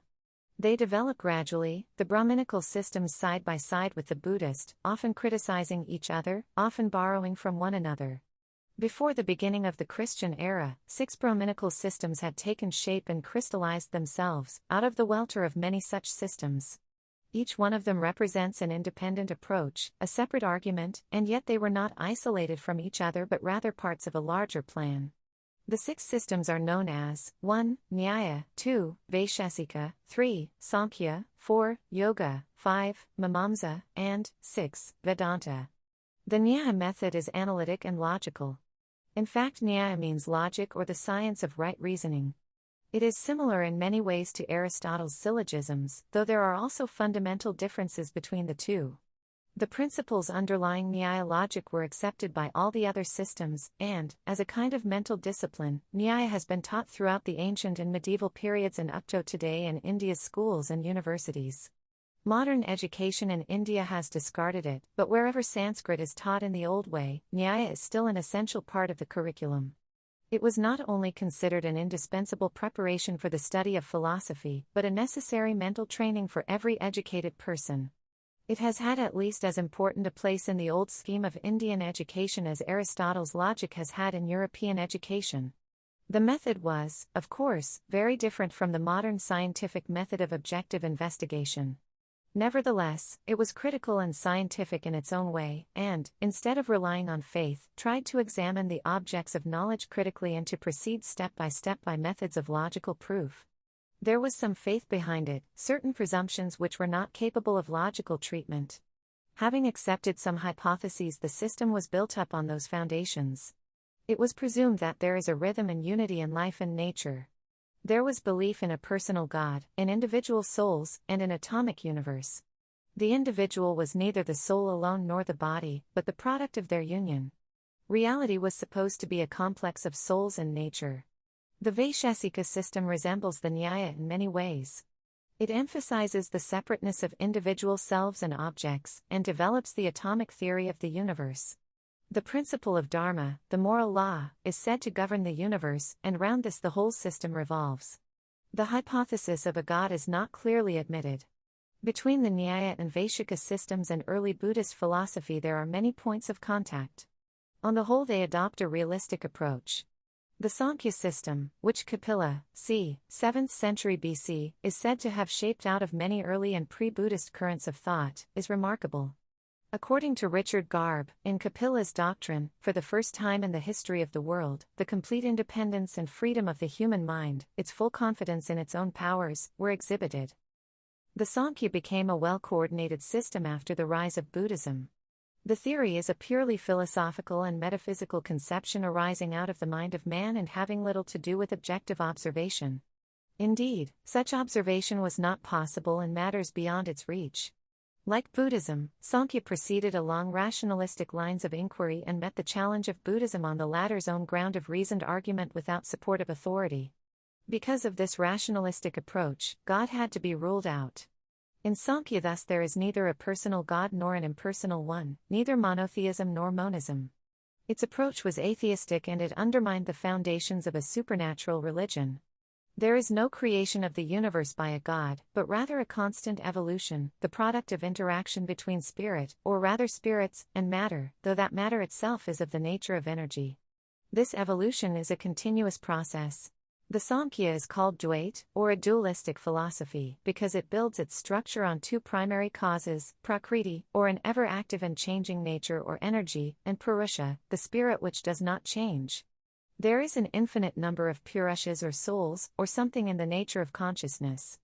Under the influence of Purusha, which itself is inactive, Prakriti evolves and leads to the world of continuous becoming. Causality is accepted, but it is said that the effect really exists hidden in the cause. Cause and effect become the undeveloped and developed states of one and the same thing. From our practical point of view, however, cause and effect are different and distinct, but basically there is an identity between them. And so the argument goes on, showing how from the unmanifested Prakriti or energy, through the influence of Purusha or consciousness, and the principle of causality, nature with its immense complexity and variety of elements has developed and is ever changing and developing. Between the lowest and the highest in the universe there is a continuity and a unity. The whole conception is metaphysical, and the argument, based on certain hypotheses, is long, intricate, and reasoned. The yoga system of Patanjali is essentially a method for the discipline of the body and the mind leading up to psychic and spiritual training. Patanjali not only crystallized this old system but also wrote a famous commentary on Panini's Sanskrit grammar. This commentary, called the Mahabharata, is as much of a classic as Panini's work. Professor Strabotsky, of Leningrad, has written that the ideal scientific work for India is the grammar of Panini with the Mahabharata of Patanjali. Footnote: it is not established that Patanjali, the grammarian, was the same person as Patanjali, the author of the Yoga Sutras. The grammarian's date is definitely known, 2nd century BC. Some people are of opinion that the author of the Yoga Sutras was a different person, and lived 200 or 300 years later. End of footnote. Yoga is a word well known now in Europe and America, though little understood, and it is associated with quaint practices, more especially with sitting Buddha-like and gazing on one's navel or the tip of one's nose. Footnote: the word yoga means union. Possibly it is derived from the same root as the English word yoke, joining. End of footnote. Some people learning odd tricks of the body presume to become authorities on the subject in the West, and impress and exploit the credulous and the seekers after the sensational. The system is much more than these devices and is based on the psychological conception that by proper training of the mind certain higher levels of consciousness can be reached. It is meant to be a method for finding out things for oneself rather than a preconceived metaphysical theory of reality or of the universe. It is thus experimental, and the most suitable conditions for carrying out the experiment are pointed out. As such a method it can be adopted and used by any system of philosophy, whatever its theoretical approach may be. Thus the adherents of the atheistic Samkhya philosophy may use this method. Buddhism developed its own forms of yoga training, partly similar, partly different. The theoretical parts of Patanjali's yoga system are therefore of relatively small importance. It is the method that counts. Belief in God is no integral part of the system, but it is suggested that such belief in a personal God, and devotion to Him, helps in concentrating the mind and thus serves a practical purpose. The later stages of yoga are supposed to lead to some kind of intuitive insight or to a condition of ecstasy, such as the mystics speak of. Whether this is some kind of higher mental state, opening the door to further knowledge, or is merely a kind of self-hypnosis, I do not know. Even if the former is possible, the latter certainly also happens, and it is well known that unregulated yoga has sometimes led to unfortunate consequences so far as the mind of the person is concerned. But before these final stages of meditation and contemplation are reached, there is the discipline of the body and mind to be practiced. The body should be fit and healthy, supple and graceful, hard and strong. A number of bodily exercises are prescribed, as also ways of breathing, in order to have some control over it and normally to take deep and long breaths. Exercises is the wrong word, for they involve no strenuous movement. They are rather postures, asanas, as they are called, and properly done, they relax and tone up the body, and do not tire it at all. This old and typical Indian method of preserving bodily fitness is rather remarkable when one compares it with the more usual methods involving rushing about, jerks, hops, and jumps which leave one panting, out of breath, and tired out. These other methods have also been common enough in India, as have wrestling, swimming, riding, fencing, archery, Indian clubs, something in the nature of jiu-jitsu, and many other pastimes and games. But the old asana method is perhaps more typical of India and seems to fit in with the spirit of her philosophy. There is a poise in it and an unruffled calm even while it exercises the body. Strength and fitness are gained without any waste of energy or disturbance of the mind. And because of this, the asanas are suited to any age, and some of them can be performed even by the old. There are a large number of these asanas. For many years now I have practiced a few simple selected ones, whenever I have had the chance, and I have no doubt that I have profited greatly by them, living as I often did in environments unfavorable to the mind and body. These and some breathing exercises are the extent of my practice of the physical exercises of the yoga system. I have not gone beyond the elementary stages of the body, and my mind continues to be an unruly member, misbehaving far too often. The discipline of the body, which includes eating and drinking the right things and avoiding the wrong ones, is to be accompanied by what the yoga system describes as ethical preparation. This includes non-violence, truthfulness, continence, etc. Non-violence or ahimsa is something much more than abstention from physical violence. It is an avoidance of malice and hatred. All this is supposed to lead to a control of the senses, then comes contemplation and meditation, and finally intense concentration, which should lead to various kinds of intuition. Vivekananda, one of the greatest of the modern exponents of yoga and the Vedanta, has laid repeated stress on the experimental character of yoga and on basing it on reason. No one of these yogas gives up reason, no one asks you to be hoodwinked or to deliver your reason into the hands of priests of any type whatsoever. Each one of them tells you to cling to your reason, to hold fast to it. Though the spirit of yoga and the Vedanta may be akin to the spirit of science, it is true that they deal with different media, and hence vital differences creep in. According to the yoga, the spirit is not limited to the intelligence, and also thought is action, and only action can make thought of any value. Inspiration and intuition are recognized, but may they not lead to deception? Vivekananda answers that inspiration must not contradict reason. What we call inspiration is the development of reason. The way to intuition is through reason. No genuine inspiration ever contradicts reason. Where it does, it is no inspiration. Also, inspiration must be for the good of one and all, and not for name or fame or personal gain. It should always be for the good of the world, and perfectly unselfish. Again, experience is the only source of knowledge. The same methods of investigation which we apply to the sciences and to exterior knowledge should be applied to religion. If a religion is destroyed by such investigation, it was nothing but a useless and unworthy superstition. The sooner it disappeared, the better. Why religions should claim that they are not bound to abide by the standpoint of reason, no one knows. For it is better that mankind should become atheists by following reason than blindly believe in 200 million gods on the authority of anybody. Perhaps there are prophets who have passed the limits of sense and obtained a glimpse of the beyond. We shall believe it only when we can do the same ourselves, not before. It is said that reason is not strong enough, that often it makes mistakes. If reason is weak, why should a body of priests be considered any better guides? I will abide by my reason, continues Vivekananda, because with all its weakness there is some chance of my getting at truth through it.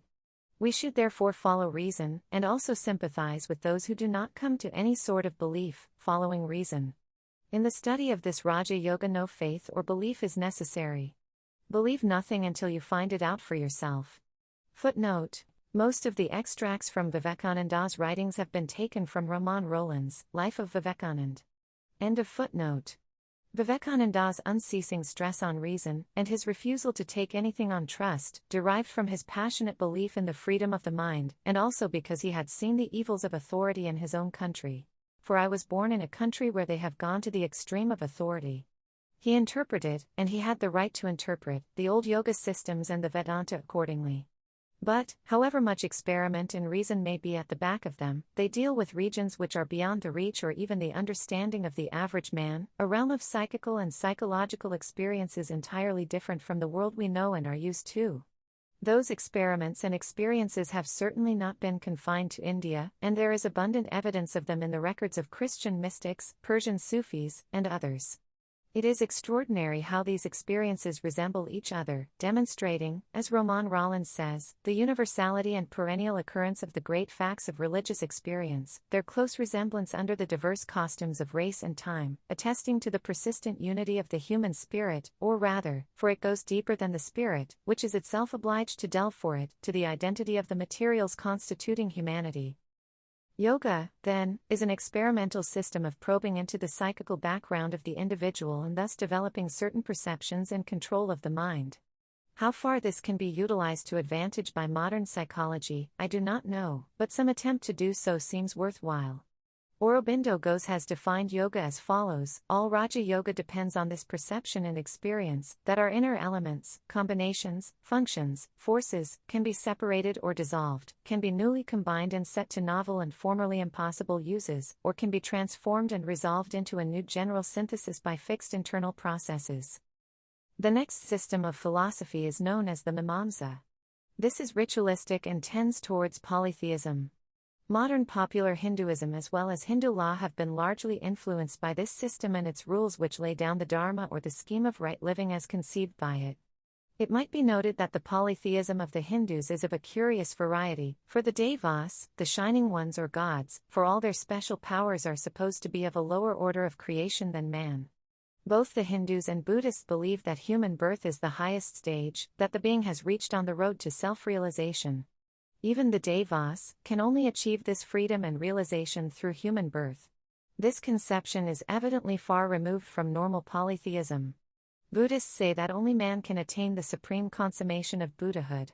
Sixthly and lastly in this series comes the Vedanta system, which, arising out of the Upanishads, developed and took many shapes and forms, but was always based on a monistic philosophy of the universe. The Purusha and Prakriti of the Samkhya are not considered as independent substances but as modifications of a single reality, the Absolute. On the foundation of the early Vedanta, Shankara, or Shankaracharya, built a system which is called the Advaita Vedanta or non-dualist Vedanta. It is this philosophy which represents the dominant philosophic outlook of Hinduism today. It is based on pure monism, the only ultimate reality in the metaphysical sense being the Atman, the Absolute Soul. That is the subject, all else is objective. How that absolute soul pervades everything, how the one appears as the many, and yet retains its wholeness, for the absolute is indivisible and cannot be divided, all this cannot be accounted for by the processes of logical reasoning, for our minds are limited by the finite world. The Upanishad had described this Atman, if this can be called a description thus: whole is that, whole, too, is this, from whole, whole cometh, take whole from whole, yet, whole remains. Shankara builds a subtle and intricate theory of knowledge and proceeding from certain assumptions, step, by logical argument, leads up to the complete system of Advaitism or non-dualism.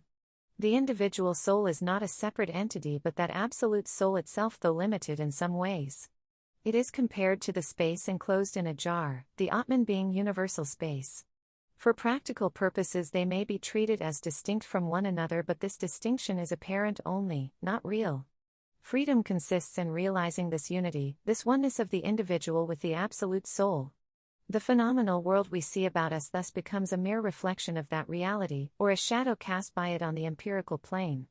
It has been called Maya, which has been mistranslated as illusion. But it is not non-existence. It is an intermediate form between being and non-being. It is a kind of relative existence, and so perhaps the conception of relativity brings us nearer to the meaning of Maya. What is good and evil then in this world? Are they also mere reflections and shadows with no substance? Whatever they may be in the ultimate analysis in this empirical world of ours, there is a validity and importance in these ethical distinctions. They are relevant where individuals function as such. These finite individuals cannot imagine the infinite without limiting it, they can only form limited and objective conceptions of it. Yet even these finite forms and concepts rest ultimately in the infinite and absolute. Hence the form of religion becomes a relative affair and each individual has liberty to form such conceptions as he is capable of. Shankara accepted the Brahminical organization of social life on the caste basis, as representing the collective experience and wisdom of the race. But he held that any person belonging to any caste could attain the highest knowledge. There is about Shankara's attitude and philosophy a sense of world negation and withdrawal from the normal activities of the world in search for that freedom of the self which was to him the final goal for every person. There is also a continual insistence on self-sacrifice and detachment. And yet Shankara was a man of amazing energy and vast activity. He was no escapist retiring into his shell or into a corner of the forest, seeking his own individual perfection and oblivious of what happened to others. Born in Malabar in the far south of India, he traveled incessantly all over India, meeting innumerable people, arguing, debating, reasoning, convincing, and filling them with a part of his own passion and tremendous vitality. He was evidently a man who was intensely conscious of his mission, a man who looked upon the whole of India from Cape Comorin to the Himalayas as his field of action and as something that held together culturally and was infused by the same spirit, though this might take many external forms. He strove hard to synthesize the diverse currents that were troubling the mind of India of his day and to build a unity of outlook out of that diversity. In a brief life of 32 years he did the work of many long lives and left such an impress of his powerful mind and rich personality on India that it is very evident today. He was a curious mixture of a philosopher and a scholar, an agnostic and a mystic, a poet and a saint, and in addition to all this, a practical reformer and an able organizer. He built up, for the first time within the Brahminical fold, 10 religious orders, and of these 4 are very much alive today. He established 4 great mutts or monasteries, locating them far from each other, almost at the 4 corners of India. One of these was in the south at Sringeri in Mysore, another at Puri on the east coast, the third at Dwarka, in Kathiawad, on the west coast, and the 4th at Badrinath, in the heart of the Himalayas. At the age of 32 this Brahmin from the tropical south died at Kedarnath, in the upper snow-covered reaches of the Himalayas. There is a significance about these long journeys of Shankara throughout this vast land at a time when travel was difficult and the means of transport very slow and primitive. The very conception of these journeys, and his meeting kindred souls everywhere and speaking to them in Sanskrit, the common language of the learned throughout India, brings out the essential unity of India even in those far-off days. Such journeys could not have been uncommon then or earlier. People went to and fro in spite of political divisions, new books traveled, and every new thought or fresh theory spread rapidly over the entire country and became the subject of interested talk and often of heated debate. There was not only a common intellectual and cultural life among the educated people, but vast numbers of common folk were continually traveling to the numerous places of pilgrimage, spread out all over the land and famous from epic times. All this going to and fro and meeting people from different parts of the country must have intensified the conception of a common land and a common culture. This traveling was not confined to the upper castes. Among the pilgrims were men and women of all castes and classes. Whatever the religious significance of these pilgrimages in the minds of the people might have been, they were looked upon also, as they are today, as holiday time and opportunities for merrymaking and seeing different parts of the country. Every place of pilgrimage contained a cross-section of the people of India in all their great variety of custom, dress, and language, and yet very conscious of their common features and the bonds that held them together and brought all of them to meet in one place. Even the difference of language between the north and the south did not prove a formidable barrier to this intercourse. All this was so then, and Shankara was doubtless fully aware of it. It would seem that Shankara wanted to add to this sense of national unity and common consciousness. He functioned on the intellectual, philosophical and religious plane and tried to bring about a greater unity of thought all over the country. He functioned also on the popular plane in many ways, destroying many a dogma and opening the door of his philosophic sanctuary to everyone who was capable of entering it. By locating his 4 great monasteries in the north, south, east, and west, he evidently wanted to encourage the conception of a culturally united India. These 4 places had been previously places of pilgrimage from all parts of the country, and now became more so. How well the ancient Indians chose their sacred places of pilgrimage! Almost always they are lovely spots with beautiful natural surroundings. There is the icy cave of Amarnath in Kashmir, and there is the temple of the Virgin Goddess right at the southern tip of India at Rameshwaram, near Cape Comorin. There is Benares, of course, and Haridwar, nestling at the foot of the Himalayas, where the Ganges flows out of its tortuous mountain valleys into the plains below, and Prayag, or Allahabad, where the Ganges meets the Jamna, and Mathura, and Vrindavan by the Jamna, round which the Krishna legends cluster, and Bodh Gaya, where Buddha is said to have attained enlightenment, and so many places in the south. Many of the old temples, especially in the south, contain famous sculptures and other artistic remains. A visit to many of the places of pilgrimage thus gives an insight into old Indian art. Shankara is said to have helped in putting an end to Buddhism in India as a widespread religion, and that thereafter Brahmanism absorbed it in a fraternal embrace. But Buddhism had shrunk in India even before Shankara's time. Some of Shankara's Brahmin opponents called him a disguised Buddhist. It is true that Buddhism influenced him considerably. End of Part 14, titled, The Six Systems of Philosophy, of Chapter 5. Part 15, India and China. It was through Buddhism that China and India came near to each other and developed many contacts. Whether there were any such contacts before Ashoka's reign we do not know. Probably there was some seaborne trade, for silk used to come from China. Yet there must have been overland contacts and migrations of peoples in far earlier periods, for Mongoloid features are common in the eastern border areas of India. In Nepal these are very marked. In Assam, Kamarupa of old, and Bengal they are often evident. Historically speaking, however, Ashoka's missionaries blazed the trail and, as Buddhism spread in China, there began that long succession of pilgrims and scholars who journeyed between India and China for 1,000 years. They traveled overland across the Gobi Desert and the plains and mountains of Central Asia and over the Himalayas, a long, hard journey full of peril. Many Indians and Chinese perished on the way, and one account says that as many as 90% of these pilgrims perished. Many, having managed to reach the end of their journey, did not return and settled in the land of their adoption. There was another route also, not much safer, though probably shorter. This was by sea via Indochina, Java, and Sumatra, Malaya and the Nicobar Islands. This was also frequently used, and sometimes a pilgrim traveled overland and returned by sea. Buddhism and Indian culture had spread all over Central Asia and in parts of Indonesia, and there were large numbers of monasteries and study centers dotted all over these vast areas. Travelers from India or China thus found a welcome and shelter along these routes by land and sea. Sometimes scholars from China would break journey for a few months at some Indian colony in Indonesia in order to learn Sanskrit before they came to India. The first record of an Indian scholar's visit to China is that of Kashyap Mating, who reached China in 67 AD in the reign of the Emperor Ming-ti, and probably at his invitation. He settled down at Loyang by the Lo River. Dharma Raksha accompanied him, and in later years, among the noted scholars who went were Buddhabhadra, Zinabhadra, Kumad Jiva, Paramart, Zinagupta, and Bodh-i-Derm. Each one of these took a group of monks or disciples with him. It is said that at one time, 6th century AC, there were more than 3,000 Indian Buddhist monks and 10,000 Indian families in the Loyang province alone. These Indian scholars who went to China not only carried many Sanskrit manuscripts with them, which they translated into Chinese, but some of them also wrote original books in the Chinese language. They made quite a considerable contribution to Chinese literature, including poetry.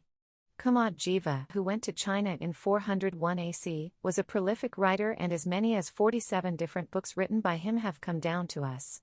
His Chinese style is supposed to be very good. He translated the life of the great Indian scholar Nagarjuna into Chinese. Zinagupta went to China in the second half of the 60th century AC. He translated 37 original Sanskrit works into Chinese. His great knowledge was so much admired that an emperor of the Tang dynasty became his disciple. There was two-way traffic between India and China, and many Chinese scholars came here. Among the best known who have left records of their journeys are Fa Hien, or Fa Shen, Sung Yun, Sun Song, or Xuan Chuang, and Ait Sing, or Yut Sing. Fa Hien came to India in the 5th century. He was a disciple of Kumad Jiva in China. There is an interesting account of what Kumad Jiva told him on the eve of his departure for India, when he went to take leave of his teacher. Kumad Jiva charged him not to spend all his time in gathering religious knowledge only, but to study in some detail the life and habits of the people of India, so that China might understand them and their country as a whole. Fa Hien studied at Pataliputra University. The most famous of the Chinese travelers to India was Sun Song, who came in the 7th century, when the great Tang dynasty flourished in China, and Harshvardhan ruled over an empire in North India. Sun Song came overland across the Gobi Desert and passing Turfan and Kucha, Tashkent and Samarkand, Balkh, Khotan, and Yarkand, crossed the Himalayas into India. He tells us of his many adventures, of the perils he overcame, of the Buddhist rulers and monasteries in Central Asia, and of the Turks there who were ardent Buddhists. In India he traveled all over the country, greatly honored and respected everywhere, making accurate observations of places and peoples, and noting down some delightful and some fantastic stories that he heard. Many years he spent at the great Nalanda University, not far from Pataliputra, which was famous for its many-sided learning and attracted students from far corners of the country. It is said that as many as 10,000 students and monks were in residence there. Sun Song took the degree of Master of the Law there and finally became vice principal of the university. Sun Song's book The Siyu or The Record of the Western Kingdom, meaning India, makes fascinating reading. Coming from a highly civilized and sophisticated country, at a time when China's capital Fu was a center of art and learning, his comments on and descriptions of conditions in India are valuable. He tells us of the system of education which began early and preceded by stages to the university where the 5 branches of knowledge taught were 1. Grammar, 2. Science of arts and crafts, 3. Medicine, 4. Logic, and 5. Philosophy. He was particularly struck by the love of learning of the Indian people. Some kind of primary education was fairly widespread as all the monks and priests were teachers. Of the people he says, with respect to the ordinary people, although they are naturally light-minded, yet they are upright and honorable. In money matters they are without craft, and in administering justice they are considerate. They are not deceitful or treacherous in their conduct, and are faithful in their oaths and promises. In their rules of government there is remarkable rectitude, whilst in their behavior there is much gentleness and sweetness. With respect to criminals or rebels, these are few in number, and only occasionally troublesome. He says further, as the administration of the government is founded on benign principles, the executive is simple. People are not subject to forced labor. In this way taxes on people are light. The merchants who engage in commerce come and go in carrying out their transactions. Sun Song returned the way he came, via Central Asia, carrying a large number of manuscripts with him. From his account one gathers a vivid impression of the wide sway of Buddhism in Khorasan, Iraq, Mosul, and right up to the frontiers of Syria. And yet this was a time when Buddhism was in decay there and Islam, already beginning in Arabia, was soon to spread out over all these lands. About the Iranian people, Sun Song makes an interesting observation: they care not for learning, but give themselves entirely to works of art. All they make the neighboring countries value very much. Iran then, as before and after, concentrated on adding to the beauty and grace of life, and its influence spread far in Asia. Of the strange little kingdom of Turfan, on the edge of the Gobi Desert, Sun Song tells us, and we have learned more about it in recent years from the work of archaeologists. Here many cultures came and mixed and coalesced, producing a rich combination which drew its inspiration from China and India and Persia and even Hellenic sources. The language was Indo-European, derived from India and Iran, and resembling in some ways the Celtic languages of Europe. The religion came from India, the ways of life were Chinese, many of the artistic wares they had were from Iran. The statues and frescoes of the Buddhas and gods and goddesses, beautifully made, have often Indian draperies and Grecian headdresses. These goddesses, says Monsieur Grousset, represent the happiest combination of Hindu suppleness, Hellenic eloquence, and Chinese charm. Sun Song went back to his homeland, welcomed by his emperor and his people, and settled down to write his book and translate the many manuscripts he had brought. When he had started on his journey, many years earlier, there is a story that the Emperor Tang mixed a handful of dust in a drink and offered this to him, saying, "You would do well to drink this cup, for are we not told that a handful of one's country's soil is worth more than 10,000 pounds of foreign gold?" Sun Song's visit to India and the great respect in which he was held both in China and India led to the establishment of political contacts between the rulers of the two countries. Hirschverdin, of Kannauj, and the Tang Emperor, exchanged embassies. Sun Song himself remained in touch with India, exchanging letters with friends there and receiving manuscripts. 2 interesting letters, originally written in Sanskrit, have been preserved in China. One of these was written in 654 AC by an Indian Buddhist scholar, Stavid Pragyadeva, to Sun Song. After greeting and news about common friends and their literary work, he proceeds to say, "We are sending you a pair of white cloths to show that we are not forgetful. The road is long, so do not mind the smallness of the present. We wish you may accept it. As regards the sutras and shastras which you may require, please send us a list. We will copy them and send them to you." I learnt from an ambassador who recently came back from India that the great teacher, Shilabhadra, was no more. This news overwhelmed me with grief that knew no bounds. Among the sutras and shastras that I, Sun Song, had brought with me, I have already translated the Yogacharya Bhumi Shastra and other works, in all 30 volumes. I should humbly let you know that while crossing the Indus I had lost a load of sacred texts. I now send you a list of the texts annexed to this letter. I request you to send them to me if you get the chance. I am sending some small articles as presents. Please accept them. Footnote, quoted in India and China by Dr. P.C. Bagchi, published in Calcutta, 1944. End of footnote. Sun Song has told us much of Nalanda University, and there are other accounts of it also.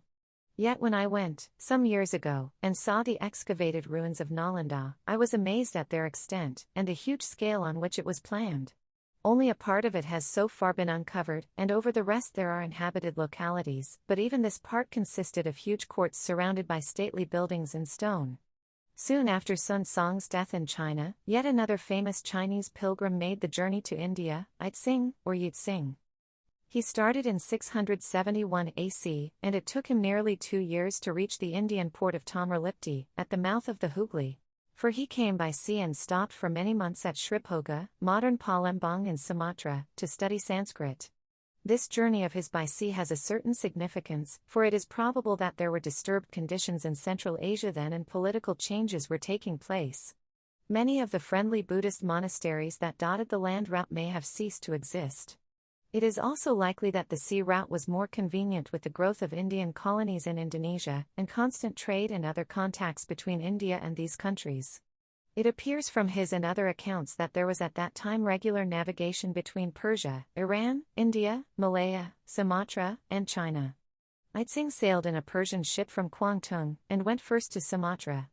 Yitsing also studied at Nalanda University for a long time and carried back with him several hundred Sanskrit texts. He was chiefly interested in the fine points of Buddhist ritual and ceremonial and has written in detail about them. But he tells us much also about customs, clothes, and food. Wheat was the staple diet in North India, as now, and rice in the south and the east. Meat was sometimes eaten, but this was rare.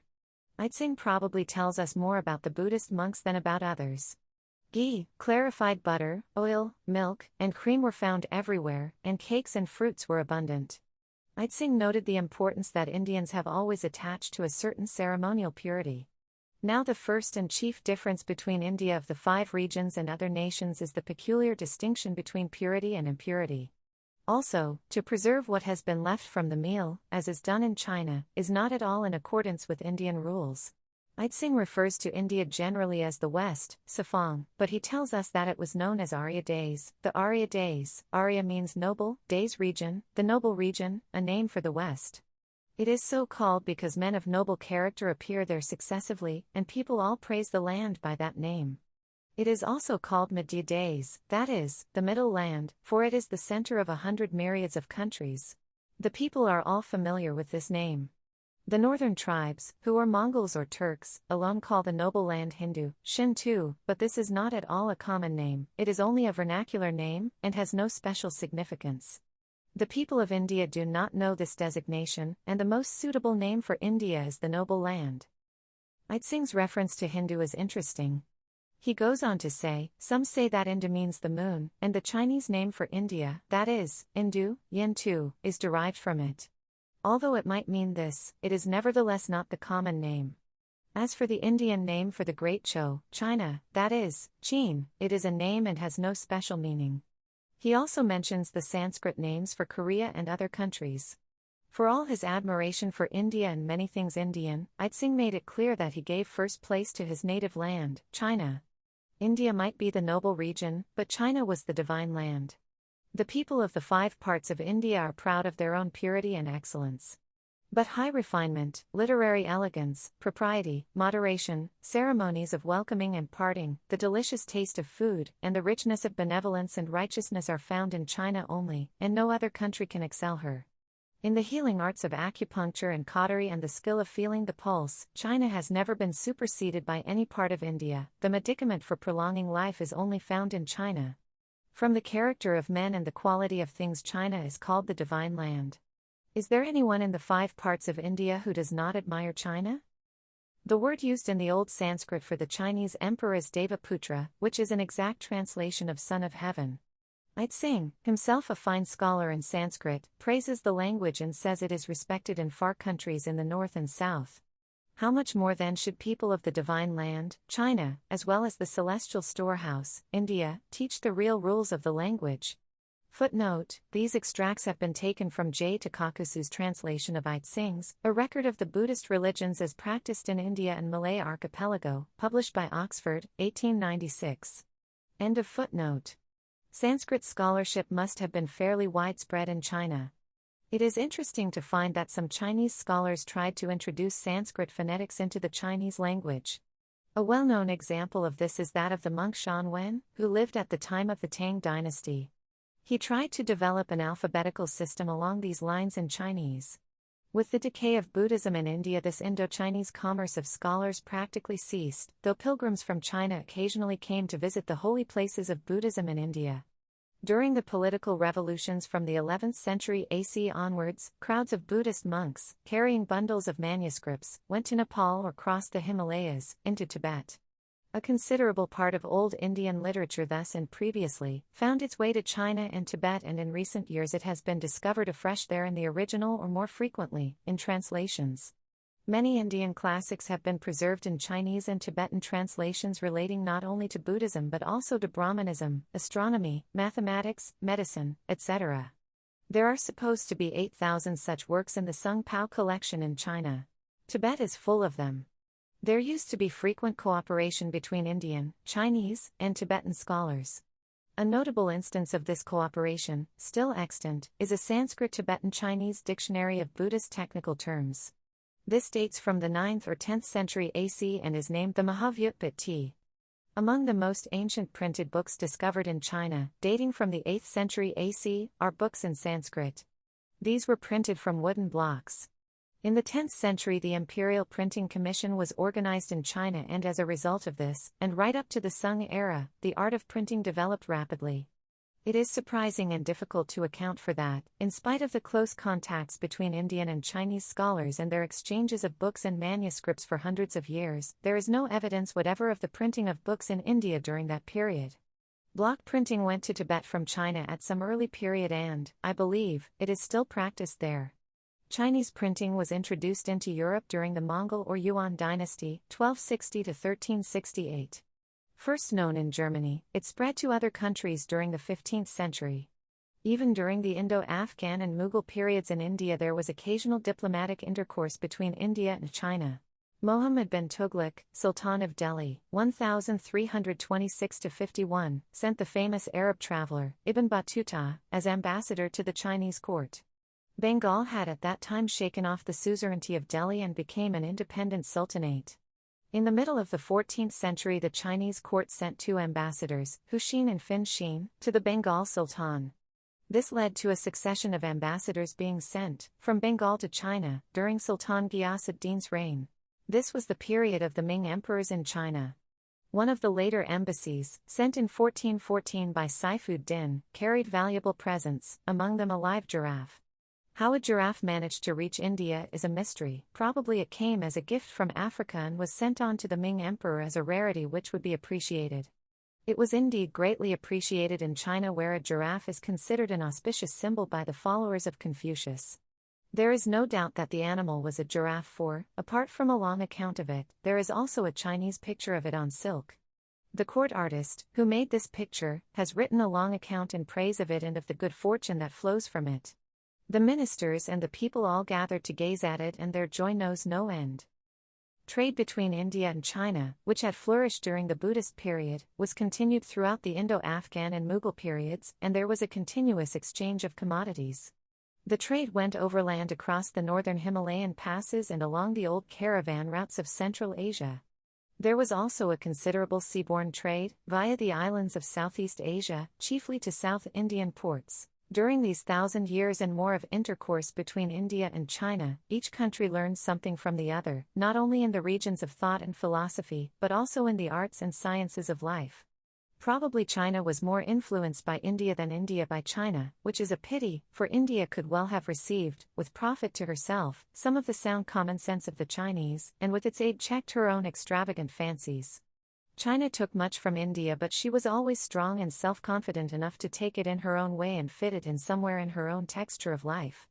Footnote: Professor Hu Shi, the leader of the new Chinese Renaissance movement, has written on the past Indianization of China. End of footnote. Even Buddhism and its intricate philosophy became tinged with the doctrines of Confucius and Lao Tse. The somewhat pessimistic outlook of Buddhist philosophy could not change or suppress the love of life and gaiety of the Chinese. There is an old Chinese proverb which says, if the government gets hold of you, they'll flog you to death; if the Buddhists get hold of you, they'll starve you to death. A famous Chinese novel of the 16th century, Monkey, by Wu Chen-en, translated into English by Arthur Waley, deals with the mythical and fantastic adventures of Sun Song on his way to India.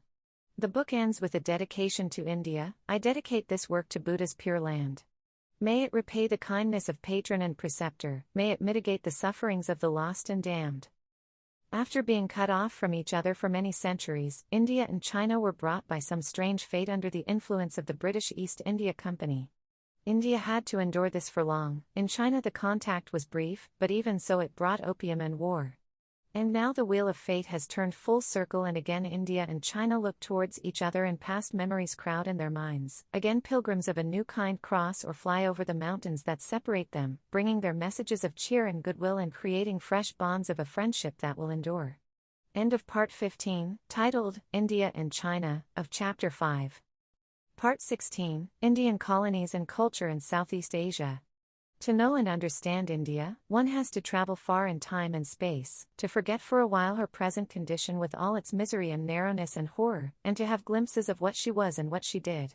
To know my country, wrote Rabindranath Tagore, one has to travel to that age, when she realized her soul and thus transcended her physical boundaries, when she revealed her being in a radiant magnanimity which illumined the eastern horizon, making her recognized as their own by those in alien shores who were awakened into a surprise of life, and not now when she has withdrawn herself into a narrow barrier of obscurity, into a miserly pride of exclusiveness, into a poverty of mind that dumbly revolves around itself in an unmeaning repetition of a past that has lost its light and has no message for the pilgrims of the future.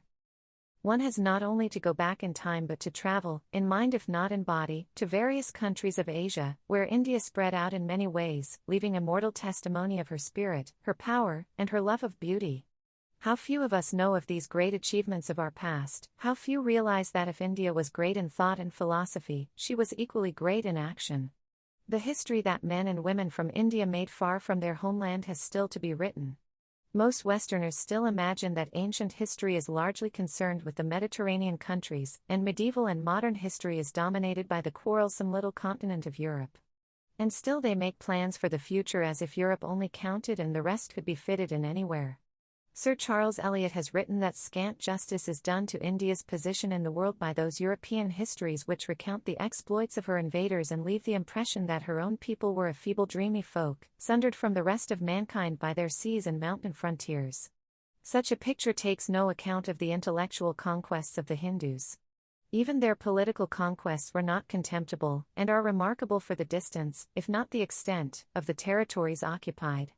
But such military or commercial invasions are insignificant compared with the spread of Indian thought. Footnote, Eliot, in Hinduism and Buddhism, Volume 1, page 12. End of footnote. Eliot was probably unaware, when he wrote, of many recent discoveries in Southeast Asia, which have revolutionized the conception of India's and Asia's past.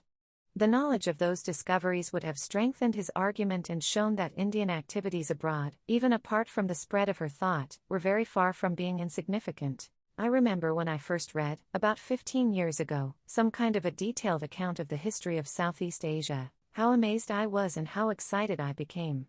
New panoramas opened out before me, new perspectives of history, new conceptions of India's past, and I had to adjust all my thinking and previous notions to them. Champa, Cambodia, and Angkor, Srivijaya, and Majapahit suddenly rose out of the void, took living shape, vibrant with that instinctive feeling, which makes the past touch the present. Of Shailendra, the mighty man of war and conquest and other achievements, Dr. H. G. Quaritch Wales has written, this great conqueror, whose achievements can only be compared with those of the greatest soldiers known to Western history, and whose fame in his time sounded from Persia to China, in a decade or two built up a vast maritime empire which endured for 5 centuries, and made possible the marvelous flowering of Indian art and culture in Java and Cambodia. Yet in our encyclopedias and histories, one will search in vain for a reference to this far-flung empire or to its noble founder. The very fact of such an empire ever having existed is scarcely known, except by a handful of Oriental scholars. Footnote, from Towards Encore, published by Harrop, 1937. End of footnote. The military exploits of these early Indian colonists are important as throwing light on certain aspects of the Indian character and genius which have hitherto not been appreciated. But far more important is the rich civilization they built up in their colonies and settlements and which endured for over 1,000 years. During the past quarter of a century, a great deal of light has been thrown on the history of this widespread area in Southeast Asia, which is sometimes referred to as Greater India. There are many gaps still, many contradictions, and scholars continue to put forward their rival theories, but the general outline is clear enough, and sometimes there is an abundance of detail. There is no lack of material, for there are references in Indian books, and accounts of Arab travelers and, most important of all, Chinese historical accounts. There are also many old inscriptions, copper plates, etc., and in Java and Bali there is a rich literature based on Indian sources, and often paraphrasing Indian epics and myths. Greek and Latin sources have also supplied some information. But, above all, there are the magnificent ruins of ancient monuments, especially at Angkor and Borobudur. Footnote, reference might be made to Dr. R.C. Majumdar's Ancient Indian Colonies in the Far East, published in Calcutta, 1927, and his Swarnadeep, published in Calcutta in 1937. Also to the publications of the Greater India Society, Calcutta. End of footnote. From the 1st century of the Christian era onwards, wave after wave of Indian colonists spread east and southeast, reaching Ceylon, Burma, Malaya, Java, Sumatra, Borneo, Siam, Cambodia, and Indochina. Some of them managed to reach Formosa, the Philippine Islands and Celebes. Even as far as Madagascar. The current language is Indonesian with a mixture of Sanskrit words. It must have taken them several hundred years to spread out in this way, and possibly all of these places were not reached directly from India but from some intermediate settlement. There appear to have been 4 principal waves of colonization from the 1st century AC to about 900 AC, and in between there must have been a stream of people going eastwards. But the most remarkable feature of these ventures was that they were evidently organized by the state. Widely scattered colonies were started almost simultaneously, and almost always the settlements were situated on strategic points and on important trade routes. The names that were given to these settlements were Old Indian names. Thus Cambodia, as it is known now, was called Cambodia, which was a well-known town in ancient India, in Gandhara or the Kabul Valley. This itself indicates roughly the period of this colonization, for at that time Gandhara, Afghanistan, must have been an important part of Aryan India. What led to these extraordinary expeditions across perilous seas, and what was the tremendous urge behind them? They could not have been thought of or organized unless they had been preceded for many generations or centuries by individuals or small groups intent on trade. In the most ancient Sanskrit books there are vague references to these countries of the East. It is not always easy to identify the names given in them, but sometimes there is no difficulty. Java is clearly from Yavadvip, or the island of millet. Even today Java means barley or millet in India. The other names given in the old books are also usually associated with minerals, metals, or some industrial or agricultural product. This nomenclature itself makes one think of trade.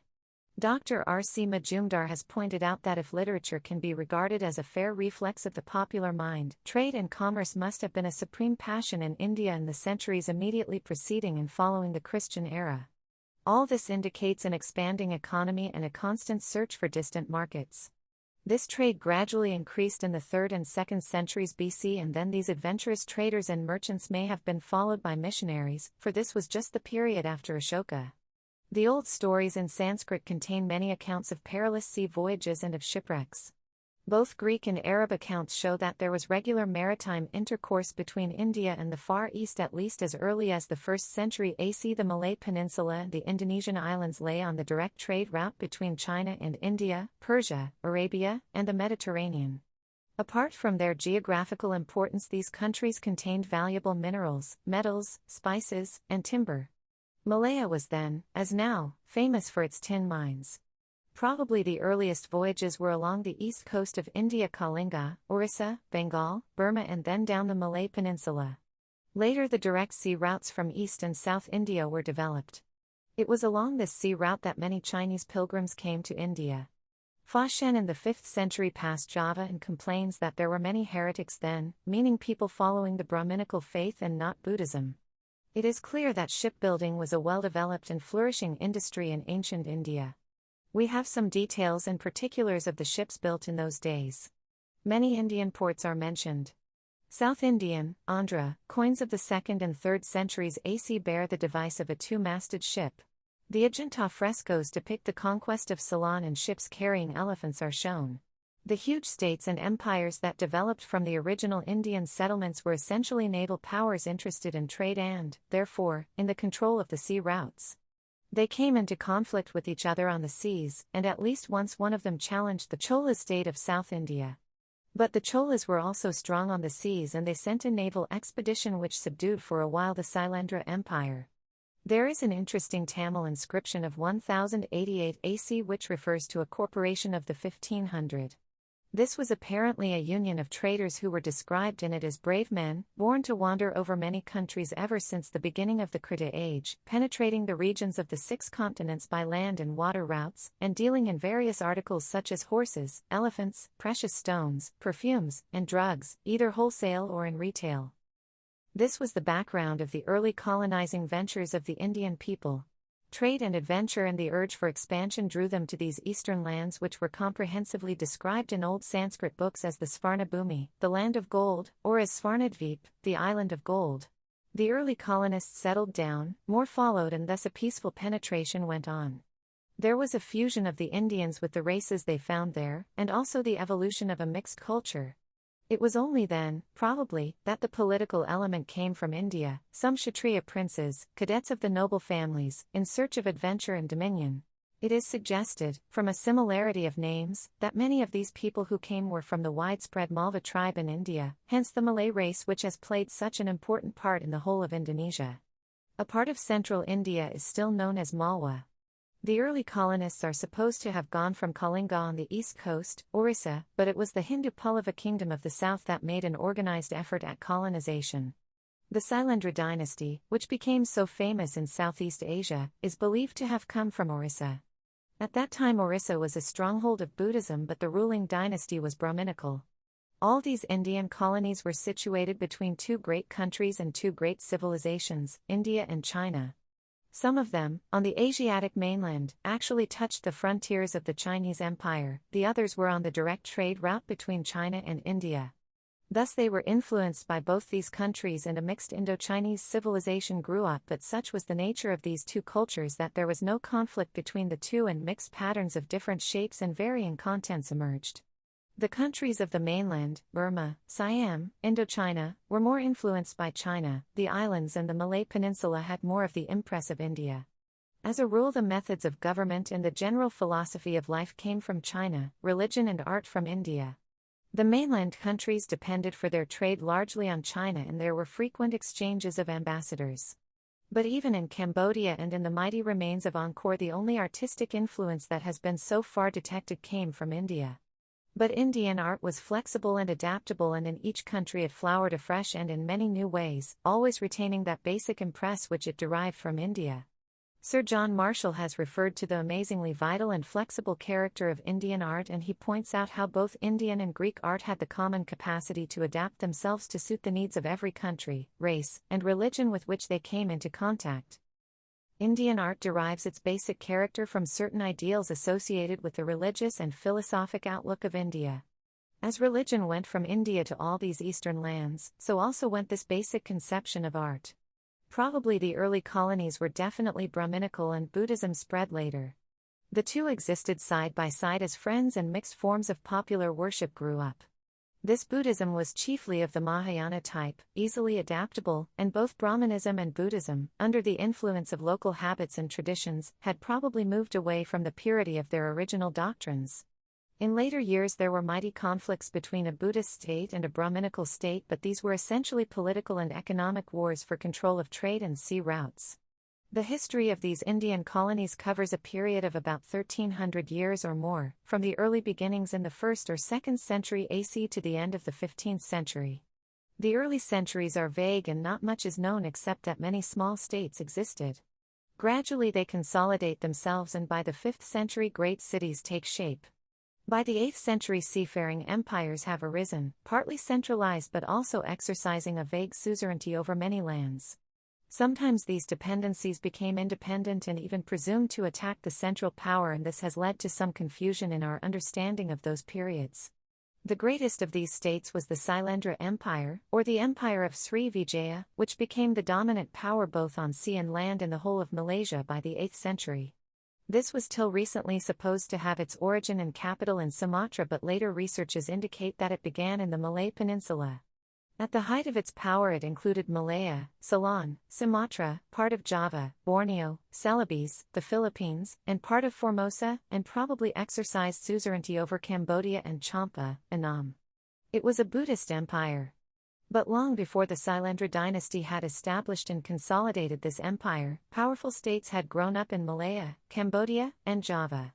In the northern part of the Malay Peninsula, near the borders of Siam, extensive ruins, says R.J. Wilkinson, point to the past existence of powerful states and a high standard of wealth and luxury. In Champa, Annam, there was the city of Pandurangam in the 3rd century, and in the 5th century Cambodia became a great city. A great ruler, Jayavarman, united the smaller states in the 9th century and built up the Cambodian Empire with its capital at Angkor.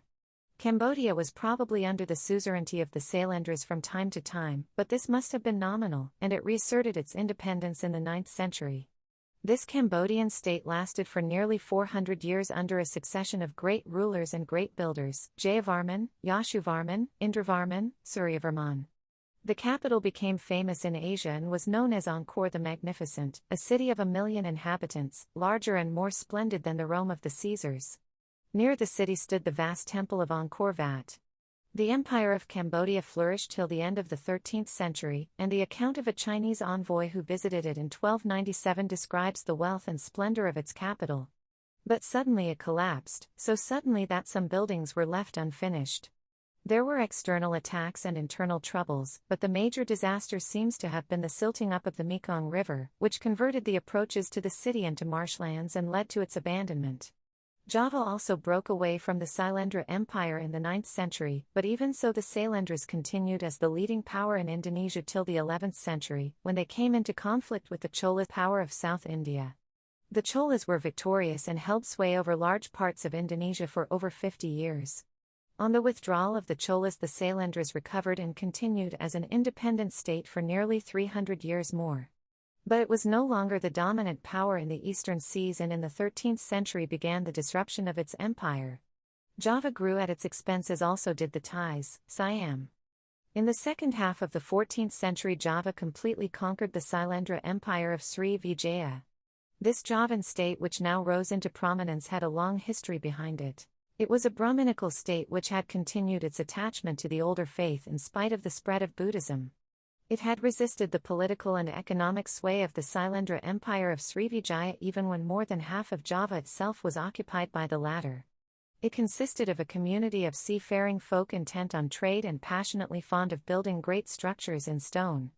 Originally it was called the Kingdom of Singasari, but in 1292 a new city, Majapahit, was founded, and from this grew the Empire of Majapahit, which succeeded Srivijaya as the dominant power in Southeast Asia.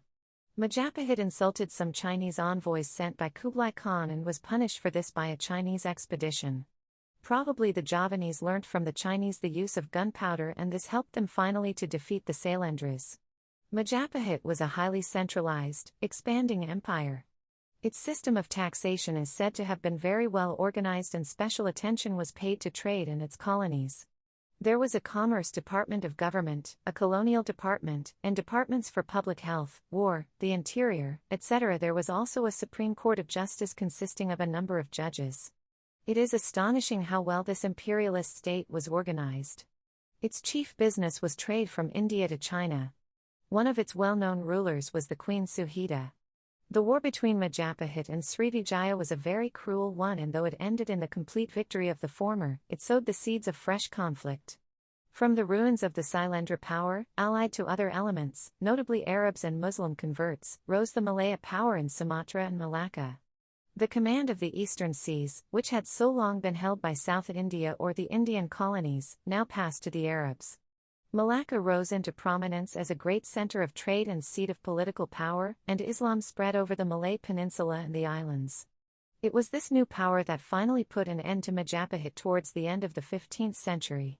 But within a few years, in 1511, the Portuguese, under Albuquerque, came and took possession of Malacca. Europe had reached the Far East through her newly developing sea power. End of Part 16, titled, Indian Colonies and Culture in Southeast Asia, of Chapter 5. Part 17, The Influence of Indian Art Abroad. These records of ancient empires and dynasties have an interest for the antiquarian, but they have a large interest in the history of civilization and art. From the point of view of India, they are particularly important, for it was India that functioned there and exhibited her vitality and genius in a variety of ways.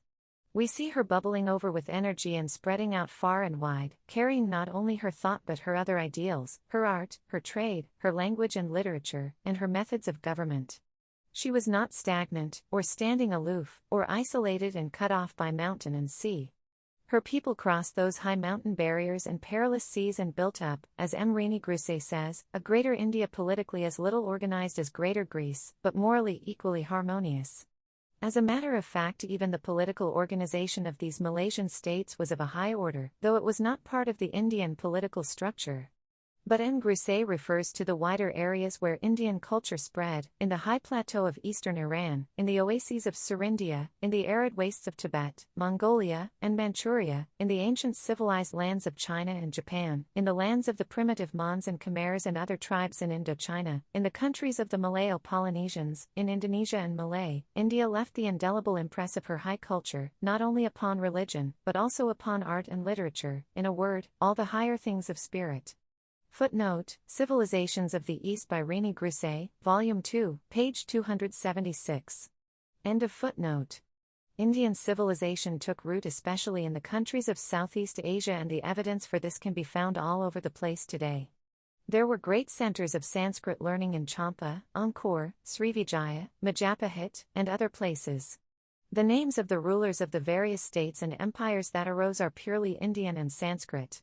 This does not mean that they were pure Indian, but it does mean that they were Indianized. State ceremonies were Indian and conducted in Sanskrit. All the officers of the state bear old Sanskrit titles, and some of these titles and designations have been continued up till now, not only in Thailand but in the Muslim states of Malaya. The old literatures of these places in Indonesia are full of Indian myth and legend. The famous dances of Java and Bali derive from India. The little island of Bali has indeed largely maintained its old Indian culture down to modern times, and even Hinduism has persisted there. The art of writing went to the Philippines from India. In Cambodia the alphabet is derived from South India, and numerous Sanskrit words have been taken over with minor variations. The civil and criminal law is based on the laws of Manum, the ancient lawgiver of India, and this has been codified, with variations due to Buddhist influence, in modern Cambodian legislation. Footnote, from A. Leclerc's Recherches sur les origines brahmaniques des lois cambodgiennes, quoted in B.R. Chatterjee's Indian Cultural Influence in Cambodia, published in Calcutta, 1928. End of footnote. But above all else, it is in the magnificent art and architecture of these old Indian colonies that the Indian influence is most marked. The original impulse was modified, adapted, and fused with the genius of the place, and out of this fusion arose the monuments and wonderful temples of Angkor and Borobudur. At Borobudur in Java the whole life story of Buddha is carved in stone. At other places bas-reliefs reproduce the legends of Vishnu and Rama and Krishna. Of Angkor, Mr. Osbert Sitwell has written, "Let it be said immediately that Angkor, as it stands, ranks as chief wonder of the world today, one of the summits to which human genius has aspired in stone, infinitely more impressive, lovely and, as well, romantic, than anything that can be seen in China. The material remains of a civilization that flashed its wings, of the utmost brilliance, for 6 centuries, and then perished so utterly that even his name has died from the lips of man." Round the great temple of Angkor Wat is a vast area of mighty ruins with artificial lakes and pools, and canals and bridges over them, and a great gate dominated by a vast sculptured head, a lovely, smiling but enigmatic Cambodian face, though one raised to the power and beauty of a god. The face with its strangely fascinating and disturbing smile, the Angkor smile, is repeated again and again. This gate leads to the temple. The neighboring Bayon can be said to be the most imaginative and singular in the world, more lovely than Angkor Wat, because more unearthly in its conception, a temple from a city in some other distant planet. Imbued with the same elusive beauty that often lives between the lines of a great poem. Footnote: these extracts have been taken from Osbert Sitwell's Escape with Me, an Oriental sketchbook, published in 1941. End of footnote. The inspiration for Angkor came from India, but it was the Khmer genius that developed it, or the two fused together and produced this wonder. The Cambodian king who is said to have built this great temple is named Jayavarman VII, a typical Indian name. Dr. Quaritch Wales says that when the guiding hand of India was removed, her inspiration was not forgotten, but the Khmer genius was released to mold from it vast new conceptions of amazing vitality different from, and hence not properly to be compared with anything matured in a purely Indian environment. It is true that Khmer culture is essentially based on the inspiration of India, without which the Khmers at best might have produced nothing greater than the barbaric splendor of the Central American Mayas, but it must be admitted that here, more than anywhere else in Greater India, this inspiration fell on fertile soil. Footnote: From Towards Angkor by Dr. H. G. Quaritch Wales, published by Harrop, 1933. End of footnote. This leads one to think that in India itself that original inspiration gradually faded because the mind and the soil became overworked and undernourished for lack of fresh currents and ideas. So long as India kept her mind open and gave of her riches to others, and received from them what she lacked, she remained fresh and strong and vital. But the more she withdrew into her shell, intent on preserving herself, uncontaminated by external influences, the more she lost that inspiration and her life became increasingly a dull round of meaningless activities all centered in the dead past. Losing the art of creating beauty, her children lost even the capacity to recognize it. It is to European scholars and archaeologists that the excavations and discoveries in Java, Angkor and elsewhere in Greater India are due, more especially to French and Dutch scholars. Great cities and monuments probably still lie buried there awaiting discovery. Meanwhile, it is said that important sites in Malaya containing ancient ruins have been destroyed by mining operations or for obtaining material for building roads. The war will no doubt add to this destruction. Some years ago I had a letter from a Thai, Siamese, student who had come to Tagore's Shanti Niketan and was returning to Thailand. He wrote, "I always consider myself exceptionally fortunate in being able to come to this great and ancient land of Aryavurta and to pay my humble homage at the feet of Grandmother India, in whose affectionate arms my mother country was so lovingly brought up and taught to appreciate and love what was sublime and beautiful in culture and religion." This may not be typical, but it does convey some idea of the general feeling towards India which, though vague and overladen with much else, still continues in many of the countries of Southeast Asia. Everywhere an intense and narrow nationalism has grown, looking to itself and distrustful of others. There is fear and hatred of European domination and yet a desire to emulate Europe and America. There is often some contempt for India because of her dependent condition, and yet behind all this there is a feeling of respect and friendship for India, for old memories endure and people have not forgotten that there was a time when India was a mother country to these and nourished them with rich fare from her own treasure house. Just as Hellenism spread from Greece to the countries of the Mediterranean and in Western Asia, India's cultural influence spread to many countries and left its powerful impress upon them. From Persia to the Chinese Sea, writes Sylvain Levi, from the icy regions of Siberia to the islands of Java and Borneo, from Oceania to Socotra, India has propagated her beliefs, her tales and her civilization. She has left indelible imprints on 1/4 of the human race in the course of a long succession of centuries. She has the right to reclaim in universal history the rank that ignorance has refused her for a long time and to hold her place amongst the great nations, summarizing and symbolizing the spirit of humanity. Footnote, quoted in V. N. Gasal's Progress of Greater Indian Research, 1917–1942, published in Calcutta, 1943. End of footnote. End of Part 17, titled, The Influence of Indian Art Abroad, of Chapter 5. Part 18, Old Indian Art. The amazing expansion of Indian culture and art to other countries has led to some of the finest expressions of this art being found outside India. Unfortunately, many of our old monuments and sculptures, especially in northern India, have been destroyed in the course of ages. To know Indian art in India alone, says Sir John Marshall, is to know but half its story. To apprehend it to the full, we must follow it in the wake of Buddhism, to Central Asia, China, and Japan. We must watch it assuming new forms and breaking into new beauties as it spreads over Tibet and Burma and Siam. We must gaze in awe at the unexampled grandeur of its creations in Cambodia and Java. In each of these countries, Indian art encounters a different racial genius, a different local environment, and under their modifying influence it takes on a different garb. Footnote, from Forward to Reginald Lemai's Buddhist Art in Siam, published in Cambridge, 1938, quoted by Ghazal in Progress of Greater Indian Research, published in Calcutta, 1943. End of footnote.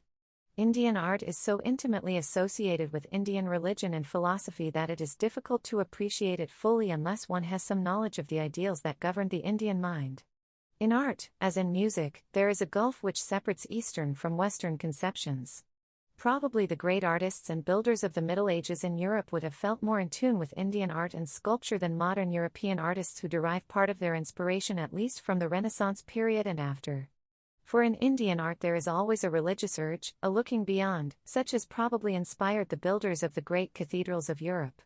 Beauty is conceived as subjective, not objective, it is a thing of the spirit, though it may also take lovely shape in form or matter. The Greeks loved beauty for its own sake and found not only joy but truth in it. The ancient Indians loved beauty also, but always they sought to put some deeper significance in their work, some vision of the inner truth as they saw it. In the supreme examples of their creative work they extort admiration, even though one may not understand what they were aiming at or the ideas that governed them. In lesser examples, this lack of understanding, of not being in tune with the artist's mind, becomes a bar to appreciation. There is a vague feeling of discomfort, even of irritation, at something one cannot grasp, and this leads to the conclusion that the artist did not know his job and has failed. Sometimes there is even a feeling of repulsion. I know nothing about art, Eastern or Western, and am not competent to say anything about it. I react to it as any untutored layman might do. Some painting or sculpture or building fills me with delight, or moves me and makes me feel a strange emotion, or it just pleases me a little, or it does not affect me at all and I pass it by almost unnoticed, or it repels me. I cannot explain these reactions or speak learnedly about the merits or demerits of works of art. The Buddhist statue, at an Aradapud, in Ceylon, moved me greatly, and a picture of it has been my companion for many years. On the other hand, some famous temples in South India, heavy with carving and detail, disturb me and fill me with unease. Europeans, trained in the Greek tradition, at first examined Indian art from the Grecian point of view. They recognized something they knew in the Greco-Buddhist art of Gandhara and the frontier and considered other forms in India as degraded types of this. Gradually a new approach was made and it was pointed out that Indian art was something original and vital and in no way derived from this Greco-Buddhist art, which was a pale reflection of it. This new approach came more from the continent of Europe than from England. It is curious that Indian art, and this applies to Sanskrit literature also, has been more appreciated on the continent than in England. I have often wondered how far this has been conditioned by the unfortunate political relationship existing between India and England. Probably there is something in that, though there must be other and more basic causes of difference also. There are of course many Englishmen, artists and scholars and others, who have come near to the spirit and outlook of India and helped to discover our old treasures and interpret them to the world. There are many also to whom India is grateful for their warm friendship and service. Yet the fact remains that there is a gulf, and an ever-widening gulf, between Indians and Englishmen. On the Indian side this is easier to understand, at any rate for me, for a great deal has happened in recent years that has cut deep into our souls. On the other side perhaps some similar reactions have taken place for different reasons, among them, anger at being put in the wrong before the world when, according to them, the fault was not theirs. But the feeling is deeper than politics and it comes out unawares, and most of all it seems to affect English intellectuals. The Indian, to them, appears to be a special manifestation of original sin and all his works bear this mark. A popular English author, though hardly representative of English thought or intelligence, has recently written a book which is full of a malicious hatred and disgust for almost everything Indian. A more eminent and representative English author, Mr. Osbert Sitwell, says in his book Escape with Me, 1941, that the idea of India, despite its manifold and diverse marvels, continued to be repellent. He refers also to that repulsive, greasy quality that so often mars Hindu works of art. Mr. Sitwell is perfectly justified in holding those opinions about Indian art or India generally. I am sure he feels that way. I am myself repelled by much in India, but I do not feel that way about India as a whole. Naturally, for I am an Indian and I cannot easily hate myself, however unworthy I may be. But it is not a question of opinions or views on art, it is much more a conscious and subconscious dislike and unfriendliness to a whole people. Is it true that those whom we have injured, we dislike and hate? Among the Englishmen who have appreciated Indian art and applied new standards of judgment to it have been Lawrence Binyon and E.B. Havel. Havel is particularly enthusiastic about the ideals of Indian art and the spirit underlying them. He emphasizes that a great national art affords an intimate revelation of national thought and character, but it is only to be appreciated if the ideals behind it are understood. An alien governing race misapprehending and depreciating those ideals sows the seeds of intellectual antipathy. Indian art, he says, was not addressed to a narrow coterie of literati. Its intention was to make the central ideas of religion and philosophy intelligible to the masses. That Hindu art was successful in its educational purpose may be inferred from the fact, known to all who have intimate acquaintance with Indian life, that the Indian peasantry, though illiterate in the Western sense, are among the most cultured of their class anywhere in the world. Footnote, from E.B. Havel's The Ideals of Indian Art, published in 1920, pages 19 of first section and 212. End of footnote. In art, as in Sanskrit poetry and Indian music, the artist was supposed to identify himself with nature in all her moods, to express the essential harmony of man with nature and the universe. That has been the keynote of all Asiatic art, and it is because of this that there is a certain unity about the art of Asia, in spite of its great variety and the national differences that are so evident. There is not much of old painting in India, except for the lovely frescoes of Ajanta. Perhaps much of it has perished. It was in her sculpture and architecture that India stood out, just as China and Japan excelled in painting.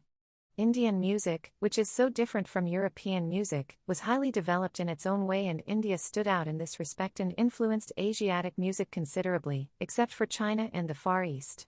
Music thus became another link with Persia, Afghanistan, Arabia, Turkestan and, to some extent, in other areas where Arab civilization flourished, for instance, North Africa.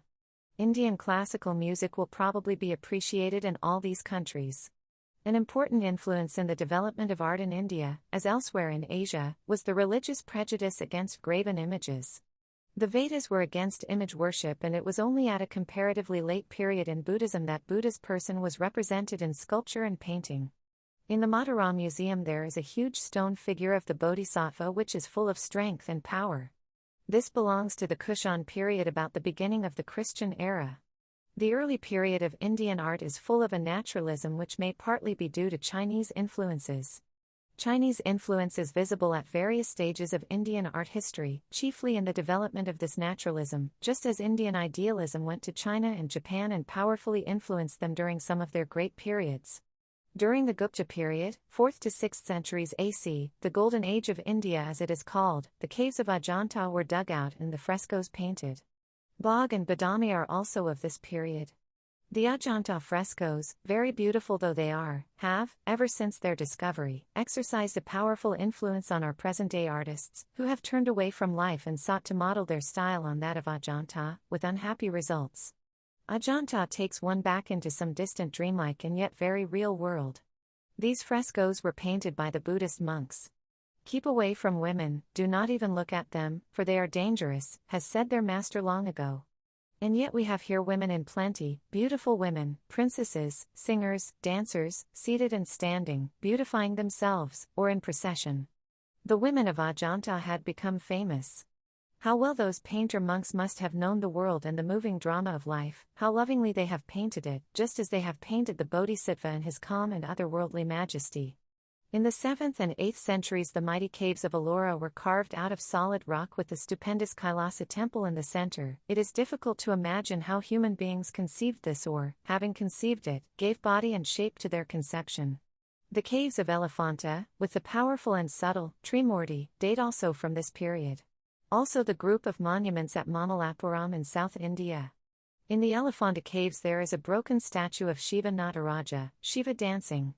Even in its mutilated condition, Havel says that it is a majestic conception and an embodiment of titanic power. Though the rock itself seems to vibrate with the rhythmic movement of the dance, the noble head bears the same look of serene calm and dispassion which illuminate the face of the Buddha. There is another Shiva Nataraja in the British Museum, and of this Epstein has written, "Shiva dances, creating the world and destroying it, his large rhythms conjure up vast eons of time, and his movements have a relentless magical power of incantation." A small group of the British Museum is the most tragic summing up of the death in love motive ever seen, and it epitomizes, as no other work, the fatal element in human passion. Our European allegories are banal and pointless by comparison with these profound works, devoid of the trappings of symbolism, concentrating on the essential, the essentially plastic. Footnote, from Epstein's Let There Be Sculpture, published in 1942, page 193. End of footnote. There is a head of a bodhisattva from Borobudur in Java which has been taken to the Glyptotek in Copenhagen. It is beautiful, in the sense of formal beauty, but, as Havel says, there is something deeper in it revealing, as in a mirror, the pure soul of the bodhisattva. It is a face which incarnates the stillness of the depths of the ocean, the serenity of an azure, cloudless sky, a beatitude beyond moral ken. Indian art in Java, adds Havel, has a character of its own which distinguishes it from that of the continent from whence it came. There runs through both the same strain of deep serenity, but in the divine ideal of Java we lose the austere feeling which characterizes the Hindu sculpture of Elephanta and Mamallapuram. There is more of human contentment and joy in Indo-Javanese art, an expression of that peaceful security which the Indian colonists enjoyed in their happy island home, after the centuries of storm and struggle which their forefathers had experienced on the mainland. Footnote, Havel's The Ideals of Indian Art, 1920, page 169. End of footnote. End of Part 18, titled, Old Indian Art, of Chapter 5. Part 19, India's Foreign Trade. Throughout the first millennium of the Christian era, India's trade was widespread and Indian merchants controlled many foreign markets. It was dominant in the eastern seas and it reached out also to the Mediterranean. Pepper and other spices went from India or via India to the west, often on Indian and Chinese bottoms, and it is said that Alaric the Goth took away 3,000 pounds of pepper from Rome.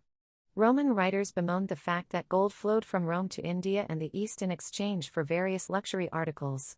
This trade was largely, in India as elsewhere at the time, one of give and take of materials found and developed locally. India was a fertile land and rich in some of the materials that other countries lacked, and the seas being open to her she sent these materials abroad. She also obtained them from the eastern islands and profited as a merchant carrier. But she had further advantages.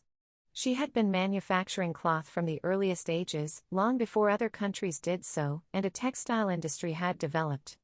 Indian textiles went to far countries.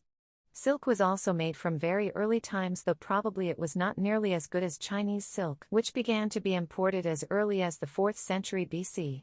The Indian silk industry may have developed subsequently, though it does not seem to have gone far. An important advance was made in the dyeing of cloth and special methods were discovered for the preparation of fast dyes. Among these was indigo, a word derived from India through Greece. It was probably this knowledge of dyeing that gave a great impetus to India's trade with foreign countries. Chemistry in India in the early centuries AC was probably more advanced than in other countries. I do not know much about it, but there is a history of Hindu chemistry written by the doyen of Indian chemists and scientists, Sir P.C. Ray, who trained several generations of Indian scientists. Chemistry then was closely allied to alchemy and metallurgy. A famous Indian chemist and metallurgist was named Nagarjuna, and the similarity of the names has led some people to suggest that he was the same person as the great philosopher of the 1st century AC, but this is very doubtful. The tempering of steel was known early in India, and Indian steel and iron were valued abroad, especially for warlike purposes. Many other metals were known and used in preparations of metallic compounds were made for medicinal purposes. Distillation and calcination were well known. The science of medicine was fairly well developed. Though based mainly on the old textbooks, considerable experimental progress was made right up to the medieval period. Anatomy and physiology were studied and the circulation of the blood was suggested long before Harvey. Astronomy, oldest of sciences, was a regular subject of the university curriculum, and with it was mixed up astrology. A very accurate calendar was worked out, and this calendar is still in popular use. It is a solar calendar having lunar months, which leads to periodical adjustments. As elsewhere, the priests, or Brahmins, were especially concerned with this calendar, and they fixed the seasonal festivals as well as indicated the exact time of the eclipses of the sun and moon, which were also in the nature of festivals. They took advantage of this knowledge to encourage among the masses beliefs and observances, which they must have known to be superstitious, and thus added to their own prestige. A knowledge of astronomy, in its practical aspects, was of great help to the people who went on the seas. The ancient Indians were rather proud of the advances they had made in astronomical knowledge. They had contacts with Arab astronomy, which was largely based on Alexandria. It is difficult to say how far mechanical appliances had developed then, but shipbuilding was a flourishing industry and there is frequent reference to various kinds of machines, especially for purposes of war. This has led some enthusiastic and rather credulous Indians to imagine all kinds of complicated machines. It does seem, however, that India at that time was not behind any country in the making and use of tools and in the knowledge of chemistry and metallurgy. It was this that gave her an advantage in trade and enabled her for several centuries to control a number of foreign markets. Possibly she had one other advantage also, the absence of slave labor, which handicapped Greek and other early civilizations and came in the way of their progress. The caste system, with all its evils, which progressively increased, was infinitely better than slavery even for those lowest in the scale. Within each caste there was equality and a measure of freedom, each caste was occupational and applied itself to its own particular work. This led to a high degree of specialization and skill in handicrafts and craftsmanship. End of Part 19, titled, India's Foreign Trade, of Chapter 5. Part 20, Mathematics in Ancient India. Highly intellectual and given to abstract thinking as they were, one would expect the ancient Indians to excel in mathematics. Europe got its early arithmetic and algebra from the Arabs, hence the Arabic numerals, but the Arabs themselves had previously taken them from India. The astonishing progress that the Indians had made in mathematics is now well known, and it is recognized that the foundations of modern arithmetic and algebra were laid long ago in India. The clumsy method of using a counting frame and the use of Roman and such-like numerals had long retarded progress when the 10 Indian numerals, including the zero sign, liberated the human mind from these restrictions and threw a flood of light on the behavior of numbers. These number symbols were unique and entirely different from all other symbols that had been in use in other countries. They are common enough today and we take them for granted, yet they contained the germs of revolutionary progress in them. It took many centuries for them to travel from India, via Baghdad, to the Western world. 150 years ago, during Napoleon's time, Laplace wrote, "It is India that gave us the ingenious method of expressing all numbers by means of 10 symbols, each symbol receiving a value of position, as well as an absolute value, a profound and important idea which appears so simple to us now that we ignore its true merit, but its very simplicity, the great ease which it has lent to all computations, puts our arithmetic in the first rank of useful inventions, and we shall appreciate the grandeur of this achievement when we remember that it escaped the genius of Archimedes and Apollonius, two of the greatest men produced by antiquity." Footnote, quoted in Hogben's Mathematics for the Million, published in London, 1942. End of footnote. The origins of geometry, arithmetic, and algebra in India go back to remote periods. Probably to begin with there was some kind of geometrical algebra used for making figures for Vedic altars. Mention is made in the most ancient books of the geometrical method for the transformation of a square into a rectangle having a given side, ax equals c. Geometrical figures are even now commonly used in Hindu ceremonies. Geometry made progress in India, but in this respect Greece and Alexandria went ahead. It was in arithmetic and algebra that India kept the lead. The inventor or inventors of the decimal place value system and the zero mark are not known. The earliest use of the zero symbol, so far discovered, is in one of the scriptural books, dated about 200 BC. It is considered probable that the place value system was invented about the beginning of the Christian era. The zero, called shunya or nothing, was originally a dot and later it became a small circle. It was considered a number like any other. Professor Halstead thus emphasizes the vital significance of this invention. The importance of the creation of the zero mark can never be exaggerated. This giving to airy nothing, not merely a local habitation and a name, a picture, a symbol but helpful power, is the characteristic of the Hindu race from whence it sprang. It is like coining the nirvana into dynamos. No single mathematical creation has been more potent for the general on-go of intelligence and power. Footnote, from G. B. Halstead's, On the Foundation and Technique of Arithmetic, page 20 published in Chicago, 1912, quoted in History of Hindu Mathematics by B. Datta and A. N. Singh, 1935. End of footnote. Yet another modern mathematician has grown eloquent over this historic event. Danzig in his number writes, "This long period of nearly 5,000 years saw the rise and fall of many a civilization, each leaving behind it a heritage of literature, art, philosophy, and religion. But what was the net achievement in the field of reckoning, the earliest art practiced by man? An inflexible numeration so crude as to make progress well nigh impossible, and a calculating device so limited in scope that even elementary calculations called for the services of an expert. Man used these devices for thousands of years without making a single worthwhile improvement in the instrument, without contributing a single important idea to the system. Even when compared with the slow growth of ideas during the Dark Ages, the history of reckoning presents a peculiar picture of desolate stagnation. When viewed in this light, the achievements of the unknown Hindu, who sometime in the first centuries of our era discovered the principle of position, assumes the importance of a world event." Footnote, quoted in L. Hogben's Mathematics for the Million, published in London, 1942. End of footnote. Danzig is puzzled at the fact that the great mathematicians of Greece did not stumble on this discovery. Is it that the Greeks had such a marked contempt for applied science, leaving even the instruction of their children to slaves? But if so, how is it that the nation that gave us geometry and carried this science so far did not create even a rudimentary algebra? Is it not equally strange that algebra, that cornerstone of modern mathematics, also originated in India, and at about the same time that positional numeration did? The answer to this question is suggested by Professor Hogben: the difficulty of understanding why it should have been the Hindus who took this step, why it was not taken by the mathematicians of antiquity, why it should first have been taken by practical man, is only insuperable if we seek for the explanation of intellectual progress in the genius of a few gifted individuals, instead of in the whole social framework of custom thought which circumscribes the greatest individual genius. What happened in India about AD 100 had happened before. Maybe it is happening now in Soviet Russia. To accept it, this truth, is to recognize that every culture contains within itself its own doom, unless it pays as much attention to the education of the mass of mankind as to the education of the exceptionally gifted people. Footnote, Hogben's Mathematics for the Million, published in London, 1942, page 285.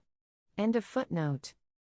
We must assume then that these momentous inventions were not just due to the momentary illumination of an erratic genius, much in advance of his time, but that they were essentially the product of the social milieu and that they answered some insistent demand of the times. Genius of a high order was certainly necessary to find this out and fulfill the demand, but if the demand had not been there, the urge to find some way out would have been absent, and even if the invention had been made, it would have been forgotten or put aside till circumstances more propitious for its use arose. It seems clear from the early Sanskrit works on mathematics that the demand was there, for these books are full of problems of trade and social relationship involving complicated calculations. There are problems dealing with taxation, debt, and interest, problems of partnership, barter and exchange, and the calculation of the fineness of gold. Society had grown complex and large numbers of people were engaged in governmental operations and in an extensive trade. It was impossible to carry on without simple methods of calculation.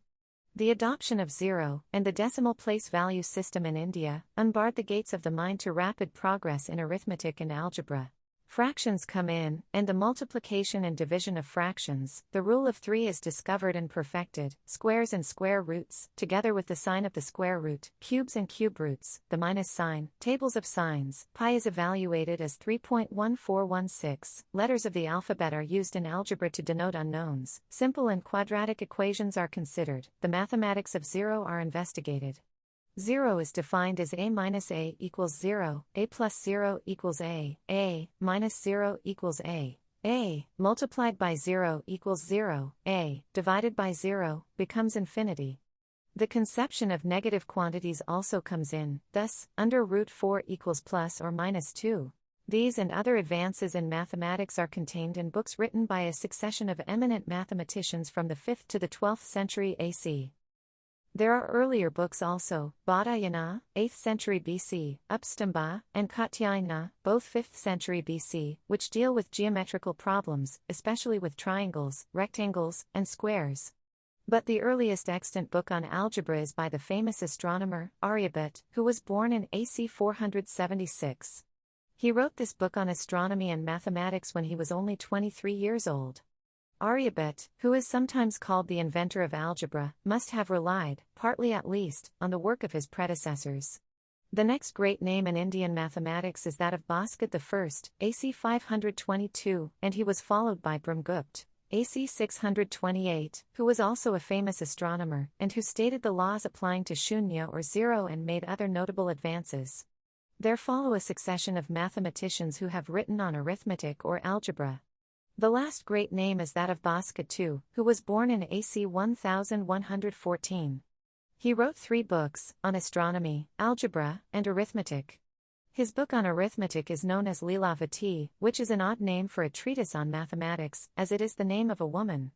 There are frequent references in the book to a young girl who is addressed as O Lilavati and is then instructed on the problems stated.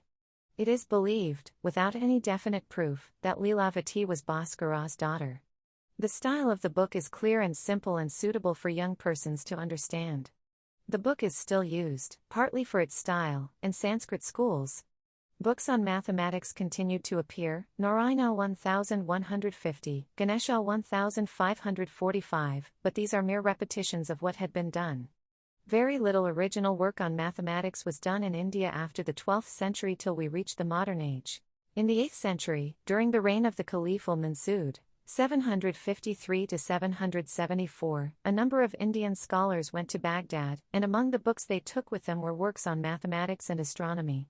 Probably even earlier than this, Indian numerals had reached Baghdad, but this was the first systematic approach, and Aryabhata's and other books were translated into Arabic. They influenced the development of mathematics and astronomy in the Arab world, and Indian numerals were introduced. Baghdad was then a great center of learning, and Greek and Jewish scholars had gathered there, bringing with them Greek philosophy, geometry, and science. The cultural influence of Baghdad was felt throughout the Muslim world from Central Asia to Spain, and a knowledge of Indian mathematics in their Arabic translations spread all over this vast area. The numerals were called by the Arabs figures of Hind, or India, and the Arabic word for a number is Hindasa, meaning from Hind. From this Arab world the new mathematics traveled to European countries, probably through the Moorish universities of Spain, and became the foundation for European mathematics.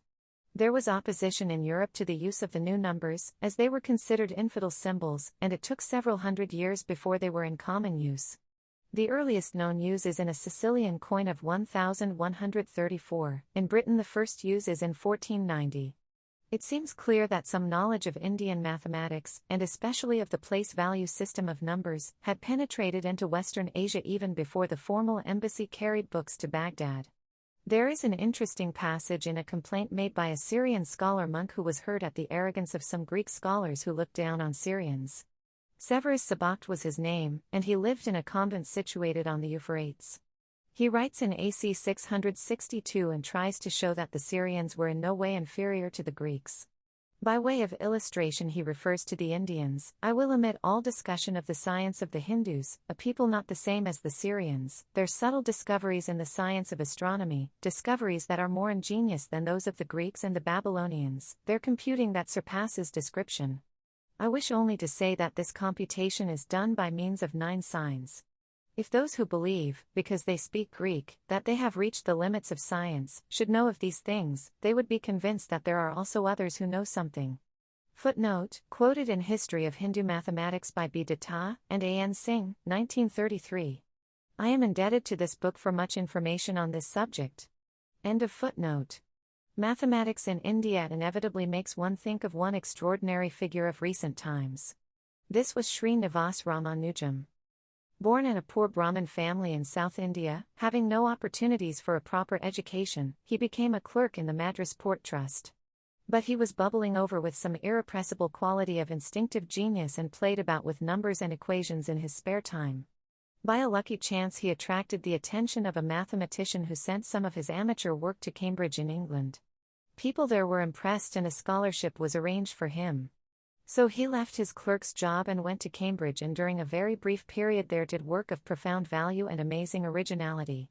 The Royal Society of England went rather out of their way and made him a fellow, but he died 2 years later, probably of tuberculosis, at the age of 33. Professor Julian Huxley has, I believe, referred to him somewhere as the greatest mathematician of the century. Ramanujam's brief life and death are symbolic of conditions in India. Of our millions, how few get any education at all, how many live on the verge of starvation, of even those who get some education, how many have nothing to look forward to but a clerkship in some office on a pay that is usually far less than the unemployment dole in England. If life opened its gates to them and offered them food and healthy conditions of living and education and opportunities of growth, how many among these millions would be eminent scientists, educationists, technicians, industrialists, writers and artists, helping to build a new India and a new world? End of Part 20, titled, Mathematics in Ancient India, of Chapter 5. Part 21, Growth and Decay. During the first 1,000 years of the Christian era, there are many ups and downs in India, many conflicts with invading elements and internal troubles. Yet it is a period of a vigorous national life, bubbling over with energy and spreading out in all directions. Culture develops into a rich civilization flowering out in philosophy, literature, drama, art, science, and mathematics. India's economy expands, the Indian horizon widens and other countries come within its scope. Contacts grow with Iran, China, the Hellenic world, Central Asia, and above all, there is a powerful urge towards the eastern seas which leads to the establishment of Indian colonies and the spread of Indian culture far beyond India's boundaries. During the middle period of this millennium, from early in the 4th to the 6th century, the Gupta Empire flourishes and becomes the patron and symbol of this widespread intellectual and artistic activity. It is called the Golden or Classical Age of India, and the writings of that period, which are classics in Sanskrit literature, reveal a serenity, a quiet confidence of the people in themselves, and a glow of pride at being privileged to be alive in that high noon of civilization, and with it the urge to use their great intellectual and artistic powers to the utmost. Yet even before that golden age had come to a close, signs of weakness and decay become visible. The White Huns come from the northwest in successive hordes and are repeatedly pushed back. But they come again and again and eat their way slowly into North India. For a half-century they even establish themselves as a ruling power all over the north. But then, with a great effort, the last of the great Guptas, joining up in a confederacy with Yashovarman, a ruler of central India, drives out the Huns. This long drawn-out conflict weakened India politically and militarily, and probably the settlement of large numbers of these Huns all over northern India gradually produced an inner change in the people. They were absorbed as all foreign elements had so far been absorbed, but they left their impress and weakened the old ideals of the Indo-Aryan races. Old accounts of the Huns are full of their excessive cruelty and barbarous behavior which were so foreign to Indian standards of warfare and government. In the 7th century there was a revival and renaissance under Harsha, both political and cultural. Ujjaini, modern Ujjain, which had been the brilliant capital of the Guptas, again became a center of art and culture and the seat of a powerful kingdom. But in the centuries that followed, this too weakens and fades off. In the 9th century, Mihira Bhoj, of Gujarat, consolidates a unified state in north and central India with his capital at Kannauj. There is another literary revival of which the central figure is Raj Shekhar. Again, at the beginning of the 11th century, another Bhoja stands out as a powerful and attractive figure, and Ujjaini again becomes a great capital. This Bhoja was a remarkable man who distinguished himself in many fields. He was a grammarian and a lexicographer, and interested in medicine and astronomy. He was a builder and a patron of art and literature, and was himself a poet and a writer to whom many works are attributed. His name has become a part of popular fable and legend as a symbol of greatness, learning, and generosity. And yet for all these bright patches, an inner weakness seems to seize India, which affects not only her political status but her creative activities. There is no date for this, for the process was a slow and creeping one, and it affected North India earlier than the South. The South indeed becomes more important both politically and culturally. Perhaps this was due to the South having escaped the continuous strain of fighting waves of invaders. Perhaps many of the writers and artists and master builders migrated to the South to escape from the unsettled conditions in the North. The powerful kingdoms of the South, with their brilliant courts, must have attracted these people and given them opportunities for creative work which they lacked elsewhere. But though the North did not dominate India, as it had often done in the past, and was split up into small states, life was still rich there and there were many centers of cultural and philosophic activity. Benares, as ever, was the heart of religious and philosophical thought, and every person who advanced a new theory or a new interpretation of an old theory had to come there to justify himself. Kashmir was for long a great Sanskrit center of Buddhist and Brahminical learning. The great universities flourished. Of these, Nalanda, the most famous of all, was respected for its scholarship all over India. To have been to Nalanda was a hallmark of culture. It was not easy to enter that university, for admission was restricted to those who had already attained a certain standard. It specialized in postgraduate study and attracted students from China, Japan, and Tibet, and even, it is said, from Korea and Mongolia and Bukhara. Apart from religious and philosophical subjects, both Buddhist and Brahminical, secular and practical subjects were also taught. There was a school of art and a department for architecture, a medical school, an agricultural department, dairy farms and cattle. The intellectual life of the university is said to have been one of animated debates and discussions. The spread of Indian culture abroad was largely the work of scholars from Nalanda. Then there was the Vikramshala University, near modern Bhagalpur, in Bihar, and Vallabhi, in Katiyavad. During the period of the Guptas, the Ujjayini University rose into prominence. In the south there was the Amravati University. Yet, as the millennium approached its end, all this appears to be the afternoon of a civilization. The glow of the morning had long faded away, high noon was past. In the south there was still vitality and vigor, and this lasted for some centuries more. In the Indian colonies abroad there was aggressive and full-blooded life right up to the middle of the next millennium. But the heart seems to petrify, its beats are slower, and gradually this petrification and decay spread to the limbs. There is no great figure in philosophy after Shankara in the 8th century, though there is a long succession of commentators and dialecticians. Even Shankara came from the south. The sense of curiosity and the spirit of mental adventure give place to a hard and formal logic and a sterile dialectic. Both Brahmanism and Buddhism deteriorate and degraded forms of worship grow up, especially some varieties of tantric worship and perversions of the yoga system. In literature, Bhavabuddhi, 8th century, is the last great figure. Many books continued to be written, but their style becomes more and more involved and intricate. There is neither freshness of thought nor of expression. In mathematics, Bhaskara II, 12th century, is the last great name. In art, E.B. Habel takes us rather beyond this period. He says that the form of expression was not artistically perfected until about the 7th and 8th centuries, when most of the great sculpture and painting in India was produced. From the 7th or 8th to the 14th century, according to him, was the great period of Indian art, corresponding to the highest development of Gothic art in Europe. He adds that it was in the 16th century that the creative impulse of the old Indian art began markedly to diminish. How far this judgment is correct I do not know, but I imagine that even in the field of art it was South India that carried on the old tradition for a longer period than the North. The last of the major emigrations for colonial settlement took place from South India in the 9th century, but the Cholas in the south continued to be a great sea power till the 11th century, when they defeated and conquered Srivijaya. We thus see that India was drying up and losing her creative genius and vitality. The process was a slow one and lasted several centuries, beginning in the north and finally reaching the south. What were the causes of this political decline and cultural stagnation? Was this due to age alone, that seems to attack civilizations as it does individuals, or to a kind of tidal wave with its forward and backward motion? Or were external causes and invasions responsible for it? Radhakrishnan says that Indian philosophy lost its vigor with the loss of political freedom. Sylvain Levy writes, La culture sanskrit a fini avec la liberté de langue, des langues nouvelles, des littératures nouvelles en envahi la territoire aryan et l'enchassé, elle s'est réfugiée dans les collèges et y pris un air pedantesque. All this is true, for the loss of political freedom lead inevitably to cultural decay.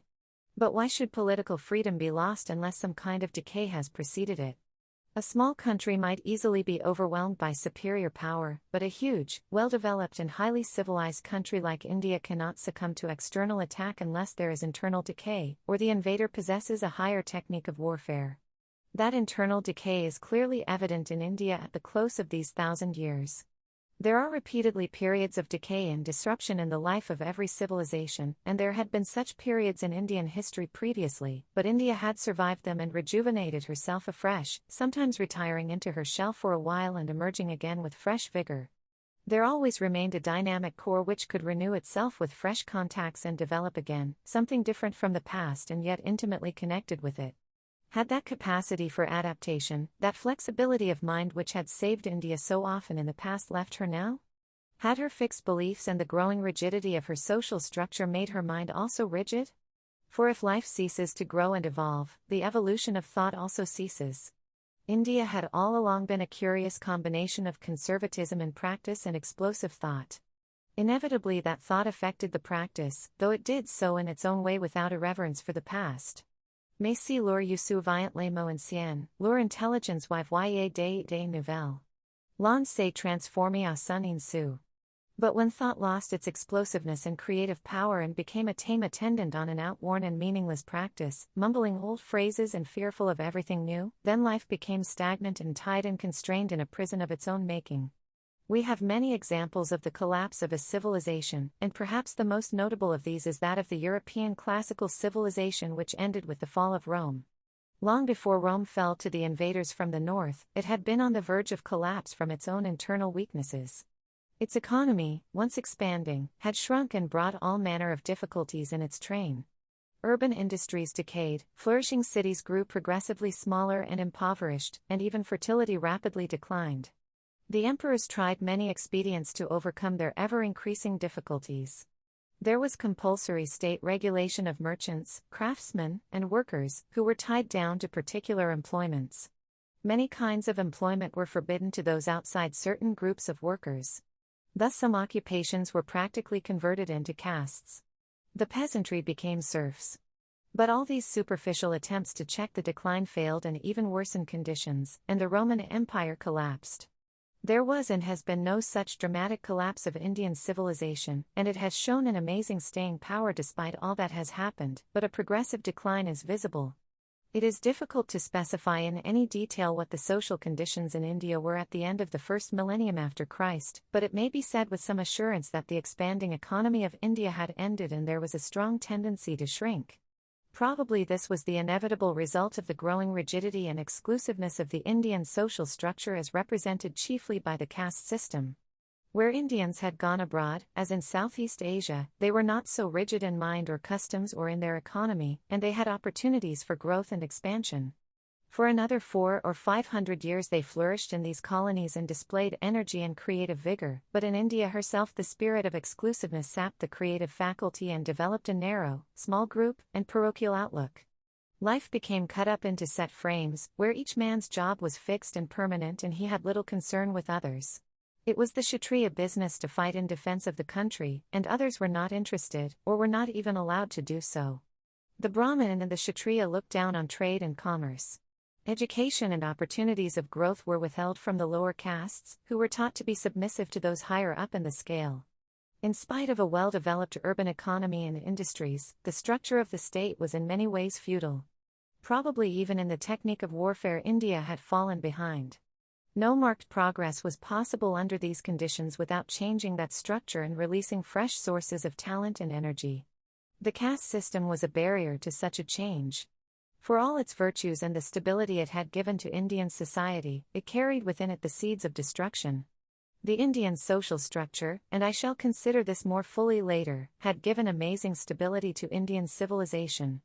It had given strength and cohesion to the group, but this came in the way of expansion and a larger cohesion. It developed crafts and skill in trade and commerce, but always within each group separately. Thus particular types of activity became hereditary and there was a tendency to avoid new types of work and activity and to confine oneself to the old groove, to restrict initiative and the spirit of innovation. It gave a measure of freedom within a certain limited sphere, but at the expense of the growth of a larger freedom and at the heavy price of keeping large numbers of people permanently at the bottom of the social ladder, deprived of the opportunities of growth. So long as that structure afforded avenues for growth and expansion, it was progressive. When it reached the limits of expansion open to it, it became stationary, unprogressive, and, later, inevitably regressive. Because of this there was decline all along the line, intellectual, philosophical, political, in technique and methods of warfare, in knowledge of and contacts with the outside world, and there was a growth of local sentiments and feudal, small group feeling at the expense of the larger conception of India as a whole, and a shrinking economy. Yet, as later ages were to show, there was yet vitality in the old structure and an amazing tenacity, as well as some flexibility and capacity for adaptation. Because of this it managed to survive and to profit by new contacts and waves of thought, and even progress in some ways. But that progress was always tied down to and hampered by far too many relics of the past. End of part 21, titled Growth and Decay, of chapter 5. This concludes the 5th chapter, titled Through the Ages.